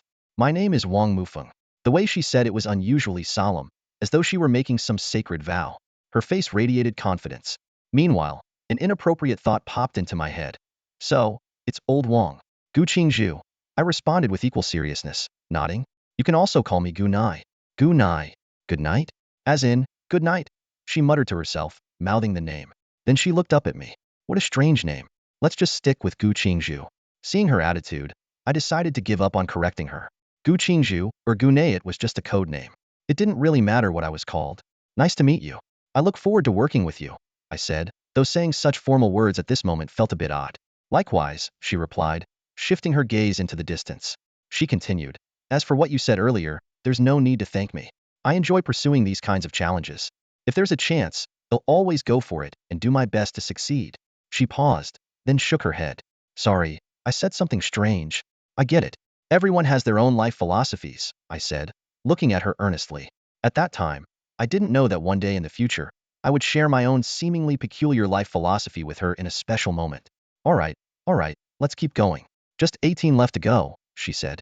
The mission was more than halfway complete, and the challenge seemed to be nearing its end. My archery skills weren't too bad. Perhaps I could consider transitioning to an archer role in the future. As for Wang Mufeng's aim, it was passable at best, with an overall accuracy of about 50. Thankfully, we had plenty of crossbow bolts left. "Hey, good buddies, we're online to spectate." Feng Yueji's voice suddenly came through the team channel. "Wow, you guys are making good progress. Looks like we're about to reach the shores of victory. Just 3 left, perfect timing." Well witnessed the moment the boss gets defeated. Even the seasoned player Dashu couldn't contain the excitement in his voice. After all, this was a hidden dungeon. Completing the task alone would yield generous rewards, not to mention the drops from 2 level 30+ bosses. The first to fall was the level 33 Ice Dragon. With a well-placed shot from Wang Mufeng, it let out a mournful wail, and its massive body crashed heavily to the ground. Various pieces of equipment and coins scattered everywhere, the most striking of which was a round, azure shield radiating an unusual glow. Even from a distance, you could feel the immense power it held. A shield. "Boss, did you see that?" Guangzi's excitement was palpable. I saw it. Could you calm down a bit?" Feng Yueji said, clearly unimpressed. "There's still another boss, why the rush? Guangzi's still using level 25 gear, right?" Dashu chimed in, trying to smooth things over. "That shield looks like it's a level 30+ purple grade item. You don't see those often in the market." "Exactly. Even Dashu says Sothis is a rare treasure," Guangzi said, his voice trembling slightly with excitement. The final bolt from my crossbow hit the Moon Tribe chieftain squarely in the chest. As the critical hit number flashed on the screen, the long health bar finally dropped to 0. The chieftain's body trembled violently twice, then fell to one knee before becoming completely still. The icy crystals in the arena began to melt, and a beam of golden light streaked over my head. The hefty experience points from the 2 bosses catapulted me straight past level 30. At the same time, the avatars of my teammates in the party list started lighting up one by one. Just as Wang Mufeng and I jumped down from the chandelier, our teammates entered through the main gate. "Great job, well done," Feng Yueji said with a broad smile, shaking my hand enthusiastically like an old boss. "Thanks to you, I hit level 30 really quickly," I replied, pointing above my head. "Without this dungeon, it would have taken me at least a week to grind to this level at my usual pace." Now, apart from Feng Yu Momo, who remained at level 29 due to multiple deaths, everyone in the party had reached the threshold for class advancement. Zhu Fengwu had even leveled up to 31 and ranked 9th on the main city's leaderboard. There were fewer than 100 players above level 30 in the entire main city. "Let's check the loot. We still need to turn in the hidden dungeon quest," Guangzi said eagerly, already heading toward the spoils near the Ice Dragon's corpse. A striking azure shield lay in plain sight. The Ice Dragon had dropped 5 pieces of equipment, a philosopher's stone, and a pile of gold coins. "This shield?" Feng Yueji looked at me. Although we had agreed to distribute loot based on class roles, considering that the final fight had relied heavily on Wang Mufeng and me, he wanted to hear my opinion. "Give it to Xiao Guang," I said decisively with a wave of my hand. Wang Mufeng clearly shared the same sentiment. Just being part of this dungeon was a huge reward, and Guangzi, who had taken hits all the way through, undoubtedly deserved the shield. "Frost Winter. If only I were born a daughter," Guangzi muttered with a complicated expression as he took the shield. I quickly interrupted. "Xiao Guang, don't be like that. It's just a shield." Feng Yu Momo immediately covered his mouth. "Let's see the shield's attributes." The older teammate chimed in at the right moment. Guangzi shared the equipment details in the party channel. It was a level 35 epic item, Heart of Frost, with attributes far superior to anything available on the market. It also had a special passive skill. Ice Crystal successfully blocking an attack would reduce the opponent's damage by an additional 35 and apply a 1-second slow effect. "Wow, that passive skill is insane," Feng Yueji said meaningfully, patting Guangzi on the shoulder. "Xiao Guang, you'd better make good use of this shield. When we get back, it'll add blocking technique training to your routine." Guangzi's joy had not yet completely faded when Feng Yueji's words about the intensive training poured over him like a bucket of cold water. The smile on his face gradually disappeared as he realized the upcoming training would likely be anything but easy. The remaining equipment distribution went quickly. 2 pieces of purple leather armor were allocated to the old man and Feng Yu Pomo, while Ji Fengwu and I showed little interest in the blue weapons, leaving Feng Yueji to handle them entirely. After all, At level 30 and above, blue gear was nothing special anymore. What truly caught everyone's attention were the two glowing crimson two-handed swords dropped by the Moon Tribe chief. My heart skipped a beat, but I quickly gave a wry smile, realizing that such a weapon, perfect for a light swordsman, was no longer within my reach. Wait, the Moon Tribe chief didn't drop a staff? Feng Yueji joked as he picked up the two dazzling fiery red swords. When the weapon's stats were revealed, everyone held their breath. It was a level 40 legendary weapon named Mountain Bloom Fades. It was the first red-grade weapon on the market, and its attributes were astonishing. Not only did its attack power double that of a level 35 purple weapon, but its special effect, Scorching Touch, also reduced all skill cooldowns by 15.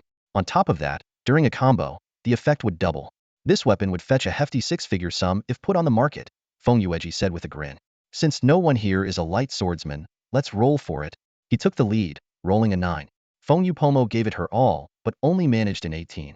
After the first round, Qiu Xiangwan was temporarily in the lead with an impressive 87. It was down to me and Wang Mufeng. Her expression remained calm in front of the red-grade weapon, likely because it didn't suit her class. Yet with a casual toss, she rolled an astonishing 97, her beautiful eyes finally betraying a flicker of emotion. Aren't you afraid I'll roll a perfect 100? I teased her. She tilted her face up with a playful smile and said, well, then you'd better treat me to a meal. I pressed the roll button, and the numbers on the screen began to flash rapidly. From single digits to double digits, the constant changes were dizzying until, unexpectedly, it stopped at a 3-digit number. Wait, 3 digits? Isn't the roll limit 100? I stared at the screen in disbelief. Guangzhou approached, nudging my arm with his elbow. Wow, Shuangdong. Looks like we'll be counting on you from now on. I numbly accepted the two red glowing swords from Feng Yueji's hands. At that moment, I realized I was holding a light sword again after 3 long years. Congrats, and don't forget to treat me to a meal, Wang Mufeng said with a sly grin, as if everything had gone exactly as she predicted. The older man shook his head, a hint of self-deprecation on his face. Shuangdong really is impressive. Not only did you get the weapon, but you might also get a chance to take Zifengwu out for dinner. Double the good fortune. Uncle, what are you talking about? I don't get it. I feigned ignorance to change the subject, though deep down, I admitted it wasn't a bad turn of events. Just then, the World Channel suddenly displayed a system announcement. The first legendary weapon in Luodao has been forged. The system will reward the owner with 1,000 gold coins and a philosopher's stone. A world broadcast, huh? Too bad it didn't reveal the owner's name. I can't go brag about it, Feng Yue Palma said regretfully. The older man smacked him lightly on the head. Are you dumb? If the owner's identity was exposed, they'd be a target. An innocent man gets in trouble for his treasure. You know, it's better to keep a low profile for now. I nodded in agreement. For players without a strong backing, owning a priceless weapon would undoubtedly attract unwanted attention. All right, let Shuangdong bask in his moment of glory, Feng Yueji said as he continued rummaging through the loot. Suddenly, he exclaimed, whoa, level 40 purple gauntlets with 30 tenacity, another top-tier item. Everyone's eyes lit up. These gauntlets, usable by both leather and heavy armor classes, could reduce control time by 30, giving players more room for strategic maneuvers. A new round of rolling began, but I voluntarily opted out. I'll sit this one out. Contentment is a virtue. With Shuangdong's luck, he might actually roll it again, Feng Yueji joked, just before rolling a 96. The gauntlets ultimately went to him. Next came a pair of level 40 purple boots with a 20 movement speed bonus. After several rolls, Wang Mufeng won with an 85. She accepted the boots, barely able to hide her excitement. The remaining 3 blue items were handed to Feng Yueji, and the gold was evenly split. The quest progress updated. Head to the main city and find City Lord Liu Ying to turn in the quest and claim your rewards. Palma, do you know what this is called? Guangzhou held up his shield, showing off to Feng Yue Palma. This is called returning victorious to one's hometown. Feng Yue Palma scoffed, striding toward the exit first. As we passed the body of the Moon Clan's chief, the middle-aged man suddenly spoke, startling everyone. Adventurers, may I propose a deal? Feng Yueji was the first to break the silence, cautiously speaking as if afraid to disturb the seemingly calm boss before them. What is it? Please go ahead. The Moon Tribe's chieftain showed no hostility, only letting out a deep sigh. I know your mission is to fulfill the Empire's task. Our tribe has lived in seclusion here for years, never harboring any intention to oppose the Empire, yet we still cannot escape their pursuit. His gaze shifted toward the door. At some point, a crack had silently opened, revealing countless Moon Tribe members standing quietly behind it, their eyes filled with worry as they watched the scene unfold. If possible, please spare my people from being handed over to the Empire, the chieftain continued. If they fall into the Emperor's hands, death is inevitable. I am willing to atone with my life. You can take my head to the city lord as proof. Before I die, I will seal this place completely, turning it into a forbidden zone forever. No one will ever be able to enter this area again, and we will never see the light of day." With those words, the chieftain lowered his head, awaiting the judgment of fate. Feng Yueji turned to his teammates. "What do you all think?" Qiu Xiangwan analyzed the situation rationally. According to the mission requirements, defeating the boss is enough to complete it. If we accept his proposal, the rewards might be reduced. Wang Mufeng, who had remained silent until now, suddenly spoke up. "I hope we can preserve this place, even if it means sealing it forever." She glanced at the moon lake. "It truly is beautiful here." The others quickly chimed in, agreeing that they had already secured enough rewards and that losing a bit more wouldn't matter. The group leaned toward protecting this untouched sanctuary. "All right, I agree," Feng Yueji finally said. "Thank you. Please, proceed," the chieftain responded, bowing his head again. Beside him, the ice dragon let out a sorrowful cry, seemingly sensing its master's fate. "Forget it," Feng Yueji waved his hand dismissively. "It's the 21st century. Killing someone like this is just inhumane. Besides, walking through the streets carrying someone's head would be terrifying." Guangze quickly chimed in with flattery. "As expected of our leader, always so thoughtful." "Cut the flattery," Feng Yueji retorted with a hint of annoyance. "And don't think you'll get out of the special training I mentioned earlier." Guangze immediately slumped in defeat, mirroring the chieftain's dejected posture. A system notification popped up, asking to confirm whether the team wished to preserve Moon Lake. This decision would lead to a new mission branch and required majority approval from the team. In the end, all 10 members voted unanimously, turning Moon Lake into a sealed map accessible only to allies. With the system's confirmation, a crescent-shaped white stone appeared in their inventory. With the Moon Tribe's token in hand, the bearer is granted unrestricted access to Moon Lake in a non-combat state, allowing up to 50 people to enter as a team each time, with no limit on usage. The Moon Tribe's chief, carrying a shoulder pole, pointed toward the exit and said, "Adventurers, please leave from there. I will also keep my promise and turn this area into a completely sealed zone." The system immediately issued a notification. Moon Lake will enter a 48-hour lockdown, during which no entry will be possible by any means. "Let's go. The exit is at the pond we passed a few days ago," Guangze said, waving the newly acquired shield at the chief in farewell, seemingly forgetting it was loot from the boss they had just defeated. The chief watched this scene in a daze, his expression a mix of confusion and helplessness. The passage to the surface was constructed at the bottom of the lake. Just as they were about to see the light of day again, an arrow suddenly whizzed overhead, narrowly missing its mark and plunging into the water nearby. "Something's wrong, it's an ambush," Guangze muttered, staring blankly at Feng Yueji, who was walking ahead. "Is the dungeon not over yet?" "It's not the dungeon. It's the enemy," the older man said grimly, pulling the bow from his back and aiming toward the distant bushes. "I didn't expect them to chase us all the way here. What should we do? How many are there? Should we retreat?" Feng Yueji shook his head. "The dungeon is already closed. We're trapped at the entrance." From the distant shrubs came the rustling sound of movement, and soon the figures of 30 to 50 people began to emerge. Archers and mages raised their weapons, ready to attack at any moment. Leading them was none other than a familiar face, Qianmo Hongqian, the very person they had taken the key to the hidden dungeon from. The druid, clad in a green set of armor that almost blended with the foliage, radiated an eerie green glow. Well, friends, I've been waiting for you," Qianmo Hongqian said with a confident grin, his yellow teeth on full display. "Old Qian, long time no see. You're still as green as ever," Feng Yueji replied, maintaining a composed demeanor as if he had anticipated this encounter. I quietly asked the older man, "Do we have any reinforcements?" "None. Everyone's off leveling up in other areas." I drew the weapon from my waist, fully aware that Feng Yueji was only putting on a brave front. With the disparity in numbers, this fight was inevitable. Qianmo Hongqian's expression shifted slightly at Feng Yueji's words, and his tone grew sharper. "Don't get cocky. The 10 of you from the Feng Yu Guild are already surrounded. Let's see what tricks you can pull now." Wang Mufeng and I exchanged a glance. That thought wasn't entirely unreasonable after all. The grudge between us and Qianmo Hongqian ran deep in more ways than one. Qianmo Hongqian sharply identified me, and Wang Mufeng amidst the crowd.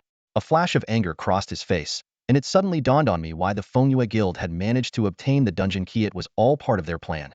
Seeing his agitated expression, I interrupted with a cheeky smile. "Brother Hongqian, no need to put on that, we're traitors' face. A boss like this belongs to whoever has the capability to take it down, and the loot naturally goes to whoever gets it." "That's nonsense." Qianmo Hongqian pointed at the members of the Red Hall, standing behind him, his voice rising sharply. "If we're talking about capability, take a good look at my brothers here. Hand over the loot from this hidden dungeon." or no one's leaving today. Feng Yueji shook his head slightly, his tone calm. Old Qian, you're always so impatient. Why not start by telling us how you knew we were here farming this dungeon? To my surprise, Qianma Hongqian remained patient, explaining word by word. Your pathetic guild is surprisingly hard to infiltrate. It took us several days to plant a spy, but fortunately, we managed to locate your position in the end and set up an ambush in advance. After seeing how long you've been in there, I'd wager the loot must be pretty decent. Feng Yueji then did something unexpected, casually picked his nose in front of everyone, flicked his fingers, and said nonchalantly, "It's all right, I suppose. But what does any of this have to do with you, Qianma Hongqian?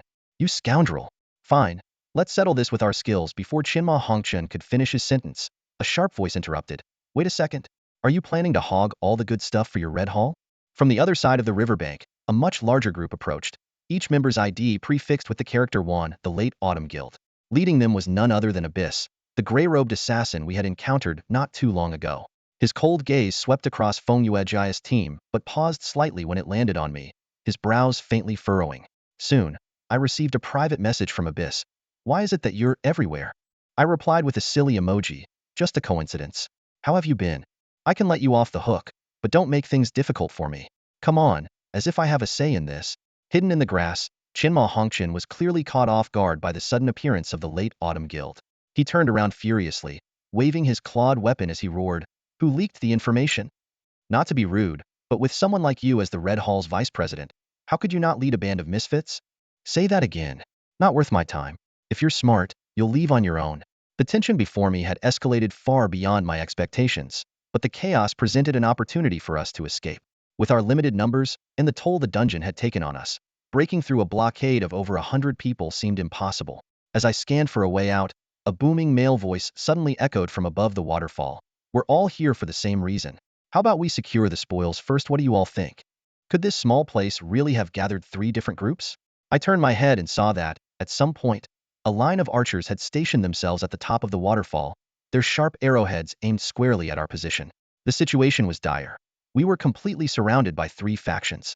In the center stood a swordsman named Wan Dao, holding a dark blue longsword that gleamed with an unusual luster under the sunlight.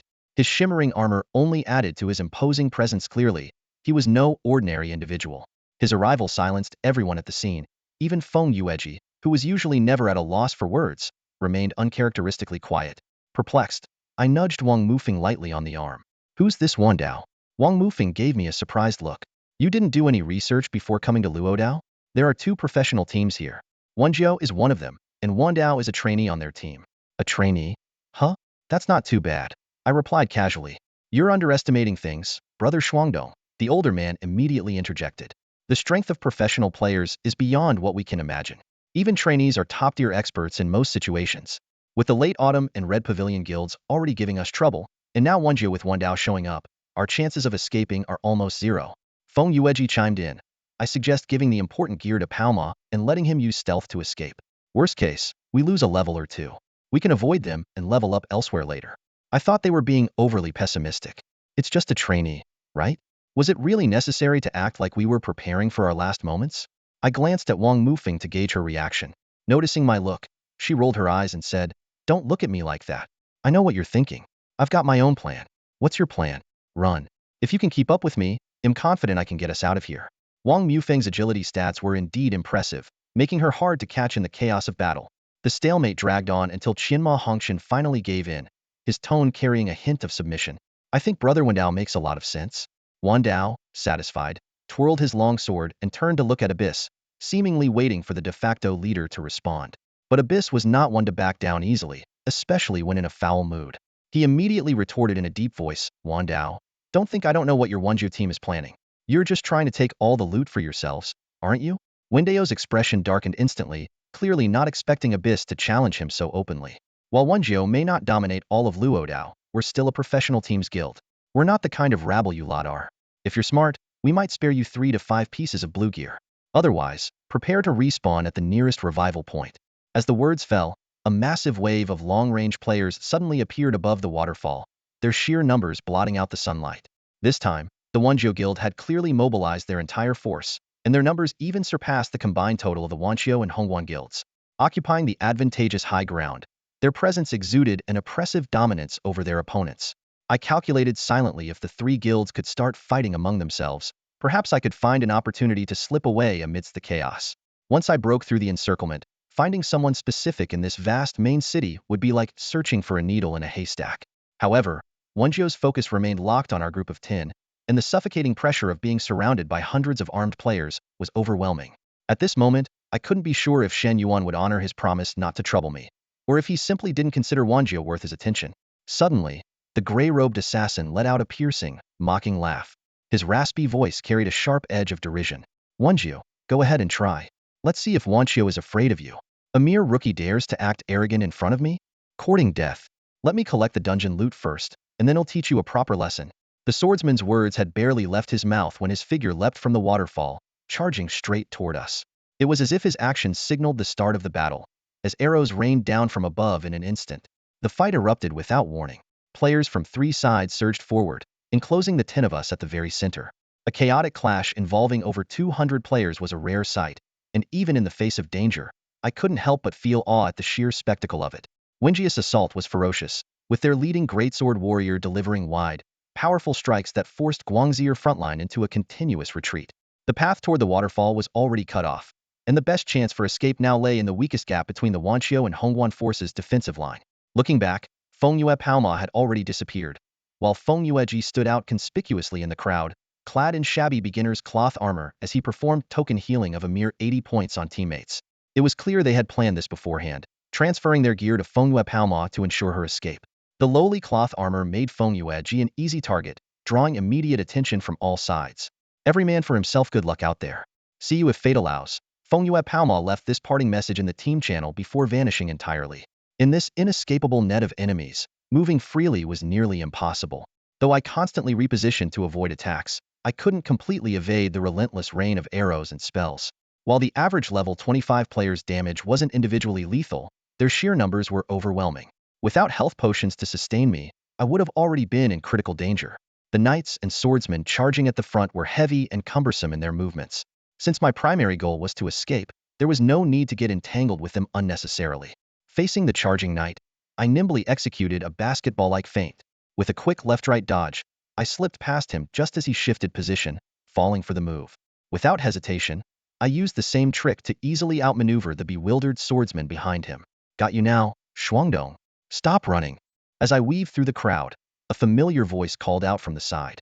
Turning my head, I saw Qianma Hongqian, the druid, who had transformed into a ferocious tiger and was leaping toward me. His relentless pursuit was more irritating than touching, and to make matters worse, his shout had drawn the attention of everyone around. Awkwardly, I clasped my hands together in a gesture of apology to the onlookers while my feet kept moving, searching for a way out of the crowd. But the more I moved toward the edges, the denser the crowd became. Eventually, 2 knights blocked my path, and at the same time, Qianma Hongqian closed in, swiping a claw directly at my back. I narrowly avoided the attack, knowing full well that taking a hit from him would spell disaster for someone as fragile as me. Brother Hongqian, must we go to such lengths? Think about it, what do you owe me? I said while dodging, but the 2 knights had cut off my escape. Left with no choice, I had to block his next claw strike with my staff, the sheer force forcing me a step back. In desperation, I activated a formation I had previously set up beneath my feet, successfully slowing down Qianma Hongqian's attacks. I then raised my staff and cast Wraithbind at the knight in front of me, triggering the stacked formation seals. The level 24 knight, along with his armor, was instantly reduced to a Shesno amount of defense could withstand such overwhelming damage. Seizing the opportunity, I grabbed the fallen shield and surged forward, breaking free from the battle. Before leaving, I summoned a skeletal minion to hinder Qianma Hongqian's pursuit. Though insignificant against bosses, the skeleton was more than capable of holding up ordinary players for a few moves. Sure enough, Qianma Hongqian found himself trapped between the skeleton and the crowd, unable to advance or retreat. This skeleton had caused him no end of trouble before. Even the dungeon key had been snatched away by it. In his fury, Qianma Hongqian tried to charge up a devastating bite, only to have it interrupted by the skeleton's heavy strike, leaving him momentarily stunned. I couldn't help but feel a pang of guilt as I ran, acknowledging that my actions had been less than honorable. But I could only blame the unfortunate timing and circumstances. Glancing at the party list, I noticed that Feng Yueji and Qiu Xiangwan's icons had already gone dark, and the others' health bars were down to half or less. Only Feng Yue Paoma and Wang Mufeng remained at full health. Feng Yue Paoma had likely used stealth to escape the battle, and with Wang Mufeng's speed, There weren't many classes that could keep up with her. Looking up, I saw Wang Mufeng not far ahead, locked in combat. She was surrounded by a faint purple shield, likely an active skill from her equipment, blocking the barrage of ranged attacks from all directions. As I got closer, I realized that the person ahead was Shen Yuan from late autumn. The battle was already underway, a face-off between two melee fighters, Shen Yuan's dagger against Wang Mufeng's short blade. Although Shen Yuan, as the leader, undoubtedly had some skills, he was clearly at a disadvantage in this duel. Not only was he 2 levels below Wang Mufeng, but his equipment and attributes were inferior as well. To make matters worse, his proud speed advantage turned out to be a liability against Wang Mufeng. After a few exchanges, Shen Yuan's movements became frantic, and his parries grew increasingly strained. By the time I stopped to watch, the fight was nearing its end. Wang Mufeng seized on an opening in Shen Yuan's defense. With a feint, she gracefully leapt back, avoiding the assassin's thrust. Twisting her body, she maneuvered her short blade with precision, pressing it against the back of his neck and delivering a swift, fatal blow. Shen Yuan's dagger clattered to the ground. I couldn't help but sigh at the sight. Shen Yuan had made a poor choice. Not only did he pick a tough opponent like Wang Mufeng, but he also positioned himself in a highly unfavorable spot, in the middle of the Chima Hongqian team, far from any chance of receiving a healer's support. His body remained on the ground, not opting for an immediate respawn, as he silently watched me walk past. I waved at him in farewell. Made it out? Wang Mufeng asked, looking at me in surprise. What? You thought I'd be lying dead in the middle of the crowd? I quipped back, raising an eyebrow. No, but knowing your style, shouldn't you be hiding in some hole and using a ring to teleport away?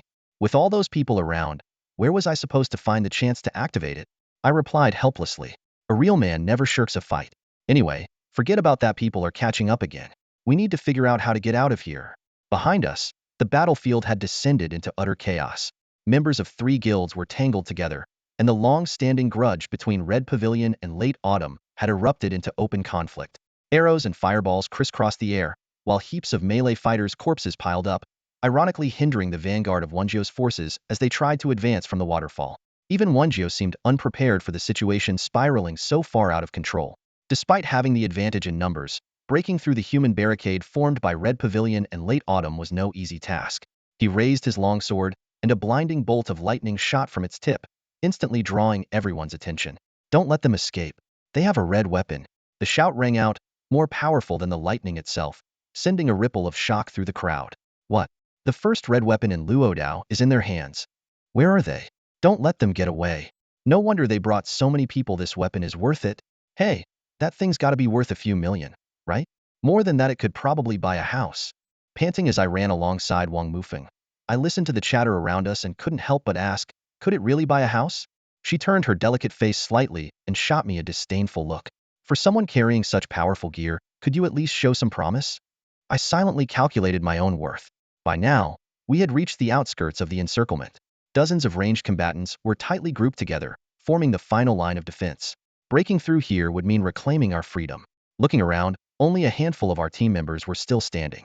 Fengyue and Pomo were nowhere to be seen, and on the other side, only the older man was still holding on. He crouched behind his gleaming shield, firing arrows like a bulldozer, clearing obstacles ahead. Thanks to his relentless assault, much of the enemy's attention was focused on him. Something's off. Do you feel like the firepower on our side has intensified too? I asked warily. Huh, really? Wang Mufeng replied absent-mindedly, fiddling with the arrows lodged in her purple shield. Forget it. With all your fancy gear, of course, you wouldn't notice. I continued observing the battlefield. The encirclement that we had nearly broken through now felt like a tightening net. Upon closer inspection, I noticed a mage named Wenqing leading Wenzhou's ranged unit, quietly flanking the rear of 2 other guilds. What's this? Attacking their own people?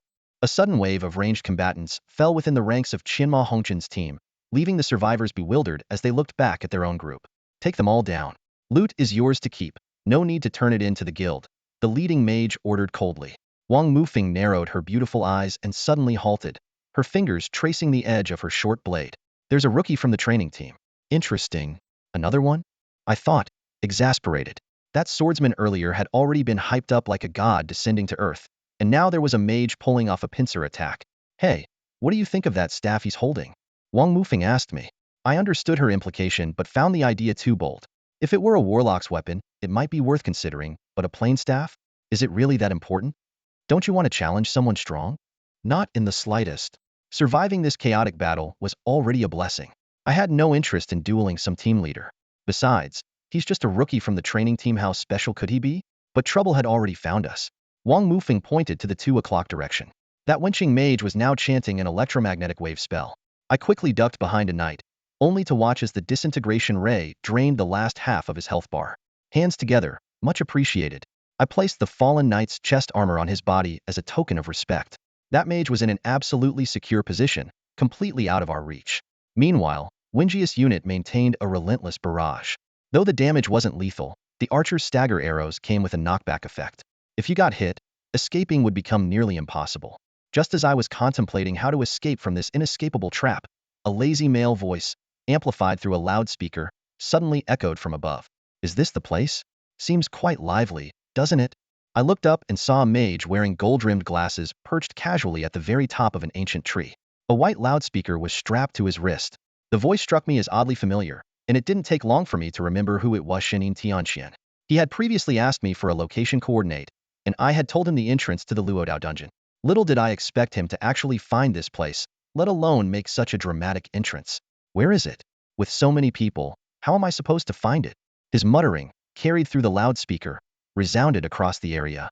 The crowd below all looked up and began murmuring among themselves. Who's that? Must be a big shot. I mean, who else would dare to sit up there? So now there are 4 groups in this tiny place. The intensity of the attacks around me noticeably decreased. I nudged Wang Mufeng beside me and signaled her with my eyes to take this chance to leave. She nodded but seemed preoccupied with another thought. So loudspeakers can be crafted here too? I'll have to study that later, she mused. At that moment, Shun Yin Tianxian spotted me from the tree. He waved at me enthusiastically, only to lose his balance and almost tumble off the branch. A wave of jeers erupted from the crowd below. Long time no see. Shi Shuangdong, I finally found you. His voice boomed through the loudspeaker. Great. Now my in-game ID was attracting everyone's attention. Wang Mufeng whispered beside me. No wonder. With a name like that, you definitely stand out. He is your buddy after all. Who's Shi Shuangdong? Does it matter? Isn't that the target this time? When did he get over there? Quick, after him. The nearby players instantly reached a consensus, and a storm of blades and spells came flying my way. If Wang Mufeng hadn't quickly put up a protective shield to absorb some of the attacks, my health bar would have been wiped out in seconds. There was no time to complain. I hurriedly sent a message to Shan Yin Tianxian. Clear out the crowd around me? You could have said so earlier. Easy peasy. Well, give me a chance to ask, big guy. I pinned my hopes on this level 30 ice mage. His elevated position was undeniably the best vantage point for an offensive. His abilities far surpassed those of the other players here, most of whom were around level 25. I watched as Shen Yin Tianxian adjusted his stance, steadied his staff, and conjured a glowing blue rune at its tip. Above the rune, sharp, elongated ice crystals began to form. The compass at the tip of the staff holds 100 ice crystals, functioning on principles similar to modern firearms.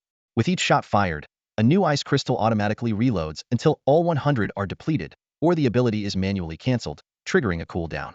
The first ice crystal hit its mark perfectly, instantly killing the assassin poised to strike from behind. A series of shots followed, throwing the firepower positions established by winching into chaos. In just a few seconds, 10 ice crystals were fired, taking down knights and swordsmen in the front line, creating a noticeable breach in their tight formation. What's going on? Winching asked, baffled by the sudden shift in the situation. The priest beside him grimaced and explained, Boss, the one in the tree is a level 30 ice mage. Their attack power is overwhelming. We can't withstand even 2 of their skills. Ice mage. Winching frowned. There are only a dozen mages in Luodao after job advancement, and I've never heard of anyone like this. He fixed his gaze on the figure in the treetop, at a loss for what to do. Attacking from below couldn't reach such a height, while the opponent could take full advantage of gravity for precise strikes. Even more puzzling, what kind of expert fights in such an unconventional way? Didn't expect you to be this good, Wang Mufeng said, stepping forward a few paces before realizing I wasn't beside him. Turning back, he saw me busy gathering the purple gear scattered on the ground. I'm coming. We've hit the jackpot this time, I exclaimed excitedly, stuffing the last piece of purple equipment into my bag. Wang Mufeng sighed, covering his forehead in exasperation. Unbelievable.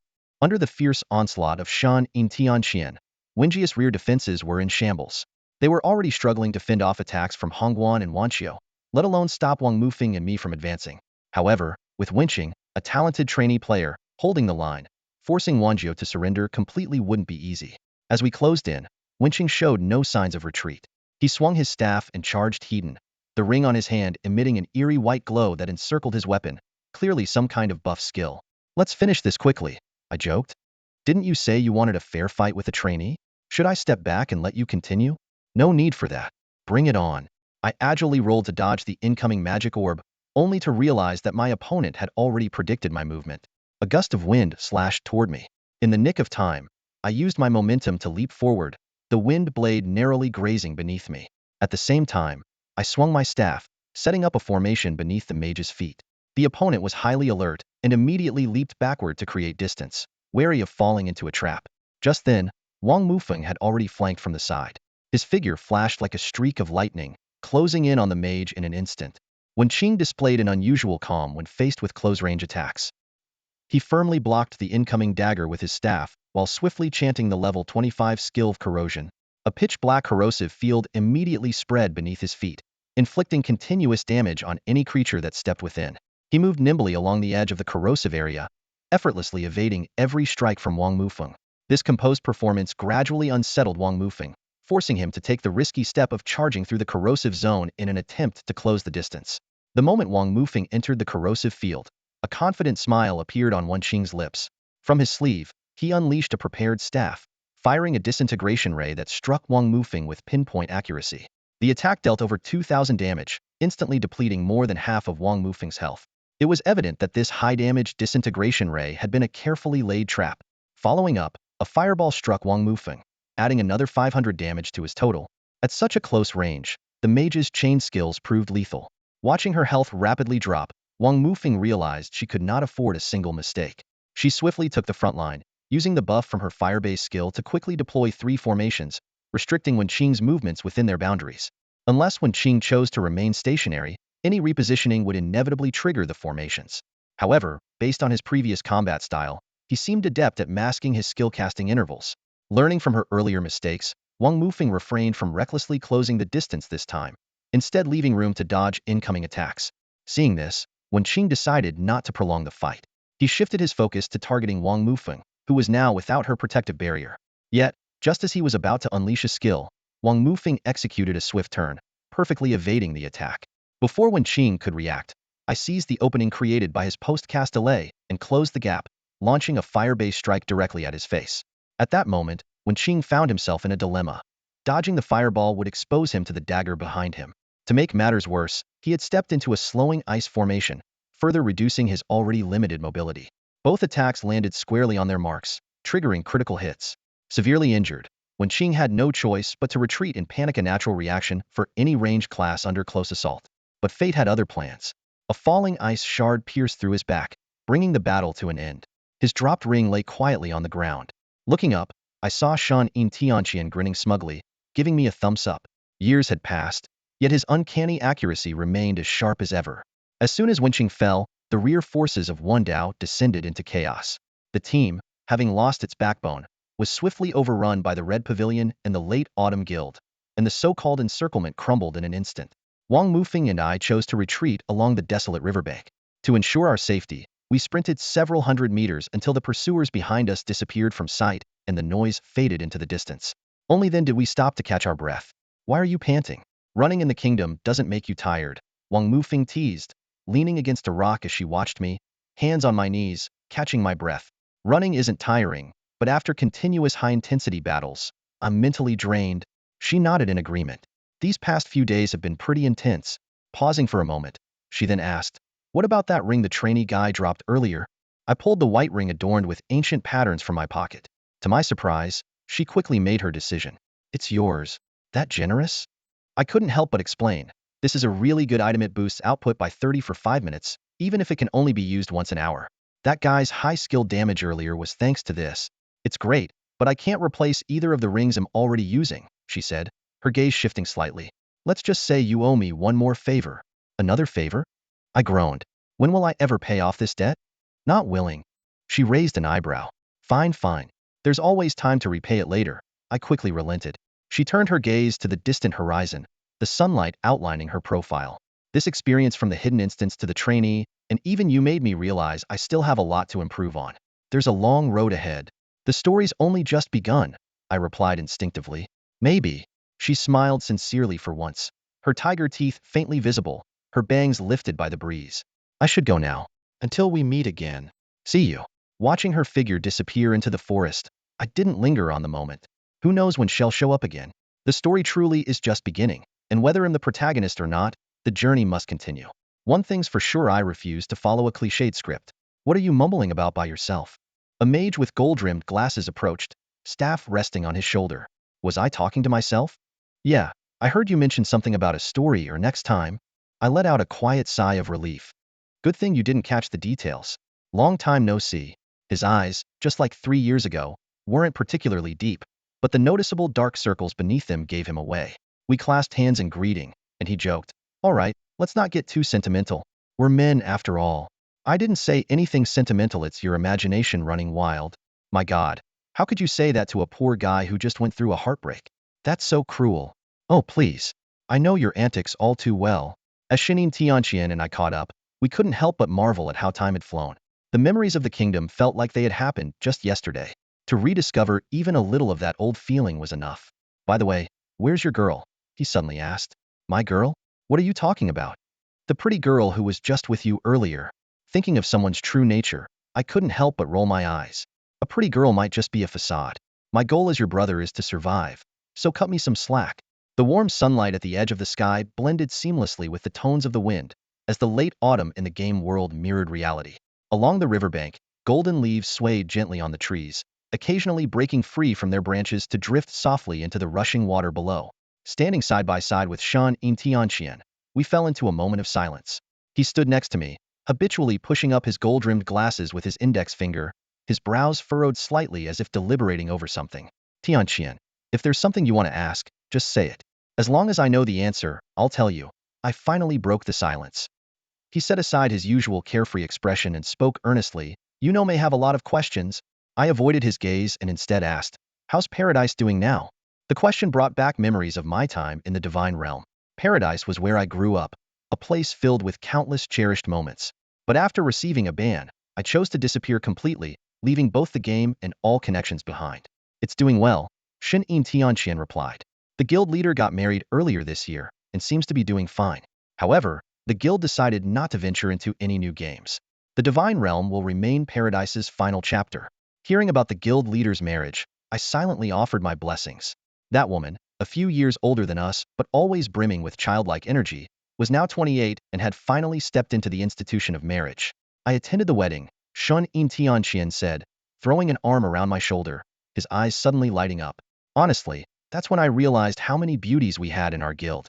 Remember Nan Yu, the knight? And Qian Hui, the healer? Her legs are insanely long. If I'd known earlier, I wouldn't have gone outside looking for resources, only to get hunted by the entire server. That would have been even riskier, I said, unable to suppress a laugh. The guild leader alone could have beaten you black and blue. Suddenly, his tone grew somber. There's something else? Gu passed away last winter. Passed away? I repeated the words numbly, the image of that bearded, broad-shouldered man with a hearty laugh, like Li Kue flashing through my mind. Yeah, he said quietly. The guild leader told me. He was a police officer and died in the line of duty during an operation. I opened my mouth, but no words came out.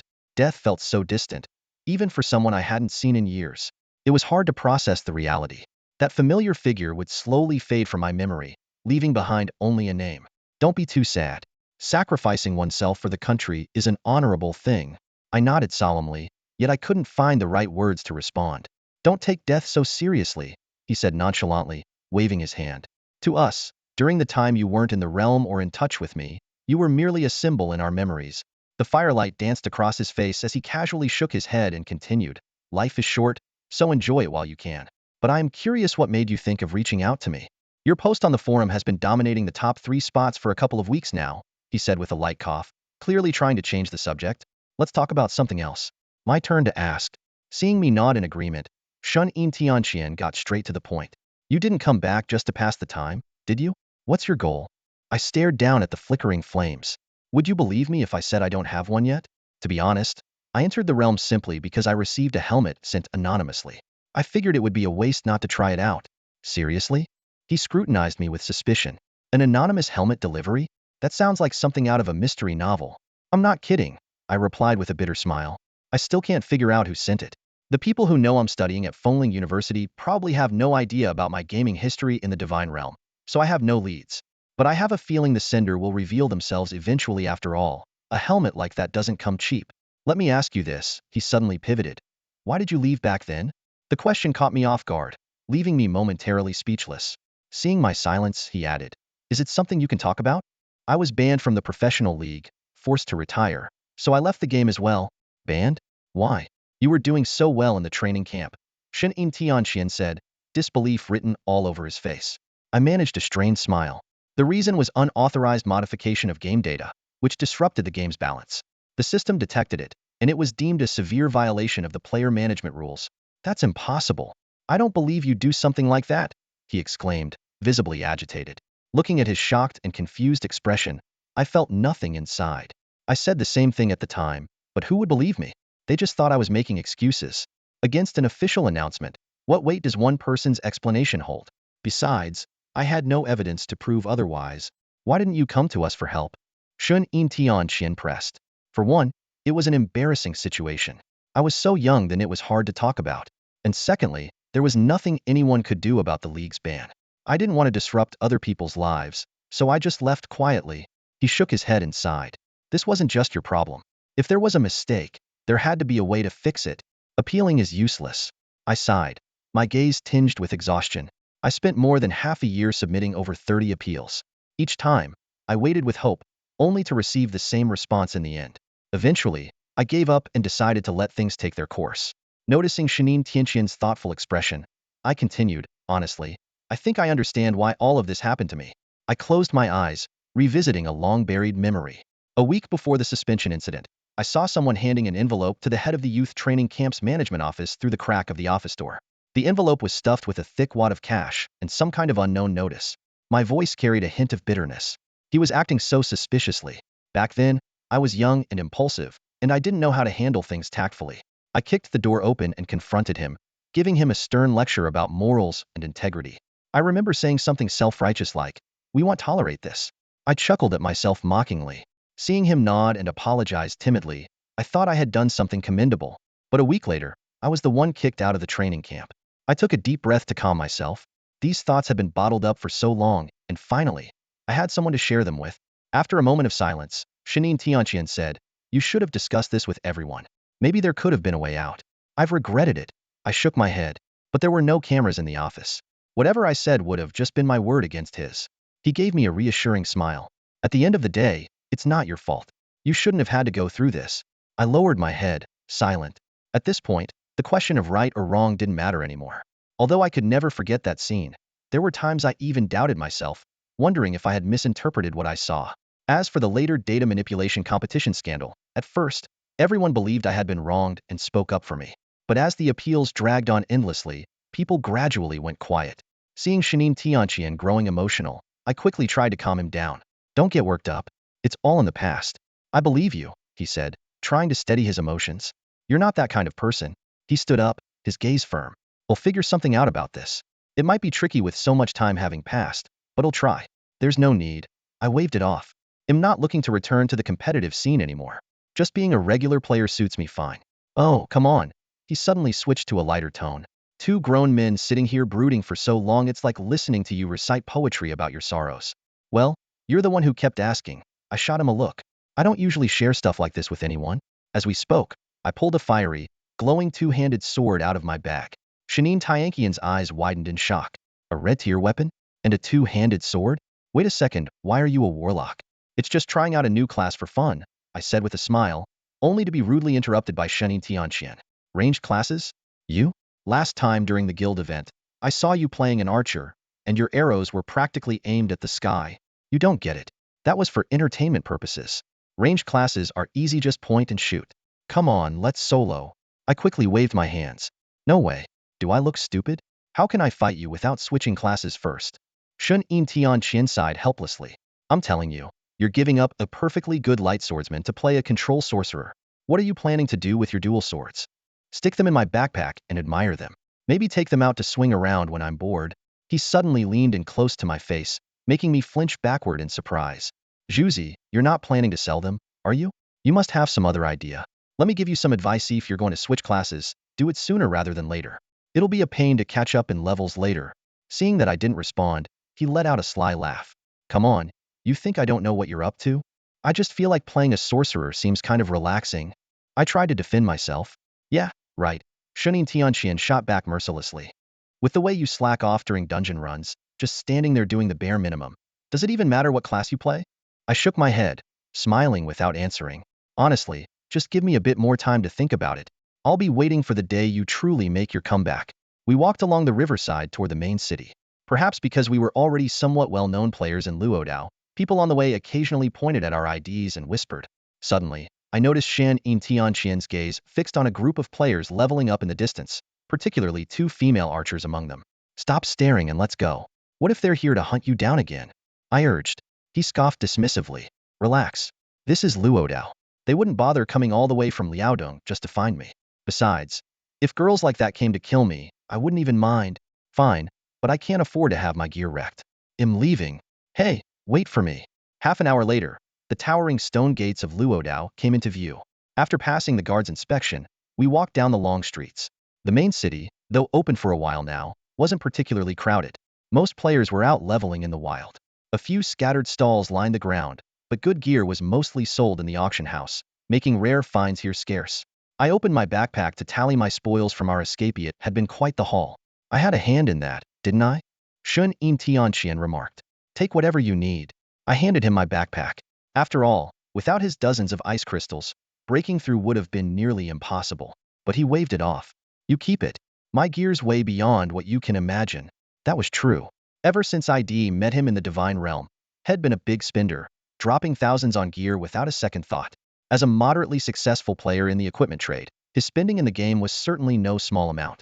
At the moment, he was meticulously sorting through the newly acquired gear, carefully picking out the ones he could use and replacing all the blue quality items on his character. Although it was a mix and match of off-brand purple gear, achieving a full set of purple equipment at this stage was already far ahead of the majority of players. Shin Yin Tianqian leaned casually against the wall, watching him change gear while throwing suggestive glances at passing solo female players. After checking his stats panel and seeing that all the attributes were well-balanced, he felt a small sense of accomplishment. Among the leftover gear, the blue quality items weren't worth much, so he listed them in the marketplace at a low price. However, there were about a dozen decent purple items that felt too valuable to sell cheaply, so he reached out to his old friend Hausi. Hausi, I've got some purple gear here. See if there's anything you want? Gue, you hit the jackpot? So much purple gear, don't tell me you went robbing people. Hausi joked, though his words were unexpectedly close to the truth. Stop talking nonsense. Take it if you want. Heh, guess what? I'm decked out in full purple gear now. Bet you didn't see that coming. Hausi replied smugly, sending over his stats screenshot. A level 30 heavy swordsman clad in a full purple sacred armor set, boasting a 40 damage reduction from attacks within 500 yards. The gear setup was indeed impressive. It was hard to believe that Hausi hadn't stumbled upon some extraordinary fortune. After all, he himself had only reached level 30 through a hidden dungeon. Meanwhile, Hausi, who usually spent his time goofing off, somehow managed to acquire such an enviable set of equipment. It was baffling. As he was marveling at this, Hausi dropped an even more explosive piece of news: the rumor of Luo Dao's first red weapon. When he learned that this weapon was in someone's possession, Hausi's tone immediately grew cautious. You better keep that thing hidden, preferably in your storage. The 30 drop rate from your bag is way too risky. All the major guilds are hunting for that weapon right now. Although it's just a rumor, no one knows for sure who has it. If you run into trouble, come find me anytime. Judging by Hausi's words, it seemed that this usually carefree friend of his did indeed have some hidden connections. I've always operated solo, so I've politely declined Hausi's repeated invitations to join the esports club. Interestingly, even though Hausi is part of the club, he rarely trains with the main group. Based on my earlier encounters with Lin Hansu and our experience in the Dark Swamp dungeon, I suspect Hausi is connected to a leveling organization that operates independently of guilds. While I don't know the specifics of this group, their ability to provide full sets of purple gear to members suggests they're quite formidable, likely more capable than Fenjuiji's guild. Haha, what are you talking about? Hausi's message interrupted my thoughts. By the way, if you've got any spare purple gear lying around, why not hand it over to the esports club in exchange for contribution points? Our club has a huge demand for purple gear. Without hesitation, I sent over a dozen purple items to Hausi via the mail system. Rather than trying to make money off these items, I figured it was better to help the esports club strengthen itself. I've got to run now, still in the middle of a dungeon. After ending the conversation with Hausi, I became even more convinced that the two two-handed swords I had were a hot potato. To avoid drawing unnecessary attention, I decided to store them in the warehouse for the time being. I brought Shanin Tianqian along to the warehouse in the 3rd district. At the entrance stood an elderly man with white hair, dressed in a dark blue vest. Upon seeing us, he shuffled over awkwardly to greet us. Welcome, adventurers, to the storage room. We offer the safest service available. The price is 10 gold coins for 50 storage slots, and the items can be stored permanently. It'll take 100 slots, I said. It'll take 200. Shanin Tianqian immediately followed. As I watched Shanin Tianqian pull item after item out of his bag, I couldn't help but be amazed.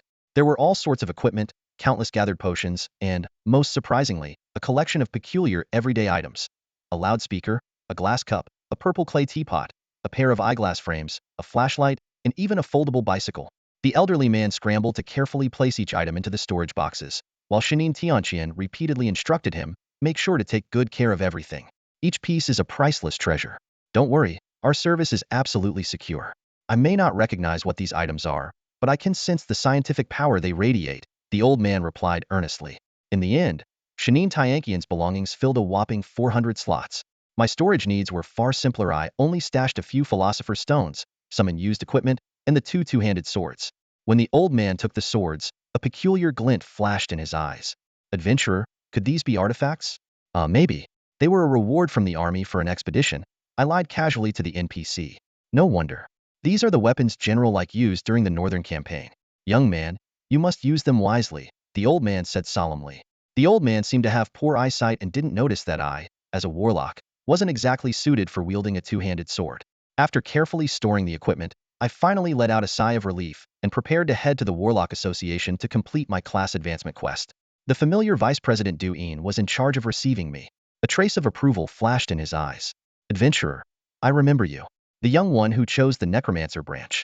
Your growth has been impressive. So, tell me, what direction have you decided for your advancement? Spellbinder, I replied, having long decided on this damage-oriented warlock subclass. Are you sure?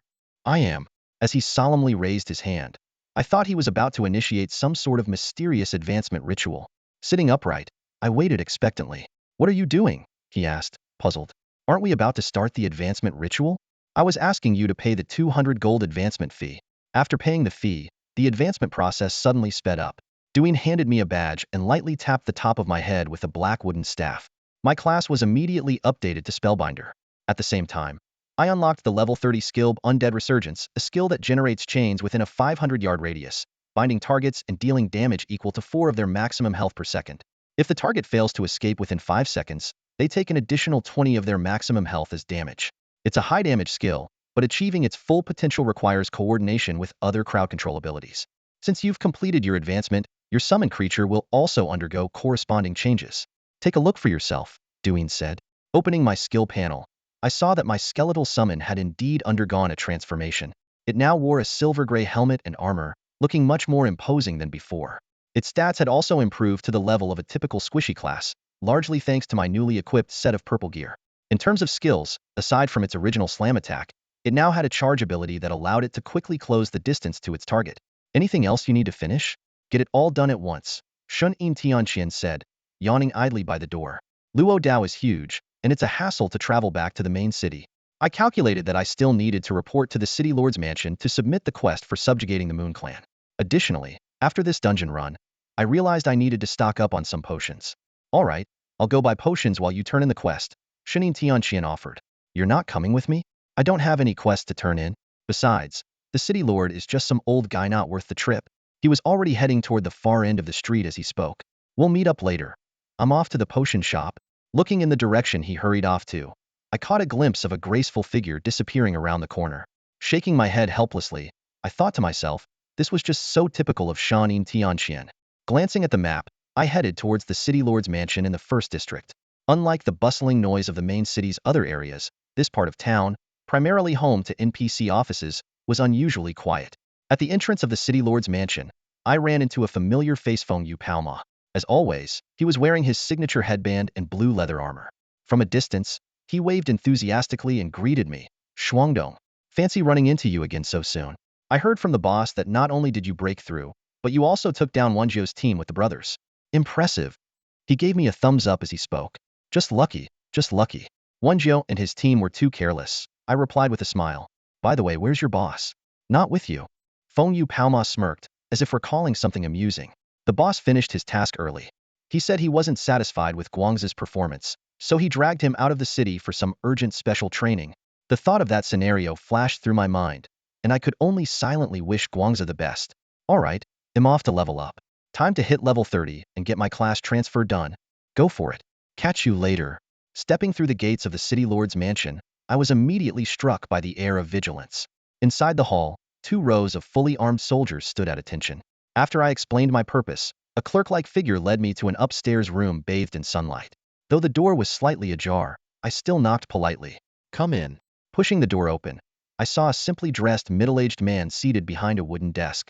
His features were well-proportioned, not particularly remarkable yet exuding a sense of approachable warmth. This must be the city lord of Luodao City. Greetings, city lord. No need for formalities, adventurer. I already know why you're here.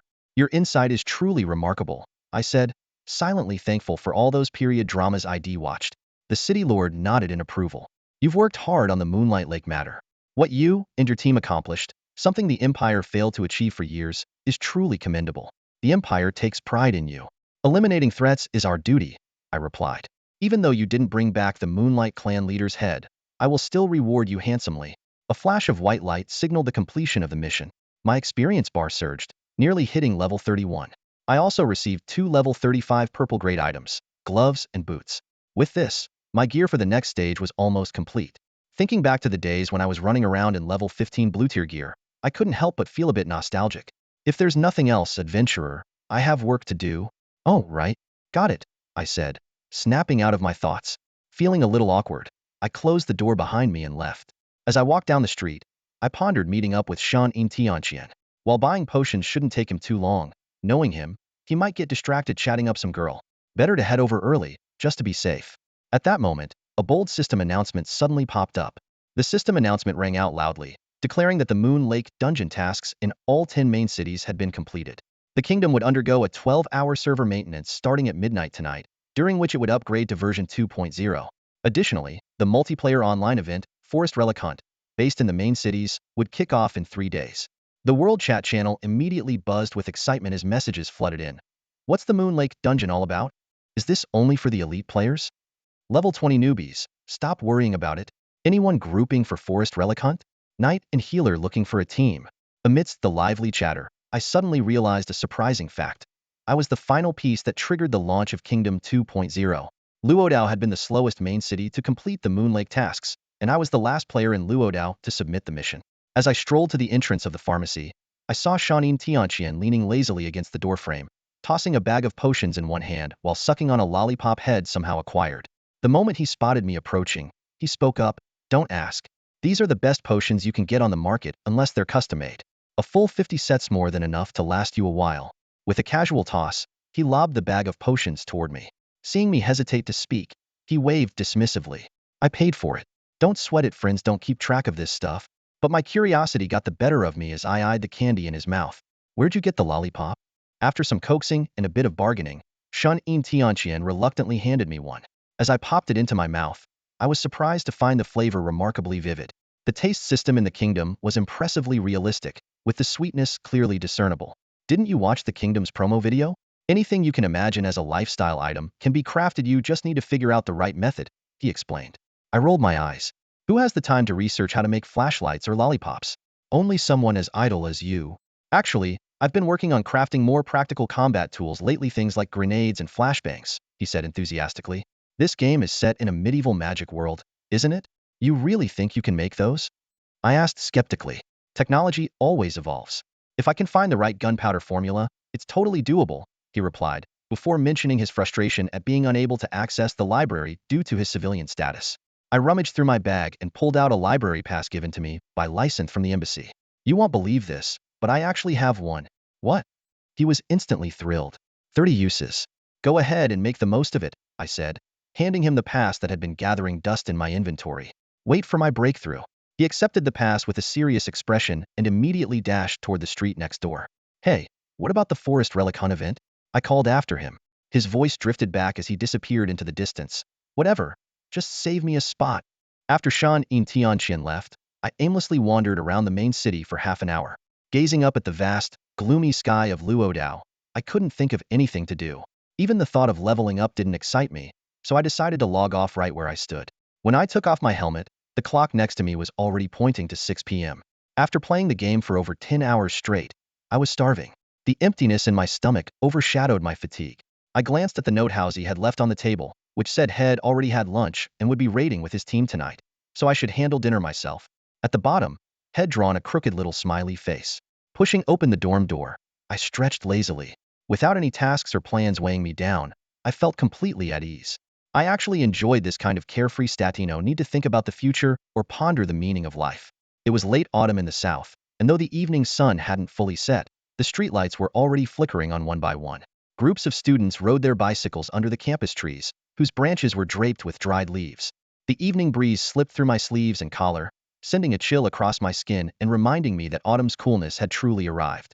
I found a familiar spot at a food stall near the campus gate. I remembered how, the night before I entered the virtual realm, I had dinner here. Later that evening, I unexpectedly received the holographic headset, marking the start of my gaming journey. It felt surreal that so many days had passed since then, and thinking back on it filled me with nostalgia. Gunai, if you hadn't been eating here for 2 years, I'd think you were planning to dine and dash, the owner teased as he lit a cigarette and leaned casually against the counter. The stall wasn't busy, and his tone was light. Scratching my head sheepishly, I replied, "Well, I've just been so busy lately. I only remembered today that I forgot my wallet when I ate here on launch day." "You? Busy?" He raised an eyebrow, clearly amused. "I may be a naturally lazy person," I said, twirling my chopsticks with a grin, "but when someone pushes you, you've got to put in some effort, right?" "Fair point," he said, gesturing to a poster of the game The Realm on the wall. "You kids have really been caught up in this, huh? Boss, you really know your stuff," I laughed. He gave me a knowing smile and lowered his voice on purpose. "I've dabbled in it myself. Actually, I know a thing or two."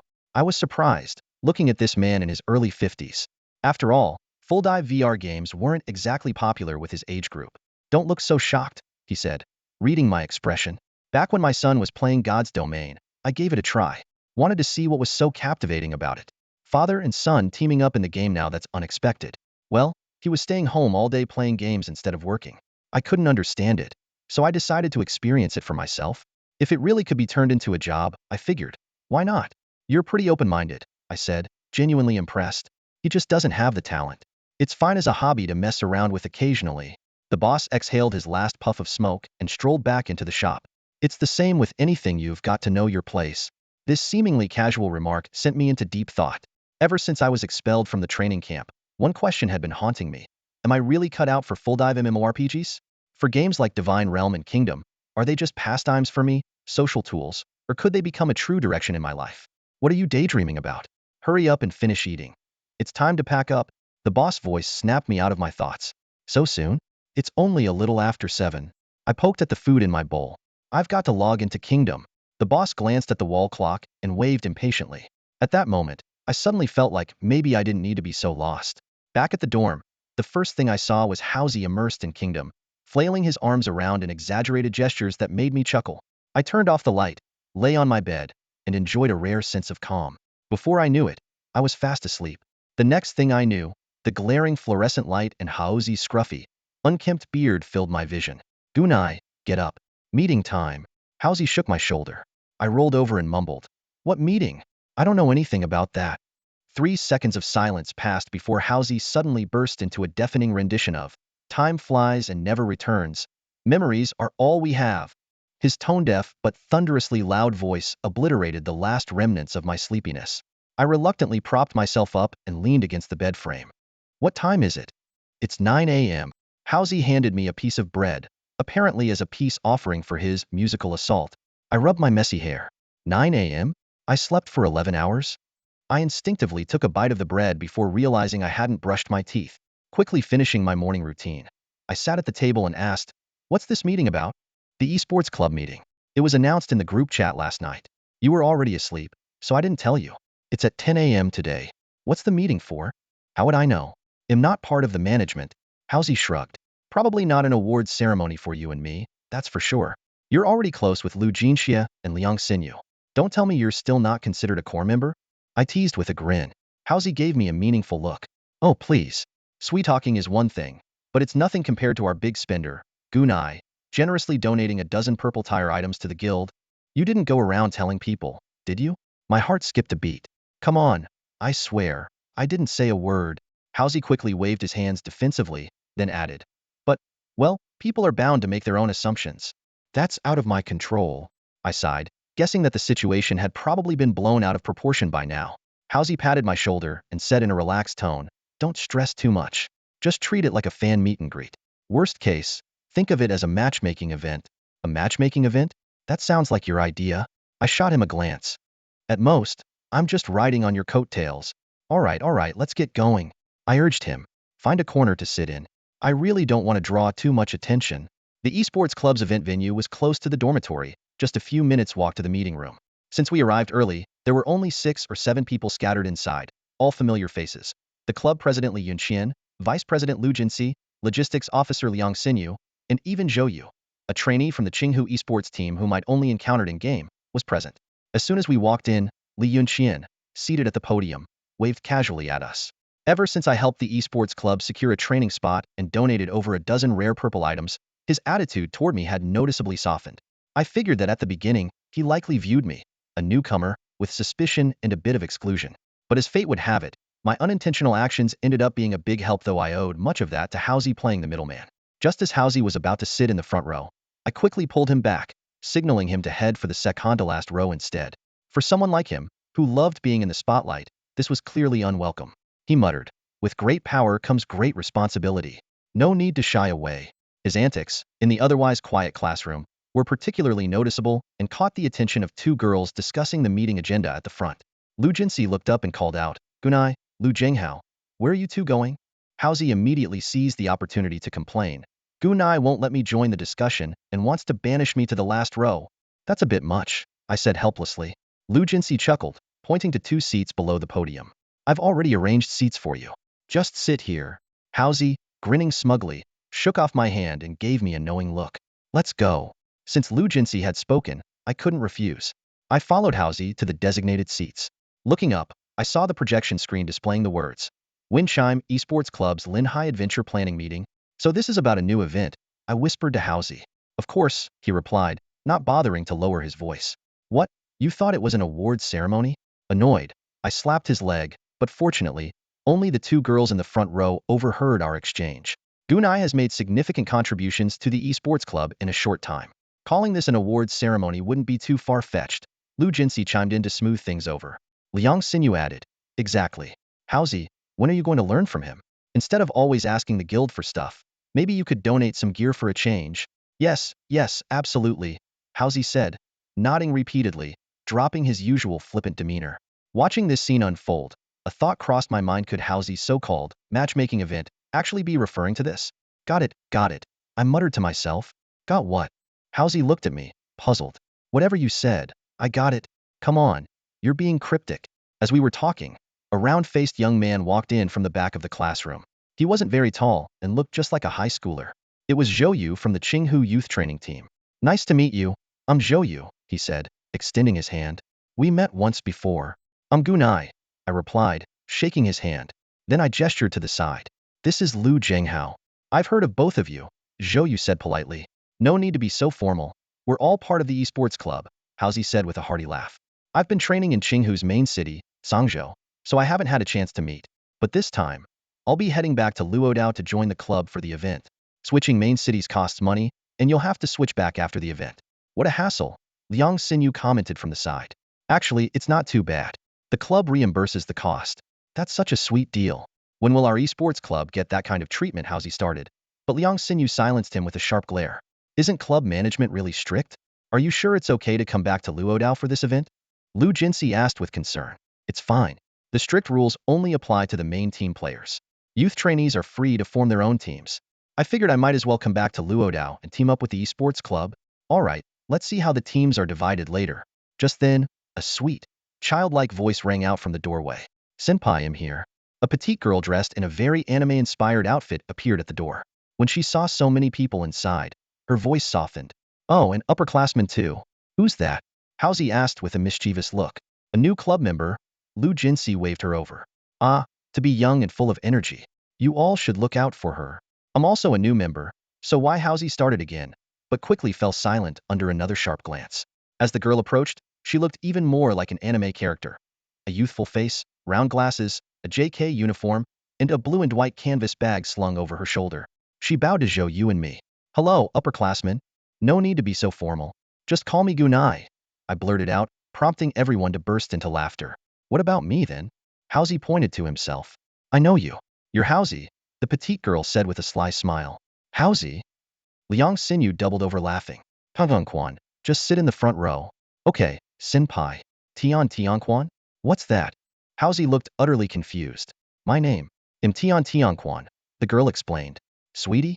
Might as well call me Puff Pastry," Hausi retorted indignantly. "Wait, you're seriously named Tianquan?" The girl swiftly pulled her student card out of her bag and handed it to Hausi. After taking a closer look at the information on the card, Hausi's expression turned noticeably strange. "Whose kid is this? What a weird name," he mumbled awkwardly. "Don't you think it's adorable?" Tianquan retorted, pouting. "No, I just think I'm hungry." Hausi dodged the question. All right, stop messing around. The meeting will start once everyone arrives," Lu Jinxin interjected, looking at the two with a sigh of exasperation, but Hausi wasn't ready to let it go. "Call me senior and let me hear it." Tianquan stuck out her tongue at him. "Hausi, stop fooling around and follow the senior sister's arrangements, all right?" She then glanced at Liang Xinyu for backup. Under Liang Xinyu's stern gaze, Hausi had no choice but to comply, slumping dejectedly into his seat. With 10 minutes left before the meeting started, the classroom began to fill up with a steady stream of members, and the seats were quickly becoming scarce. The scene surprised might had never occurred to me that the esports club could have so many members. "Hey, Senior Gunai," Tianquan leaned over Hausi and asked, snapping me out of my thoughts, "I heard those purple items in the guild yesterday were sponsored by you?" Hausi immediately set down the phone he had been playing with and interrupted eagerly. "Of course it's true. I helped him sponsor them." "Wait, no it's not sponsorship, it's a donation. Can we get the wording right?" "Oh, so you're the biggest donor?" Tianquan continued nonchalantly, showing no intention of changing her wording. Since I wasn't very familiar with the junior students yet, I refrained from being as casual as Hausi. I simply replied humbly, I didn't need them, so I figured it'd be better for the guild to make use of them.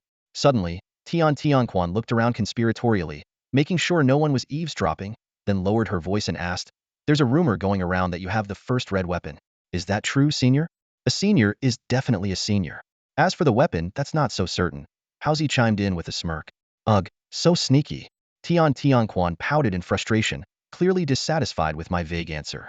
Hausi, amused by her reaction, couldn't help but chuckle. But Tianquan wasn't ready to give up. Her eyes gleamed with a mischievous excitement.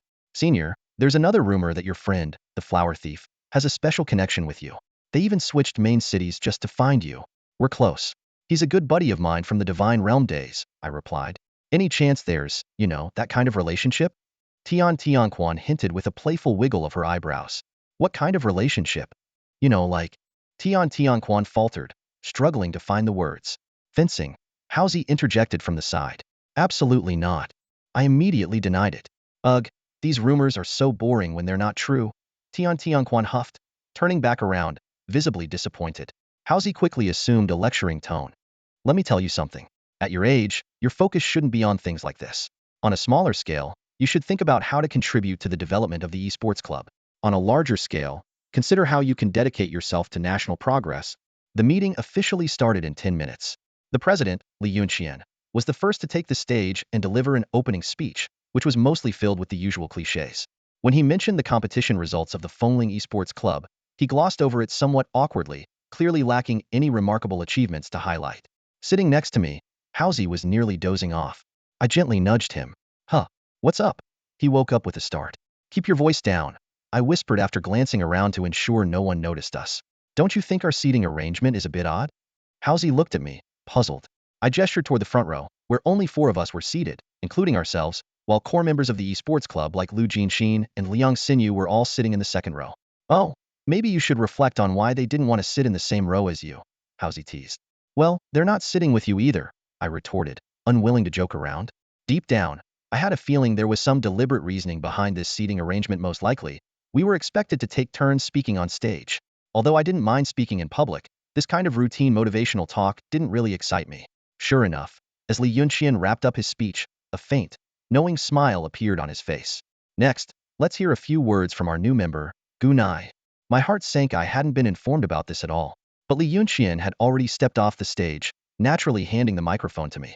Not wanting to put him in an awkward position, I had no choice but to take it. After all, improvisation was something I was relatively good at. As I stood up, applause erupted in the classroom, followed by a wave of murmured discussions. Isn't he the one who donated the purple gear yesterday? Purple gear? That's nothing's got a red weapon. I heard he fought Guan Yiping from the neighboring university, and she couldn't even touch his sleeve.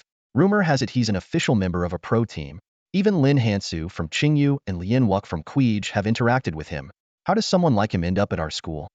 He's Loki. That's the mark of a true professional. I cleared my throat twice to quiet the room. These rumors were becoming more and more exaggerated.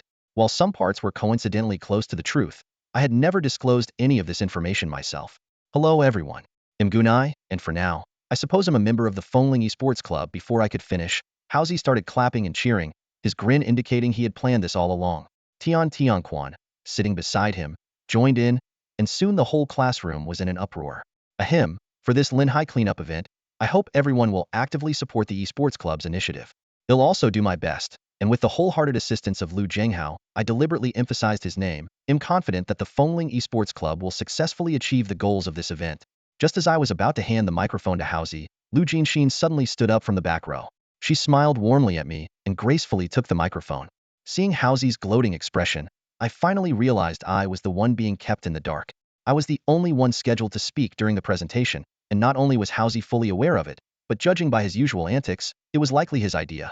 Settling into my seat, I shot Haozi a look that said, "You deal with this yourself," before turning my attention to Lu Jinxi as she explained the event schedule. Haozi, noticing my reaction, started fidgeting uneasily, his eyes darting around, looking both smug and slightly guilty. Gunai, I was forced into this too. Haozi leaned over and whispered, "Want me to tell you who the real culprit is? It was Liang Xinyu who made me keep it a secret." "Sure, but you owe me 2 meals," I replied bluntly. Haozi froze, looking like he'd just been scammed, mumbling something under his breath. I shifted my focus to the projection screen. I had logged off earlier due to a system update and hadn't had the chance to review the event details. The upcoming Forest Treasure Hunt event was set on the outskirts of the main city, covering the entire open-world map. Players needed to form teams of up to 6 members, with the option to recruit new members along the way. The rules were straightforward. If a player was killed and not revived by a priest within 30 seconds, they would be teleported out of the event area, losing their chance to continue. Each participant only had 1 life, with no respawn points, though thankfully, death wouldn't result in losing levels or equipment. The event's backstory was tied to the kingdom's decennial festival of worship, where citizens prayed to the divine realm, which in turn scattered hyacinths symbolizing good fortune across the map. The event had 2 phases. During the first phase, players had 8 hours to collect hyacinths. A real-time leaderboard displayed rankings, and only the top 500 players by the end of the phase would advance to the second stage. Hyacinths could be obtained by picking them up or by defeating other players and taking theirs. Players who advanced to the second phase would receive generous rewards and enter the Eresh's Maze, a divine realm dungeon. The ultimate goal was to defeat the boss, the Netherworld Challenger, with only one team emerging victorious. After pondering for a moment, I understood the essence of the event. On the surface, it seemed like a luck-based competition to collect hyacinths, but in reality, it was perfectly viable to win by eliminating others and taking their loot. Even if you chose not to attack, lacking the strength to defend yourself would make survival difficult. The second phase was essentially a chaotic brawl between multiple teams over a world boss, culminating in a battle royale to determine the final winner. Haozi looked utterly confused after hearing the explanation. After a long pause, he muttered, "So after all that, we still end up fighting. It all comes down to strength in the end," I summarized succinctly. Lu Jinxi raised her head, holding the microphone at chest level, and asked clearly, "That's all I have to say. Does anyone have any questions?" A boy in the back row quickly stood up. The condition to enter the second phase of the event is having enough hyacinths to make it into the top 500. What quantity is shown in the system's ranking display? It's 100, Lu Jinxi replied swiftly after flipping through the materials in her hand. This figure immediately sparked a wave of low murmurs throughout the room. This event design is pretty sneaky. I turned to Haozi and said, "It only shows the top 100 players' hyacinth counts. The other 400 players have no way of knowing the safety threshold. So they'll have to keep collecting hyacinths, trying to get as close to the top 100 as possible. Even the top 100 might not be safe," Haozi said with a serious expression. "Once an ID is exposed, they're in danger. Taking down someone in the higher ranks lets you directly replace their position, making those players even more vulnerable. There's no need to worry too much," Lu Jinxi quickly added. Each team gets 3 opportunities to view the complete leaderboard, so you can confirm your position. I nodded in agreement. So the event planners are just using psychological tricks to increase competitiveness. Since there are no more questions, let's start forming the teams. The screen began flashing names. As a newcomer to the esports club, I only recognized the core members, but Housie seemed to have an opinion about every group. 3 couples in one team? 2 healers and 2 knights with no damage output? Huh? Why does old Lin's group have 5 girls? I want to switch. Lian Xinyu, sitting behind him, spoke softly. What do you want to switch to? Housie froze, his whole body tensing up. Nothing, just switching to a different restaurant for dinner tonight. His panicked response almost made me burst out laughing. The next group featured names like Li Yunqian, Xie Ming, Fang Xingxing, Liang Xinyu, Fang Jiying, and Qian Yi. This was clearly the strongest lineup, consolidating all the core members of the esports club. The final group had only 5 members: Gu Nai, Lu Zhenghao, Tian Tianquan, Chu Jia, and Yi Qingyan. This was because I had previously asked Lu Jinxi to save a spot for Shenin Tianqian. Do you know the other 2 remaining people? I whispered to Housie. New faces, no impression. Housie shook his head. They're my roommates, Tian Tianquan chimed in. How's their skill level? Housie asked immediately. Don't worry, Tian Tianquan said confidently, lifting her chin. One's a healer and one's a knight, both top-tier players like me. Housie turned to me with an exaggerated expression, saying, Gu Nai, did you hear that? 3 top-tier players. Looks like our group is already half doomed. Housie, what are you talking about? Tian Tianquan pouted in protest. I didn't specify which half turned yellow. You 3 can bloom as you like, but on our side, it's definitely yellow, she said. As soon as the words left her mouth, Tian Tianquan suddenly frowned, glanced around and said, wait, something's off. Why are there only 5 of us here? After a moment of thought, she seemed to realize something. Oh, right, the other person must be that friend of yours, isn't it, senior? I nodded to confirm her guess. That simple affirmation seemed to boost Tian Tianquan's confidence immensely. Her voice brimmed with excitement as she said, well, there's no question about it, tour team will definitely make it to the second stage of the event. Then, her eyes lit up as she turned to me and asked, hey, senior, is Shenin Tianqian truly as handsome as they say? In the game, with his gold-rimmed glasses and the way he swings that staff. Her face was filled with admiration. So much so that Housie, standing nearby, couldn't help but roll his eyes. Before I could respond, Housie cut in, gold-rimmed glasses make someone handsome? Fine, I'll get myself a pair. You just don't get it, Tian Tianquan scoffed, giving Housie a disdainful look. It's called refined yet roguish. If you wore them, you just look like some old man fixing watches. Her remark left Housie speechless, muttering something under his breath. Taking advantage of the pause, I turned to Housie and asked, why aren't you with your usual group for this event? Instead of answering directly, he shot back with a question of his own. What about you? You don't usually go solo either, do you? His unexpected question left me momentarily at a loss for words. With a sly smile, Housie reached into his pocket, pulled out his phone, and showed me a post. Luo Dao City Battle Power Rankings. The post was incredibly popular, with thousands of comments. At the top of the list was a chubby guy wearing black-rimmed glasses. From the description, I realized he was the current captain of the Wenzhou team. Surprisingly, despite his knight-like appearance, he was actually an assassin, and not just any assassin but the second-best assassin in the national server. That title immediately jogged my memory. Wasn't Lin Hansu supposed to be the best assassin in the national server? Sure enough, the comments were flooded with Lin Hansu's fans questioning the ranking. Support for the Wenzhou captain was sparse in comparison. As I scrolled further, I spotted someone ranked 32nd, Zifeng Wu. The description read, member of the Xuanyu Esports Club, Hunter class, rumored to have declined an invitation from Qingzhu's training program. That was news to me. I'd have to find a chance to confirm it with Lin Hansu. The comments section was full of effusive praise for Wang Mufeng, with remarks like, I absolutely adore Feng Feng. She's so cool and charismatic, filling the page. Just as I was about to skip over these, Housie nudged me with his elbow. Hey, why don't you take a closer look? Why should I? I asked, puzzled. Housie smirked knowingly. It's not just about them praising her. I shot him a glare, already expecting nothing useful from him. My eyes continued down the page until I came across an unfamiliar username, Yun Shuiyao. In the photo was a tall female mage, her flowing, wavy long hair framing a strikingly beautiful face with mixed-race features. Housie leaned in, pointing at the picture and said, you really need to take a good look at this one. Yun Shuiyao, I read the text beneath the photo. President of Xuanyu Esports Club, MVP of the Eastern China Division in the 6th Collegiate League of the Divine Realm, top-tier fire mage. You're talking about her? Liang Xinyu's voice suddenly came from behind us. I know her. Song Yisha. How come you know everyone? How's he asked. Liang Xinyu rolled her eyes and started explaining. Song Yunshui is indeed impressive. In her freshman year, she led Xianyu Esports Club to third place in the National Collegiate League, gaining fame at a young age. Her fire mage skills were dubbed Blazing Inferno by commentators. Although the club's performance didn't improve further after she became president, she's undoubtedly an exceptional player. Listening to you talk her up, it's almost like you're describing one of your own team members. How's he teased? Well, what can I say? We're on good terms, Liang Xinyu replied matter-of-factly. You know how it is, there aren't many teams willing to scrim with our Winchime Esports Club. Xianyu happens to be one of them. I nodded and swiped my phone screen to the photo of Zifengwu. Do you recognize this person? That one isn't she the one you asked about last time?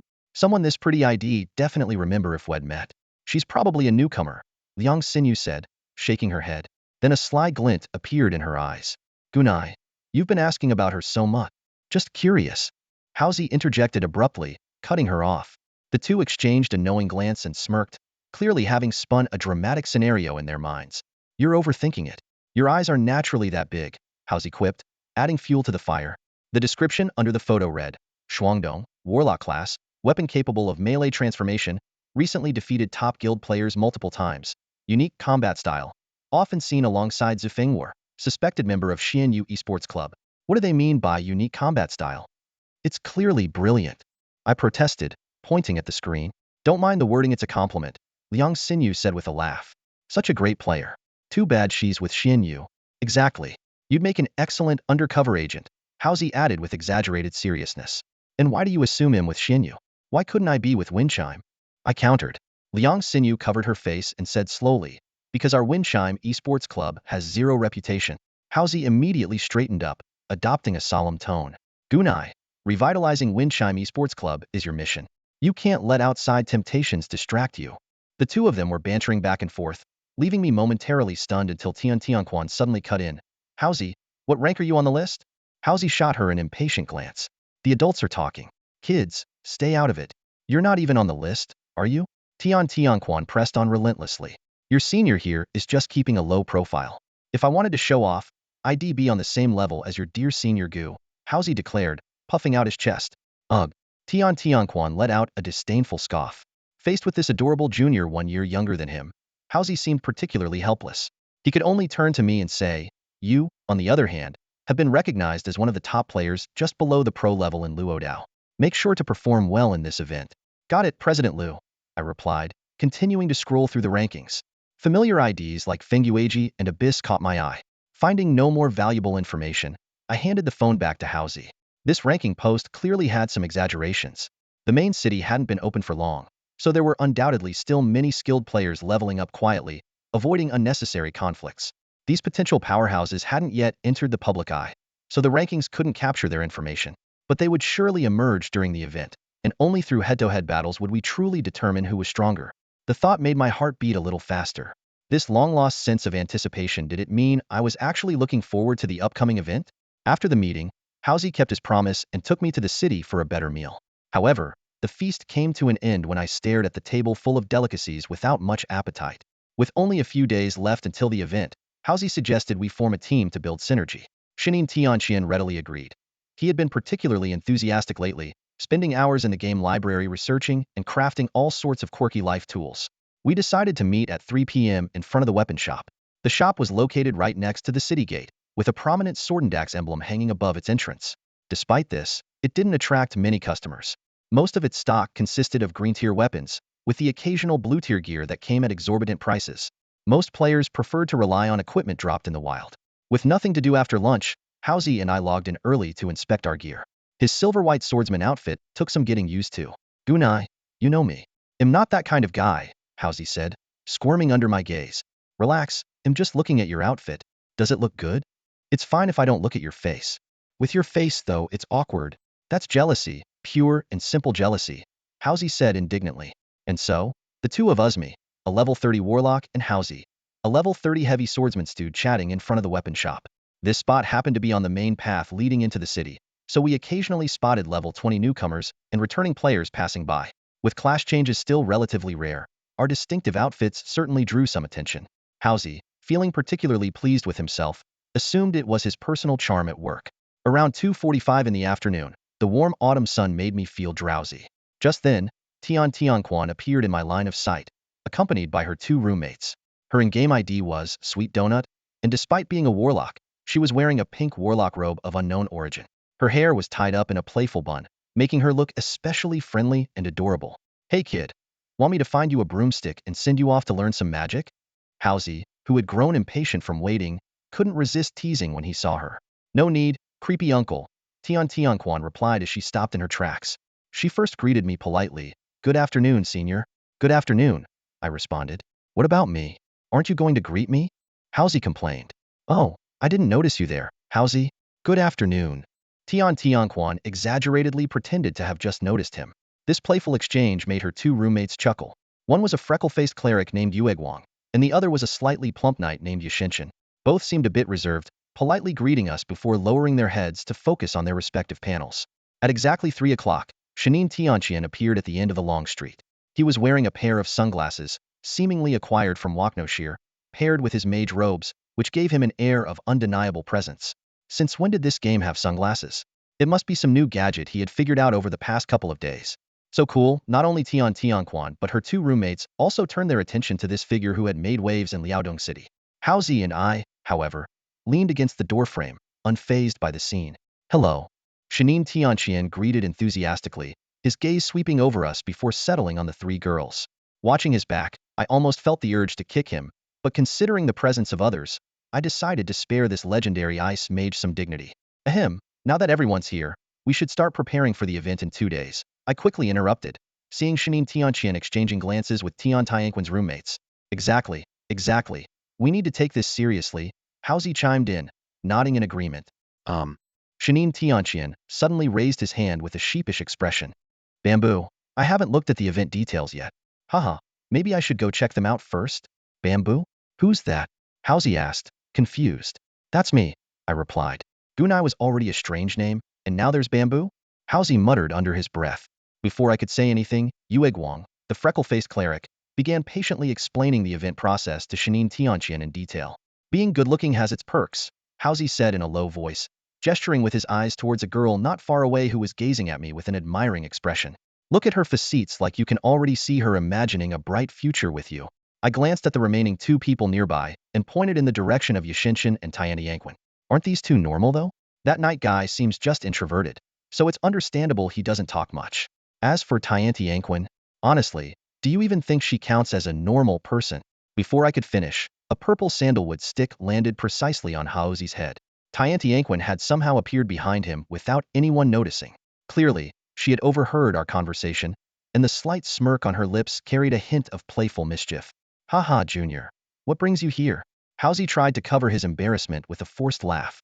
"Don't try to act all friendly now," Tian Tianquan said, pouting. "I just heard you bad-mouthing me to your senior." Naturally, the wisest choice at this moment was to distance myself from the situation. I raised my hands in feigned innocence. I have no idea what's going on. Tian Tianquan, however, wasn't one to hold a grudge. She chuckled lightly, bent down, and began organizing her backpack. Hausi, noticing this, asked, "Aren't you going to explain things to that big shot over there?" "Aren't there already two people doing that?" she replied without looking up, still rummaging through her bag. "You're the one who's slacking as a fan." "I'm not a fan," she said, sticking her tongue out at Hausi with a playful grin. "I was just curious before, but the novelty's worn off now." "Wow, I didn't expect you to be immune to that type," I teased. "Of course. I'm not into that style," she said slyly. Then, with a mischievous glint in her eyes, she added, "But you, senior, I might be starting to take an interest in you." Even though I could tell she was joking, this seemingly sweet and innocent girl was clearly operating on a level far beyond my ability to handle. Thankfully, Hausi came to my rescue at just the right moment. "Don't make things difficult for your senior. The poor guy's been out of the dating game for ages." He then struck a dramatic pose, gazing into the distance as he started singing, "The Sea of Bitterness," waves crashing endlessly. His antics had both Tian Tianquan and me bursting into laughter. At that moment, Shun Yinqian returned, having finished gathering information about the event. Confidence radiated from his face, as if he was already certain of success. "First, we need clarification," he said. "When we're randomly teleported to the event map, is the number of items collected calculated individually or as a team?" "Individually," Tian Tianquan replied after checking the announcement. "The official rules state that the top 500 players advancing to the second phase will be determined by personal item counts, not team averages." I immediately picked up on the implications. If that's the case, some teams will definitely start pooling their items with certain members to ensure they make it to the next phase. Halsey nodded in agreement. Exactly. So even if someone's name is on the leaderboard, it doesn't guarantee they're safe. But will people really hand over their hyacinths to others? Yue Guang asked skeptically. Think about it, Halsey explained. If the entire team can't advance, wouldn't it make more sense to send at least one person through? Plus, I bet a lot of people are participating in this event just to sell hyacinths for profit. For such a huge player base, those 500 spots are definitely not something everyone can fight for. The previously relaxed atmosphere suddenly grew tense. Everyone seemed to realize that the Lin Hai scavenger hunt was hiding something deeper, far from being just a simple collection competition. So, about how we divide the hyacinths. Tian started to speak, but was immediately interrupted by me. Evenly, I said decisively. What could have been a tricky issue suddenly became straightforward with my direct reply. Tianquan's eyes lit up instantly, sparkling with surprise and delight. Her gaze fixed on me so intently that I couldn't help but feel a bit uneasy. Senior, the competition for this activity is so intense. If it really doesn't work out, Yishin Shuan still sounded hesitant. You don't have faith in us? Xiao Luo quickly responded. Since Senior Gunai is confident enough to make such a bold statement, he must have a plan. Halsey, standing nearby, grinned mischievously, hyping me up as if enjoying the spectacle. I had my own considerations. Since the hyacinths were being calculated individually, the number collected alone wouldn't ensure success. The true purpose of the activity was likely to encourage teamwork to gather more hyacinths, rather than hoarding them with just a few people. After all, the second stage was a team battle, and a lone wolf strategy wouldn't be effective. I think the real priority is… Shun Yin Tianqian, who had remained silent until now, suddenly spoke up. What is it? He stared intently at the numbers above the three of us, his expression serious. Reaching level 30 and completing the class advancement. Otherwise, we won't be able to compete with the top players in Luo Dao. This perspective was indeed reasonable. The difference in skill strength before and after a class advancement was significant. But Tianquan asked affectionately, there are only 2 days left.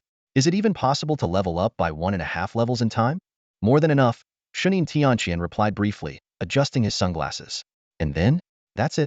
Tianquan waited expectantly for him to elaborate, but was met with silence. Don't worry, I reassured her.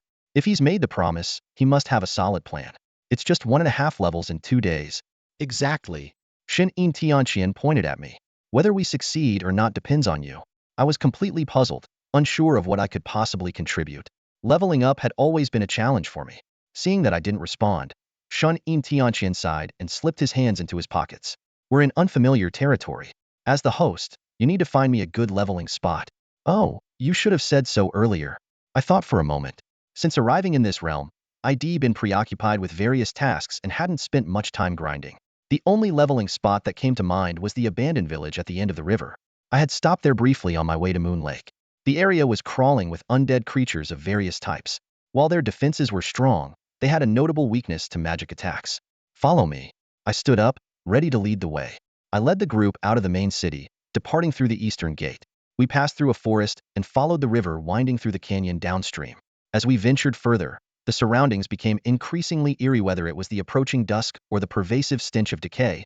The vegetation took on a sickly pale hue, and the air carried a faint sense of death. Stepping on a brittle branch beneath my feet, I pointed toward the faint outlines of crumbling ruins ahead. We've arrived at our destination.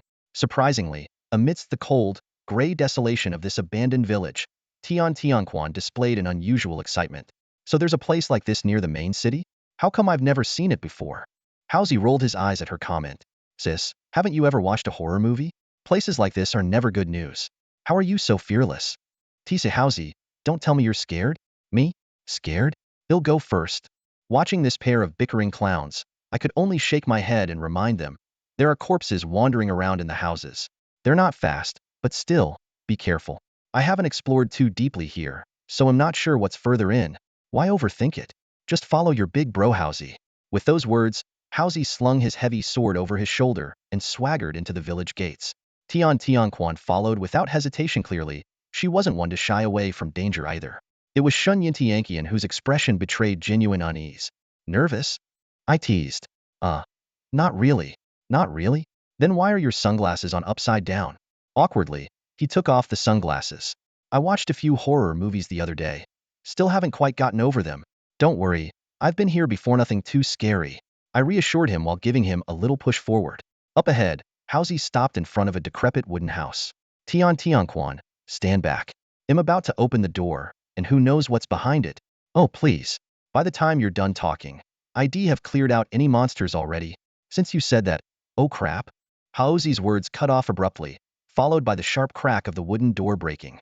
A gray-green, skeletal hand reached out from behind the door, its bony fingers twisting at unnatural angles. The expressions on the two leaders' faces froze as they slowly backed away in our direction. While everyone's attention was focused on the wooden door ahead, I caught a faint rustling sound behind us. Out of the corner of my eye, I noticed movement in the shadows right behind Shan Yintianqian. Watch out! Before I could finish shouting, a grotesque corpse lunged out of the darkness, its jaw unhinged to an impossible 180 degrees. Green, putrid liquid sprayed through the air as it aimed straight for Shan Yintianqian's neck. What followed was the loudest scream I had ever heard in my life, so much so that I almost instinctively covered my ears. Relax, it didn't even touch you, I said, quickly blasting the corpse back with a burst of flames.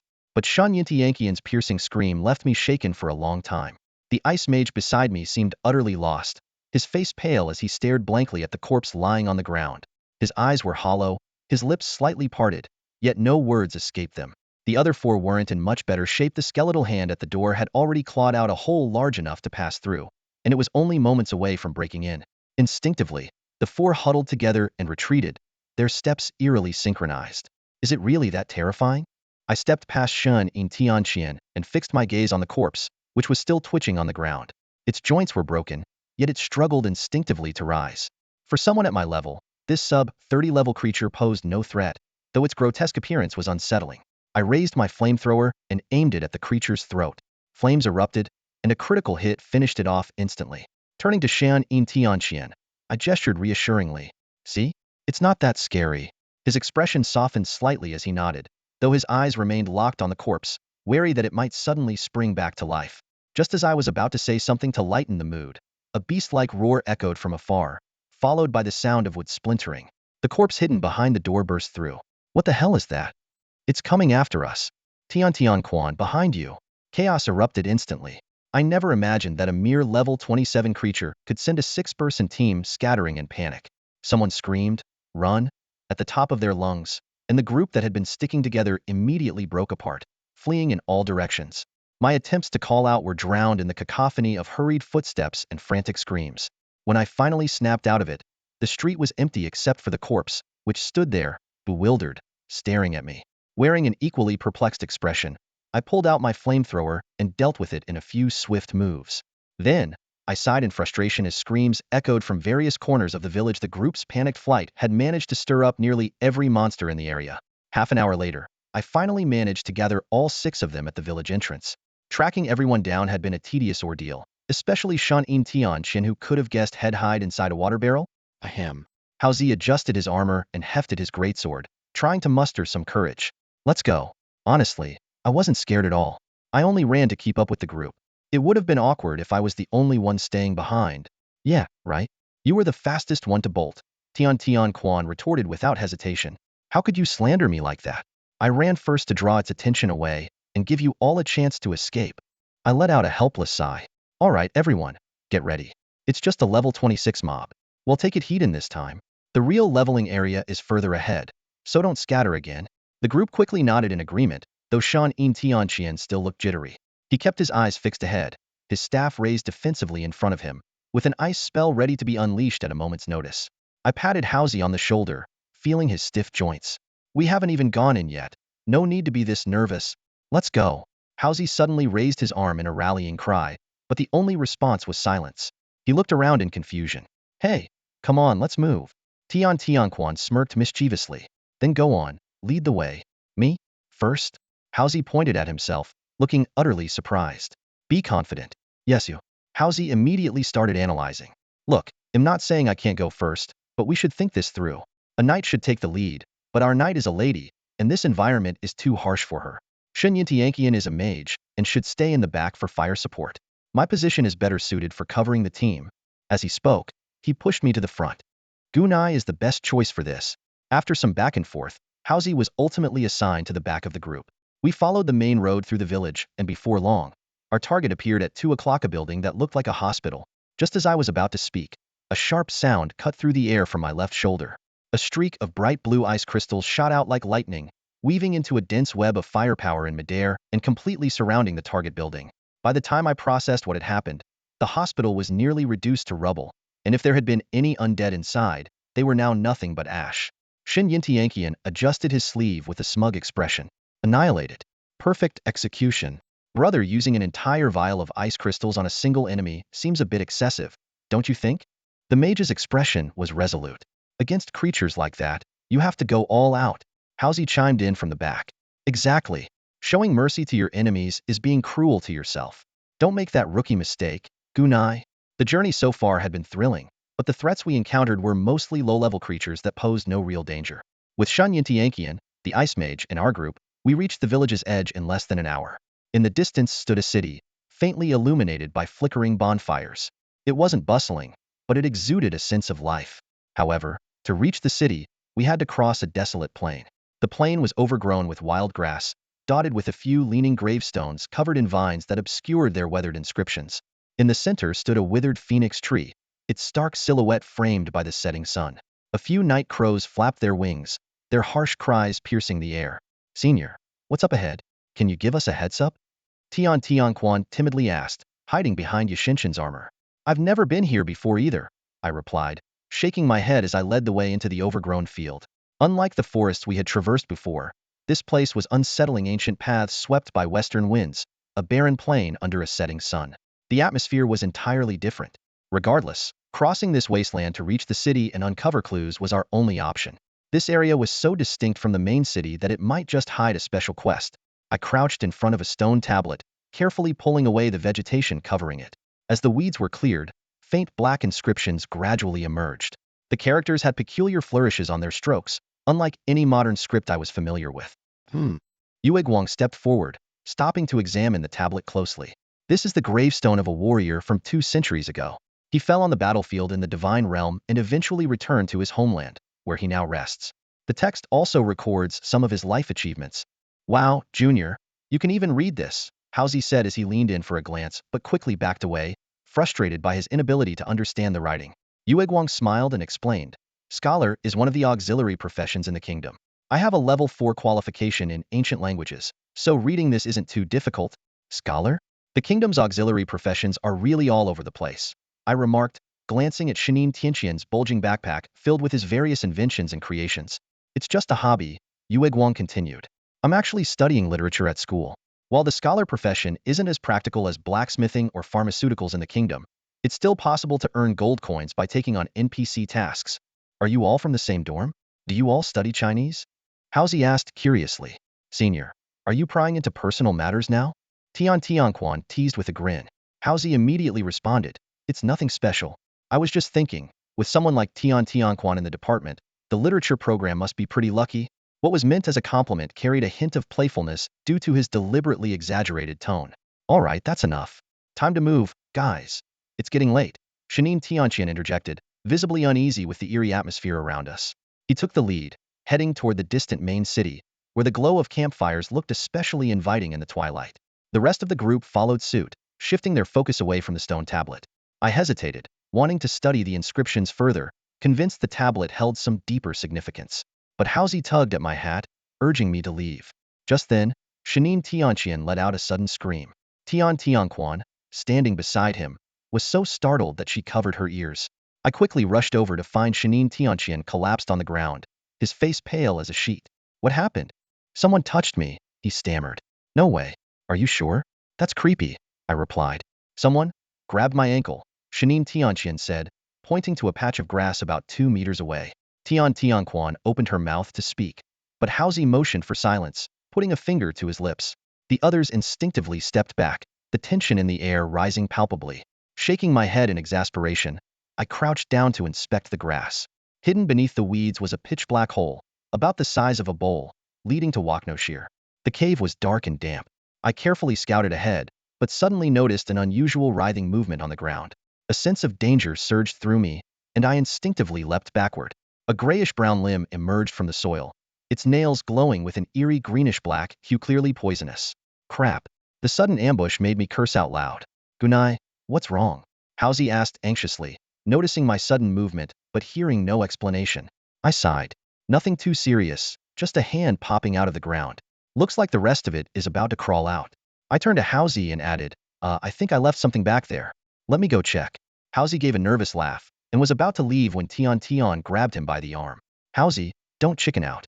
Go with your senior and take a look. Fine, let's go. Who's scared? Hauzi retorted defiantly, but as he crouched beside me to examine the hand, his expression clearly changed. What the heck is that thing? Probably a monster. I can't see its level yet. We'll have to wait until it fully emerges. Wait for it to come out? Are you crazy? Hauzi jumped to his feet. Why not just take it out now? He reached for his sword but hesitated and shrank back to his spot. I released a poison array, but it only triggered minimal damage numbers. See? It's not working at all. Before I could finish, Hauzi suddenly bolted 5 meters away. Run! He shouted. I immediately created some distance between myself and the creature. As a squishy character, I couldn't afford to die in a place like this. Dodging the black beams it fired, I tried to lure the monster toward my teammates. Use your damage skills now. It's a level 32 elite monster. Wait, let me sharpen my sword first. Hauzi muttered as he crouched in the bushes, focused on his weapon. Hey, don't drag it over here, man. Seeing the monster closing in, Hauzi had no choice but to steel himself and raise his heavy sword. Timing it perfectly, he let out a loud yell, broken wing, and slashed horizontally with all his might. The attack struck the undead sorcerer's weak point, and its frail body exploded midair, sending splatters of greenish-black liquid flying in every direction. It took out nearly 1/6 of the monster's health in a single blow. Hauzi tilted his chin up, his eyes glimmering with pride. So, how was that? Not bad, right? Seeing how fragile the undead mage was, everyone seized the opportunity to unleash their damage-dealing skills. Under the barrage of concentrated attacks, the monster quickly lost its ability to resist and collapsed to the ground. Its body gradually disintegrated into scattered black ashes, vanishing into the air. Unexpectedly, the monster left behind its ugly, tattered staff. Hauzi and I were standing closest, exchanging glances without making any move to pick it up. Hauzi, go ahead.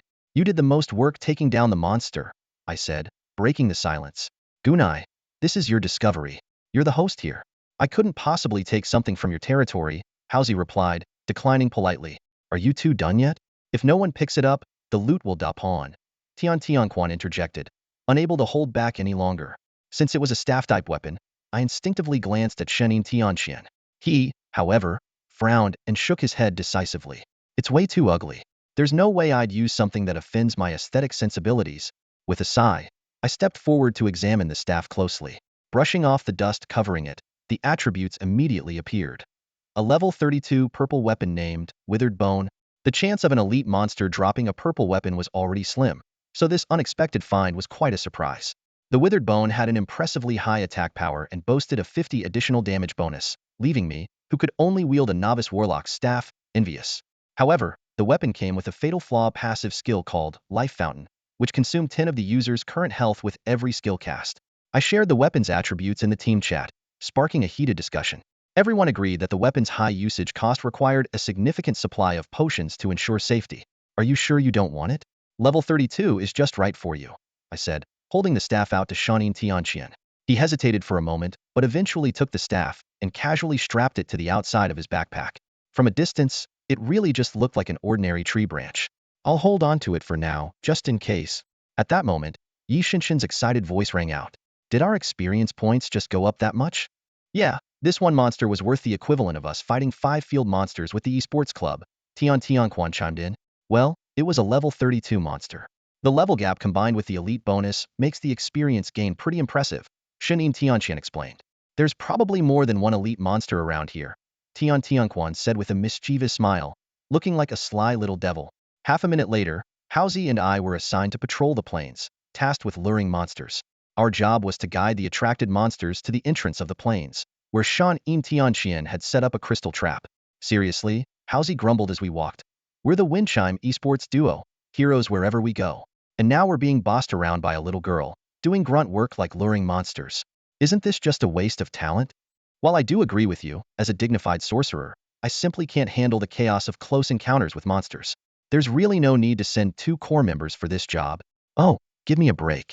You're wielding nunchucks and still pretending to be a ranged fighter. Be glad we didn't make you tank the monsters, Hauzi scoffed as he deftly sidestepped the green flames behind him and pressed onward. After several rounds of combat, Housie had completely let loose, almost recklessly dragging a horde of monsters behind him. The undead creatures moved sluggishly, keeping a 5-meter distance while howling in rage, stumbling along like a scene straight out of a zombie movie. Tianqian, it's time. At the command, shards of ice shot out from the compass array at the tip of the staff, enveloped in gray death energy, slamming into the monsters with a dull thud. At the urging of the other girls, Shanin Tianqian had tested out a seemingly ordinary weapon called Withered Bone. Its astonishing firepower, paired with the gray special effects, caused the monsters' health bars to plummet dramatically. The ground was littered with monster corpses and various loot.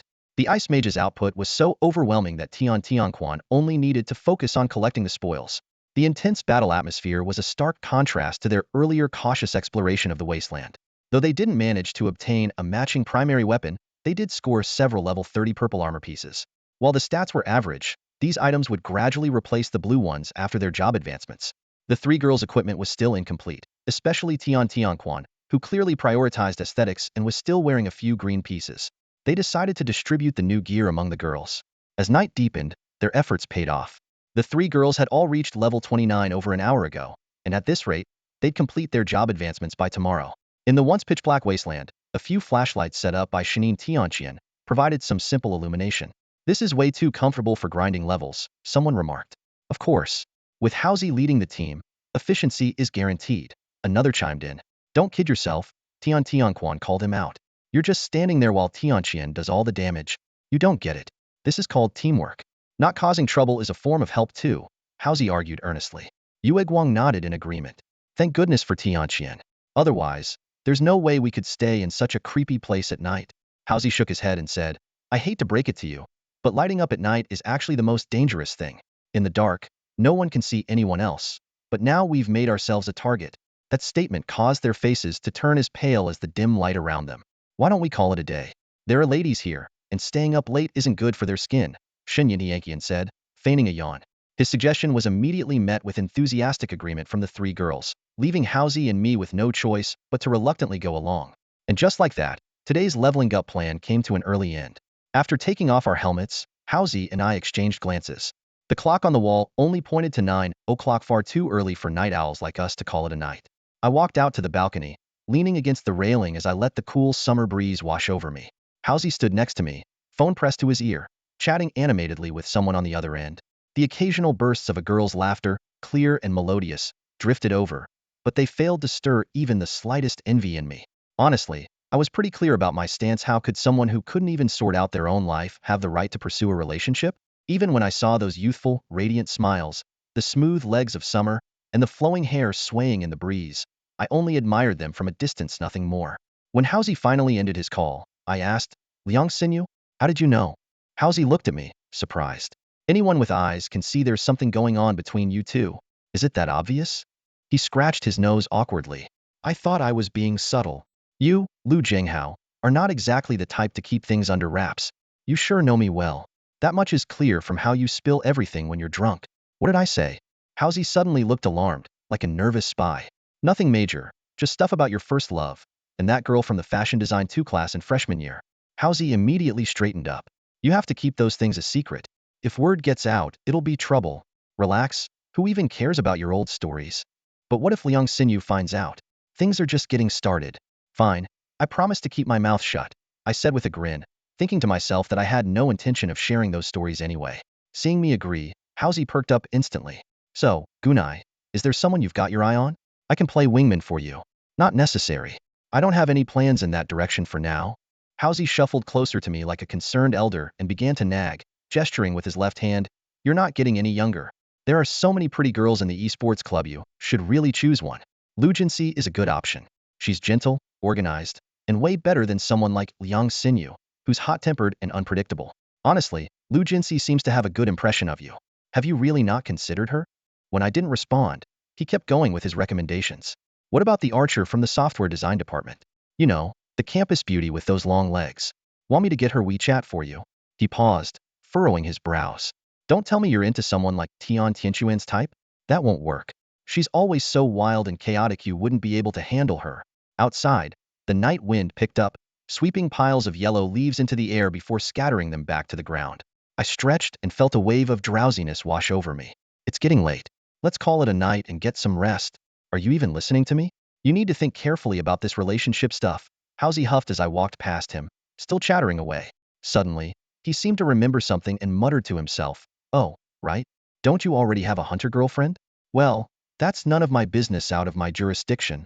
The next day, we continued leveling up on Sunset Plains. With the fully equipped ice mage Shen Yin Tianqian in the party, his damage output alone was equivalent to an entire team's. It didn't take long for us to clear out all the elite monsters. Of course, how many potions he burned through in the process was anyone's guess. By the evening, just before the Forest Relic event was set to begin, the 3 girls in the team finally reached the level 30 threshold required for their class advancements. Leveling up with Tang Ying is just too easy. Tianquan sighed in admiration. Housie immediately chimed in. Drop the 2. You were just standing there watching the whole time? But now I get why Gunai doesn't enjoy grinding levels anymore. Doing this every day would bore anyone. These past couple of days had indeed reminded me of the leisurely days back in the Divine Realm. I turned to the 3 girls and said, "You should head back to the main city to prepare for your class advancements. Tomorrow morning at 8, well form the party and enter the event." Over the past 2 days, their gear had improved significantly hardware-wise. They were now on par with most players. However, their skills still needed more time to develop. In tomorrow's event, class advancement would serve as the first major gatekeeper for progression. Ordinary players simply couldn't compete with those who had advanced. According to the main city leaderboard, only a few thousand players had completed their class advancements, a tiny fraction of the massive player base. Yue Guang took a couple of steps forward, then hesitated and turned back, biting her lip before asking, "After the event, can I still level up with you guys?" Though she said "you guys," her gaze remained fixed on Shanin Tianqian. It was clear he was the true core of our team. Shen-Yin Tianqian adjusted his glasses and gave her a gentle smile. Of course. Moonlight became noticeably more excited after hearing the response, and her steps grew lighter. Since Housie needed to return to the city for supplies, the 4 of us left the plains together, leaving only Shen-Yin Tianqian and me behind. With little time left before the event began, we decided to head toward the distant city where the eternal bonfire burned. As we watched the others disappear into the distance, Shen-Yin Tianqian's smile faded. I teased him, "So, what do you think?" Seeing his confused expression, I added, "Surely a seasoned expert in romance like you can tell, right?" "Oh, you're talking about that priest," he finally realized. "Honestly, I'm not really interested in girls my age right now." "Ah, I see you're into someone more mature," I replied, knowing I couldn't win against him in matters of the heart, so I dropped the subject. The cleared wasteland was easy to traverse, and soon the city's outline became visible. The crumbling city walls were a pale yellow, weathered by rain, with gaps roughly filled with rubble. The rusted metal fixtures on the arrow towers were unattended, and there was no sign of patrolling soldiers. The desolate scene matched the gloomy sky overhead. We walked straight through the open city gates.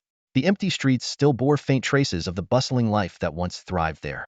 Following the striking red glow of the firelight, we passed through a few dim alleys and saw smoke rising from a courtyard at the far end. Shen-Yin Tianqian suddenly grew tense. "There are only 2 of us. What if we run into danger?" I patted the staff in his hand with a grin. "Is there anything an ice mage like you can't handle?" Just as we stepped through the gate, an arrow landed precisely on the ground in front of my left foot, a clear warning shot. Not far away, a burly man with rippling muscles sat on a wooden bench, glaring at us with a hostile expression. "Who are you? And why have you intruded into the ruined city?" Noticing the name Fang Yin displayed above his head, I relaxed slightly. Was an NPC. Judging by the sheer size of his muscles, a direct confrontation would be unwise. "We're from Luodao and stumbled in here by accident," I explained. Fang Yin remained wary. "Didn't the city lord order the river downstream to be sealed off long ago? How did you manage to get past the outer perimeter?" Shen-Yin Tianqian and I exchanged glances and replied in unison, "There wasn't any perimeter outside." At that moment, a nimble woman leapt down from the loft above, holding a longbow that made it clear she had fired the warning shot. Dusting off her sleeves, she addressed Fang Yin, "Captain, I don't think they're lying. I've heard the Empire has stopped heavily guarding the borders. The perimeter must have been withdrawn." Fang Yin fell silent for a long moment, his expression complicated. "No wonder they pulled out over half of the troops from the ruined city last month. But what if those things decide to attack?" The woman reassured him, "Our mission is already complete. Let the bigwigs handle the rest." Fang Yin furrowed his brows tightly, his shoulders slightly tense, revealing the inner turmoil he was grappling with. "Those are just excuses. We've been stationed here for over 3 years, fending off countless waves of undead attacks, steadfastly protecting the border. Now you're asking me to willingly abandon it? I can't accept that." Beside him, a muscular man pressed his rough palm against his forehead and said in a deep voice, "Captain, We no longer have the manpower to continue holding the line. I'm just regretful that we couldn't eliminate the root of all this evil. The suffering at the border may persist for many more years, Fang Yan sighed. The curse left by the sorcerers of the previous dynasty is far too advanced. Even today's top mages find it nearly impossible to break. Captain, you shouldn't blame yourself too much. The muscular man consoled him. Fang Yin nodded slightly. So be it. Right now, the priority is to brace ourselves for the next wave of attacks. As he spoke, his gaze finally turned toward the two intruders standing nearby. Adventurers, you must have considerable skills to make it past the perimeter and reach this place. Would you be willing to lend us your strength and help us repel the undead? Shanin Tianqian quickly responded before his companion could speak. Of course. We will gladly serve the Empire. A glimmer of hope flashed in Fang Yan's eyes, and his tone grew more invigorated.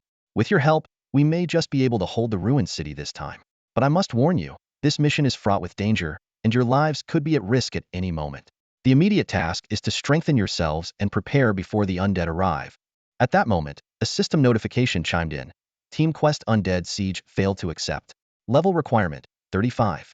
Please have the team leader level up before returning to Fang Yan to claim the quest. Level 35. It feels so far away. Tianqian's companion muttered, turning to him. Well, I guess I'll leave the leveling up to you. Tianqian glanced at his companion's disheartened expression and sighed. You should focus on making the most of tomorrow's event. If we're lucky, you could level up 3 or 4 times in one go, and then well be close to 35. Events are so unpredictable. What if we get ambushed by some rookie training team the moment we step out and get sent straight back to the main city? Ugh, stop being so pessimistic. We've been partners for ages, surely we can make something happen, right? His companion waved a firewood stick dramatically as he spoke. Yeah, right? You were at least decent when you used a light sword. Now that you've switched to a warlock, I really don't feel confident.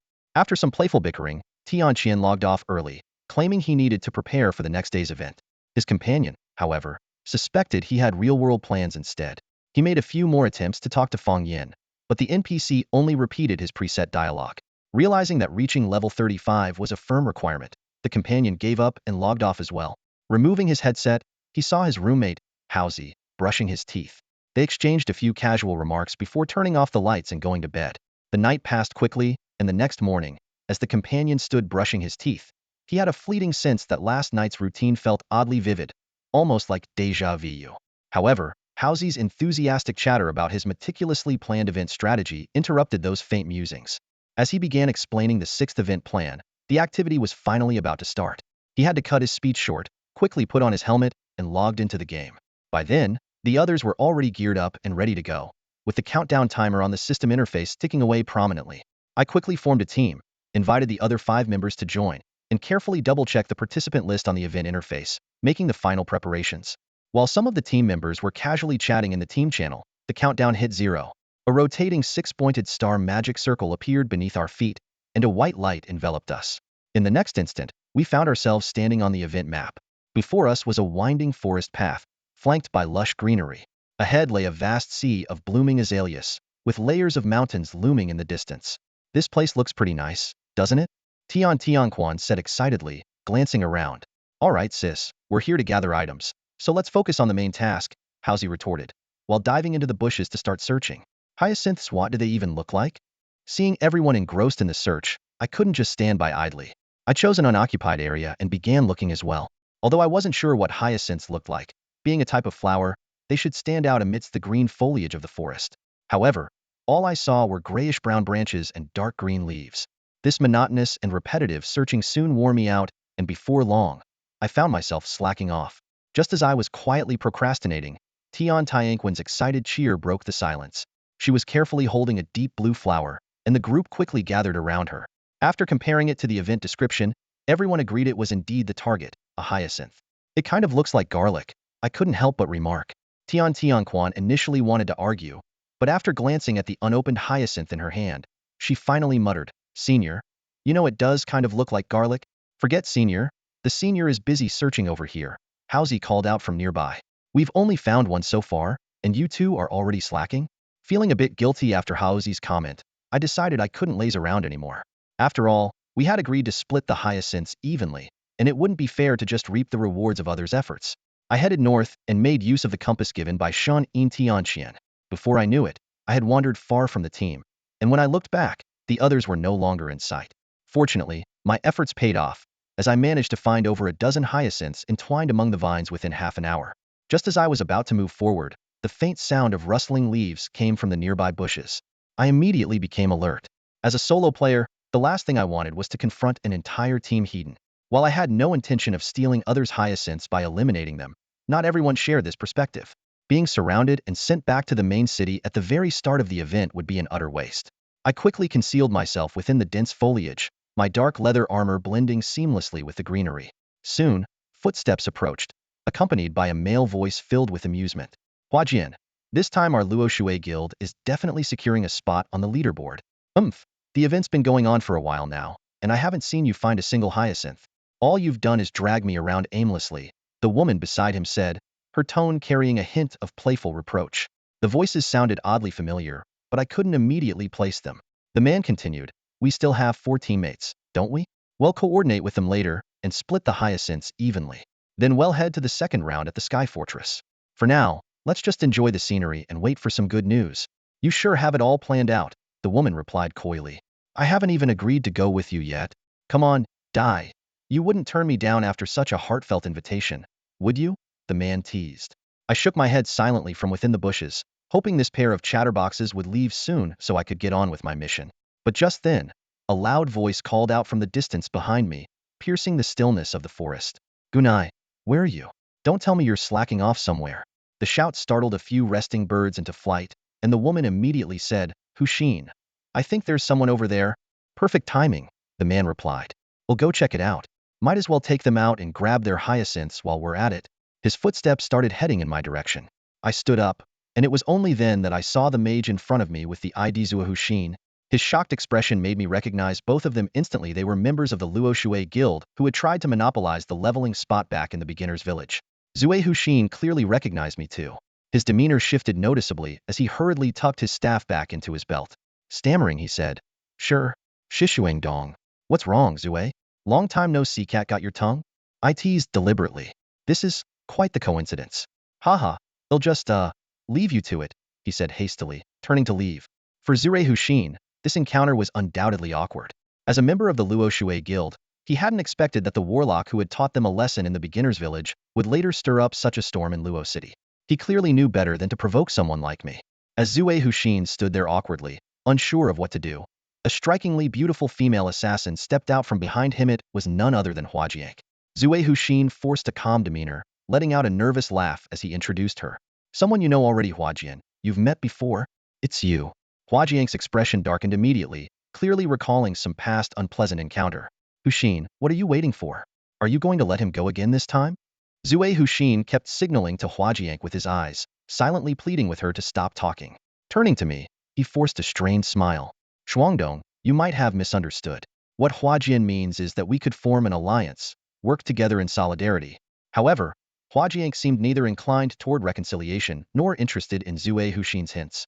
She swiftly drew a dagger and held it defensively in front of her chest, her tone resolute. Who wants to ally with him? There's no way he's leaving this place today. Huajian, calm down, Zue Huxin urged. Look, he's already level 31. The two of us are still stuck at level 29 and haven't even advanced our classes. What can we possibly do to stop him? Be reasonable. These words seemed to have some effect. A flicker of hesitation crossed Huajian's face, and her dagger lowered slightly. Watching this couple argue as if I were some quest-giving NPC, I couldn't help but feel a little exasperated. While I generally had plenty of patience, I wasn't keen on being an involuntary spectator to their drama. Ahem. I cleared my throat, interrupting their squabble.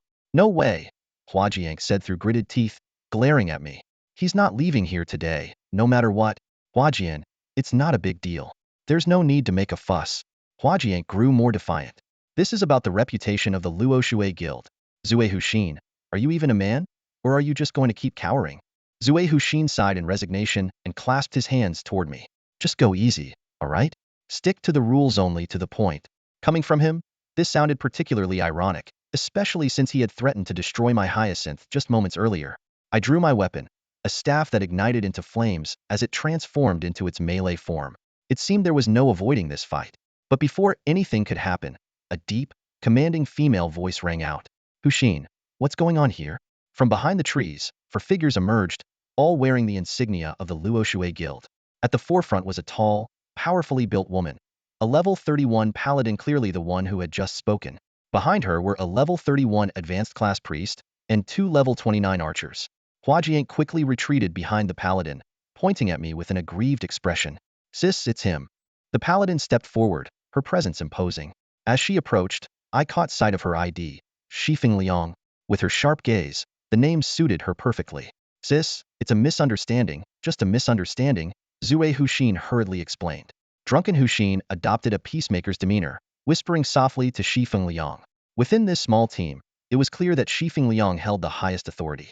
"Shut up," Shifeng Liang snapped coldly, shooting a glare at Drunken Huxin. Instantly, he fell silent, retreating quietly to the second line of the team. I quickly assessed the situation before me. A 6-person team, with only 2 members having completed their class advancement. Given my current strength, taking on all 6 of them would be no challenge. An arrow whistled through the air toward me. Without wasting more words, I leapt nimbly from my position, feinting a charge toward the backline archer. Shifeng Liang reacted swiftly, activating a charge skill to predict my landing spot, aiming to cut off my route of attack. Her burly frame kicked up a cloud of dust and debris as she closed the distance, her shield ready to intercept me in the blink of an eye. "Frost Winter? Just a bunch of hype," she sneered, a confident smirk playing on her lips. She prepared to follow up with a mountain collapse skill, intending to knock me into the air and create an opportunity for her teammates to chain their crowd control. However, the archer was never my true target. Just as her charge was about to graze my cloak, I abruptly shifted downward, dissipating my momentum and pivoting at a sharp angle to head straight for the priest in the corner. Whether it was the priest's 3-second crowd control immunity resurrection or the cleric's 5-second 20 lifesteal revival effect, they were the priority targets I needed to eliminate. Shifeng Liang's charge and mountain collapse skills both missed their mark. Worse still, she stepped directly into a trap I had set beforehand.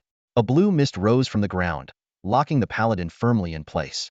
The rest of the team, seeing me break through their defensive line, panicked and hurled their skills at me in disarray. Yet, against my current gear and stats, the attacks from these unadvanced players were practically negligible. Brushing off the incoming flurry of lights and flames, I pressed forward toward the priest. The barrage of attacks barely managed to chip away a quarter of my health, absorbed by my leather armor and cloak. "Is this even a warlock?" one of the archers murmured, shaken by the ineffectiveness of their attacks. Their confidence wavered, and their next 2 arrows missed entirely. I paid no attention to their desperation. Activating the bonus from my ring, white light coiled around my arm, and with a wave of my hand, flames ignited on the priest's shoulder. Panic seized him as he stumbled backward, frantically healing himself, completely oblivious to the trap I had already set behind him. When the stacked debuff layers reached the expected threshold, I decisively pulled the staff back to my chest and began chanting Evil Spirit Entanglement. A black mist instantly engulfed the priest, detonating all the accumulated layers of the formation. His remaining half-health bar was completely wiped out in that instant, leaving only a dozen hyacinths drifting in the air. His figure had vanished entirely. The sudden turn of events left everyone present momentarily stunned. Shifeng Liang stared in disbelief at the scene, and even Zue Huxin, who had always had confidence in my abilities, widened her eyes in shock. Who would have thought that a warlock, a class known for its control capabilities, could instantly eliminate a fully transitioned priest in the blink of an eye? I didn't give them much time to process. With the priest gone and their revival support lost, the battlefield was now heavily in my favor.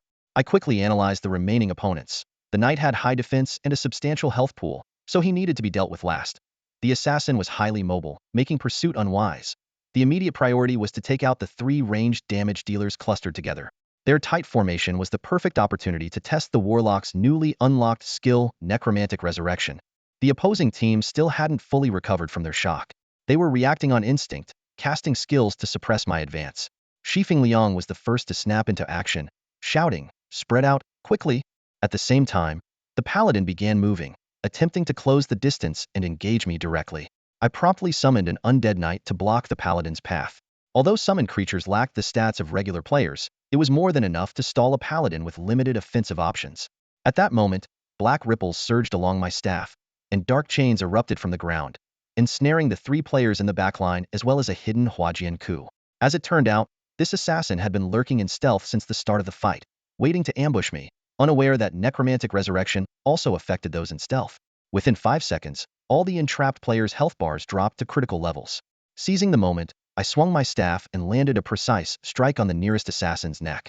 A high-damage critical hit turned him into stardust instantly.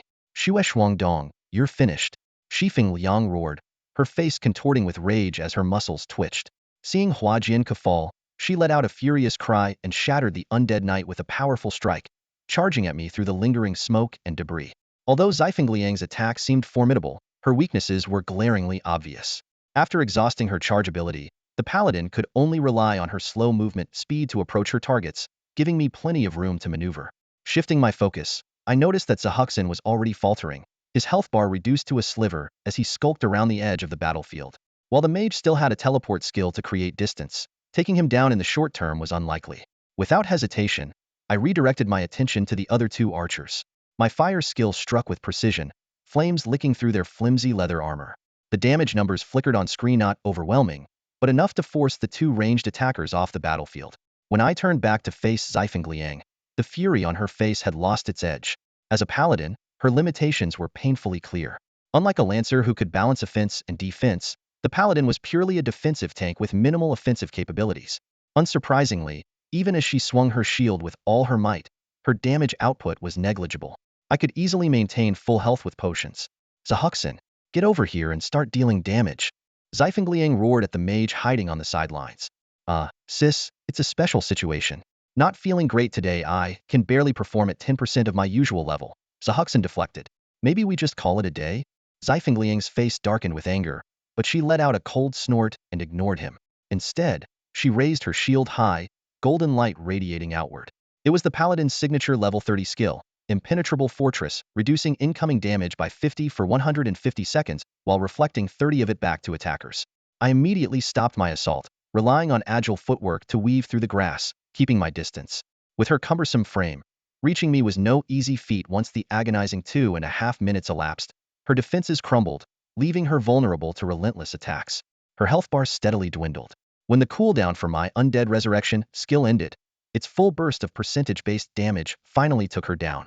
The resilient figure collapsed, and as the core of her team, Zifeng dropped an astonishing amount of hyacinths, more than the rest of her team combined. Where do you think you're going, Zahuxin? I asked meaningfully, watching as the mage tried to sneak away through the other side of the bushes. He turned around awkwardly. Bro, the fight's over. If there's nothing else, I'll just head out, yeah? Hey, you're part of this team, aren't you? Leaving like this on your own? Zue Huxin looked at me with a serious expression, speaking in a reasoning tone. A wise man adapts to the times. For that reason, I won't trouble you to make a move, brother. I'll take my leave now. Until we meet again. Before he finished his sentence, he swiftly pulled a teleportation scroll from his bag and skillfully crushed it. As starlight sparkled around him, his figure gradually faded away. He even waved goodbye before disappearing completely. Watching this, I couldn't help but think to myself how pitiful this guy seemed, even as a man. All that remained on the ground was a single hyacinth. He probably didn't want to face the penalty of losing a level after being killed. I crouched down and carefully searched through the grass, collecting the scattered hyacinths one by one, ending up with over 100 of them. Just as I was about to get up and rejoin my teammates, a loud and clear sneeze came from about 10 meters behind me in the bushes. Startled, I quickly threw a formation attack in the direction of the sound. Stop, stop. Bamboo bro, it's me. Hausi emerged from the bushes with a pained expression, his health bar steadily dropping. Following him, for others gradually stepped out from the woods. So, you guys were just sitting there watching the whole time? I rubbed my temples in exasperation. Shinin Tianqian gave me a thumbs up. Nice job, Bamboo. You guys really have faith in me. What if I'd been taken out instantly? Tian Tianquan rolled her eyes mischievously. Relax, Moonlight's heal was ready. If there was real danger, your health would have been restored in no time. She paused. Of course, if you had been insta-killed, well, we would have just made a run for it. I glanced at the leaderboard. A player named Kuai Shueshirqi had already collected over 900 hyacinths and was far ahead of everyone else. Our group continued deeper into the forest. The map was vast, and encounters with other players were rare. Occasionally, we passed by a few unfamiliar teams, but everyone simply went their separate ways without conflict. Hey, did you guys notice? That assassin from earlier kept staring at us. Yi Shunshin whispered nervously once the other team was out of sight. Oh no, could it be that they're captivated by my beauty? Tian Tianquan chimed in. Yeah, right, Hausi scoffed. They probably just have their eyes on the hyacinths you're carrying. Fair point, she muttered, sounding a bit disappointed as she organized the flowers in her bag. People are so shallow. Can't anyone have higher aspirations? As she spoke, her gaze wandered curiously, admiring the scenery around her. Don't worry, we're still pretty safe for now. Shinin Tianqian's voice rang out. After all, there aren't many fully transitioned teams like ours. Most people wouldn't dare mess with us. Besides, in the early stages of the game, no one has many hyacinths to spare. Taking such risks isn't worth it. Relax, Housy's lazy voice came from ahead. Didn't we just see on Ever Sussex earlier? With the 6 of us, we could easily handle 30. The team moved along the edge of the forest, searching the ground for any hyacinths that might have been dropped. As they emerged from the woods, a vast sea of flowers suddenly stretched out before them. A gentle breeze swept through, making the blossoms sway like rolling waves. The girls were mesmerized. Such breathtaking scenery was rare to encounter in real life. This view rivals the lavender fields of Provence, Shun Yin Tianqian remarked with interest. Don't get too poetic just yet, I said, pointing toward the southeast section of the flower field. Isn't that someone fighting over there? While the vibrant flowers obscured most of the skill effects, the arrows flying through the air were unmistakable. Shen Yin Tianqian pulled a pair of binoculars from his bag and observed closely. Looks like 2 teams are clashing. How do you have everything? I asked, eyeing his expanded backpack curiously, momentarily losing interest in the distant battle. Everything in here will come in handy eventually, he said mysteriously, using his sleeve to shield the bag from view. Should we go check it out? Yu Guang asked, looking to the group for their thoughts. Maybe we should just avoid trouble? We don't even know how strong those 2 teams are. Yishan Shan hesitated. What's there to be afraid of? Tian Quan said confidently. Brother Tian Qian can set up his cannon, and the senior can knock a few heads. They'll all drop, and we can just pick up the loot. I'm a mage, not an artillery operator, Shin Yin Tianqian corrected with a sigh. Suddenly, I noticed something unusual. Housey was uncharacteristically quiet in this situation. That was very unlike him. Looking around, I asked, where did Housey go? Only then did everyone start searching. Finally, it was Tian Quan who spotted a figure lying on the ground near the edge of the flower field. The distinctive armor left no doubt it was Housey. What took you guys so long? Housey asked with a puzzled expression, as if we were the ones lagging behind. We didn't even know we were supposed to go anywhere. Tian Quan replied irritably, peering through the gaps in the flowers. By now, they were close enough to the battle to distinguish the types of projectile skills being used by both sides. Any familiar faces? Housey asked in a hushed tone, poking his head out from the sea of flowers. Shouldn't I be the one asking you that? I barely know anyone here, I replied. Housey just chuckled quietly, made a silencing gesture, and continued sneaking through the flower bushes. Tian Quan tugged on my sleeve and whispered, Senior, what's Housey up to? Who knows? I said with a helpless shrug. With his unconventional ways, anything sneaky like this is bound to be trouble. At the center of the battlefield, 2 6-player teams were locked in a fierce battle. Both sides had top-tier lineups with 2 reclassed priests each, and the fight had reached a stalemate. I carefully scanned the IDs of the combatants, confirmed I didn't recognize anyone, and stood quietly to watch. What really caught my eye was a red-clad fire mage on the opposing team. Her fiery, voluminous red curls seemed almost crafted to match her class. Wearing high heels, she moved with agile grace, dodging incoming attacks as if performing an elegant dance. What a flashy fighting style, Tan Tianquan muttered under her breath. As a bystander with limited knowledge, I could only pick up on surface details, like skill accuracy and cooldown management. Just as I was about to turn and ask Shun Yin Tianqian for his expert evaluation of her abilities, his sudden close proximity startled me. When did you get here? Shun Yin Tianqian, eyes fixed on the battle, adjusted his slipping sunglasses with exaggerated care, and replied in an uncharacteristically tender voice, I've always been by her side. I was about to retort when he grabbed my arm excitedly. Even with his sunglasses on, the gleam in his eyes was unmistakable. Remember what I told you the other day? That's exactly my type. Bamboo, you have to help me this time. Your type seems to change every other day, I pointed out. Besides, the fight out there is intense. If you step in, you might get sent straight back to the main city. But his resolve was unwavering, as if this skirmish of a dozen players was nothing compared to his determination to pursue his dream girl. Thinking back on all the times ID played wingman for him, I sighed. The stories alone could fill a book. What are you guys talking about? I don't get it, Tianquan asked, looking confused as we continued our cryptic exchange. I didn't bother explaining and simply warned her, listen, Junior, things might get a little chaotic soon. I suggest you stay put. If your Tianqian bro gets knocked out, make sure Moonlight has a chance to revive him. Senior, why are you talking like you're saying your last words? It's kind of creepy, I said to Shan Yin Tianqian as I gazed at the sea of flowers ahead. Noticing his distracted expression, I added, if things go south, just run. Okay? If we go down here, we're heading straight back to the main city. All right, when it comes to running, I'm better at it than you, he replied with a laugh, waving his hand dismissively. Besides, I'm an ice mage. They might not even be able to pinpoint my location. As we ventured deeper, the sounds of battle grew louder. The clash of skills slicing through the air and the mingling of shouts made it impossible not to hold our breath in anticipation. Shen Yin Tianqian and I crouched in a concealed spot, carefully observing the battlefield. Not far ahead stood a redrobed female mage, the core of her team, enduring the brunt of the enemy's firepower. Despite the continuous healing spells cast by two priests, her health hovered dangerously around the halfway mark. You should prepare your ice crystal spell, I suggested, pointing to an opening behind the female mage. Right there. When I give the signal, fire it off. Though Shan Yin Tianqian shot me a puzzled glance, he raised his staff and aimed at the designated spot without hesitation.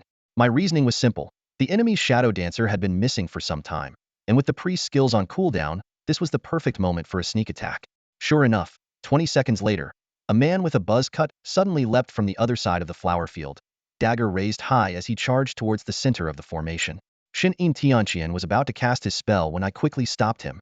It's a decoy. A decoy? He repeated, then quickly caught on. A fragile class like that wouldn't make such an obvious move. It was likely a shadow clone meant to draw attention, while the real body remained hidden.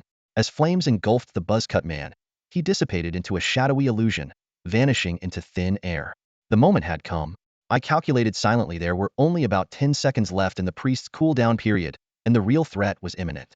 At that moment, a blurry figure appeared just behind the fire mage. It was the lurking shadow dancer, diving like a hawk with a gleaming dagger aimed straight for her pale neck.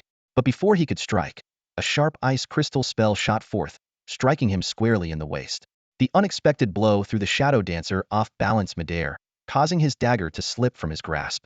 The fire mage, evidently caught off guard by the sudden ambush and the unforeseen assistance, stood momentarily stunned as the battlefield dynamics shifted unpredictably. The redrobed mage was the quickest to react, immediately beginning a chant. A burning meteor materialized from a void in the sky, hurtling down with precision and striking the defenseless shadow dancer. He was instantly obliterated. The leading knight on the opposing side, visibly flustered by the sight of a fallen teammate, raised his shield and shouted urgently, "Retreat! They've set up an ambush." The remaining team members reacted swiftly. Seeing that the shadow dancer was deeply entangled in the enemy formation and beyond rescue, they immediately unleashed their skills to cover their retreat. As the battle subsided, I finally noticed the emblem above the opposing Fire Mage team, a single character. Lie? It was the insignia of the Blazing Flame Esports Club, a local powerhouse. When did you get here? Is sneaking around the new trend now? A familiar voice broke through my thoughts. It was Hausi, who had somehow appeared by my side. Startled, I instinctively stowed away the fire skill I had prepared. Why the begin? You two charged in, so of course, I had to come check it out, Hausi replied with a grin. At this point, the Shadow Dancer's defeat had turned the tide of the battle. The light swordsman from Blazing Flame seemed poised to pursue, but the redrobed female mage stopped him. Hold on. Don't rush. We still haven't figured out the source of that ice crystal, she said cautiously, her eyes scanning the surrounding sea of flowers. However, the crystal's range was so great that pinpointing its origin was impossible. I gave a light nudge to Shenin Tianqian, who stood in front of me. He seemed slightly surprised to see Hausi, but, noticing that the fighting had ceased, put away the compass attached to his staff and whispered, "Let's retreat." I stared at him in confusion, perplexed by his unusually subdued behavior. Sensing my doubt, he offered an explanation. It's not like 2 years ago. Now, we have to proceed gradually, focusing on gathering information. What have you learned so far? I asked. She's quite my type, he replied, then added, Bamboo. I think this might be true love. Didn't you say you weren't interested in people your own age? I questioned. Interest can be cultivated. And now, it's fully cultivated, he said with a smirk. Hausi nodded enthusiastically. Gunai's right. Everyone has the right to pursue true love. I sighed inwardly, realizing these two were completely off topic. I was about to stand up and rejoin Tian Quan and the others when, just as I lifted my left foot, a flicker of light caught the edge of my vision. To the right. I instinctively leaped in the opposite direction, narrowly avoiding a sudden explosion that left a scorched crater where I had just been standing. Why help us, but not dare to show your true face? A cold female voice echoed behind me. I turned around, feigning calm. Didn't Shan Yin Tianqian say he wouldn't reveal himself under any circumstances? And yet, here we were, with his skill nearly hitting a vital point. If open conflict broke out with Blazing Flame's team, victory was far from guaranteed. Before I could question him, Shan Yin Tianqian gave an awkward laugh. My bad. Misfire. I accidentally released an extra shot while wrapping up my spell. Misfire? Since when can a staff misfire? There was no room for retreat anymore. Beyond the sea of flowers, the shadows of 6 figures were clearly visible, and it was obvious they had noticed our presence. I furrowed my brow, assessing the situation, but Housie seemed completely unfazed. He casually brushed aside the flowers and walked straight toward the group. The archer at the front was startled by this sudden move, nearly letting his arrow fly unintentionally. "Just passing through," Housie said nonchalantly. "I noticed you were tangled up with some troublemakers, so I lent a hand to resolve the crisis. Consider it a friendly gesture, no need for excessive gratitude." However, it appeared the group wasn't buying his story. A woman dressed in a mage's robe stepped forward gracefully, her name displayed above her as Lian Wuque. Narrowing her eyes, she scrutinized Housie. "Help, you say? You look like a swordsman. Since when can swordsmen use ice crystal techniques?" Housie, unable to keep up the act, pointed toward the bushes where Tianqian was hiding. "I have a friend." As everyone's gaze shifted toward Tianqian and me, their expressions suddenly became intriguingly different. I was perplexed. Had our reputation grown to such a level? "Shuangdong and Tianqian," the archer named Huanfeng exclaimed in disbelief. I searched my memory but couldn't recall any prior encounters with him. Lian Wuque's eyes lingered on Tianqian, a sly smile curling her red lips. "I've been wanting to challenge a top player for a while. This is too good an opportunity to pass up," she said, raising her staff and beginning to channel energy. Everything happened so fast. Housie reacted swiftly, dragging Tianqian aside to dodge the fireball that came hurtling their way. "What's going on? Can't we talk this out before fighting?" Housie asked, frowning. After Wanfeng's explanation, the truth came to light. Lian Wuque was the vice president of their guild and had made it her mission to defeat all the top mages in Luodao in solo matches, with Tianqian being one of her targets. "But this is during an event," I said worriedly. "If we lose, we'll have to return to the main city. The stakes are too high." To my surprise, Tianqian's face lit up with eagerness. "Let's do it. I'll give it my all." Watching his reaction, I couldn't help but think he needed some serious training in resisting the charms of women. Lian Wuque solemnly proposed a wager. "All the hyacinths I have on me." "Fine by me," Tianqian replied. Tianqian responded with unwavering confidence, as if victory was as simple as lifting a finger. The two opponents instinctively widened the distance between them, each standing at opposite ends of the flower field. A strong wind swept through, stirring up waves of blossoms, while a crimson sun hung high on the horizon, casting an epic, martial arts duel-like atmosphere over the scene. "Do you think he stands a chance?" Housie asked me anxiously. "I don't care if he loses to a female Magiite's, not about pride. But he's got dozens of hyacinths on the line." Weighing their abilities carefully, I analyzed. In terms of combat skills and gear, Lian Wuque is definitely no match for him. However, my mind flashed through countless scenarios before I concluded firmly, the tide has turned against her. My words instantly filled Housie's eyes with despair. The duel had already begun. Despite the absurd reason for the fight, Lian Wuque's expression was graver than ever. In contrast, Tianqian stood with his hands casually resting at his waist, exuding the air of an amateur. Given the unique skills of fire mages and ice mages, both parties had agreed to limit themselves to using only the basic fireball spell. Unlike melee classes, this mage-mage battle would be a test of accuracy and casting speed rather than intricate techniques. At the start, the two exchanged blows, each sustaining minor injuries, with their health levels staying roughly even. But it wasn't long before Lian Wuque noticed something off. Their attack timing was suspiciously synchronized. It couldn't be a coincidence. Furious, she realized Tianqian was deliberately holding back. "Take this seriously," she barked sharply. At her words, Tianqian sighed, his lazy demeanor vanishing in an instant. His casting speed surged, and his movements became swift and unpredictable. In less than 30 seconds, the tide of battle shifted dramatically. Lian Wuque's fireball predictions repeatedly missed their mark, while Tianqian's attacks landed precisely along her movement path, dealing relentless damage. When her health dropped to 50, while his remained above 80, Lian Wuque raised her hand in a gesture of surrender. Without hesitation, she retrieved a handful of hyacinths from her bag and handed them to the approaching Tianqian. Just as he opened his mouth to speak, she briskly turned and walked away, leaving him standing awkwardly in place. Huanfeng, unfazed by the scene, gave us a knowing nod before following Lian Wuque across the flower field. The group moved deeper into the sea of blossoms, while Housie and I lagged behind, stifling laughter at the sight of Tianqian's moment of defeat. "What do you think? Was it better to win or lose?" Housie mused. "What's the point of getting hyacinths? Wouldn't it be more useful to get her contact info instead?" Tianqian didn't have a chance to explain. In a fluster, he shoved the large bunch of hyacinths into my hands, his face a mix of embarrassment and frustration. Gritting his teeth, he hurriedly caught up with Lian Wuque's group. In the distance, Lian Wuque's figure suddenly paused. Tianqian ran up to her, gesturing wildly as the two engaged in a hushed conversation. From where we stood, their words were too faint to make out. Only after seeing Lian Wuque's group off did Shan Ying Tianqian stroll back, his face glowing with unconcealed joy. What were you up to? Hauzi asked, puzzled. As someone known for his unpredictable behavior, even he couldn't fathom Shan Ying Tianqian's intentions this time. What else? He was probably trying to add her as a friend, I replied, fully understanding Shan Ying Tianqian's usual schemes, my tone carrying a hint of resignation. The ice mage, now in high spirits, patiently explained. I might've gone a bit overboard earlier. I was worried I'd leave a psychological scar on that girl. Thought I'd add her as a friend first, in case she needs some emotional support later. Yeah, right. Who knows how she actually bought into your excuse and even added you back. I just hope this emotional support doesn't take a strange turn, Hauzi remarked skeptically. The road back was open and empty. We didn't encounter any other players. The sheer number of hyacinths we had obtained from Lian Wuque was staggering over 100, in fact. This abundance made the few scattered flowers along the way seem utterly unappealing to me. I silently calculated that if Shan Ying Tianqian could win us a couple more rounds, we'd be set to wait out the rest of the event in peace. Halfway back, we ran into Tianqian and her two companions rushing toward us.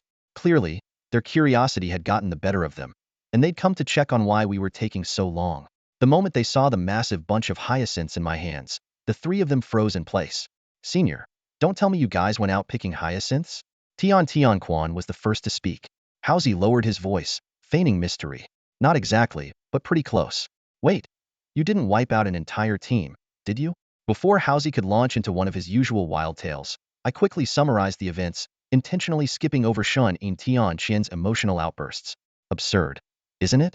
Hauzi muttered, now visibly deflated from having his storytelling thunder stolen. Cut it out, Hauzi. It's actually a touching story, Tianqian said, her eyes sparkling. If I were Lian Wuque, I don't think I could resist Tianqian's charm. Her words hit Shan Ying Tianqian right in his sweet spot. He nodded enthusiastically and looked at me. Bamboo, did you hear that? I think Tianqian makes a lot of sense. Not so sure about that, I replied, dousing his enthusiasm. Look, Tianqian, she's just a girl who's probably watched too many romance dramas. You should calm down and lay low for a few days. I patted his shoulder earnestly, worried he might already be brainstorming names for his future kids with Lian Wuque. Senior, I have not watched too many romance dramas, Tianqian retorted indignantly before shifting her tone. Why don't you try being a hero and saving me for once? Let's see if I'd say yes. Her boldness didn't faze me. I was used to her antics. I simply smiled faintly. Saving the damsel in distress isn't really my thing. But if you want to spar over some warlock techniques, I'd be happy to oblige. Next time, for sure. After organizing the hyacinths we had collected, our team found we had over 400 in total, averaging about 80 per person. Looking at the complete leaderboard, we noticed that the 500th ranked player held 103 hyacinths, meaning we still had some way to go to reach our goal. The top-ranked player, Kuaishu Shiqing, had amassed an astonishing 1,500 hyacinths, far exceeding the normal collection rate likely achieved by defeating other teams. Where should we head next? Tianqian asked while carefully packing the hyacinths into the bottom of her backpack. Let Gunai decide. His judgment is always spot on, Hauzi said lazily, standing amidst the sea of flowers. That's skill, not dumb luck, I retorted, pointing toward the center of the flower field. Let's head over there. The other team and the wildfire moved toward the outskirts earlier, so it's best to avoid conflict at this time. In the distance, a watchtower-like structure rose in the middle of the flower field, its white windmill slowly turning in the breeze, resembling an elderly man shuffling along. After about a 20-minute walk, we arrived at a complete view of the medieval-style tower. It was built of amber yellow bricks, with patches of black stains left by the passage of time. The main door was dusty but unlocked. Tianqian, leading the way, pushed it open and immediately started coughing as a cloud of dust billowed out. Cough, cough. Let's see what's inside this place. Ever read martial arts novels? Ancient ruins like this usually hide some kind of secret. Maybe we'll find a manual or a legendary weapon, Hauzi joked. If there's really a divine weapon here, I'll head straight back to the main city, Tianqian replied instinctively, stepping into the tower first. The interior was starkly different from its weathered exterior. The wooden second-floor loft was particularly well-maintained, standing out in its cleanliness. The first floor was arranged like a library, with shelves lining the walls, neatly holding thousands of books. Most of them appeared to be about imperial history and etiquette. Yu Guang and Shan Ying Tianqian stayed behind to browse through the shelves, while the rest of us climbed the wooden staircase at the far end to the second floor. The second floor was dimly lit, the air damp and heavy. It resembled an ancient bedroom, with furniture in the corners bearing the marks of time, pieces that could easily belong in a museum. The person who lived here sure knew how to enjoy life. They even had a lounge chair, Hausi remarked, tapping a nearby recliner, which creaked under his touch. Just as I was about to continue exploring, Yashinshin's voice broke the silence. I found a diary. Come take a look.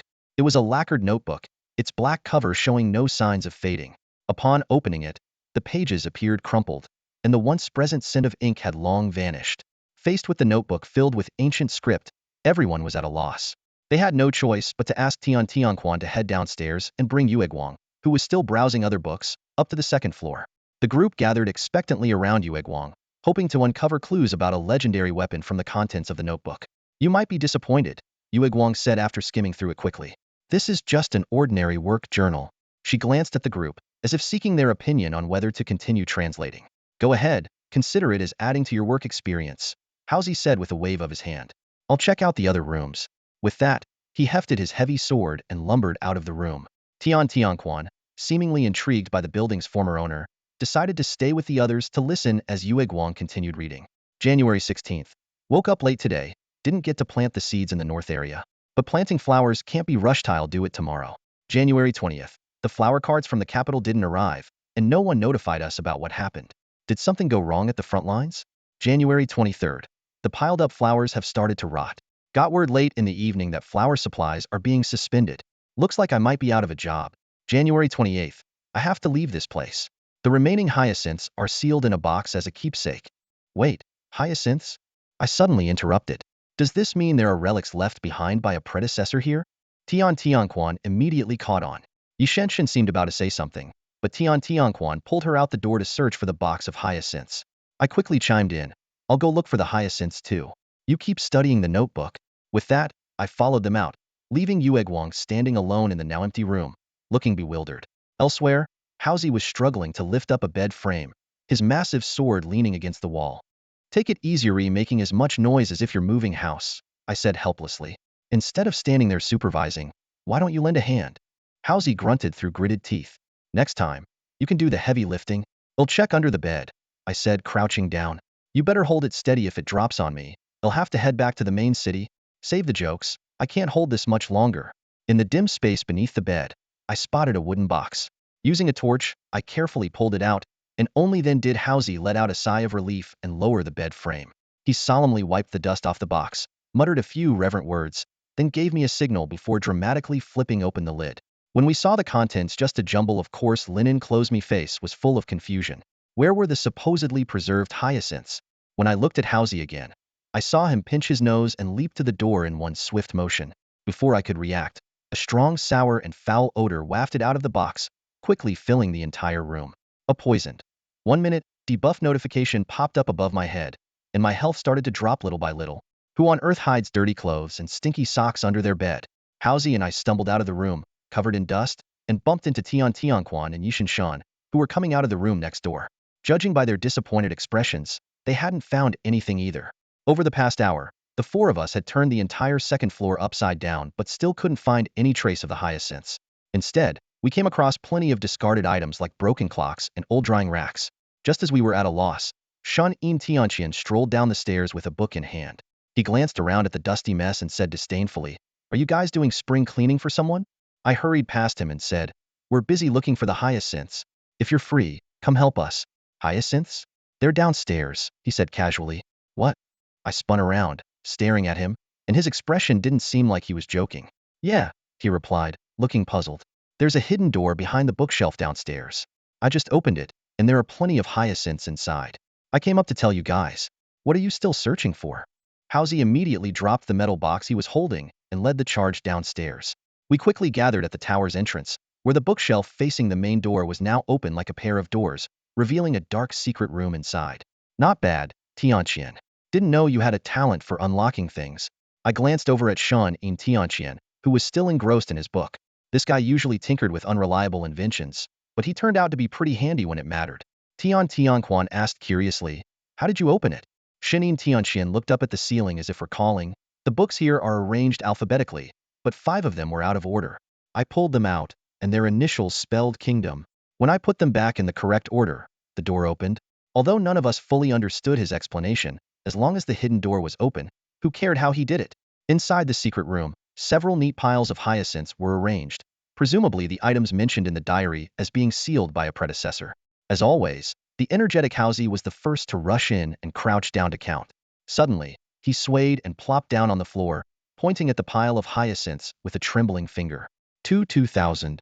2,000? Surely not 2,000 plants. I looked at him skeptically. After all, this guy had exaggerated things more than once.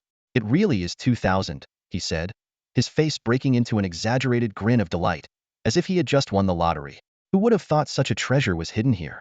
With these 2,000 plants, we'll easily dominate the event leaderboard. He excitedly started distributing the hyacinths. Come on, everyone. Take some, let's all make an appearance on the leaderboard. Housie, what are you so smug about? It was Tianqian who found it, Tianquan said, unable to resist mocking Housie as he flaunted his success. Junior, that's a dangerous way of thinking. Housie immediately responded with a serious tone. We're a team, and any attempt to divide the team is unacceptable. I firmly stand with comrade Shanin Tianqian. The group joked around as they divided up the hyacinths from the secret room. Each of them ended up with over 400 plants, which pushed them into the top 200 on the city's leaderboard. Housie excitedly took a screenshot to commemorate the moment he made it onto the rankings for the first time.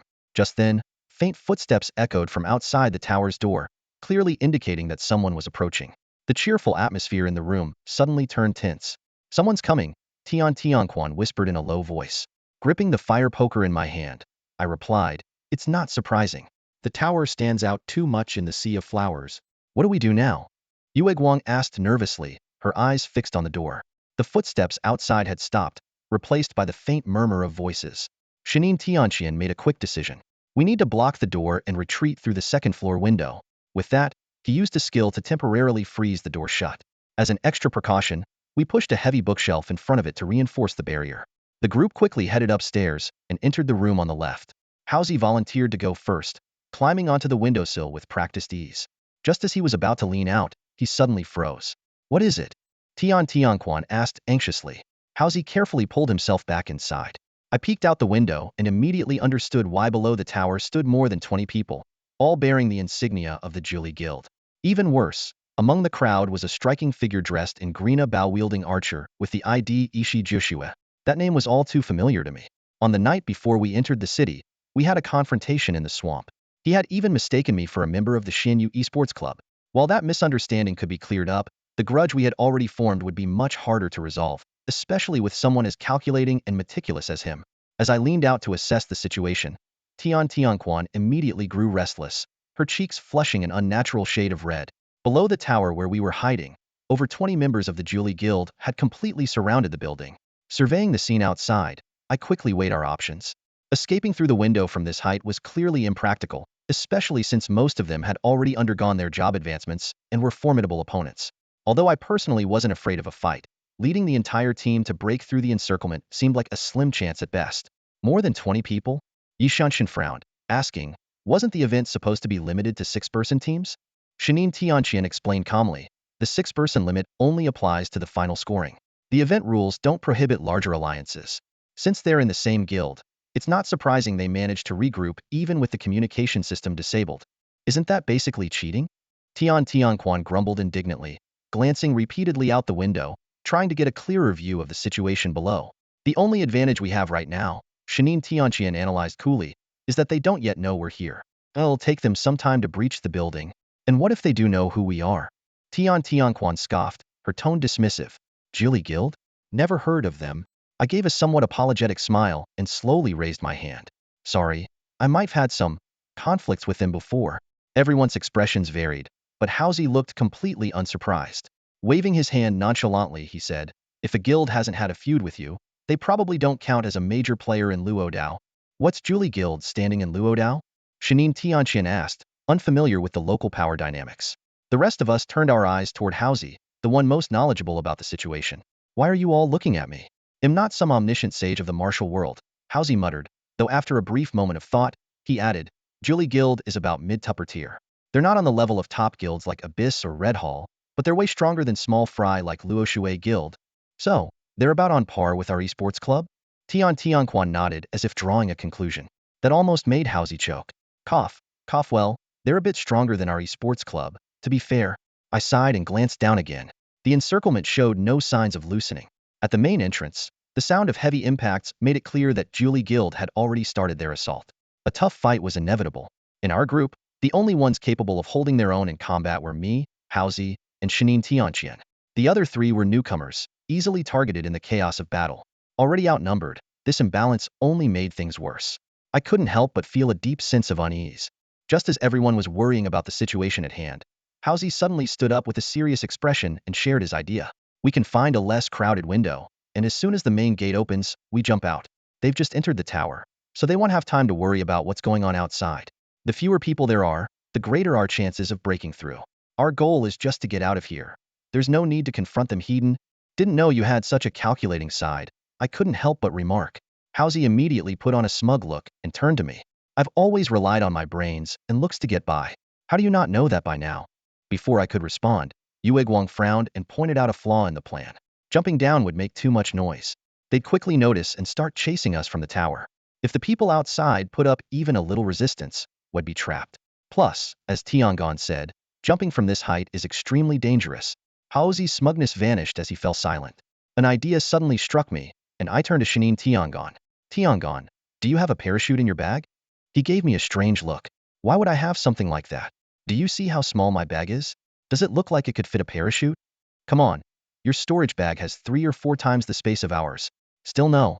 He shook his head. This world doesn't even have airplanes, so why would I need a parachute? You managed to make a flashlight. How could a parachute be beyond you? That's different. A flashlight is useful for lighting up the dark. But who just carries a parachute around for fun? Suddenly, a mischievous idea popped into my head, and I grinned slyly. Wait, how many other things like the flashlight do you have? Shenin Tiangong stepped back nervously, clutching his bag protectively. What are you planning? These are my hard-earned inventions. I need them. They're vital for, impressing girls in the future. After some coercion and particularly tempting him with the promise of getting Li Huo Rouge's WeChat contact, Shenin Tiangong finally gave in. Reluctantly, he laid out a dozen or so modern items on the table, looking as though he were bidding farewell to his most treasured possessions. So, what's the plan? He asked, fiddling with the flashlight while eyeing me suspiciously. I pointed to a toothbrush cup on the table. Simple. Have you guys ever seen anything like this in this world? Everyone shook their heads. Neither have the people outside, I explained with a grin. We can make them think this is a building owned by an NPC. In this world, players aren't allowed to enter buildings with owners. If we can buy ourselves a bit of time, we can break out from the other side. As everyone was still processing the plan, Haozi suddenly clapped his hands in excitement. Leave the job of pretending to be the NPC to me. At the entrance of the tower, the core members of Julie had gathered. At the forefront stood the thief, Piao, resting his chin on one hand as he thoughtfully gazed at the tightly shut door. To his right, the archer Ishue, clad in green, pointed anxiously at the door and said, Brother Piao, why don't we just open the door directly? Before he could finish, the knight on the left cut him off. Ishue, why are you in such a rush? What if this is a non-neutral NPC building? If we barge in recklessly and offend them, who knows if it will affect Julie's ranking in the event? Yixu's expression darkened at these words, and he let out a frustrated snort. Fine, then just keep waiting here. Piao suddenly lowered his left arm, raising 2 fingers decisively as he turned around and announced in an authoritative tone, well, wait 2 more minutes. If there's no response, well, break in. Everyone nodded in agreement, drawing their weapons and preparing for action. The 2 minutes passed in the blink of an eye. Just as the knight raised his shield to strike the door, a commanding voice rang out from a second-floor window. Who dares to disturb the rest of the guardians of the Flower Sea? The abrupt question stunned everyone. The knight lowered his shield and turned to Piao. Brother Piao, there's an NPC. Should we retreat? Why didn't they come out earlier? And why now, just as we're about to break in? Ishue sneered. Huiyin, use your brain. Does this make any sense? What did you just say? The knight, Huiyin, glared at him with a hostile tone. Enough, you two. Piao intervened quickly, stopping the argument before it escalated. He looked up at the second-floor window, suspicion flickering in his mind, but he spoke with feigned respect. We've come from afar and apologize for disturbing the guardians of the Flower Sea. We bring a gift and hope to have the honor of meeting you. I have no interest in receiving guests right now. Please leave, came an impatient reply from the window. Perhaps you are not the true guardian of the Flower Sea at all, Ishue taunted. You're just pretending to keep us from entering. The moment those provocative words left his mouth, a thunderous roar erupted above the Flower Sea. How dare you? The deafening voice left everyone momentarily stunned, and even the bold Ishue shivered involuntarily. As the group held their breath, the authoritative voice from the window spoke again. Moments later, a small object was tossed out of the window. Visitors, open your eyes and look closely. This is the night vision crystal, a treasure personally bestowed by the king. There are no more than 3 of these in the entire kingdom. Huiyin watched as an object fell from above. He quickly leapt up to catch it and froze in place when he saw what it was, a completely ordinary flashlight. Turning to Piaoliu, he shook the flashlight in disbelief. This is just a regular flashlight? Piaoliu took the so-called night vision crystal and fumbled with the switch. A crisp click sounded, and a beam of light shot out. He turned to his companions behind him, frowning slightly. Does the kingdom even have flashlights in this world? President, I've never seen one before, someone responded immediately. The kingdom setting doesn't include any technological elements. Maybe this really is some kind of treasure. Have you ever seen any NPC or player use something like this? Another person interjected. If you ask me, this must be the token of the guardian of the flower sea. As the group debated, the voice from the tower window sounded again. Visitors, you've seen the night vision crystal. Now, kindly return it. Piaoliu held the flashlight in both hands, his tone unconsciously taking on a fawning quality. Sir, if you don't open the door, how are we supposed to return such a treasure? A disgruntled snort came from the window. Fine. Wait downstairs. I've been isolated in this tower for far too long. Perhaps I'll chat with you for a bit. Hearing this, the group straightened their postures, standing at attention as they awaited the next task. Yet, after more than 10 minutes, there was no movement from the tower. The door remained firmly shut. Piaoliu finally lost patience. Sir, is it time yet? His words were met with silence. It was then that Julie's group realized something was amiss. They rushed to the door, only to find that it swung open with a gentle push. Traces of ice shards clung to the doorframe, evidence that it had been sealed earlier using an ice-based skill. Damn it, we've been played. Piaoliu's face turned ashen as he realized it had all been a ruse. The guardian of the flower sea, the night vision crystal, none of it was real. It was all a trap set by another player to stall them while making their own escape. Ishiou Joshua let out a cold snort and shot Huiyin a glare. This wouldn't have happened if someone hadn't come up with such a stupid idea. Ishiou Joshua, watch your damn mouth. Huiyin snapped back. Weren't you fooled just as easily? Enough. Both of you, shut up. Piaoliu roared. Start searching the tower now. Under Piaoliu's furious command, the group quickly scattered to search every room. Eventually, they came to 2 conclusions. First, the long-abandoned tower had once housed 2,000 hyacinths, all of which were now missing. Second, a rope dangled from the windowsill at the back of the 2nd floor, indicating that someone had quietly escaped while their attention was focused on the front door. At that moment, a thunderous roar echoed from the distance, shaking the sea of flowers and even causing the air to tremble. It seemed someone had finally reached their limit. Our group was standing at the edge where the flower fields met the distant mountains. Tian Tianquan covered her ears in irritation, frowning as she complained, "Who's yelling like that? The decibels alone are enough to qualify as noise pollution." Haozi's lips curved into a knowing smile. I bet they've figured out what's going on. Shinin Tianqian glanced at me with a mix of reproach and amusement. Zhuzi, I didn't expect you to be so cunning. Leaving the rope behind on purpose and spreading the diary open to reveal the location of the hyacinths, it's like you wanted them to know someone took the flowers. Don't accuse me of that. I protested immediately. I'm an upstanding person. Besides, wasn't this plan agreed upon by all of you? Yue Guang chimed in. I have to admit, Senior Haozi's acting was pretty convincing. The Julie team didn't even suspect a thing. Exactly, Shinin Tianqian sighed. I even sacrificed my flashlight for this. Called it the night vision crystal. As cheesy as that sounds, and they still bought it. I tried to console him. Well, at least we kept the other stuff, like the travel mug and the razor. That's only because no one in their right mind would mistake a razor for some kind of sacred relic. He shot back, immediately seeing through my half-hearted comfort. Who would believe in something like a bestowed razor? Caught. I could only laugh awkwardly and try to change the subject. But he pressed on. By the way, why did you ask me for a parachute earlier if you already had the rope? It was just for the vibe. I hesitated before explaining.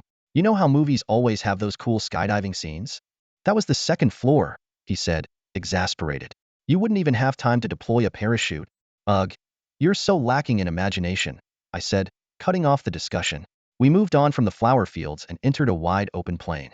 The event was only a quarter of the way through, but the number of hyacinths we had collected was clearly insufficient to last until the end. Fortunately, the plains offered a clear view, making it much easier to spot and gather the flowers compared to the dense forests and sprawling flower fields.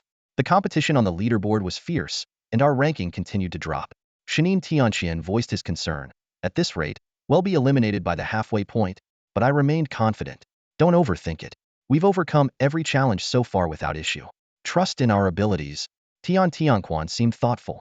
If we drop off the leaderboard in the final stages, should we consider taking the initiative to target other teams? Doesn't feel right. Ahead of us, Haozi didn't even turn around as he replied, it's just part of the rules. Don't dwell on it too much. Of course, if we can resolve things peacefully, that's even better. I added, the later stages of the event are bound to see more conflicts. Being at the top of the rankings could make us a target.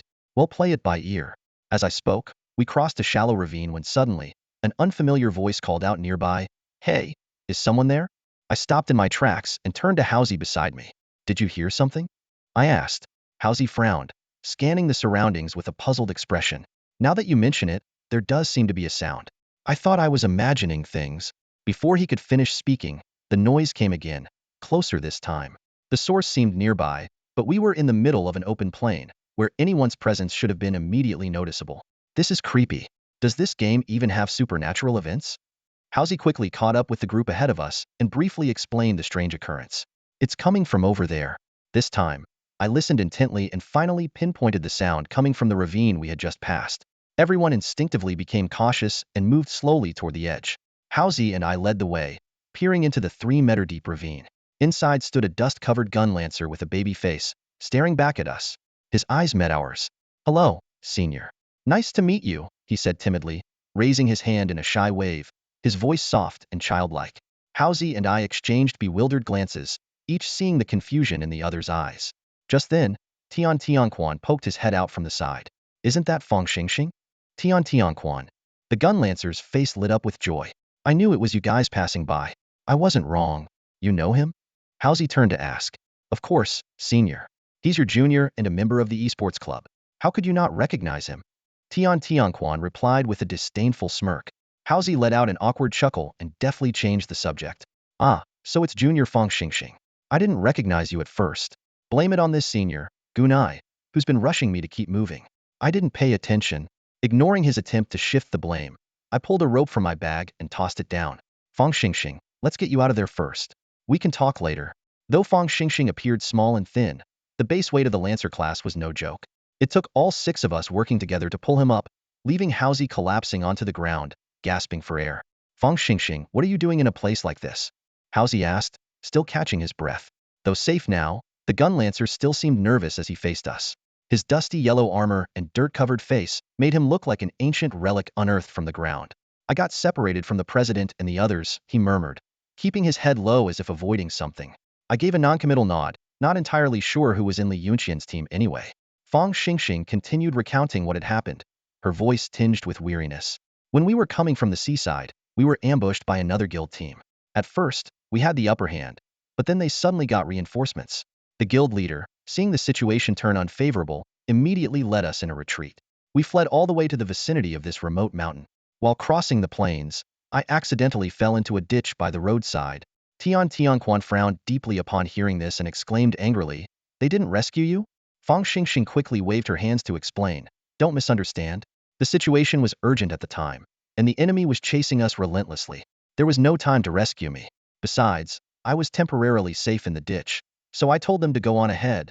"When did this happen?" "About half an hour ago," Fang Xingxing recalled. "I was stuck in the ditch and couldn't climb out. During that time, 2 groups of people passed by, but I didn't dare make a sound. Later, I heard Senior Haozi's familiar voice and cautiously called out to you all." Haozi rubbed his chin while muttering, "Half an hour. Li Yunqian and the others must have either escaped far away by now or returned to the main city." I noticed Fang Xingxing's expression shift slightly upon hearing this, so I quickly reassured her, "Don't worry. There's only one path up this mountain. We'll know the outcome when we get there. Let's move out then." With Fang Xingxing joining us, our team grew to 7. The atmosphere along the way was heavy, with little joking or chatter. Only Haozi kept asking Fang Xingxing about the details of the earlier battle. Unfortunately, there wasn't much useful information. All we knew was that the opposing group belonged to an obscure, minor guild. If the main team of the Winchime Esports Club had been here, with an expert like Zhou Yu leading, such a small guild wouldn't have stood a chance. However, Li Yunqian had decided to lead the team himself to train new members, which led to the current predicament. "You're being unusually cautious today," Shin Yintianqian, who had been trailing behind me, teased after noticing my behavior. I sighed and replied, "I don't have a choice. No one else in the team is doing this, so it's up to me. If we walk into an ambush, we'll all end up back in the city. It doesn't hurt to be extra careful. Ah, you've grown. Makes me proud. Can you not talk to me like you're my elder? Just then, a short distance ahead, 3 solo players were crouched on the path. Hearing our footsteps, they scrambled to their feet, nervously raising their weapons and holding them defensively in front of their chests. Leading the charge was the great sword-wielding Hansu, followed closely by the lance-wielding Tang Ying as they sprinted across the desolate wilderness, kicking up a storm of dust and debris. This makeshift team of 3 had originally been 6 strong, but halfway through their mission, 3 of their comrades had been lost. Now, their hopes were dim, focused solely on safeguarding the hyacinth in their possession to exchange for as many rewards as possible. As exhaustion began to weigh on them, a group of menacing figures suddenly appeared in the distance. Hansu, at the front, kept a watchful eye on the approaching group while signaling a warning to Tang Ying behind him. The trio quickly shifted into defensive positions, readying themselves for a confrontation. The light swordsmen among them had already raised their weapon, prepared to strike, but to their astonishment, the approaching group completely ignored them, rushing past without so much as a glance. The 3 stood frozen in their battle stances, as if turned into statues, unable to comprehend what had just happened. About 5 minutes later, Tang Ying noticed something unusual ahead. "Senior, there's someone up ahead," he exclaimed. Before his words fully landed, an arrow whistled through the air and struck Hansu's left shoulder. Fortunately, the wound was superficial, barely grazing him. "It's them," Tang Ying shouted, pointing toward the bamboo forest, his face etched with anger. Through the dense trees, the silhouettes of over 10 figures became faintly visible. Leading the group was a hunter, who emerged boldly, showing no fear of potential ranged attacks. "Hand over the hyacinth," the hunter sneered, his tone dripping with disdain. Then, his eyes lit up with recognition. "Oh, isn't this the little knight from before? Got lost and now you found your way back, huh? Ha ha ha. Where's my guild leader?" Tang Ying demanded. "Guild leader? Oh, you mean that mage? Who knows, maybe they've already returned to the main city," the hunter replied mockingly. Tang Ying's face flushed with rage, words failing him. Meanwhile, the hunter was basking in his own arrogance, striking a triumphant pose. But suddenly, a brilliant blue light streaked through the air, slamming into him and sending him flying. The unexpected ice spell caught him completely off guard. The distance to his team's healer was too great for immediate aid, and the single attack drained a third of his health. The hunter cursed himself for underestimating his opponents. He had recognized Tang Ying as one of the survivors from the team they had previously defeated and, confident in their superior numbers, had dismissed them as a threat. Who could have predicted the ice mage's devastating power? As he cursed and struggled to push himself off the ground, intending to retreat to his team's formation, another heavy blow struck him square in the back. Before he could recover, a third ice shard pierced his neck with pinpoint accuracy. His body froze in place, completely immobilized, and he collapsed without a sound. "Taken out in seconds? Tianqian, your quick reflexes are truly impressive," I remarked, gazing at the hunter who had collapsed ahead. Beside me, the ice mage held his staff aloft, the compass at its tip spinning continuously. A new shard of ice was forming, ready to be launched at the enemy at any moment. Look at him, walking so carelessly into an ice mage's attack range. I thought he might be someone formidable, but turns out he's as fragile as glass, Shinin Tianqian said, shaking his head. His mistake was flaunting his strength without understanding his opponent. Well, that arrogance cost him dearly. The bamboo forest fell into an eerie silence. Among the group, I was the only one who had seen Shinin Tianqian in action before. The others were witnessing, for the first time, the famed ice mage of Luo Dao effortlessly take down a level 30 hunter with just 2 ice shards. Their faces were awash with shock. The opposing team stood frozen, watching their leader lying on the ground. None dared to make a move. The message was clear: whoever stepped forward would be the next target of the devastating ice shard, a skill capable of dealing over 1,000 damage in one strike. The hunter's fallen body began to turn translucent in the cold wind, on the verge of dissolving into stardust. Hansu cupped his hands around his mouth and shouted toward the other team. "Your leader's not cold yet. Better hurry and revive him, or it'll be too late." "Bold move." Hansu gave a thumbs up, feeling secretly proud. Among the dozen or so people present, only this priest had the guts to risk everything to save someone in such a dire situation. Hansu thought to himself that after this event, he might even get promoted to a squad leader. But his daydreams were cut short. The revived hunter, still lying on the ground, snapped in a sharp tone, "Are you stupid? Reviving me like this just makes me an easy target to be killed again." As if on cue, before he could finish his sentence, another ice shard struck him with pinpoint precision, shattering his newly revived form into a cascade of glowing particles. Shinin Tianqian had perfectly timed his attack to catch the hunter just as he got up. "Care to revive him again?" Shun In Tianqian asked with a mischievous glint in his eye, his gaze fixed on the opposing team. His expression was one of playful cruelty, as though he were toying with helpless prey. Watching the ice mage beside me, grinning like a lunatic, I couldn't help but feel a little exasperated. All right, that's enough. Let's wrap this up quickly. These people aren't worth wasting time on. Send them back to the main city already. We still have a journey ahead. I called to Haozi, signaling that it was time to put an end to this. Shin In Tianqian showed a look of boredom as he leisurely pulled out a pair of sunglasses from his pocket and put them on. I told you, Zhuzi, you lack any sense of romance. No wonder you can't find a girlfriend. Forget it, let's focus on the journey. I muttered to myself. The scene before me was indeed devoid of any charm. The battle erupted in an instant. The sound of projectiles slicing through the air filled the battlefield as ice shards rained down like a torrential storm, piercing into the enemy ranks. Damage numbers in the thousands flashed continuously. The enemy maintained their original straight-line formation, with no knights to shield the front and absorb the initial wave of attacks. Fragile classes crumbled under the relentless ice assault, and their formation quickly descended into chaos. Some began to flee in all directions, attempting to escape the battlefield. It was then that Haozi made his move. With a massive greatsword resting on his shoulder, he shot forward like an arrow, charging straight toward the bamboo grove on the other side. The greatsword warrior is coming. Stop him! Panicked cries erupted from the enemy ranks. Already in disarray, they had no time to formulate a proper strategy and could only hastily unleash various skills at Haozi. But greatsword warriors often shine in such chaotic charges. Facing the onslaught of incoming skills, Haozi simply raised his massive sword horizontally in front of his chest. A bright white light spread from the hilt across his entire body. This was the level 30 skill edge of the heavy blade, a unique ability of greatsword warriors granting him immunity to control effects and reducing area effect skill damage by 50 for the next 10 seconds. Hit me harder. Fire at me. Haozi roared, pushing forward like an unstoppable force through the storm of spells.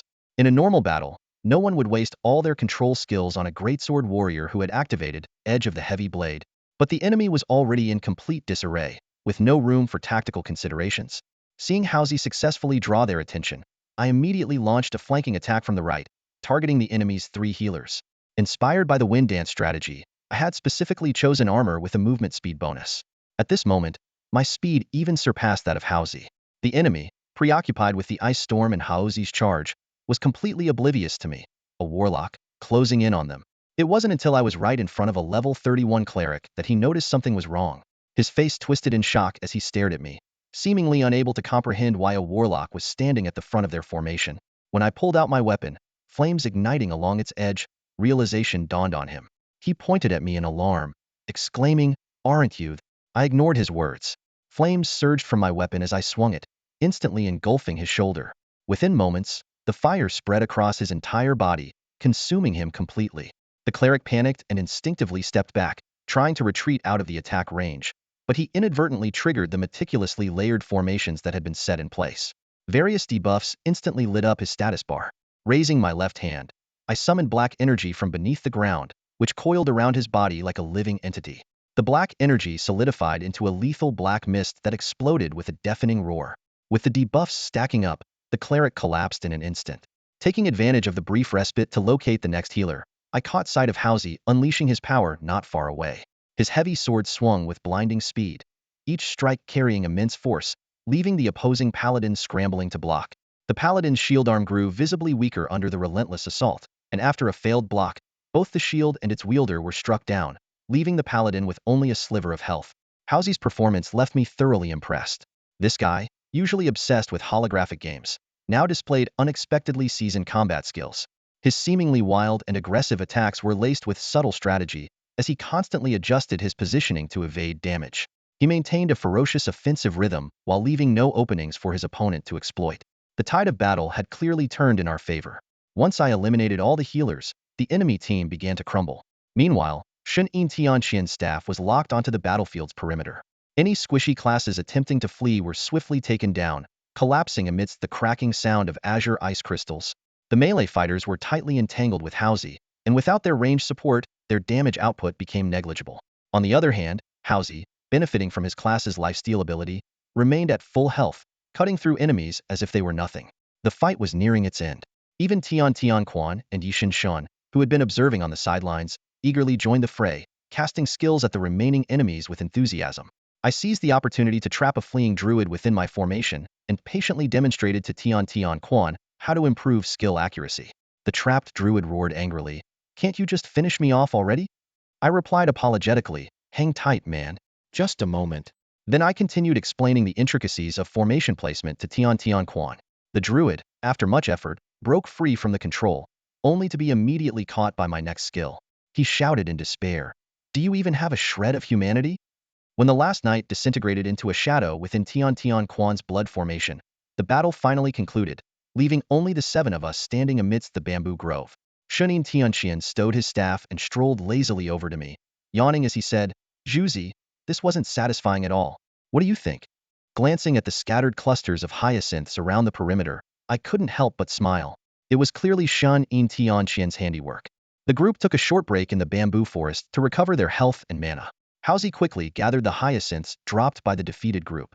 After counting, there were over 1,000, clearly spoils they had taken from other teams earlier. He divided the hyacinths into 7 equal shares, giving each person around 150, which temporarily secured their position on the leaderboard. There was a small hiccup during the distribution.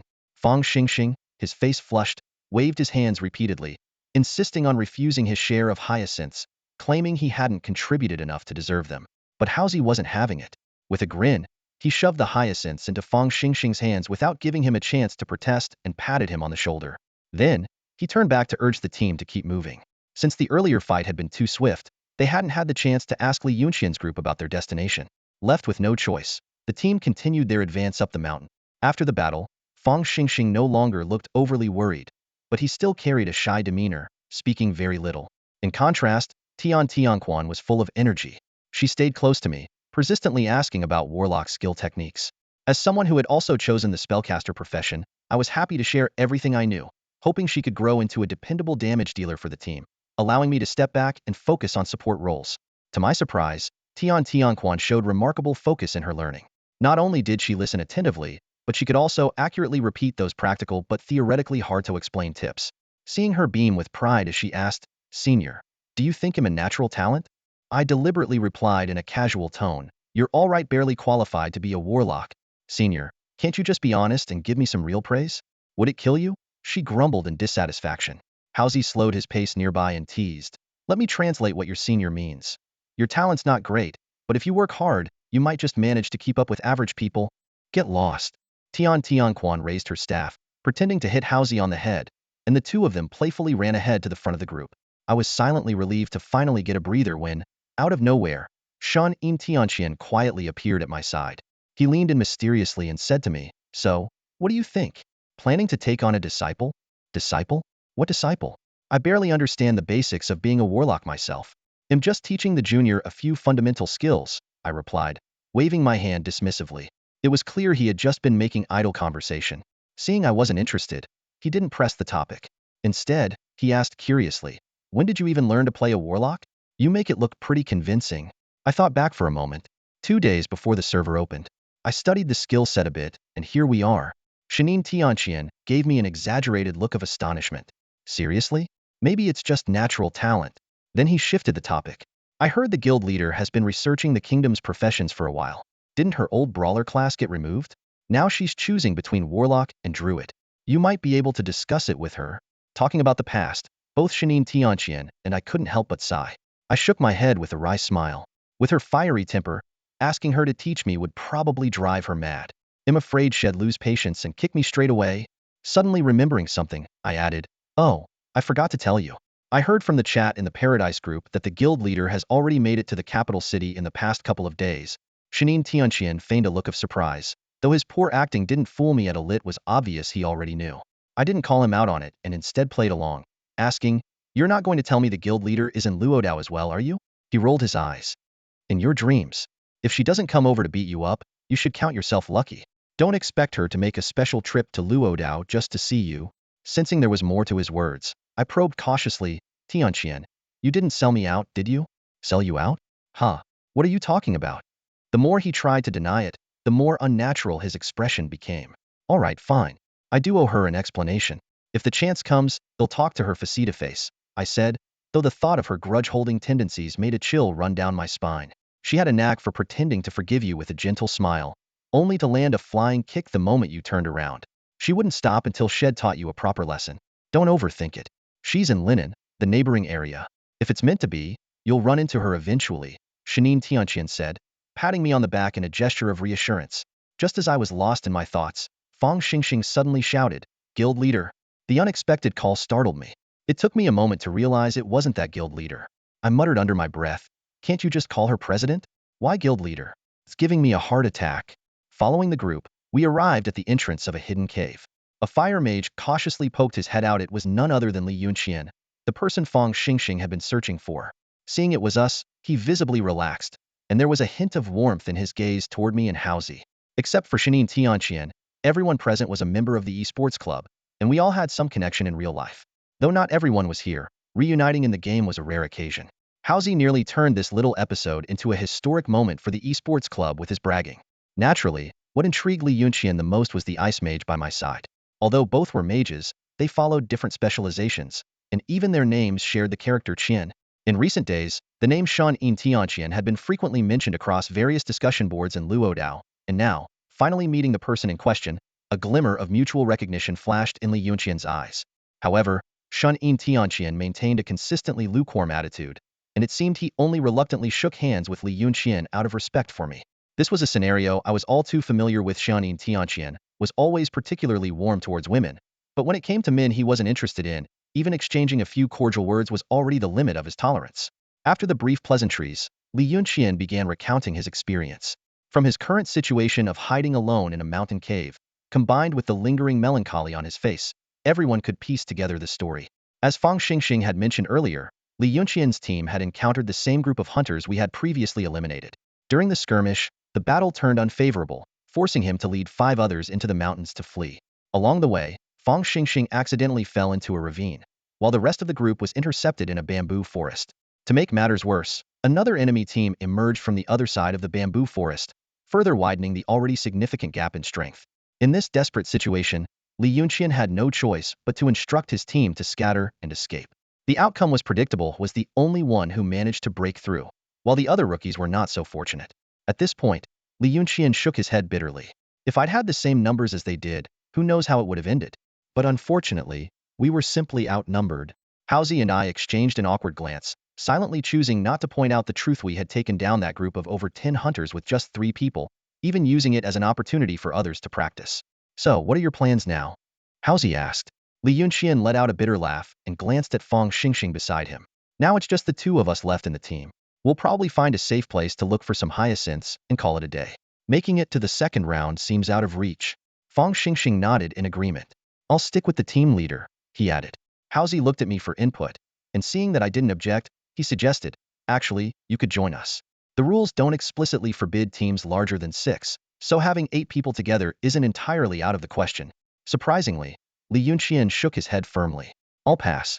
You all focus on giving it your best shot, and aim for the second round's barrier. Thal already give the esports club some face. My goal this time was just to train the rookies and earn some event rewards to upgrade gear. Seeing his resolute attitude, Haozi didn't push further. As Fang Xingxing waved goodbye, the 2 of them gradually disappeared down the mountain trail. Tianquan looked worried. It's just the 2 of them. Can they really hold out? Wouldn't it make more sense to stick together in a group? Haozi explained. No doubt, grouping up is definitely safer. But seeing that our team has a chance to make it to the second round, he probably considered the issue of hyacinth distribution. Adding another person would inevitably lead to some awkwardness, so the team leader chose to head down the mountain with Fang Xingxing instead. Watching Li Yunqian and Fang Xingxing leave, Yueguang spoke with a hint of worry in her voice. Are we really going up the mountain too? Her concern wasn't unfounded. Earlier, while hiding in the cave, Li Yunqian had observed numerous groups heading up the mountain, including the intimidating Qingzhuan players from the Yuebai team. For someone like Yueguang, a newcomer to the game world, Qingzhuan players were as distant and unreachable as stars in the sky. Their feats were often the talk of players' conversations, and they frequently appeared as central figures in gameplay videos, showcasing jaw-dropping skills. Encountering such individuals in the main city would instantly draw a crowd, with people scrambling for autographs and photos. Yueguang's words made Tianquan and Yi Shanshan hesitate as well. However, Haozi laughed it off nonchalantly, pointing at Shan Yintianqian and me. What's the big deal about Qingzhuan players? Look at these 2 over here, aren't they even better than Qingzhuan? Forget Yuebai Qingzhuan. Even if Qingyu or Quij Qingzhuan showed up, they wouldn't stand a chance. I intended to stop Haozi from exaggerating, but I noticed a glimmer of agreement in the 3 girls' eyes. Seeing this, Haozi became even more animated. You all saw the last battle, right? We easily took down over 10 people. Honestly, it was mostly thanks to these two. I barely did anything. I cleared my throat to interrupt him. Haozi, next time, make sure to include yourself in the credit, too. He just chuckled without responding. So I continued. We have to go up the mountain. Avoiding conflict would be ideal, but even if we run into these so-called Qingzhuan players, it's not like we can't hold our own. Thinking back to the Gu Qingzhu team we had encountered before, their combat skills were undoubtedly professional, but not unbeatable. More importantly, we were already halfway through the event, and the competition on the leaderboard was bound to intensify. Many teams would likely resort to battles to collect hyacinths, and rankings could shift at any moment. With our current position around 200th, maintaining our spot meant we had to keep collecting. As we made our way up the mountain path, Lian Wuque's earlier warning had clearly influenced us. Our pace was noticeably slower. However, the anticipated fierce conflicts didn't materialize. By the time we reached halfway up the mountain, we only ran into a few minor teams looking for trouble. These opportunists, carrying barely any hyacinths, were swiftly sent back to the main city by Yanqian in a few moves. By the time even the usually talkative Haozi had gone quiet, a dilapidated wooden cabin appeared in the distance beyond the forest. Accustomed to the endless greenery, we were momentarily taken aback by the unexpected sight. Without needing to discuss, we all quickened our pace, heading toward the building that had suddenly come into view. Just as I was about to step out from the cover of the forest, Tianqian suddenly grabbed the back of my collar. My body, already halfway out, was yanked back into the shadows. He raised a finger to his lips, signaling me to stay quiet, and motioned with his eyes for the others to stop as well. Silence hung in the air for a moment. Tianqian stared intently at the distant wooden cabin and murmured, "Don't you think something feels off? Off? What's off about it?" Haozi asked, scanning the clearing beyond the woods with a puzzled look, clearly seeing nothing unusual. Tianqian frowned, a trace of frustration in his expression. "I can't quite explain it. It's just a feeling. Something's not right." Haozi, ever the carefree one, shrugged it off and took a step forward. "Tianqian, you're overthinking it. It's just a little wooden cabin. What kind of danger could it possibly hold?" "Wait, Haozi." I stopped him just in time. Taking another look at the cabin, I couldn't shake the eerie sensation that something or someone was inside, waiting for us to step out of the safety of the trees. Haozi scoffed, unconcerned. "Gunai, you two? What's gotten into you?" "If you ask me, it's just an empty clearing. Even if someone is hiding in that cabin, we can just storm in and take care of them." "It's the clearing itself," I said, suddenly realizing what felt wrong. "We've been climbing this mountain for hours, and we haven't seen a single patch of land this flat. It's clearly man-made. And look at it if someone's inside that cabin. This clearing puts us right in their line of sight. If we walk out there, we're sitting ducks for an ambush." Haozi hesitated, taking a couple of steps back as his expression turned more cautious. "So, what do we do now?" We silently shifted to the back of the cabin, choosing the closest spot to stay hidden. From this angle, we could clearly see the tip of a staff protruding from a half-open wooden window, aimed directly at the mountain path. "Well, damn. There really is an ambush," Haozi muttered, gripping his heavy sword tightly. "If Tianqian hadn't stopped us, I'd probably be lying on the ground right now." "So, what's the plan? Do we charge in?" Tianqian asked hesitantly from behind. Though we had the advantage of knowing their position, the unknown strength of the enemy made any direct approach risky. Haozi thought it over for a moment, then abandoned any elaborate strategies. Raising his heavy sword, he gestured toward the window. "You know, if I had a grenade right now, I'd just lob it in there and call it a day." Tianqian surprisingly nodded in agreement with Haozi's wild idea. "That's right. We should go back and see if we can develop something like grenades. You never know when they might come in handy." "Are you two trying to push the magical world straight into the age of firearms?" I interrupted their whimsical planning, speaking seriously. At this range, only Tianqian can be of use. Everyone's eyes turned to me in unison, but my words came to an abrupt halt. "That's it." Tianqian looked at me skeptically. Haozi sighed helplessly and sat down on a low tree stump. "I thought you came up with some brilliant strategy. That's all. Isn't that enough?" I turned to Tianqian. "What do you think?" Tianqian gripped his staff tightly, aiming cautiously in the direction of the wooden cabin as if calculating the range. "I see what you mean. I have the advantage of striking first. If I can take out the mage by the window in one hit, we can seize the chance to approach the cabin. But if I fail, and the priest revives him, not only will our position be exposed, but we might also have to retreat. This opportunity comes only once. The moment I act, if the opponent is skilled, they'll immediately pinpoint my location." Haozi nodded thoughtfully. "You're right. Someone needs to draw their fire to give Tianqian time to attack." "Why are you all looking at me?" Tianqian gave Haozi a sweet, yet strangely unsettling smile that sent a shiver down his spine. Seeing he wasn't responding, she continued, Senior Lu Jinghao, please. Senior Gu Nai and brother Tianqian are both mages, so they're out of the question. And us three girls? Could you bear to let us go? As she spoke, her eyes glistened with tears clearly fake, but hard to refuse. Just as Haozi was stammering, about to agree, the usually silent Yashinshin suddenly spoke up. I'll go. I'm a knight. This kind of mission suits me better. Everyone was stunned. I was the first to recover, trying to ease the awkwardness. All right then, we'll leave it to you, Junior. Be careful. As I spoke, I stepped on Haozi's foot. Haozi quickly caught on. Right, this is definitely a knight's job. As a heavy swordsman, this task is too challenging for me. Go, Yashinshin. Tianquan immediately switched to a spirited expression and began cheering for her roommate. Shanin Tianqian, meanwhile, searched for advantageous positions behind the trees and gave the less experienced Yashinshin pointers on her route. Though she appeared a bit nervous, she listened attentively, nodding repeatedly. Seeing that I was of no immediate use, I sat down beside Haozi. He had been watching the distant cabin but turned to me as I sat. I didn't expect you to react so quickly. Quick reaction? No, this is called being thoughtful, I corrected him. All right, Haozi chuckled. I always thought you were more of a reserved type. And now? I asked, following his lead. Calling it repressed might be more accurate, he replied. I gave him a helpless shove. I knew nothing good would come out of your mouth. Haozi shifted his gaze forward. At that moment, Yishunshin was under Shanin Tianqian's command, making the final preparations. This actually works out pretty well, he said thoughtfully. I understood what he meant. Among our team, Yishunshin was undoubtedly the one with the least presence. As a knight, she should have been leading the charge on the front lines. However, as a newcomer, she was often assigned to relatively safe positions. Coupled with her reserved nature and lack of quirky charm like Tianqian's, it was hard for her to truly integrate into the team's dynamic. She had become something of a wallflower. Everyone has to take their first step to grow, I said, patting Haozi on the shoulder as I stood up. Come on, let's check it out. We might need to step in soon. Haozi grumbled as he reluctantly moved. Why does it feel like you're saying that to me? As Yishunshin stepped out of the woods, Shanin Tianqian had already taken position directly opposite the window. Suddenly, a staff appeared from the window, sending several razor-sharp ice shards hurtling toward her silver-white armor. Immediately after, a second staff emerged from the opposite side of the window, launching a pincer attack on the paladin standing in the clearing. 2 ice mages. I muttered in alarm. Haozi also realized we had underestimated the situation.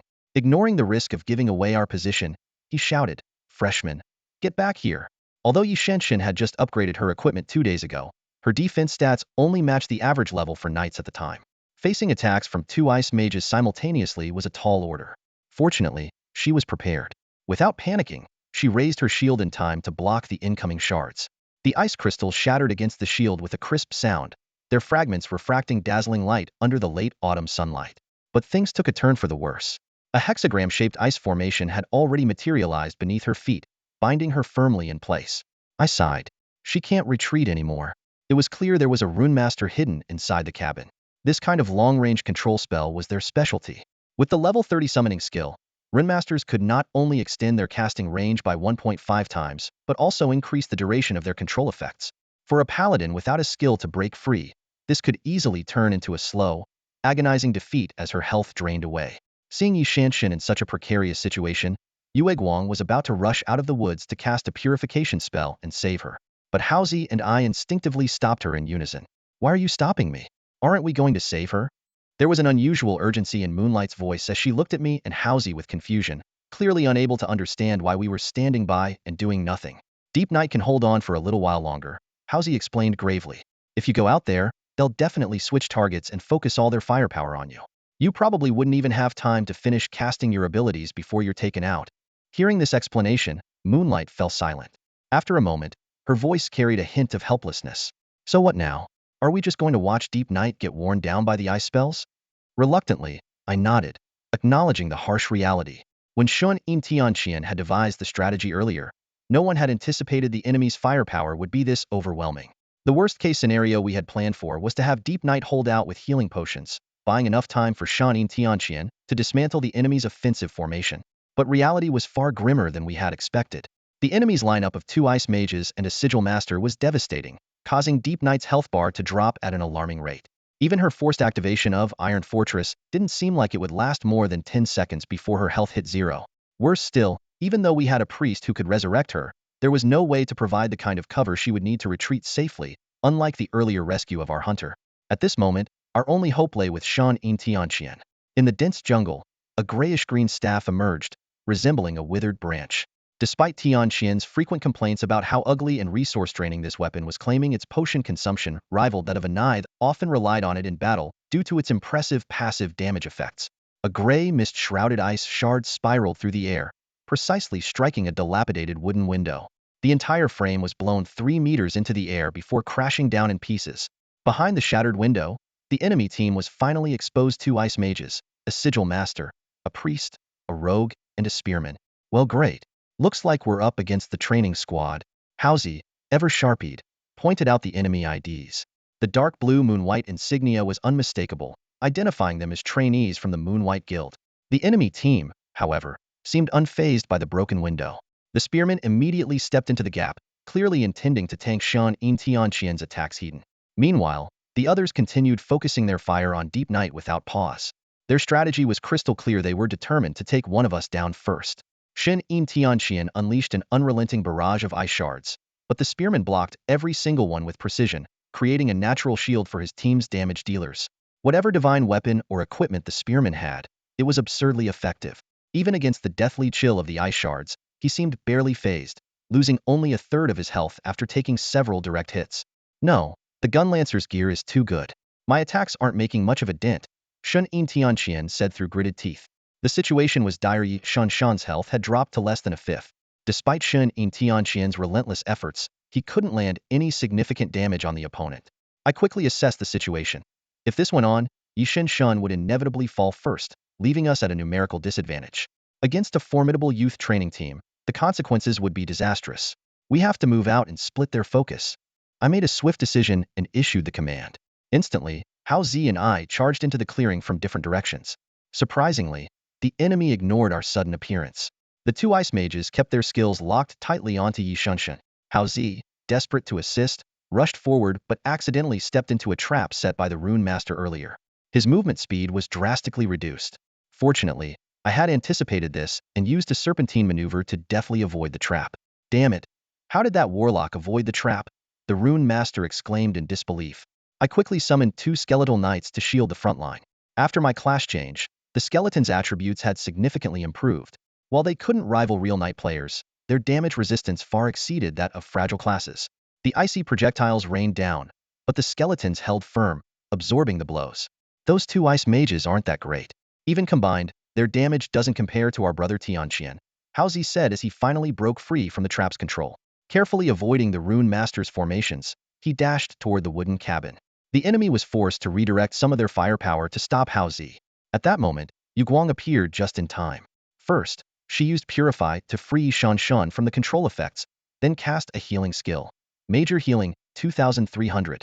Yu Guang, watch out! Hao Zi suddenly shouted. The enemy's firepower shifted toward Yu Guang at once, but I was ready. I maneuvered the skeletal knights to block all incoming attacks. I've got this. As Shan's health gradually returned to a safe level, an uneasy feeling crept over me. The enemy's actions were too predictable. Whether focusing on Shan or targeting Yu Guang, everything fell within my expectations.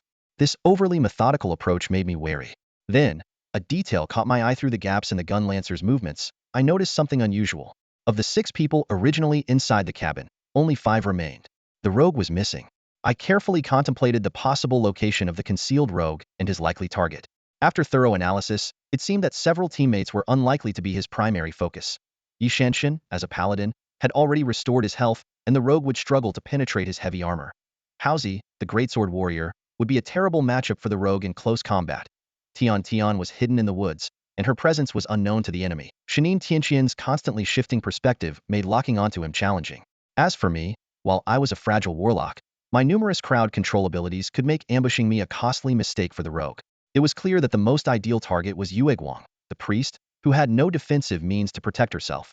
In hindsight, the earlier attack on Yi Shanshan was likely just a diversion to lure Yue Guang out. If the healer were eliminated, our team would lose its capacity for sustained combat, and even with Yu Bailiang's gear advantage, it would be difficult to turn the tide. Just as this thought crossed my mind, I noticed a faint shadow materializing behind Yue Guang, a sharp dagger already closing in on the back of her neck. "Watch your back," I shouted, sprinting toward Yue Guang. She reacted instantly, dashing forward just in time to narrowly evade the lethal strike. The rogue's dagger sliced through the air with a piercing sound, and it was clear that he hadn't anticipated his meticulously planned ambush to fail. Surprisingly, instead of retreating into stealth as expected, he began twirling his dagger with precision, like a venomous snake coiled and ready to strike. This unusual behavior could only mean one thing. He didn't take us seriously at all. Such arrogance. Just as I was thinking this, the rogue suddenly leapt forward with explosive speed, closing the distance and suspending himself midair. His position was right in the triangular space between me and Yueguang, making it impossible to discern whom he intended to attack. At this moment, instinct was the only thing we could rely on. I quickly deduced that while both Yueguang and I were fragile and susceptible to a quick kill, the warlock's crowd control abilities and the priest's resurrection skills would make either of us a challenging target to eliminate. If his goal was Yueguang, his intentions were almost too obvious. In a brief moment, I replayed the battle scenario in my mind. If the rogue targeted me first and succeeded, Yishin Shun, still at a distance and unprotected, would become his second victim. While she attempted to revive me, the rogue could easily execute a double strike, eliminating both backliners and retreating unscathed. Just as I was setting up the formation beneath my feet, the rogue's figure darted swiftly, heading straight for Yishan Shun. For a moment, I doubted my judgment, but then, midair, he executed a sharp turn, his dagger slicing toward my throat with deadly precision. The sheer force of this frontal strike was far beyond my expectations, instantly taking a quarter of my health. His fierce attack played right into my hands. I quickly retreated, dodging out of his dagger's range. The once agile rogue suddenly seemed sluggish, his gaze dropping to the three-layered formation beneath him. When he looked up, his eyes were filled with shock. Clearly, he hadn't anticipated falling into such a trap. The triple-layered evil spirit bind effect took hold, and a staggering 4-digit damage number appeared above the rogue's head. Despite his impressive defenses, this combo stripped away 4/5 of his health. Inside the cabin, the 5 opponents realized the tide had turned. 2 ice mages immediately redirected their attacks toward me. I sidestepped to avoid one icy blast, while the other was blocked just in time by Yishen Shun, who had recovered and raised her shield. Under the cover of his teammates' firepower, the rogue began to retreat. However, out of the corner of his eye, he spotted an unusual ice shard speeding toward his escape path. This wasn't a stray spell from his allies. The shard was shrouded in a gray aura, unmistakably the work of Shun Yin Tianqian, lurking in the forest. By the time he realized this, his body had already collapsed to the ground, lying flat on his back. In an instant, a cheerful face appeared in his line of sight. With a decisive strike, Tian's weapon descended, wiping out the rogue's remaining sliver of health. She waved at us triumphantly. How about that? My finishing blow wasn't half bad, right? That was obviously a kill steal. The Moonlight Azure trainees' plan to reduce our numbers had utterly failed, and they had even lost their rogue in the process. In the distance, we could hear the muffled curses of their gunlancer. The 2 ice mages cast spells to block our pursuit, while the remaining 5 members scrambled out the back door and fled into the forest. Seeing them retreat, Hao Zi, still fired up, shouted indignantly, "Don't run! Aren't you even going to revive your rogue?" The only response was the sound of footsteps growing fainter. As the rustling of leaves settled into silence, this skirmish came to an end. Shun Yin Tianqian emerged from the forest. After several rounds of intense offense and defense, he had moved to a spot forming a 90-degree angle from his original position. Quickly brushing off the leaves clinging to him, he walked toward the center of the clearing. "You know, the youth training camp does have some skill," I commented. "So, how about those 2 ice mages? Could they give you a challenge?" A disdainful expression appeared on Shun Yin Tianqian's face as he smirked. "Those 2? Let them stick around for another 10 minutes, and I'll spar with them to see who's better. But that spear knight, his gear is impressive. I was targeting him for so long over there, and barely managed to chip away at his health. So basically, you're just praising his equipment," I said, glancing at Shinin Tianqian, who looked smug. His expression was identical to when Tian Quan had expertly finished off an opponent earlier. At that moment, Tian Quan came over, her arms piled high with hyacinths dropped by a defeated rogue. "What a haul. Why don't we strike while the iron's hot and take down the remaining 5? Then we can take the rest of the time off." I gave her a light tap on the head and said, "Do you think this is as simple as harvesting crops? Those 5 are from Yuebai Youth Training Do. You think they're pushovers?" Tian Quan placed the hyacinths on the ground, pretending to be aggrieved as she held her head and pouted. "There are 6 of us, and we can't handle 5 of them?" Surprisingly, the usually confident Shun Yin Tianqian shook his head in agreement. "Chances are, we're really not their match." "Seriously? Then why did they run?" Tian Quan asked, her face full of confusion. I explained, "They just want to avoid a prolonged conflict with us. Even if they could win, it would come at a cost, and it's unnecessary for the overall event. Haozi pointed at the pile of hyacinths on the ground. Look, just from this rogue alone, we got so much. They must have set up an ambush here with plenty of people. The number of hyacinths they have is enough to maintain their ranking. If that rogue hadn't gotten overconfident and tried to force his way in, we wouldn't have gotten these. I counted the hyacinths over 600. After dividing them among everyone, our ranking had climbed to around 150th. Seeing the leaderboard, everyone showed excitement. With the event nearing its end, maintaining this momentum seemed to secure a spot in the top 500. Yu Guang asked calmly, so what's the plan now? Find a place to hide. I glanced at the remaining time, just over 2 hours. Everyone was a bit fatigued in the later stages, and sustaining high-intensity combat was difficult. However, during the final phase, the leaderboard could shift dramatically. Stopping now would be risky, and we might even get pushed out of the rankings. As we hesitated, Shinin Tianqian suggested, let's find a less crowded area, pick up some hyacinths from the map, and monitor the leaderboard. This way, we can avoid conflict while maintaining our ranking. That makes sense. But where can we find such a place? Yu Guang asked. Shinin Tianqian didn't provide a specific answer. It seemed he was still forming the idea. Let's head downhill for now. If we keep going up, we might run into that group again. The team on their way back was noticeably more cautious than before. Considering how challenging it had been to reach this point, the last 2 hours felt like the final boss level, with everyone on edge. Particularly eye-catching was Tianqian, whose behavior stood out. Clutching her bundle tightly, she looked around nervously like a wary little rabbit. Her jittery demeanor even made Haozi unable to hold back his comments. Tianqian, why are you acting so jumpy? Haozi asked, sidling up to her. Ugh, you're the one who's jumpy. Can't you be more vigilant? She retorted while spitting in his direction, her eyes still darting around as she held the bundle even closer to her chest. For once, Haozi didn't argue back. Instead, he exaggeratedly mimicked her actions, saying, I get being cautious, but why are you hugging that bundle like it's your life savings? Are you stupid? If I carry it on my back, someone could easily snatch it. Holding it like this is much safer. Haozi gave her a look that screamed, there's no hope for you, and said, you're practically advertising that you've got something valuable in there. After some convincing from the group, Tianqian finally resumed a more normal posture, though she couldn't help but occasionally glance around the surrounding forest, as if expecting an ambush at any moment. On the way, they encountered the same 3 wanderers they had seen earlier. Interestingly, when the trio caught sight of Tianqian's odd expression, they immediately ducked into the bushes by the roadside without looking back, muttering something under their breath as they went. After trekking for another 30 minutes, the team finally reached the entrance of the mountain range. Several other groups had already gathered there, each occupying their own area and silently sizing each other up. I quickly scanned the crowd but didn't see any familiar faces, so I led the team onward, heading out of the mountains. Our arrival disrupted the fragile balance at the scene. Low murmurs broke out, and curious gazes flitted over us, clearly drawn to the hyacinths we carried. However, these poorly equipped groups posed no real threat.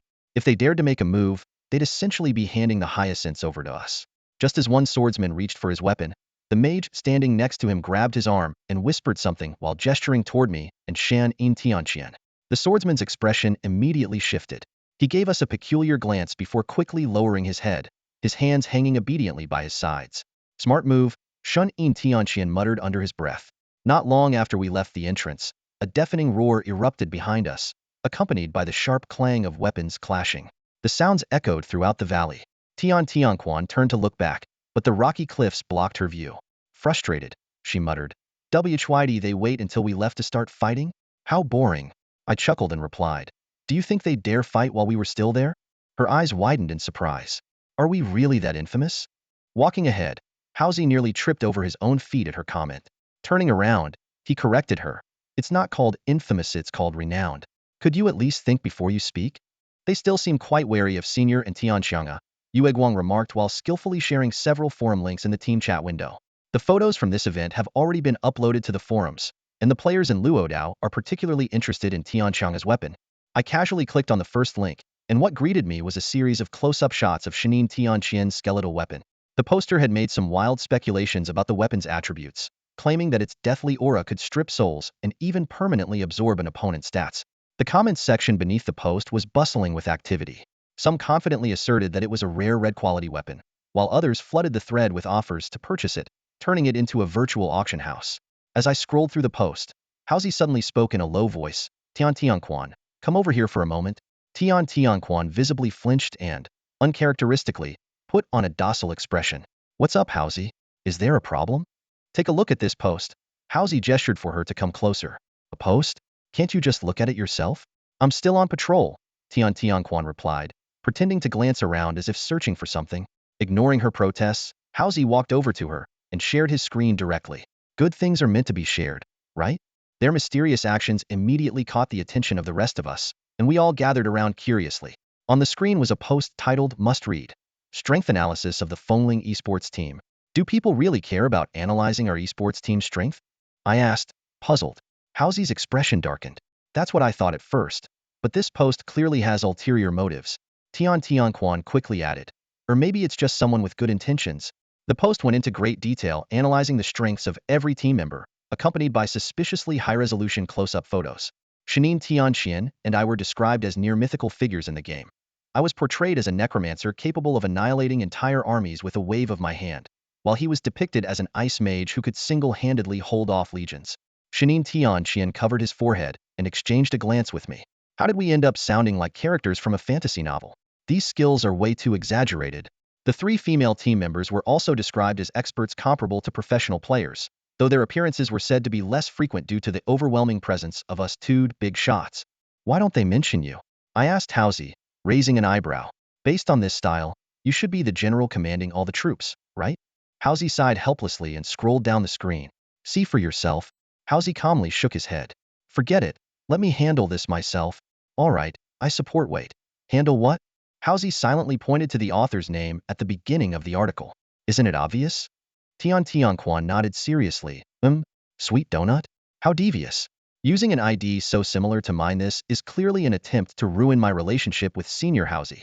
I won't allow it. Hey, Howsy, don't come any closer. Let me explain. It took several of us to hold Howsy back. Under his pressure, Tianquan reluctantly deleted the post and begrudgingly made a promise. After this little incident, we had reached the end of the canyon. Several paths branched out ahead, their destinations obscured by the rocky cliffs. I vaguely recalled the far right path leading back the way we came, so I suggested taking the far left one to avoid the flower field at the mountain's base. Everyone agreed, and we set off in that direction. We'd only been walking for 5 minutes when a salty sea breeze hit us. Tianquan perked up and quickened her pace, moving to the front of the group, a stark contrast to the rest of us, who were visibly fatigued. Tianquan, why do you look like you're heading off on vacation? Howsy asked, using his massive sword as a walking stick and trudging along step by step. Come on, cheer up, Howsy. Isn't this something to be excited about? Not in the slightest, Howsy sighed, rolling his eyes at her. After seeing the campus stream so many times, the seaside just doesn't do it for me anymore. Tianquan ignored him and pointed ahead. At the end of the rocky wall, a patch of blue sky appeared, revealing a flat coastline below. The white sandy beach was dotted with a few coconut trees.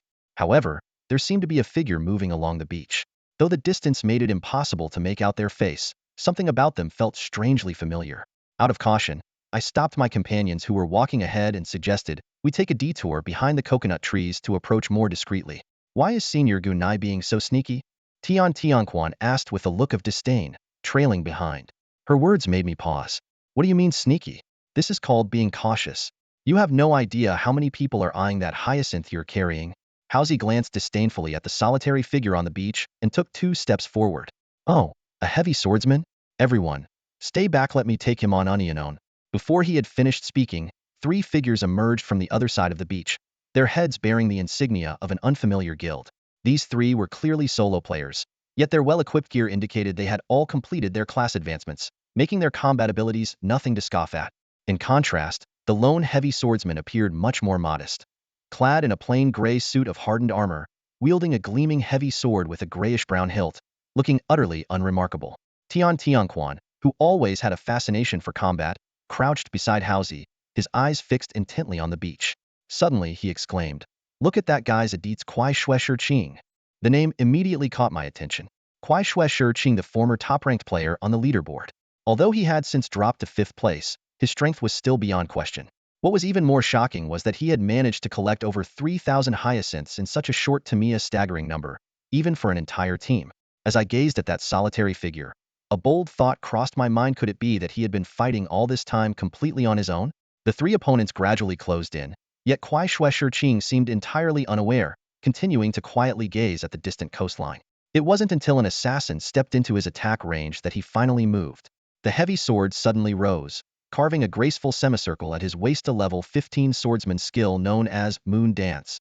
Although the heavy sword swung at a slow speed, giving the assassin ample time to dodge, his evasive maneuver seemed to have been perfectly predicted. Gu Qingzhu deftly used the second stage of Moon Dance to interrupt the assassin's initial casting, flawlessly compensating for the heavy sword's sluggish drawback. The blade cut off the assassin's retreat with pinpoint accuracy. Such a high-level interrupt technique was rare even during my active days in the Divine Realm, as any slight mistake could send the skill into cooldown. Now that this skill had been fully integrated into the kingdom, I assumed its mechanics remained unchanged. The heavy sword struck precisely at the assassin's waist, causing his fragile frame to lose balance instantly. Before the opponent could hit the ground, Gu Qingzhu unleashed a seamless combo. A quick step-in with a sword draw to close the distance, followed by a piercing thrust, a sweeping slash to cancel the delay, and finally, the heavy sword traced across in the era signature heavy sword skill called Broken Wings. Gu Qingzhu ended the post-skill delay with a clean downward slash, immediately following up with a groundbreaker strike. The heavy greatsword smashed into the ground, sending a cloud of dust and debris into the air, knocking the airborne Shadow Dancer even higher. Although the Shadow Dancer's health bar had long been depleted, Gu Qingzhu meticulously executed the entire combo as if showcasing his mastery.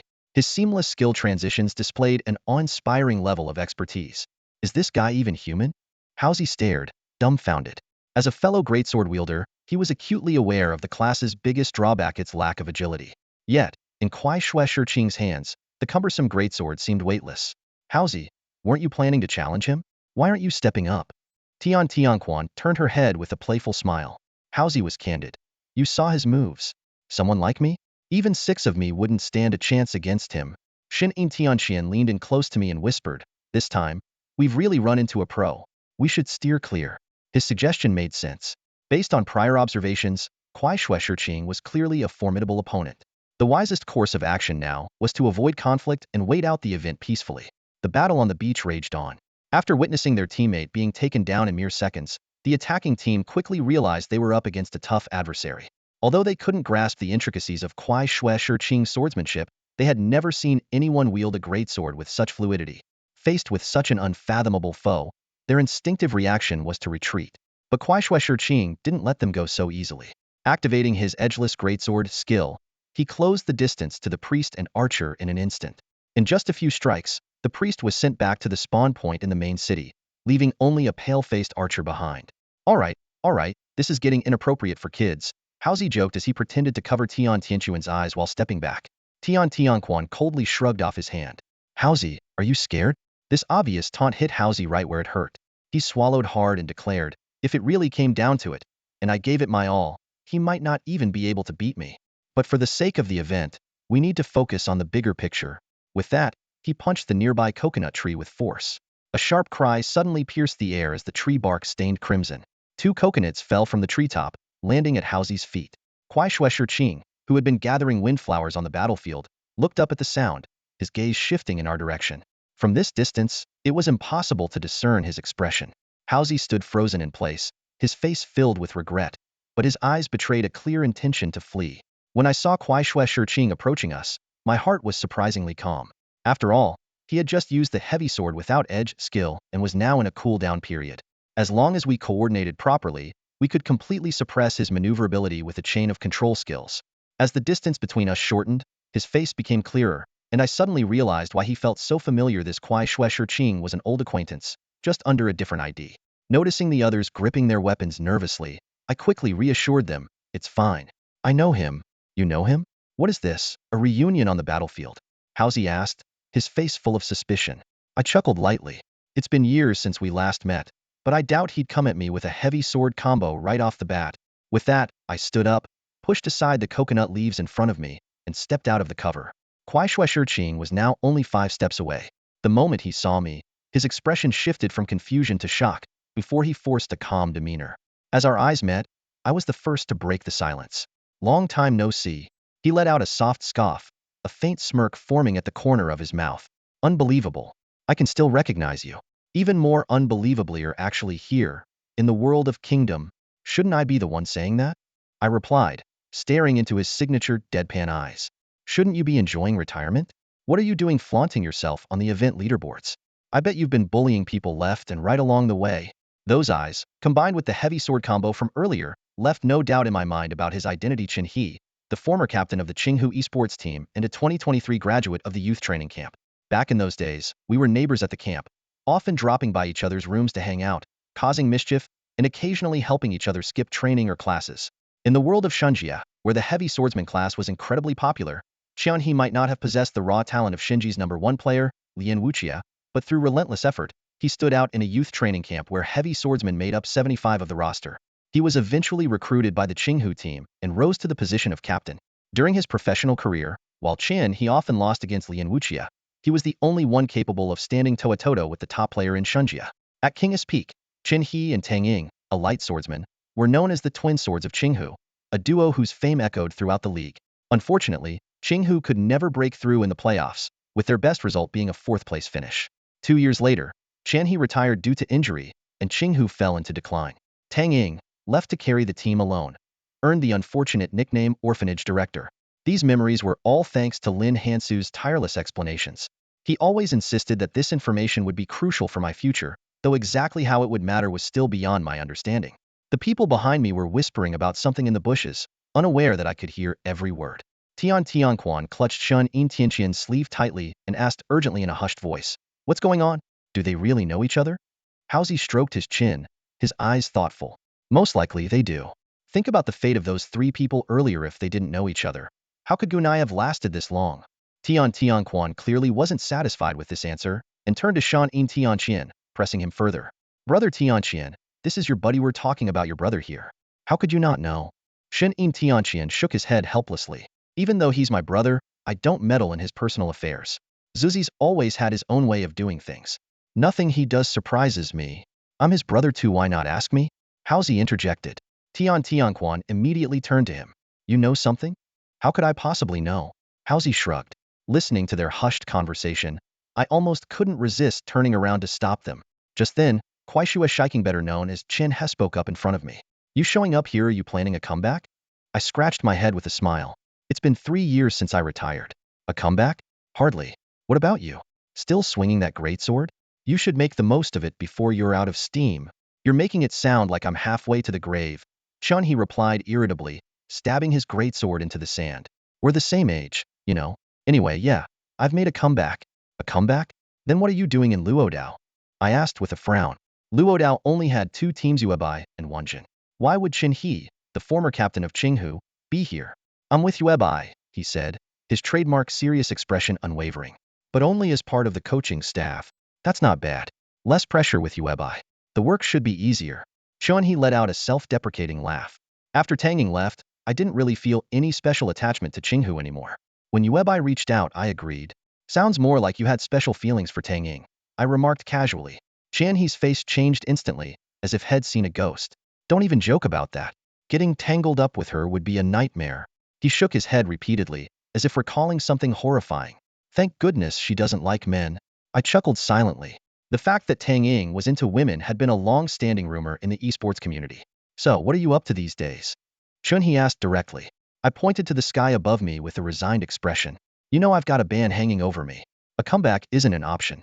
I'm just part of my university's esports club now, participating in events like this." Chen He looked at me with a mix of confusion and disbelief. "You, Gu Qingzhu, never play by the rules. I really can't figure you out." Knowing that mere words wouldn't convince this stubborn old friend, I gestured for the people behind me to step out from the bushes. Pointing at Qian He, I introduced him to everyone. "This is Qian He, the former captain of Qinghu and once ranked 2nd in the national server as a greatsword warrior. Not sure why he's here now, participating in events and picking on kids." Qian He's previously serious expression instantly collapsed, and he stumbled slightly. "Can you not bring up the 2nd in the national server thing? Although, yeah, Lian Wuque was definitely stronger." Haozi's eyes lit up upon hearing Qian He's identity, and he became visibly excited. "Chen He, bro, I'm a huge fan of yours. I started playing Greatsword Warrior because of you. Lian Wuque's moves are something ordinary people can't replicate too. I mean, you're amazing too." I smacked him lightly in annoyance. "If you can't speak properly, just keep quiet." Chen He didn't seem to mind, smiling as he waved it off. "This brother's right. I can't compare to a genius like Lian Wuque. I just relied on hard work to earn my place. But that's enough for me." During the small talk, Tian Tianquan kept throwing out all sorts of bizarre questions. Faced with these peculiar inquiries, the usually meticulous Qin he was visibly struggling to keep up. To prevent things from spiraling out of control, I stepped in and ended this impromptu fan meet. Glancing at the time, I noticed there was less than an hour left until the event ended. Although our ranking had dropped slightly, we were still on the leaderboard. Considering the open beach we were on faced the valley entrance and wasn't the safest spot with all the foot traffic, I suggested to Qin He that we should move on. Never thought I'd see Gu Qingzhu being cautious, Qin He teased with a laugh. It's not about being cautious, I explained with a sigh. I've got so many people with me. I need to be careful. Tian Tianquan muttered under her breath. Sounds like we're dragging you down. It's not we, it's just you, Haozi replied without hesitation. Watching us banter, Chun He sighed. If only Qinghu had this kind of camaraderie back in the day, I might have been able to keep playing for a few more years. Save your nostalgic oldman talk for your teammates. We're still in our prime, I said, turning to head deeper along the coastline. Suddenly, Chun He called out to me. Wait a second. Have you gathered enough wind hyacinths? Don't miss out on the second round. Do you really think I've fallen that far in just a few years? Making it into the top 500 is a piece of cake, I replied half-jokingly. True, that was a redundant question, Chun He said, shaking his head with a self-deprecating smile. Then, can you promise me something? If you win, they'll give you all the wind hyacinths I've got. If you lose, you won't owe me anything. The eyes of my companions lit up. That was over 3,000 wind hyacinths. If we got them, we might all have a shot at making the top 30. However, seeing their hopeful gazes, I smiled confidently and replied without hesitation. No need. Chun He paused mid-sentence, his signature lifeless fish eyes suddenly staring blankly at me. Then, he burst into a chuckle. That's so typical of you. Can't you just grant a retired player's request? I sighed, shrugging helplessly as I took a step back. Aren't we all retired players? His expression turned deadly serious. Fight me. One more time. I didn't respond immediately. The salty sea breeze swept past us, rustling the tips of our hair in front of the coconut grove. After a moment of silence, I finally spoke. Are you serious? Let's do this. All right, he said with a grin. The kind of grin that only a mischievous kid would wear when they got their way. Seeing the massive sword resting against his chest, ready to strike, I cautiously reminded him. Remember the rules, keep it friendly, no hard feelings, and the outcome doesn't matter. Just don't go overboard. Before I could even finish, Chun He's figure shot forward like an arrow released from a bow. The blade of his massive sword gleamed sharply under the sunlight, almost blinding. I sighed inwardly. Yep, still the same old impatient Chun He. My staff left its sheath in an instant, and 3 magic arrays materialized before me, forming a barrier to prevent him from closing in. Chun He, with the experience of a seasoned player, deftly avoided the central ice array and opted to advance from the right. That was where my blood array lay in wait, and the crimson energy immediately ensnared his legs. Though his speed slowed, it was far less restrictive than the ice array. Undeterred, the heavy sword warrior continued his charge. I barely had time to retreat as his blade carved an elegant arc through the air, heading straight for my neck. As the sword descended, a crisp metallic clang echoed. Chun He glanced at the skeletal knight that had suddenly appeared, its shield raised to block his strike. With a knowing smirk, he muttered, I knew it. A fight with you could never be decided so easily. Should I take that as a compliment? I replied, the corner of my mouth lifting slightly as I activated my next skill. Desolation. In an instant, a gray wall materialized before Chun He, sealing off his path.